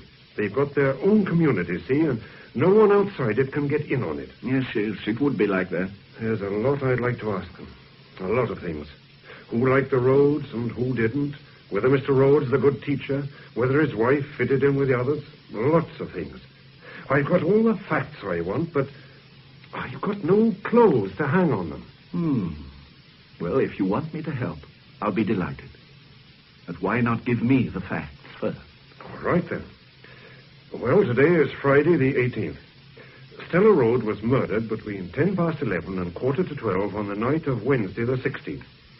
She'd been struck on the head. Must have been 15 to 20 times. It was a terrible murder. Terrible.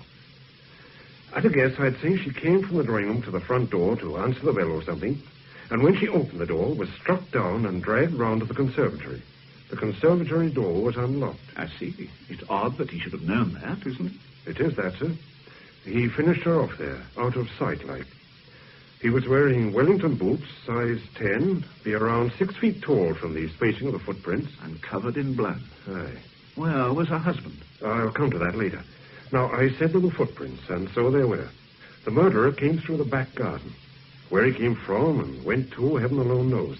There are no Wellington tracks leading away, none at all. A lot of other footprints. We can be grateful for the snow, but it doesn't help as it might. He left one thing behind him in the conservatory, an old cloth belt, navy blue, from a cheap overcoat by the look of it. Was she robbed or anything? No sign of interference. She was wearing a string of green beads round her neck, and they've gone, and it looks as though he tried to get the rings off her finger, but they were too tight. I need hardly tell you that we've had reports from every corner of the country about tall men in blue overcoats and gumboots, but none of them had wings, as far as I know, or 7 League Wellingtons for jumping from the conservatory to the road. On the telephone, Fielding told me that the Rhodes had been dining with him that evening. Just so. They left Fielding's house in the centre of the town at about 10 to 11, walking. Their house is about half a mile away on the edge of the playing fields. North Fields, it's called. That's the place. Well, they got there at about 11:05. When he got home, Rhodes remembered that he'd left a case containing examination papers behind him at Fielding's. So he went back, and Mrs. Rhodes was going to wait up for him. Well, he arrived back at Fielding's about 11:30, collected the papers in their case, and set off home again. At that time of night here, there isn't anybody much about. Rhodes doesn't remember whether he saw anyone. He has an idea a bicycle overtook him, but he's not sure. It was a fine night, cold, a fresh fall of snow on the ground. The light was on in the drawing room. Everything looked quiet enough, very normal. There was a moon, wasn't there? Nearly full. You could see a mighty long way. Well, anyway, he found he didn't have his key with him, so he rang the bell. But he got no reply. So he called to his wife through the letterbox, and still got no reply. Then he noticed the churned up snow and footprints going round the side of the house. Did he realize there was blood about? No. He thought it was an overflow from the gutter. It just showed up dark. Well, he followed the marks round the house until he came to the conservatory. No moonlight there, and the light didn't work. Didn't work? Oh, simple enough. The bulb had gone, and the conservatory wasn't used much in the winter. Oh, did he light a match? No, he didn't have any. Non-smoker, see. His wife didn't approve of smoking. So he went in the dark, calling her name. Then he fell over something. At first, he thought it was a refugee parcel. Then he realized it was his wife. There he was then, in the dark, trying to find out what was wrong, and then discovering that his hands were covered in blood. He doesn't remember much after that. Poor devil. And then? He was found by a master who lives 100 yards or so away, Mr. Darcy. Almost out of his mind, his hands and face covered in blood. I arrived there about 1. We got him into Dorchester Central Hospital. He's still there, but I gather the shock's wearing off. What is the refugee parcel Rhodes mentioned? Mrs. Rhodes was the organizer for Caen of parcel collections for a refugee organization, the Public Schools Committee for Refugee Relief, clothes and such like. Very energetic at it, she was. I see. Now, what fingerprints did you pick up at the house? Oh, Mr. Rhodes were everywhere. The others were made by gloved hands, made before Rhodes. These examination papers he went back to Fielding's for, were they as important as all that? Yes, up to a point, anyway. The marks had to be handed in by midday Friday. Today, that is. Well, why take them to Fielding's in the first place?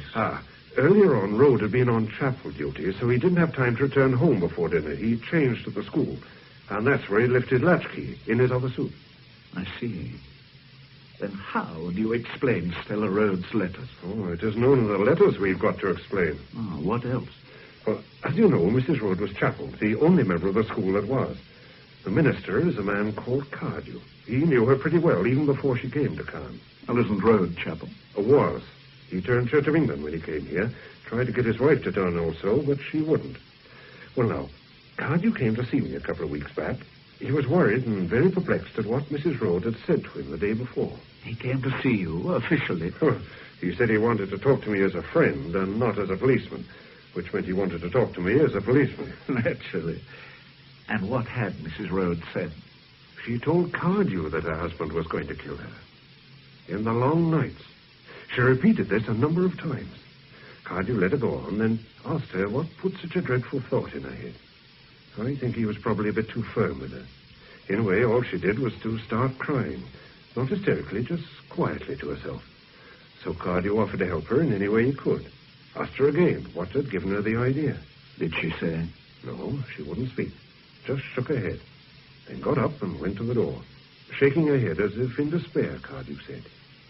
She turned to him at the door, and he thought she was going to say something. But she didn't. She just left. How very curious. She seemed very certain that Rhodes was going to do it. It wasn't Rhodes. It couldn't have been. We found the murder weapon in a ditch 4 miles north of Caen, the morning after the murder. He couldn't have got it there, could he? What was it? 18 inches of coaxial cable, 2 inches in diameter. One of my chaps found it. We're keeping it very close, sir. All right, I'll remember. It is the weapon, I suppose. Everything fits. It's odd, isn't it, that the murderer should have carried the weapon so far and then just thrown it in a ditch. It is odd. Very odd. And I'll tell you two things that are even odder. There's a canal running beside the road for half its 4 miles. He could have pitched it anywhere along there. We'd never have been any the wiser. The other thing, Mr. Rhodes used a length of the same stuff in a demonstration lecture on elementary electronics. Mislaid it about 3 weeks ago. I see. I suppose... Yes, sir? Rhodes could have had an accomplice. He could? Oh, the papers mentioned a woman you wanted to interview, a Mad Janie. Oh, it's a nice thought. Mad Janie as an accomplice. No, I didn't mean that. I just wondered why you wanted to interview her. Well, Stella Rhodes knew her, see? She was a kindly woman, was Mrs. Rhodes, easy to talk to. I knew her through being Chapel, my wife also. We liked her, most did, although some of the women at Chapel took against her, but, well, you know what women are. Anyway, Mrs. Rhodes sort of befriended this Janie creature, used to give her food and clothes. She is what you would call not all there. Happily alienated. Talks to herself and all that. Lives in a disused Norman church over at a place called Pyle, a couple of miles south of Cairn. The oldest village in Dorset, so they claim. It's a rum place. Half a dozen families, all so inbred, you can no more sort them out than a barn full of cats. Well, Mrs. Rhodes used to visit her in her lair there. That upset some people. Yes. And I suppose Mad Janie has vanished. Hasn't been seen in her usual haunts since early Wednesday night on the lane towards North Fields. But that don't mean a thing. These people like Janie are all over the neighborhood for years, and one day they're gone like snow in the fire. But we found a spare set of footprints running along the far end of the Rhodes garden. Woman's prints, by the look of them. Could be Janie's. I hope they are. We could do with an eyewitness, even a mad one. Well, there it all is, sir. Yes. It's complicated. Aye. I'll nose around a bit, Inspector. When I get back to the hotel, I'll give Fielding a ring. He'll probably extend an invitation to dinner. I should like to talk to Fielding. Sherry wine or Madeira, Smiley? Thank you. A glass of sherry. Tarts drink Madeira, but boys like it. Perhaps that's why they're frightful flirts. We're all rather subdued at the moment by this dreadful business. Oh, how have the boys taken it? Oh, they adore it. My own house has been particularly fortunate because the Rhodes were dining here that night. Some oaf from the police even wanted to question one of my boys. Indeed? What on earth about? Oh, God knows. You knew my brother well, didn't you? He often talked about you. Yes, I knew Adrian very well. We were close friends. We didn't see much of one another in later years, Adrian and I. Being a fraud, I can't afford to be seen beside the genuine article. A message from Mr. Darcy, sir. Oh, hello, sir. Have you met Mr. Smiley, Tim? Yes, sir. I ran into him in the Abbey Close this afternoon. Ran into me literally, but apologized in the most gentlemanly manner and showed me the East Gate. Ah, I see. And I suppose Mr. Darcy is going to be a few minutes late. Yes, sir. Thank you, Tim. Good night, sir. Good night, sir. Good night, Perkins. Good night, Tim. Musical genius is Perkins, but a problem in the schoolroom. Darcy won't be more than 5 minutes, I know him. He's a frightful toad. Looks like a Sickert model 50 years after. All trousers and collar. Oh, what's his subject? Subject? I'm afraid we don't have subjects here. Darcy is senior tutor by election and bachelor by profession, if you follow me. His subject is other people's shortcomings. Stella Rhodes, for instance. Ah. She was somewhat different from most of the wives here, I imagine. She was everything we're forced to ignore. She was red brick, council estates, new towns, the very antithesis of Cairn. Yes. Did you like her, I Fielding? don't know, Smiley. I didn't dislike her. I found her rather touching. But, of course, she made enemies. She was too honest. And Cairn has no defense against her sort of honesty. Ah, that'll be Darcy. We'll let him have just one glass of sherry, only one. After all, he has kept us waiting. Terence, if I may talk shop for one moment. Perkins' work has been abysmal these last few days. I declare I have never seen work like it. Is he unwell? Has this terrible business upset him? What is it? He never was bright, but really... I don't think he's unwell, Felix. I'll have a word with him, if you like. Tim is a sensitive boy. Perhaps he's upset. Well, do have a little chat to him, Terence, please. I'm so sorry, Smiley, to go off suddenly at such a tangent. It was only that I wondered if this unseemly business could be responsible for the boy's behavior. Oh, yes. You're not suggesting that my head boy had a hand in the murder of Stella Road, are you, Felix? Really, Terence, it was the last thing I had in mind. Frankly, and in confidence, I have reason to believe it was her past that brought about her death. Why do you say that? It appears she was expecting to be attacked. Well, go on, Felix. It was her dog. You remember that mongrel they arrived with? Yes. A couple of weeks back, Harriman, the vet, a superior type of person, came to see one of my sister's dogs. He told us that Mrs. Road had had the dog destroyed the previous day. She said it had bitten the postman. Oh, some long and confused story. The post office was due, the police had been round, and I didn't know what else. Where is all this getting us, my dear Felix? I'm coming to the point. She said to Harriman that the dog couldn't really protect. It could only warn. It wouldn't do any good. Wasn't she upset about losing the dog? Oh, indeed, yes. Tears and all. Harriman was rather perplexed, I gather. Mrs. Rhodes' behavior didn't seem to him at all normal. Another curious fact was the condition of the dog. Mm-hmm. It had been maltreated, seriously so. Its back was marked as if from beating.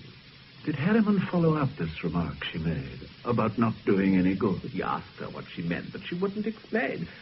However, I think the explanation is obvious enough. Oh, what? My sister and I talked it over after the death.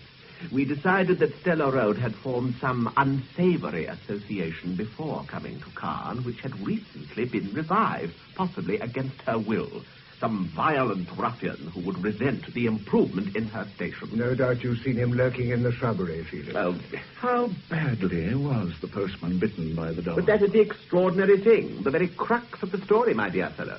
The postman hadn't been bitten at all. My sister inquired. The whole story was an absolute string of lies from beginning to end. Glad you came, Felix. Oh, Smiley, just before you go. Yes? That business you rang me about, what was it exactly? Oh, a letter from Mrs. Road just before she was murdered. The police are handling it, but they don't regard it as significant. She seems to have had a sort of persecution complex. So it seems, Felix? Well, good night. Ah, there's been a fresh fall of snow. The long night, Terence, the long night. We can walk up to the crossroad together, Smiley, unless you have a car. No, I haven't. I mean, not here. Good night, Fielding. Thank you for the evening. You must dine with me if you ever come to London. Do you? I'll let you know. Good night. Good night, Terence.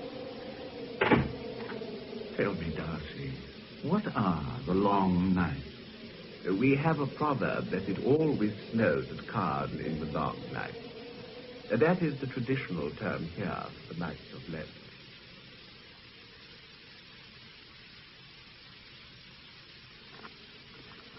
It's a beautiful night.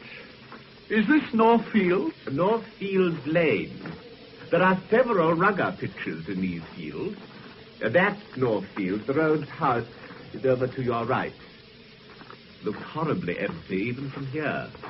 My own house is rather larger and lies farther up the lane.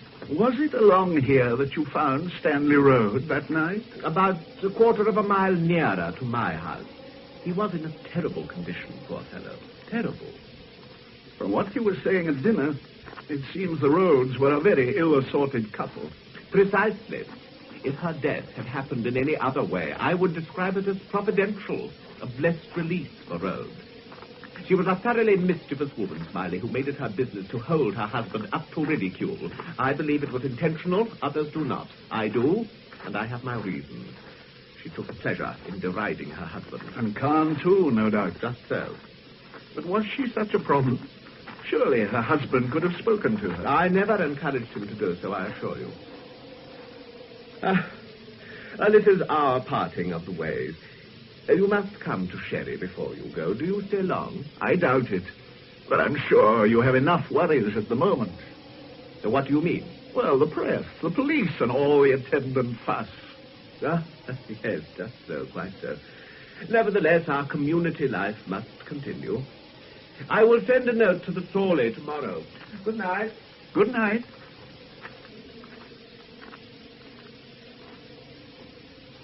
Shall I? Always visit the ground, the scene of the crime. One never knows. Here goes.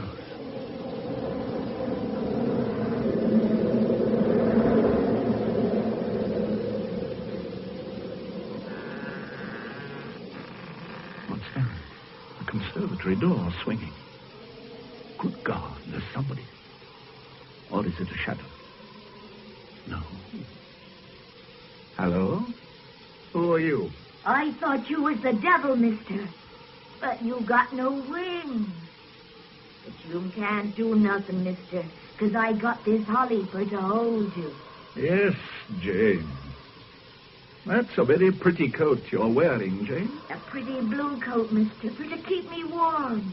From my darling. Who is your darling, Jane? She not be here no more. But she didn't go with the devil, mister. Lay still she did with not a word. You saw the devil, Jane? There's not many seen the devil fly, mister. But Janey seed him. Janey seed him. Silver wings like fishes he done had. Janey saw. Where did you find that coat, Jane? Him a bad one. Oh, him a bad one, mister. But I see him flying, riding on the wind. And the moon behind him lighting up the way. Then closer, sisters, moon and devil. Flying, was he, Jane? Like this, mister. Like this, riding on the wind. Silver wind. Silver. Oh, damn. Now she won't come back. But she saw something. She saw the devil fly, riding on the wind.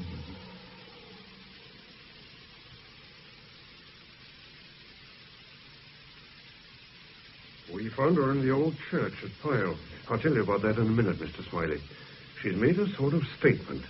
This last part of it reads like a confession, if it reads like anything. Can you understand it?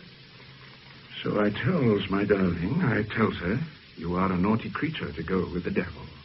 But her did not hearken, see, and I took angry with her, but she paid no call. I can't abide them as go with devils in the night, and I told her. She ought to have had holly, mister, there's the truth. But Janey drove the devil off. And there's one will thank me. That's my darling. And I took her jewels for the saints to pretty out the church, and a coat for to keep me warm. The coat? I suppose it is the one. Yes, we've traced the woman who gave it to Stella Road for the refugees. Janey must have pinched it from the conservatory. Did you find any, what she calls, jewels? We found the missing green beads. They were on the altar, on a cross of twigs. The whole place was scarifying. And, of course, she would go on about the devil, on and on. The devil flying. That's it, flying on the wind, his silver wings stretched out behind him. Like a folk song it is. Do you think she did it? No. Do you, sir? No, of course not. It was quite impossible. But I think she saw whoever did it, immediately afterwards. That's driving the devil off. But why flying on the wind? And why should he have silver wings? What are you going to do with her, Inspector? Hold her for the moment. I think she's better out of the way, just in case. Yes. The devil must have seen her also. Are you going to the funeral? Yes, I think so. And after it, I might try to get a word with Rhodes on behalf of Miss Fellowship and her paper, if you understand. Oh, I see what you mean, sir. Yes, that would be a very useful idea.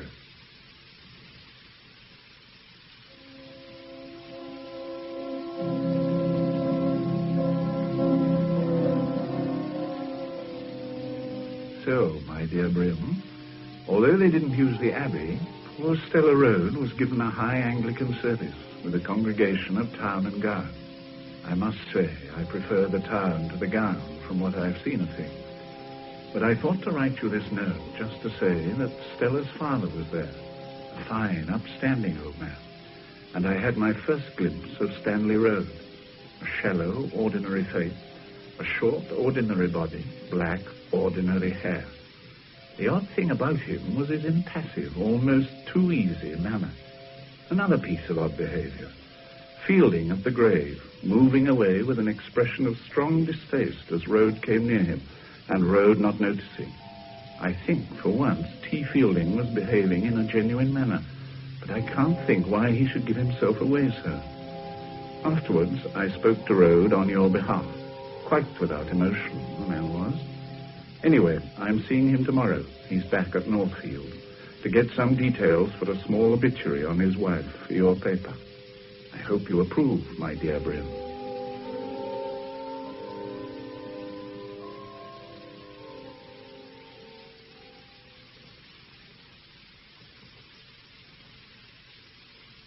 It's very good of you to spare the time to see me, Mr. Rhodes, in the circumstances. Not at all. You were married at Branksome, I believe, Mr. Rhodes. The Branksome Hill Tabernacle. A fine church. When was that? 12 years ago, last September. Did Mrs. Rhodes engage in charitable work in Branksome? I know she was very active here. No, not at Branksome. But a lot here. She had to look after her father at Branksome, you see. Did she take a large part in the social activities at Carn? She did a bit, yes. But being chapel, she kept mainly with the chapel people from the town. You should ask Mr. Cardew about that. He's the minister.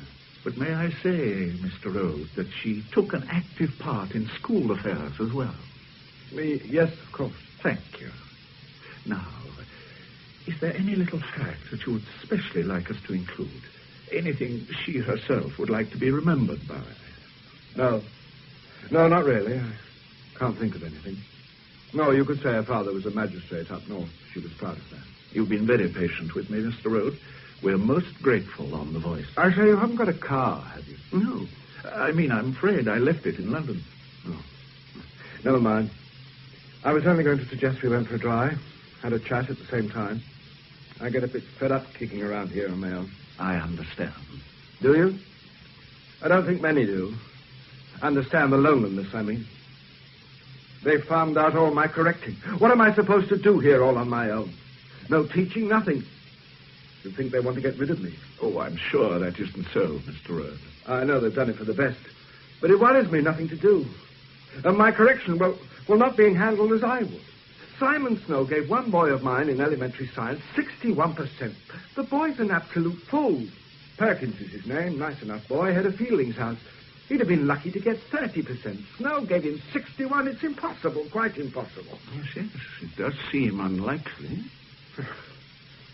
I suppose really I should have moved out of here. The place is getting on my nerves a bit. This house, you mean? Yes. Miss Darcy asked me over to their place to stay, you know, but I didn't feel like it somehow. Not yet. No, of course. Very good people, the Darcys. Very good indeed. They have a sherry party on tonight. I'd quite like to have gone in a way. Who haven't you met, Smiley?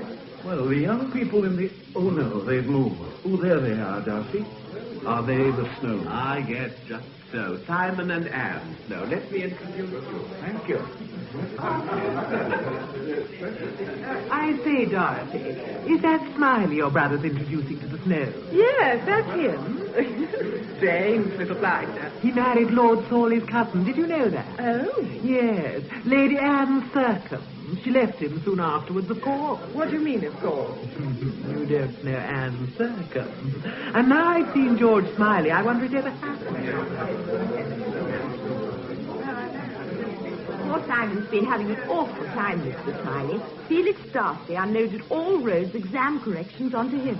You mean you have too lots of corrections? Afraid so. It's been a bad week.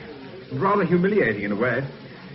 Several of the boys who were up to me for science last half are now in Rhodes' form. One or two I'd regarded as practically unteachable. Rhodes seems to have brought them on marvelously. Yes. He was talking to me about one boy, Perkins. He should be pleased with Perkins. The boy only got 15% last half. This time it's 61. Quite remarkable. Whatever else they say about Rhodes, he's a good teacher. Teacher, darling, don't let them hear you use that expression. Oh, no. You know, Mr. Smiley, Simon's leaving at the end of this half. Oh.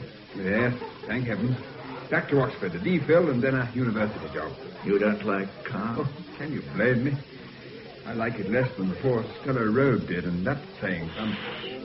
Shane Heck's advancing.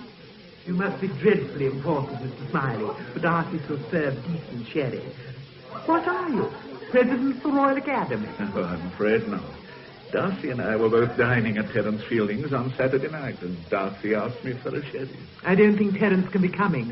He seemed frightfully upset at the funeral yesterday. Well, it was rather upsetting, don't you think? Oh, dreadful. Stella Rhodes was such a nice person, I thought, and so unusual. She did such clever things with the same dress.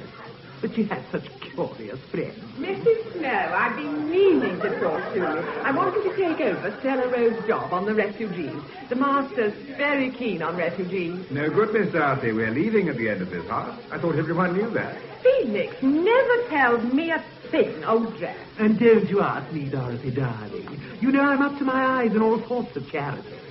Refugees? Oh, it all started with the Hungarians, collecting for them. Stella Rhodes was one of the few wives who did anything. She worked very well, right until her death. I went over to North Fields on Friday with that parson man from the Tin Tabernacle and Cardew. Well, to see if there was any refugee stuff to tidy up, and there wasn't a thing out of place. Everything was all packed up and addressed. We just had to send it off. Oh, that was very efficient. Well, it was. Now, who the hell can I find to replace her? Darling Dorothy. Never happy unless she's organizing somebody. Mostly poor Felix. I suppose I could help. After all, Stella Rhodes was very kind to us, you know, Mr. Smiley. Yes.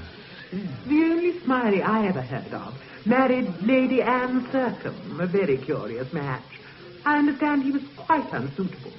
I never did hear what became of Anne. She went to Africa. Or was it India? No, it was America. So tragic. I must go. Charles is looking awfully lonely. Deserved to be murdered, eh? Instead, it was Stella. How unjust things are. You said she was kind to you. Oh, very. Yes. Just one thing. The rain was simply teeming down. We used a firm called Monthly Fowl. Wanted paying straight away. And I didn't have the checkbook, and Simon was examining for the scholarship. So they even threatened to take the stuff away again. Yes, fantastic. Then Stella turned up. I can't think how she even knew we were moving. When she saw what was going on, she just went to the phone and rang Mr. Mulligan himself. I don't know what she said to him, but she made the foreman talk to him afterwards, and there was no more trouble after that. She was terribly happy to help. Extraordinary story, isn't it? But completely true. Yes, yes.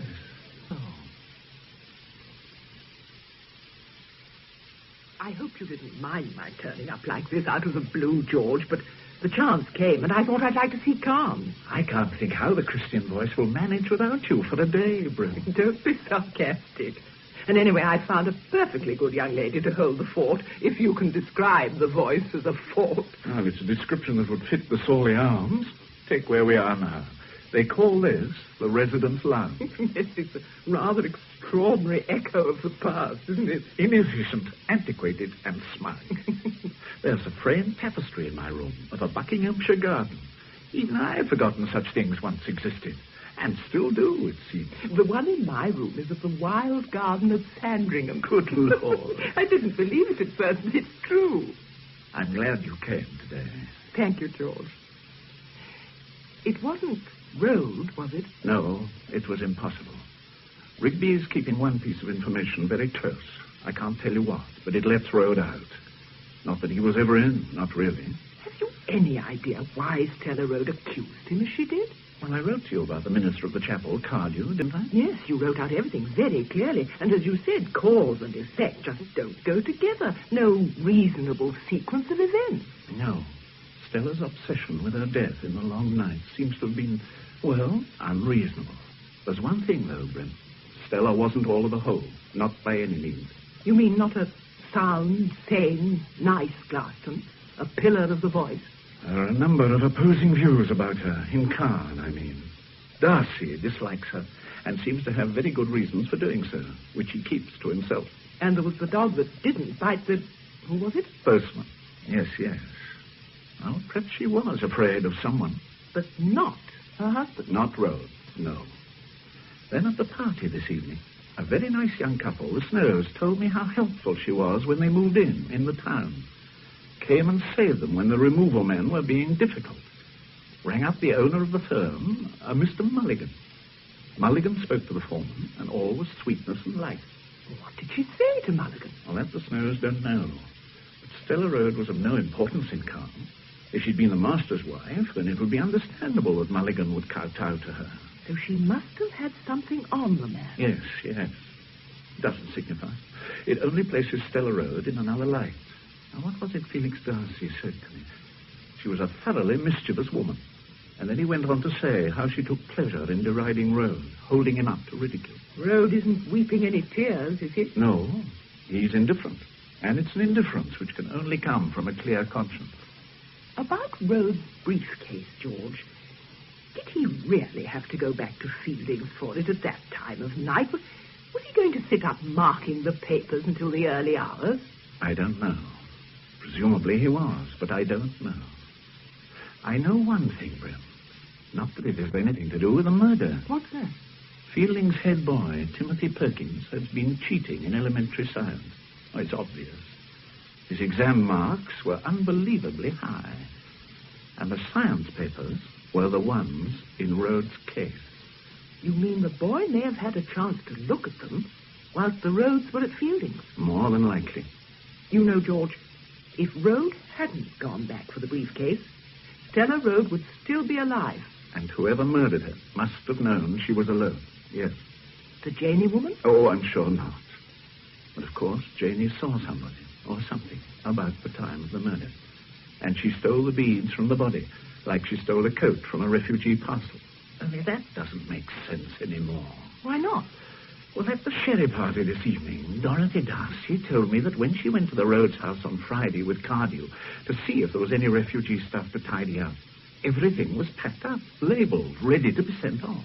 So Mad Janey couldn't have stolen it, or Janey's coat couldn't have been the one in the parcel. But it was. Rigby traced it to the woman who gave it to Stella for the refugees. And the police found the matching belt in the conservatory by the body. Now, what did Janey say? I took her jewels for the scents, I did, and a coat for to keep me warm. But it all contradicts. But he packed the clothes up after Stella died, and before Miss Darcy and Cardew went to the house on Friday. Now, why the devil anyone should do that, I don't know. Good Lord. What? Of course. Whoever killed her must have been covered in blood. He would have needed protective clothing, and to get rid of it... Good heavens. Yes. You must do something for me tomorrow, Brim, in London. Would you? Of course. I was planning to return tomorrow. Where do you want me to go? The Public Schools Committee for Refugee Relief. I'm sorry to be a nuisance, but a friend of mine asked me to make some inquiries about a parcel. My name's Brimley, Miss Brimley. The parcel was from Calm School. It was sent last Friday. Last Friday? Then it would have arrived yesterday, and with luck, I ought to have entered it. It wouldn't have been sent away already, Miss... Just call me Jill. No, we're miles behind. Calm School. That's posh. Let's see. Oh, and a frightful muddle. But then if we weren't, we wouldn't be the Public Schools Committee for Refugee Relief, would we? Oh, here it is. Calm, parcel post, £27. Oh, good. Is your friend at Calm? Yes. And I bet she's given something to the collection she didn't mean to give. Oh, how clever of you. Yes, at least she thinks she has. An old dress with a quite expensive brooch on it. It's the brooch, of course. The Calm parcel should be over here. Sorry, it's a terrible mess, isn't it? Like a mad post office. Parcels from every corner of the country. Every corner that has a public school, that is. Can we have a quick look inside? I mean, you don't have to get permission or anything. Oh, don't worry about that. Now, it ought to be here in this pile. Calm's label has C4 on it. My cousin went to Calm. Oh, he's an utter wet. You know what he told me? During Ascot week, they all... Oh, just a minute. Hello. Here we are. Oh, that is clever of you. Let me take it. Oh, thanks. There we are. I say, Calm was where they had that dreadful murder, wasn't it? They're holding that mad woman, aren't they? Now, let's open it. Funny. What is, my dear? Well, normally the Calm parcels are beautifully packed, but this is quite different. I'll take the things out one by one. Awful muddle. What colour dress? Grey. Grey with a few pink flowers. Socks. No duffel. 2 black pullovers. Well, honestly, they must be having a brainstorm. Look at these. A pair of filthy old gloves. Leather, I suppose. Awfully stained, aren't they? And look at these. Rubber overshoes. They're pretty grubby, too. Now, what's this? A plastic cape. Bicycling cape. Ugh. Ooh, it's damp and slimy. Oh. Are you all right, Miss Brimley? Yes. Don't worry about me. You look so pale. But there's no grey dress. No, my dear. There wouldn't be. These are enough. I don't understand. This is all mad. Something very dreadful has happened. I must phone. The police will want to know. Leave the parcel exactly as it is, please. Is it blood on those things? Yes. I'm afraid it is.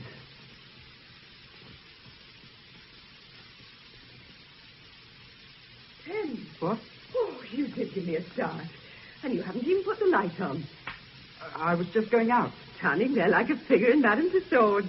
I'm just on my way to Mrs. Harlow, my music lesson. I know that, Tim Perkins. I know which evening it is. Yes, Miss Truebody. Well, Tim, what is the matter? I don't think there's anything the matter, Miss Truebody. Of course there is. Ever since poor Mrs. Rhodes died, you've been going about looking as if you'd seen a ghost. It's not like you. Did it upset you so much? Mrs. Rhodes? No. No, it hasn't, really. I was awfully sorry, but, well, I'd only been to tea with her once. Yes, Tim. I know what you mean. So it's not poor Mrs. Rhodes. What is it? Nothing. Well, it's only the exams. They've worried me. I'm not sure if I've done it all well or if Mr. Rhodes will see my results. I mean, you see... I don't see, Tim. Let me tell you after my music lesson. All right. I'll be in my room. Thank you, True. Thanks ever so much. Mind how you go on that bicycle. And do be careful at the bottom of Longmead Hill. It's awfully slushy down there. Oh, I'm going as slow as a snail. Give my regards to Mrs. Harlow. I will. Oh, Mr. Smiley, you got my message then? Message? No, Inspector. I was on my way over already. Oh, I thought you were quick in arriving. You've heard the news then? What news? About the boy in Fielding's house, missing all night. No, I've heard nothing. Well, 8:30 last night, Fielding rang us here. Perkins, his head boy, hadn't arrived at a music lesson with a Mrs. Harlow who lives over at Longmead. Neither had he come back. We found him an hour or so later at the bottom of Longmead Hill, half in the ditch, his bicycle beside him. Dead. Oh, my dear God. We've closed the road and we've been trying to reconstruct the accident. Looks as though he must have fallen from his bike near the bottom of the hill and hit his head on a stone, his right temple. How did Fielding take it? He was very shaken. Just seemed to give up. And then he broke down and asked to be left alone. How do you mean, broke down? He cried. Wept like a child. I would never have thought it. I suppose it was an accident. I suppose so. Perhaps, Inspector, before we go any further, I'd better give you my news. That's why I came to see you. I just heard from Miss Brimley. She's been looking at the contents of a parcel. Yes, there's the refugee relief place at York Square. No, I'm not sure. I'm only hopeful. Yeah. Yes, fingerprints on all surfaces. Yes. I'll come up with the 4:25 this afternoon. At 8:05. Oh, one last thing. I'll be bringing some samples of a schoolboy's handwriting and an examination paper. Yes. I'd like the opinion of a handwriting expert. Thanks. See you later. It's a funny sort of jump in the dark, that one of yours, about Perkins. Might prove. But that bicycling cape in the parcel looks like the answer to Jane's silver wings in the moonlight. Someone riding a bike with a plastic cape flying out behind him. Yes, the devil riding on the wind. I shall have to let Janie go, I suppose. I wouldn't, Rigby. Keep her with you, so long as you can possibly manage. No more accidents, for heaven's sake. We've had enough. Then you don't believe Perkins' death was an accident? Good Lord, no. And nor do you you? I put a detective onto it. This is a clever chap we're up against. Everything devised to the last detail, even the weapon you found where you did. Stella Rhodes' murder was a murder with clues cast to mislead. A murder planned to look unplanned. And somehow poor young Perkins got in the way. Or more likely knew something, without knowing it, if you see what I mean.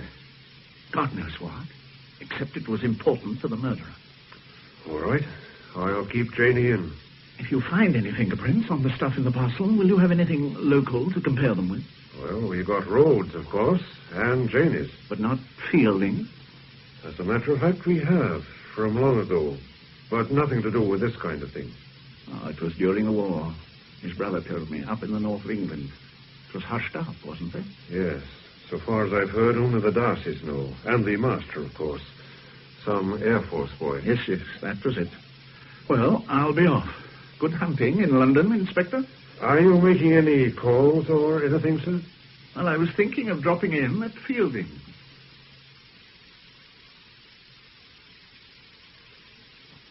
Mr. Fielding's very upset, sir. He told me he didn't want to see anyone, but I've said you're here, sir, and he'll be in shortly. Would you like me to take your coat? Yes. Thank you. All right, True. Yes, sir. Smiley, what do you want?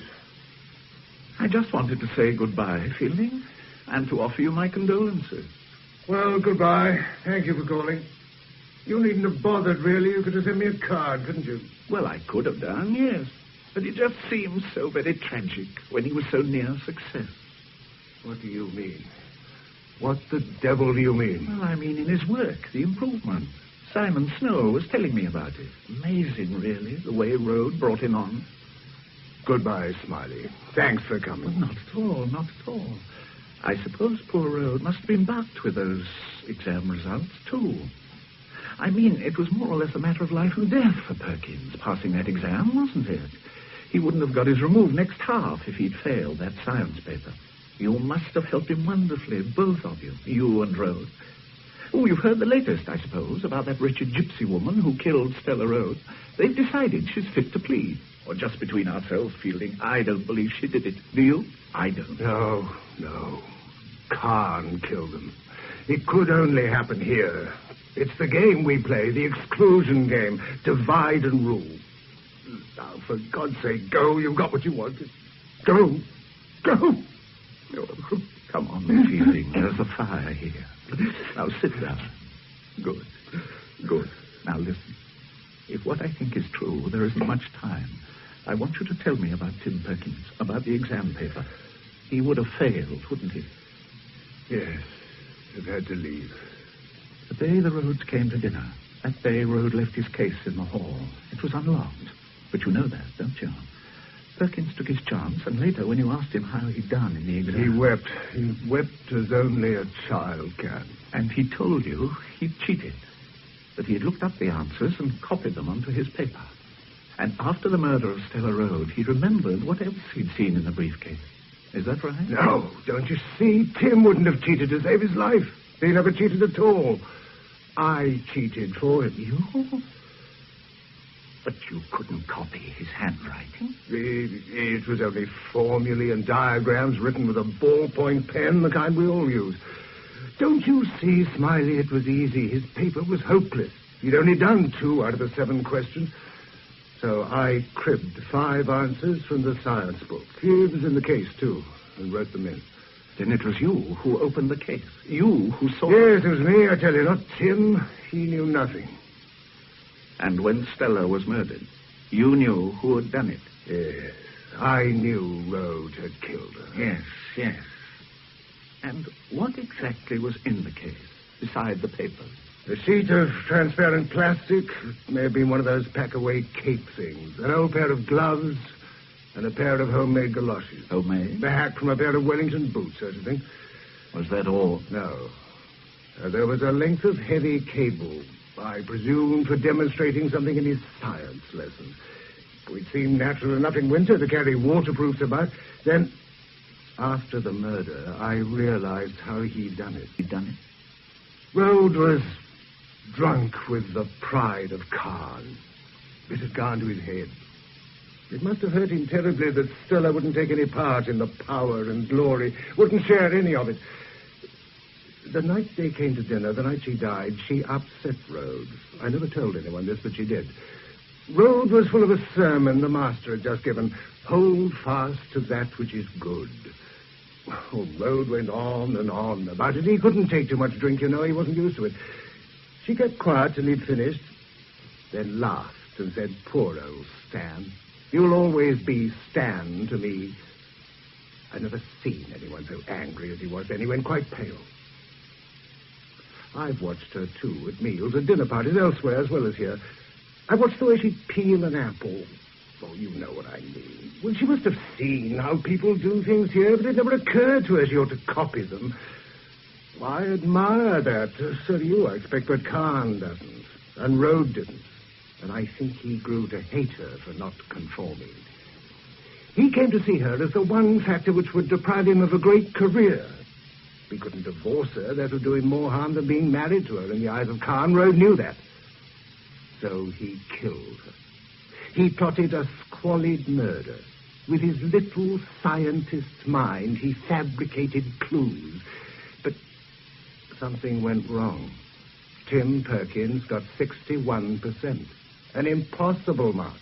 He must have cheated. And to cheat, he must have opened the briefcase, and then he must have seen the cape, the boots, the gloves, the cable. So Rhodes killed him, too. Yes. Thank you, Fielding. I'll have to let Rigby know. Yes, let the sergeant know. I'll have to face the music about the cheating. I feel much better now, anyway. Much.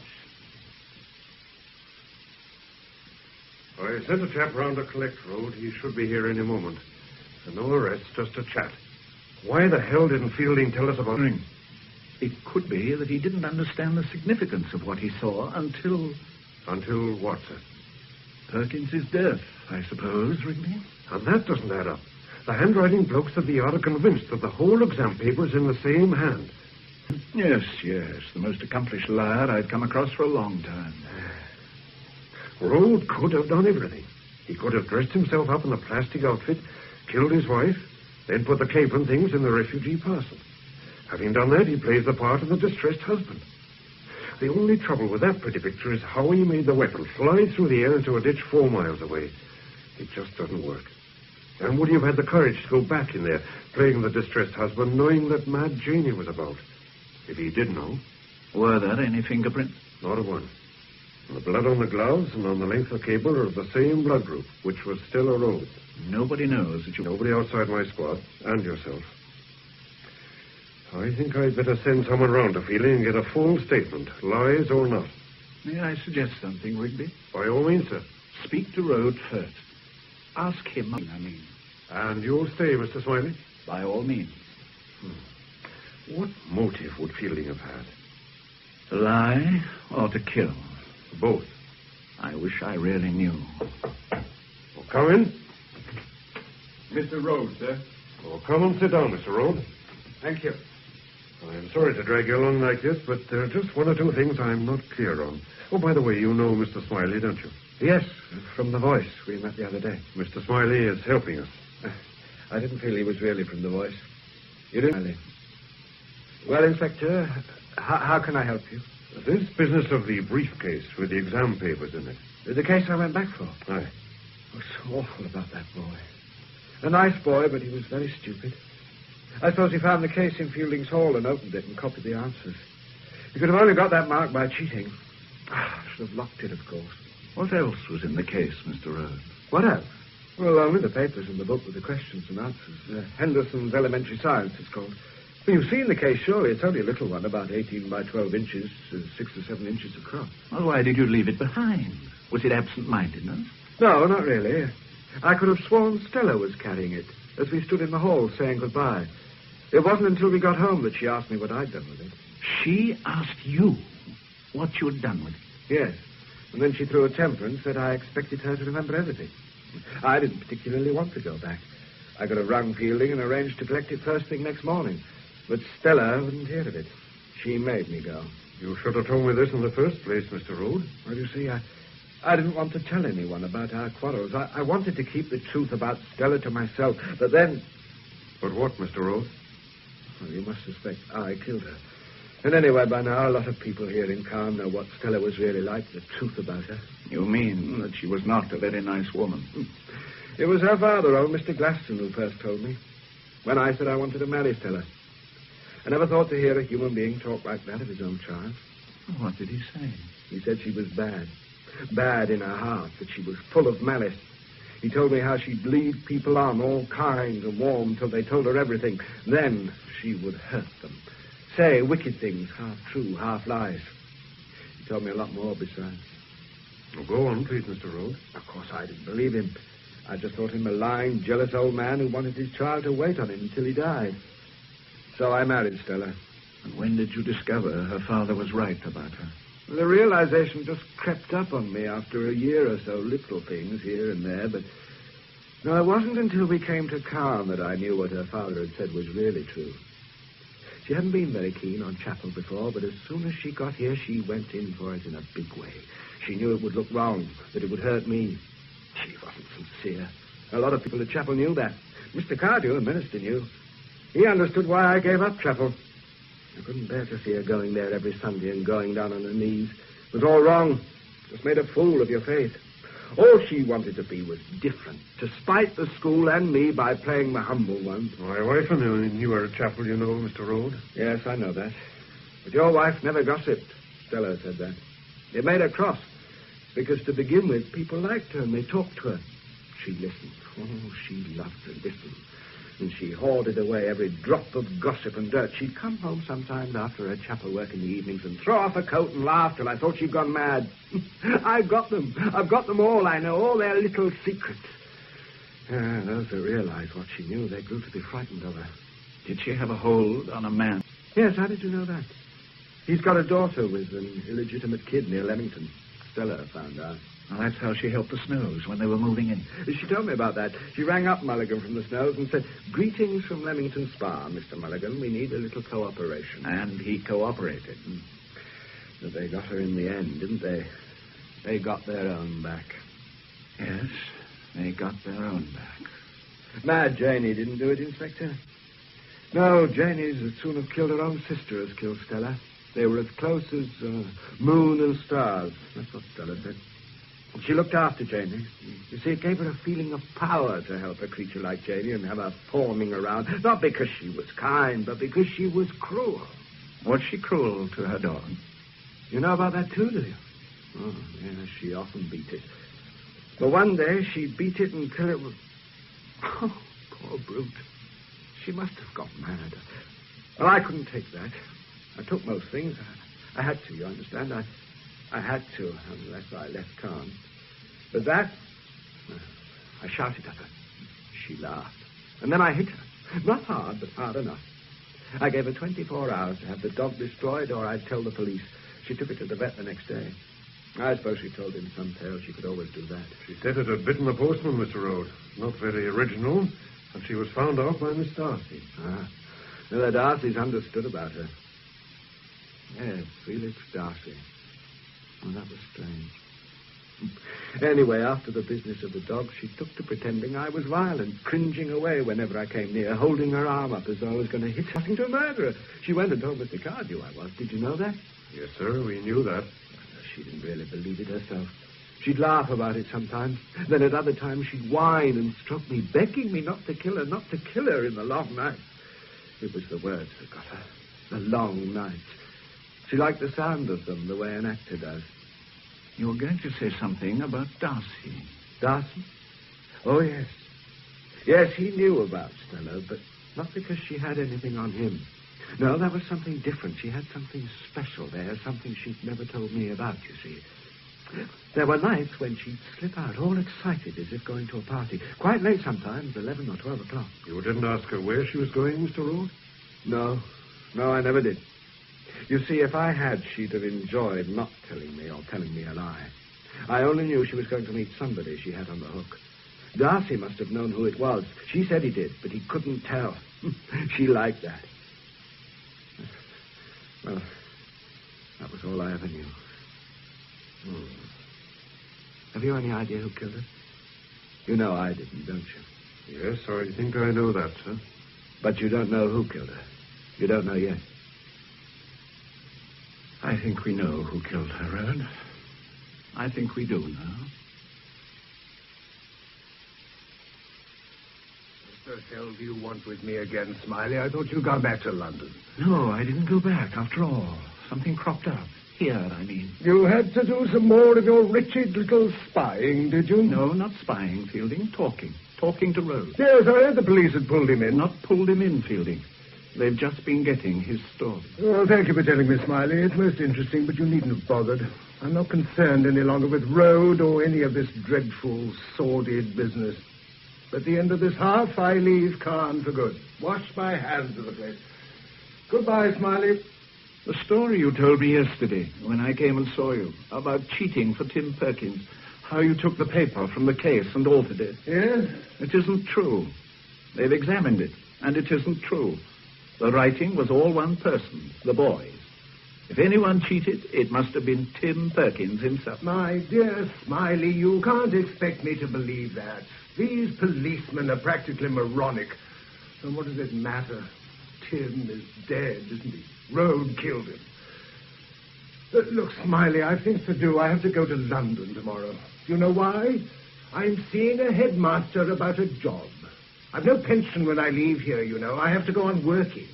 I shall have to teach at a crammer's, a sort of breaker's yard for old dons.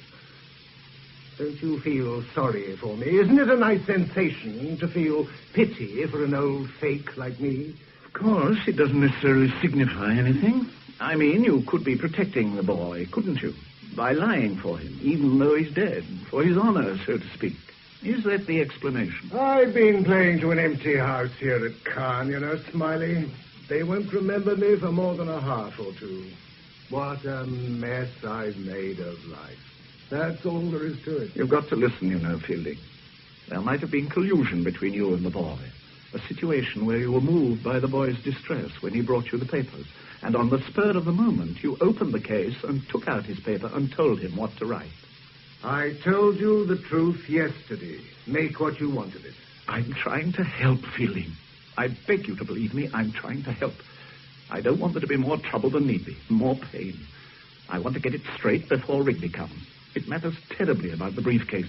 Everything hangs on whether you really saw inside it and whether Perkins did. Don't you see that? Sit down, Smiley. What are you trying to say? If it was Perkins who cheated after all, if it was only the boy who opened the case and not you, then they'll want to know the answer to a very important question. They'll want to know how you knew what was inside it. What was inside it? The plastic cape, the gloves, the galoshes, the piece of cable. I saw them. They have to believe that. They were the things, even if that police sergeant hasn't been able to find them. Oh, don't be so silly, Fielding. Everything's been found. It was all in a refugee parcel. All but one thing. Well, Road had every opportunity to do that, put things into one of Stella's parcels afterwards. Well, let's start from the other end. Suppose it was you who killed Stella Road. Suppose you had a reason, a terribly good reason. Suppose you went ahead of Road after giving him the case that night, overtaking him by bicycle. Suppose Janie saw you, like she said, riding on the wind.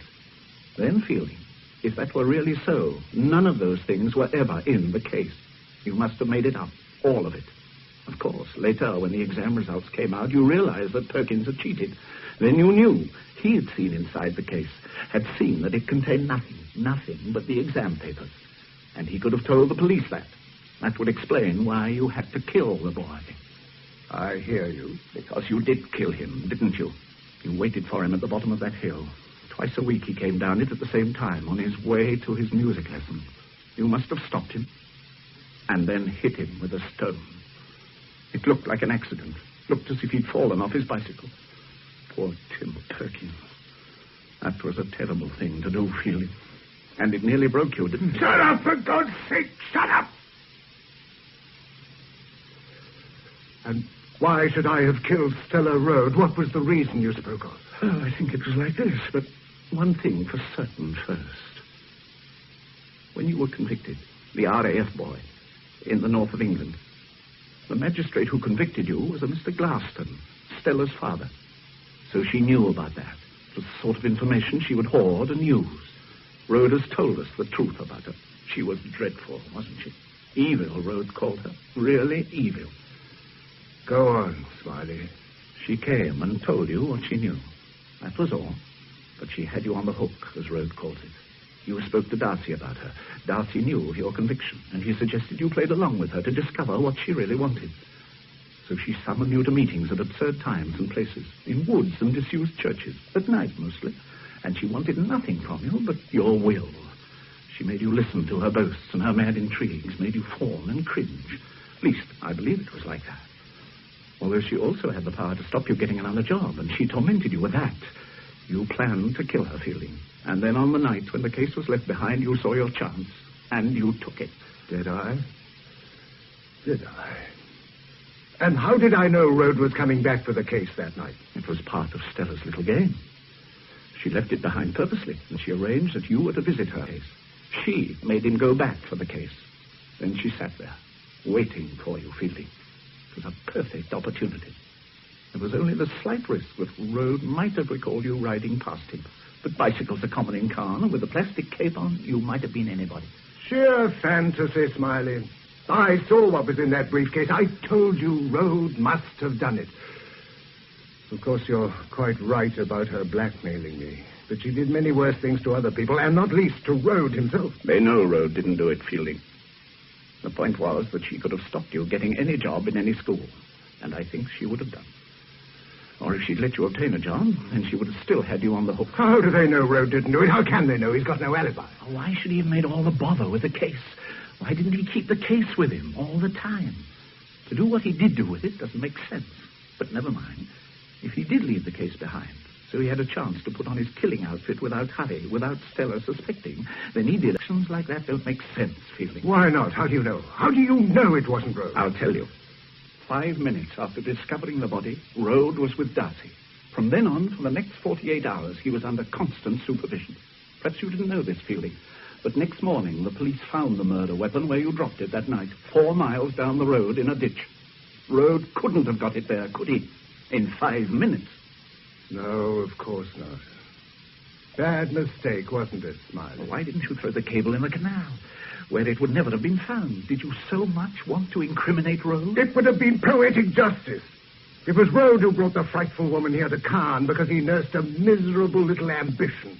He wanted to be one of us, the stupid oaf. So he let her loose on Caen and on me in particular. Didn't he guess what she was up to, what she was really like? Rhoda knew. He knew all there was to know about her. He suffered because of her, but he never murdered her. No, I did that. She got her just desserts. And you know, Smiley, if I hadn't done it, somebody else would, sooner or later. She'd have tormented some other poor devil. That's what she liked about it, of course. I rang the bell that night, and she came to the door, full of herself, ready to put me through her catechism. And then she saw that I was going to kill her.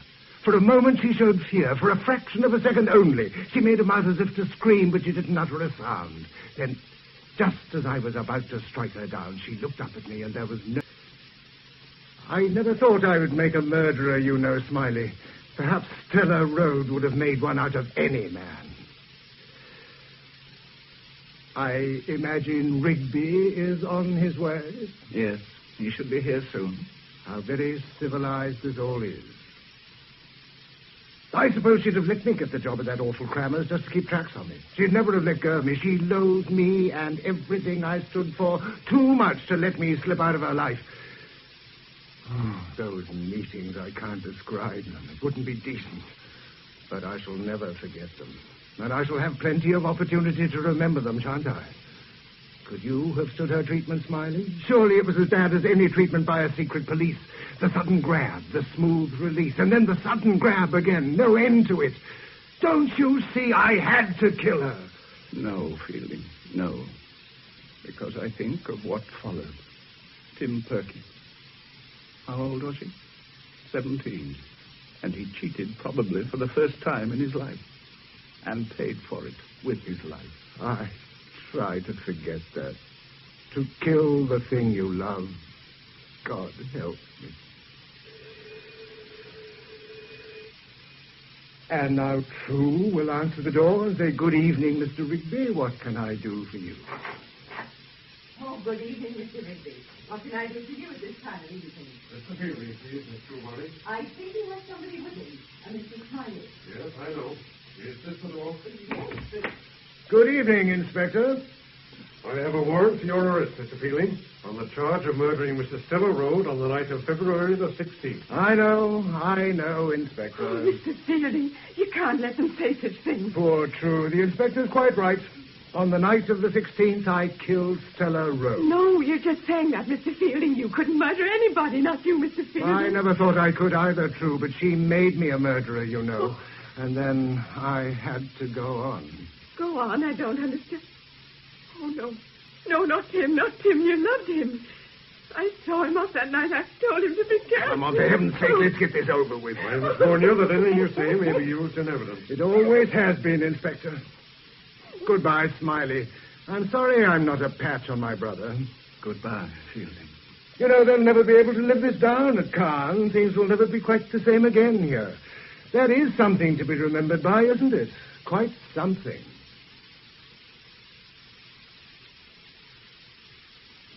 Patrick Barr played Fielding, and David Bird, George Smiley, in Frederick Bradnam's adaptation of A Murder of Quality, the novel by John le Carré. Peter Williams played Inspector Rigby, and Joan Sanderson, Miss Brimley. Michael Spice was Rose, Pauline Letts, Miss Truebody, Brian Hewlett, Perkins, Dennis Hawthorne, Darcy, Delia Payton, Dorothy Darcy, Maureen Beck, Mad Jady, Elizabeth Cassie, Jill, Claire Davenport and Edward Dewsbury, Shane and Charles Hecht, and Jill Carey and John Pullen, Anne and Simon Snow. A Murder of Quality was produced by David Geary. The Sunday play at 2:30 on Radio 4 tomorrow is John Drinkwater's classic Abraham Lincoln, starring Michael Hordern and Mary O'Farrell. 2:30 tomorrow afternoon, Abraham Lincoln. Mode, adapted by Betty Davis from the novel by Patricia Moyes. The offices of Style magazine, sometime in the early 1960s. Oh, Teresa, what's this word? Bullfightish. Bullfightish colours. Gorgeous in a maid's night out sort of way. Well, that's what the clothes look like. I leave you to translate my basic English into stylese. Oh, I wish we could print that as it stands, but... Colour scheme of Mantia black and picket all red. Dazzling for the woman who dares. How clever you are, darling. Mm-hmm. Oh. I suppose you'll be here all night. I shall certainly be here all night. I always am when we get out the Paris collection number. Assistant Editor, Star Magazine, speaking. Yes, she's here. It's Michael for you. Oh. Hello, darling. Well, Marjorie's got the art editor with her at the moment. Miss Masters, can you spare me a minute? Oh, with pleasure, Miss Field. I'm summoned to the presence. Right. Here we go. Into battle. Okay for Dumpling Debs, but basically old hat. Oh, if only we could say that. Let's see. Classic in the modern manner. That'll do.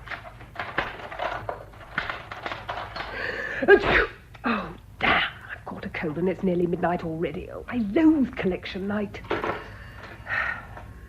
The good old shift hacked round the hem with pruning shears. Hello, Ernie. This is Miss Pankhurst. Oh, please come and get my thermos and make me some fresh tea. At once. Oh, I don't care if you are reducing a print. You can spare a minute. Right. Pruning shears. Let's try the slim sheath with the ragamuffin look. blow it up. Blow it up enormous and kill the hat picture. No, I won't have the hat picture killed. All right. One great hideous hat right across both pages. But give the spread some guts. Crop the picture here. May I say? I know I'm only a poor bloody photographer, but would you mind telling me what in hell you're proposing to do to that picture? Only cropping it a bit, darling, to show up the hat. The point of that photograph is in the line of the dress carried up to and through the hat. If you're going to cut it up into small pieces, I'd rather you took my name off it. I agree with Michael. Cropping the picture would ruin it. Thank you, Marjorie. Why don't we use this picture, uncropped, facing a whole-page hat picture, and kill the Monnier chiffon? Marjorie, my darling, you're a genius. Donald Mackay. Yes, Mr. Walsh. Take all these bloody layouts and burn them, you miserable Scotsman. That should give us 10 minutes peace. Well, I think I'll go and freshen up in the restroom, Miss Field. I'll be there if anyone wants me. Yes, Miss. Surely all the darkroom stuff is done by now? You left 10 minutes ago. Good. Only twice a year, thank heavens. I think I'll lie down. See you in 10 minutes. I hope to God she's okay. I've never known her show the strain before. She gets tired like everyone else. She's not superhuman, and she is nearly 60. I suppose so. No, you'd never believe it. She depends an awful lot on Helen these days. More's the pity. Yes, well, if you're using that hat picture big, I'll make another print of it. Give it to me. 1:30 and all's well, more or less. God, I look hideous. What's the taxi situation? No luck so far, I'm afraid. Miss Field's been trying for 20 minutes. Our managing director's across the road having dinner at the Orangery. How do you know? Well, that's his car, isn't it? The dark grey Bentley. Yes, that is Mr. Goring's car, but I hardly think we can descend on his dinner party to catch a lift. There are rather too many of us. And he has his own guests to look after, no doubt. Oh, Miss Field, any luck? No, Miss French, I'm so sorry. I've tried 7 different ranks. I could go back to the beginning and try the first one again. Oh, don't let's mess about. Let's get a hire car. They're all dead. Shall I do that, Miss French? Oh, good evening, Mr. Goring. How's it all going? Oh, very well, Godfrey. We're finished, except for Helen, of course. Still across the way, and I saw your lights were still burning. I think champagne will be in order, don't you? Oh, that's very sweet of you, Godfrey, but No arguments. You'll all come with me in my car to Brompton Square for a mild celebration, and then Barker will drive each and every one of you home. Now, how many hours are there? 1, 2, 3, 4, 5... 6, of course. You'll come, won't you, Miss Field? Our unsung heroine? I don't think I should, Mr. Goring. Thank you very much. I ought to be getting home. Oh. I came straight here from the Paris plane, and I've still got my suitcase. Oh, hell, serve Michael and I. I'd forgotten all about them. I don't think we have room for luggage as well as people. Why don't you leave your cases here and pick them up tomorrow? Well, I'd love to. Well, I'm not the man to say no to a party. Good. Come along then, everybody. You too, Miss Field. But, Mr. Goring... I insist. I'm sorry about you, Helen. I wish we could send you a bottle over. That might not be a very good idea. I've got tea on collection nights. Coming, everyone. Good night, Helen. When's your deadline? The messenger's calling for a copy at 7. We're ordering your health, Helen. You do that. Good night. Good night. Good night, Helen.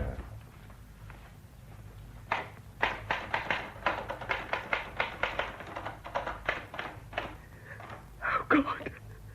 Oh, dear God. I can't stand it. Oh, don't be a fool. There's a job to do. Paris says rags and tatters for spring. Gamines and guttersnipes swagger jauntily through the collection in a riot of gaudy colour.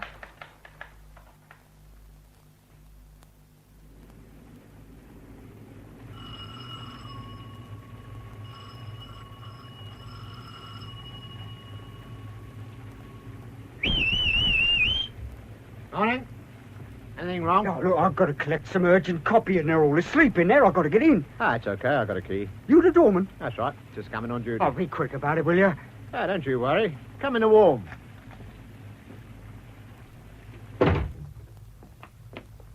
We'll soon see what's up.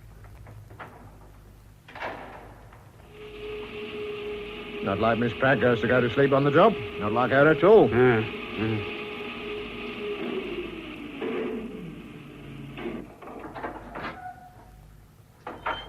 Just a minute. You wait out here and I'll have a word with her. You'll get your copy, don't worry.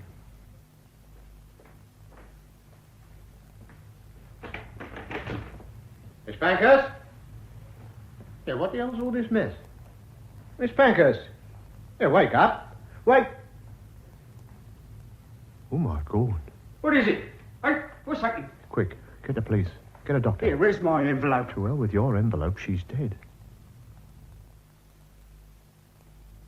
Cyanide poisoning, sir. No doubt about it. In the thermos flask. I can smell it from here. Have the photographer and fingerprint chaps got all they want, Sergeant? Yes, sir. Good. There's a bit of a mess in here, isn't it? Looks like a hurricane, is it? I can understand the papers, but all them stockings and panties and whatnot all over the place. Somebody's been through that suitcase there in a hell of a hurry. Just picked things up, thrown them out higgledy-piggledy. Face powder everywhere. Bottle of perfume broken. Stinks, don't it? Especially with the fire on. It's just a bit overpowering, yes. Ink blue roses scattered sparsely over chalk white mousseline de soie give drama to... And it's all. She stopped for a cup of tea. Yes. That young man downstairs will have to wait a long time for his copy. All right, Sergeant, you can have the poor girl taken away, but be very careful nothing else is touched. Right, sir. Oh, by the way, Miss Marjorie French is here, the editor. Oh, I'll talk to her straight away. Ask her to come up. Yes, sir. This is a terrible thing, Inspector Tibbet. Your sergeant didn't give me many details, but the mere fact that the police are here, I take it that Helen's death wasn't natural. No. I'm afraid Miss Pankhurst was murdered. Have you ruled out suicide? Had she a reason? I'm not a gossip. The private lives of my staff are not my business, but I have been very worried about Helen lately. In any organization that employs both men and women, there is the possibility of sentimental attachments. I see. And Miss Pankhurst? Helen had been having a somewhat tempestuous love affair with one of our photographers, Michael Healy. Why should that drive her to suicide? Well, things have been going wrong. To be direct, Michael is a philanderer and never intended anything serious. Helen is a passionate, intense woman. How old was she? 34. She'd been going to pieces a bit lately. I think Michael was trying to end it. Actually, between ourselves, I intended to send him to America for a few months. Not that that would have cured the atmosphere in the office. What do you mean by that? He's married to my fashion editor, Teresa Masters. I see. Well, thank you, Miss French. All this is very interesting, but I still think it was murder. How did she die? Someone put cyanide in her tea. But couldn't she have put it in herself? She could. I don't think she did. There was no note, and it was an extraordinary time and place to choose, right in the middle of a working session. And then her office seems to have been rifled, not only her papers, but her personal possessions. Personal possessions? What on earth do you mean? Well, perhaps you'd better have a look next door. Yes, Inspector, I agree with you. Helen was murdered. What made you change your mind? All this, and the fact that she hadn't finished her work. If I'd found a tidy office, all the captions and layouts neatly in their envelopes, and a list of instructions to the printers, I think she'd killed herself. Anything else? Well, the office wasn't rifled. The state of the papers is quite normal. Helen worked surrounded by chaos and tidied up meticulously afterwards. What about the suitcase? It isn't Helen's. It belongs to my secretary, Rachel Field. She flew back from Paris yesterday and came straight from the airport to the office. She must have left her case here because of some idea about the sanctity of my office. Well, why didn't she take it home with her? Because of Mr. Goring, our managing director.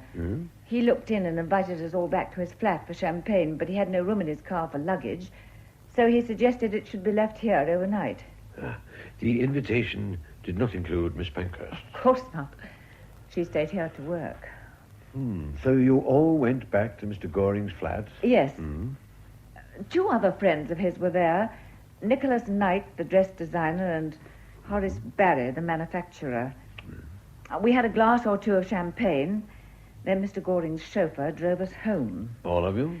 Except for Nicholas Knight and Mr. Barry. Mr. Knight used his own car. Oh, and he gave a lift to Miss Field as he was going in her direction. They left a little before the rest of us. Then the chauffeur dropped Teresa and Michael in Chelsea and took me onto Sloane Street. After that, he took Mr. Patrick Walsh, our art editor, to Islington.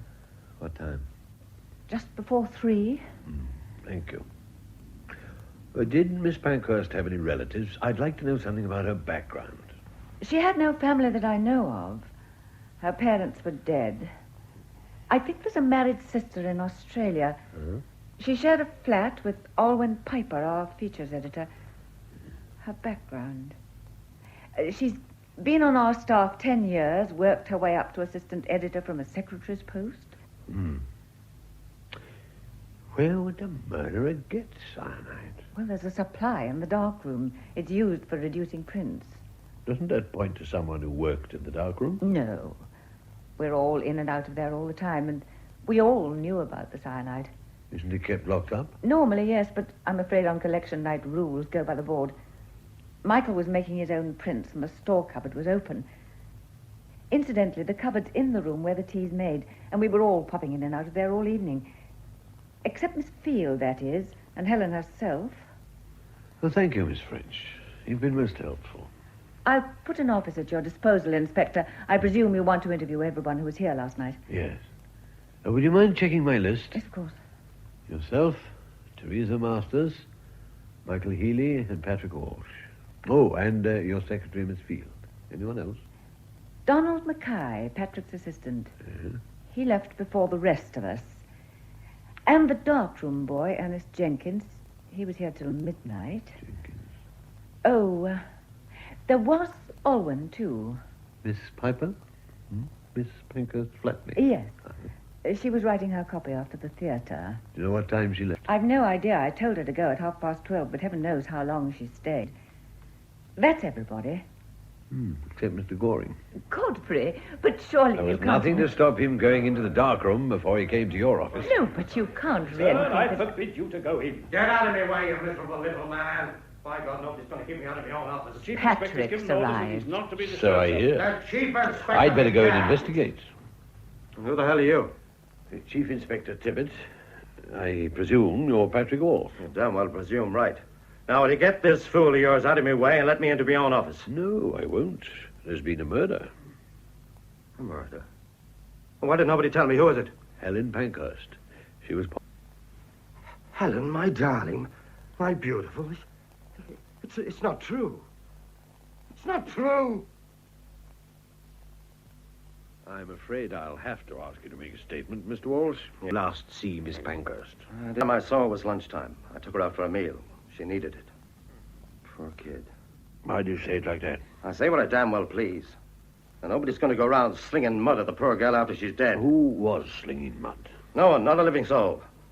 You liked Helen? I loved her. Do you know of anyone who disliked her? No. You sure? Of course I'm sure. Everybody loved her. Including Michael Healy?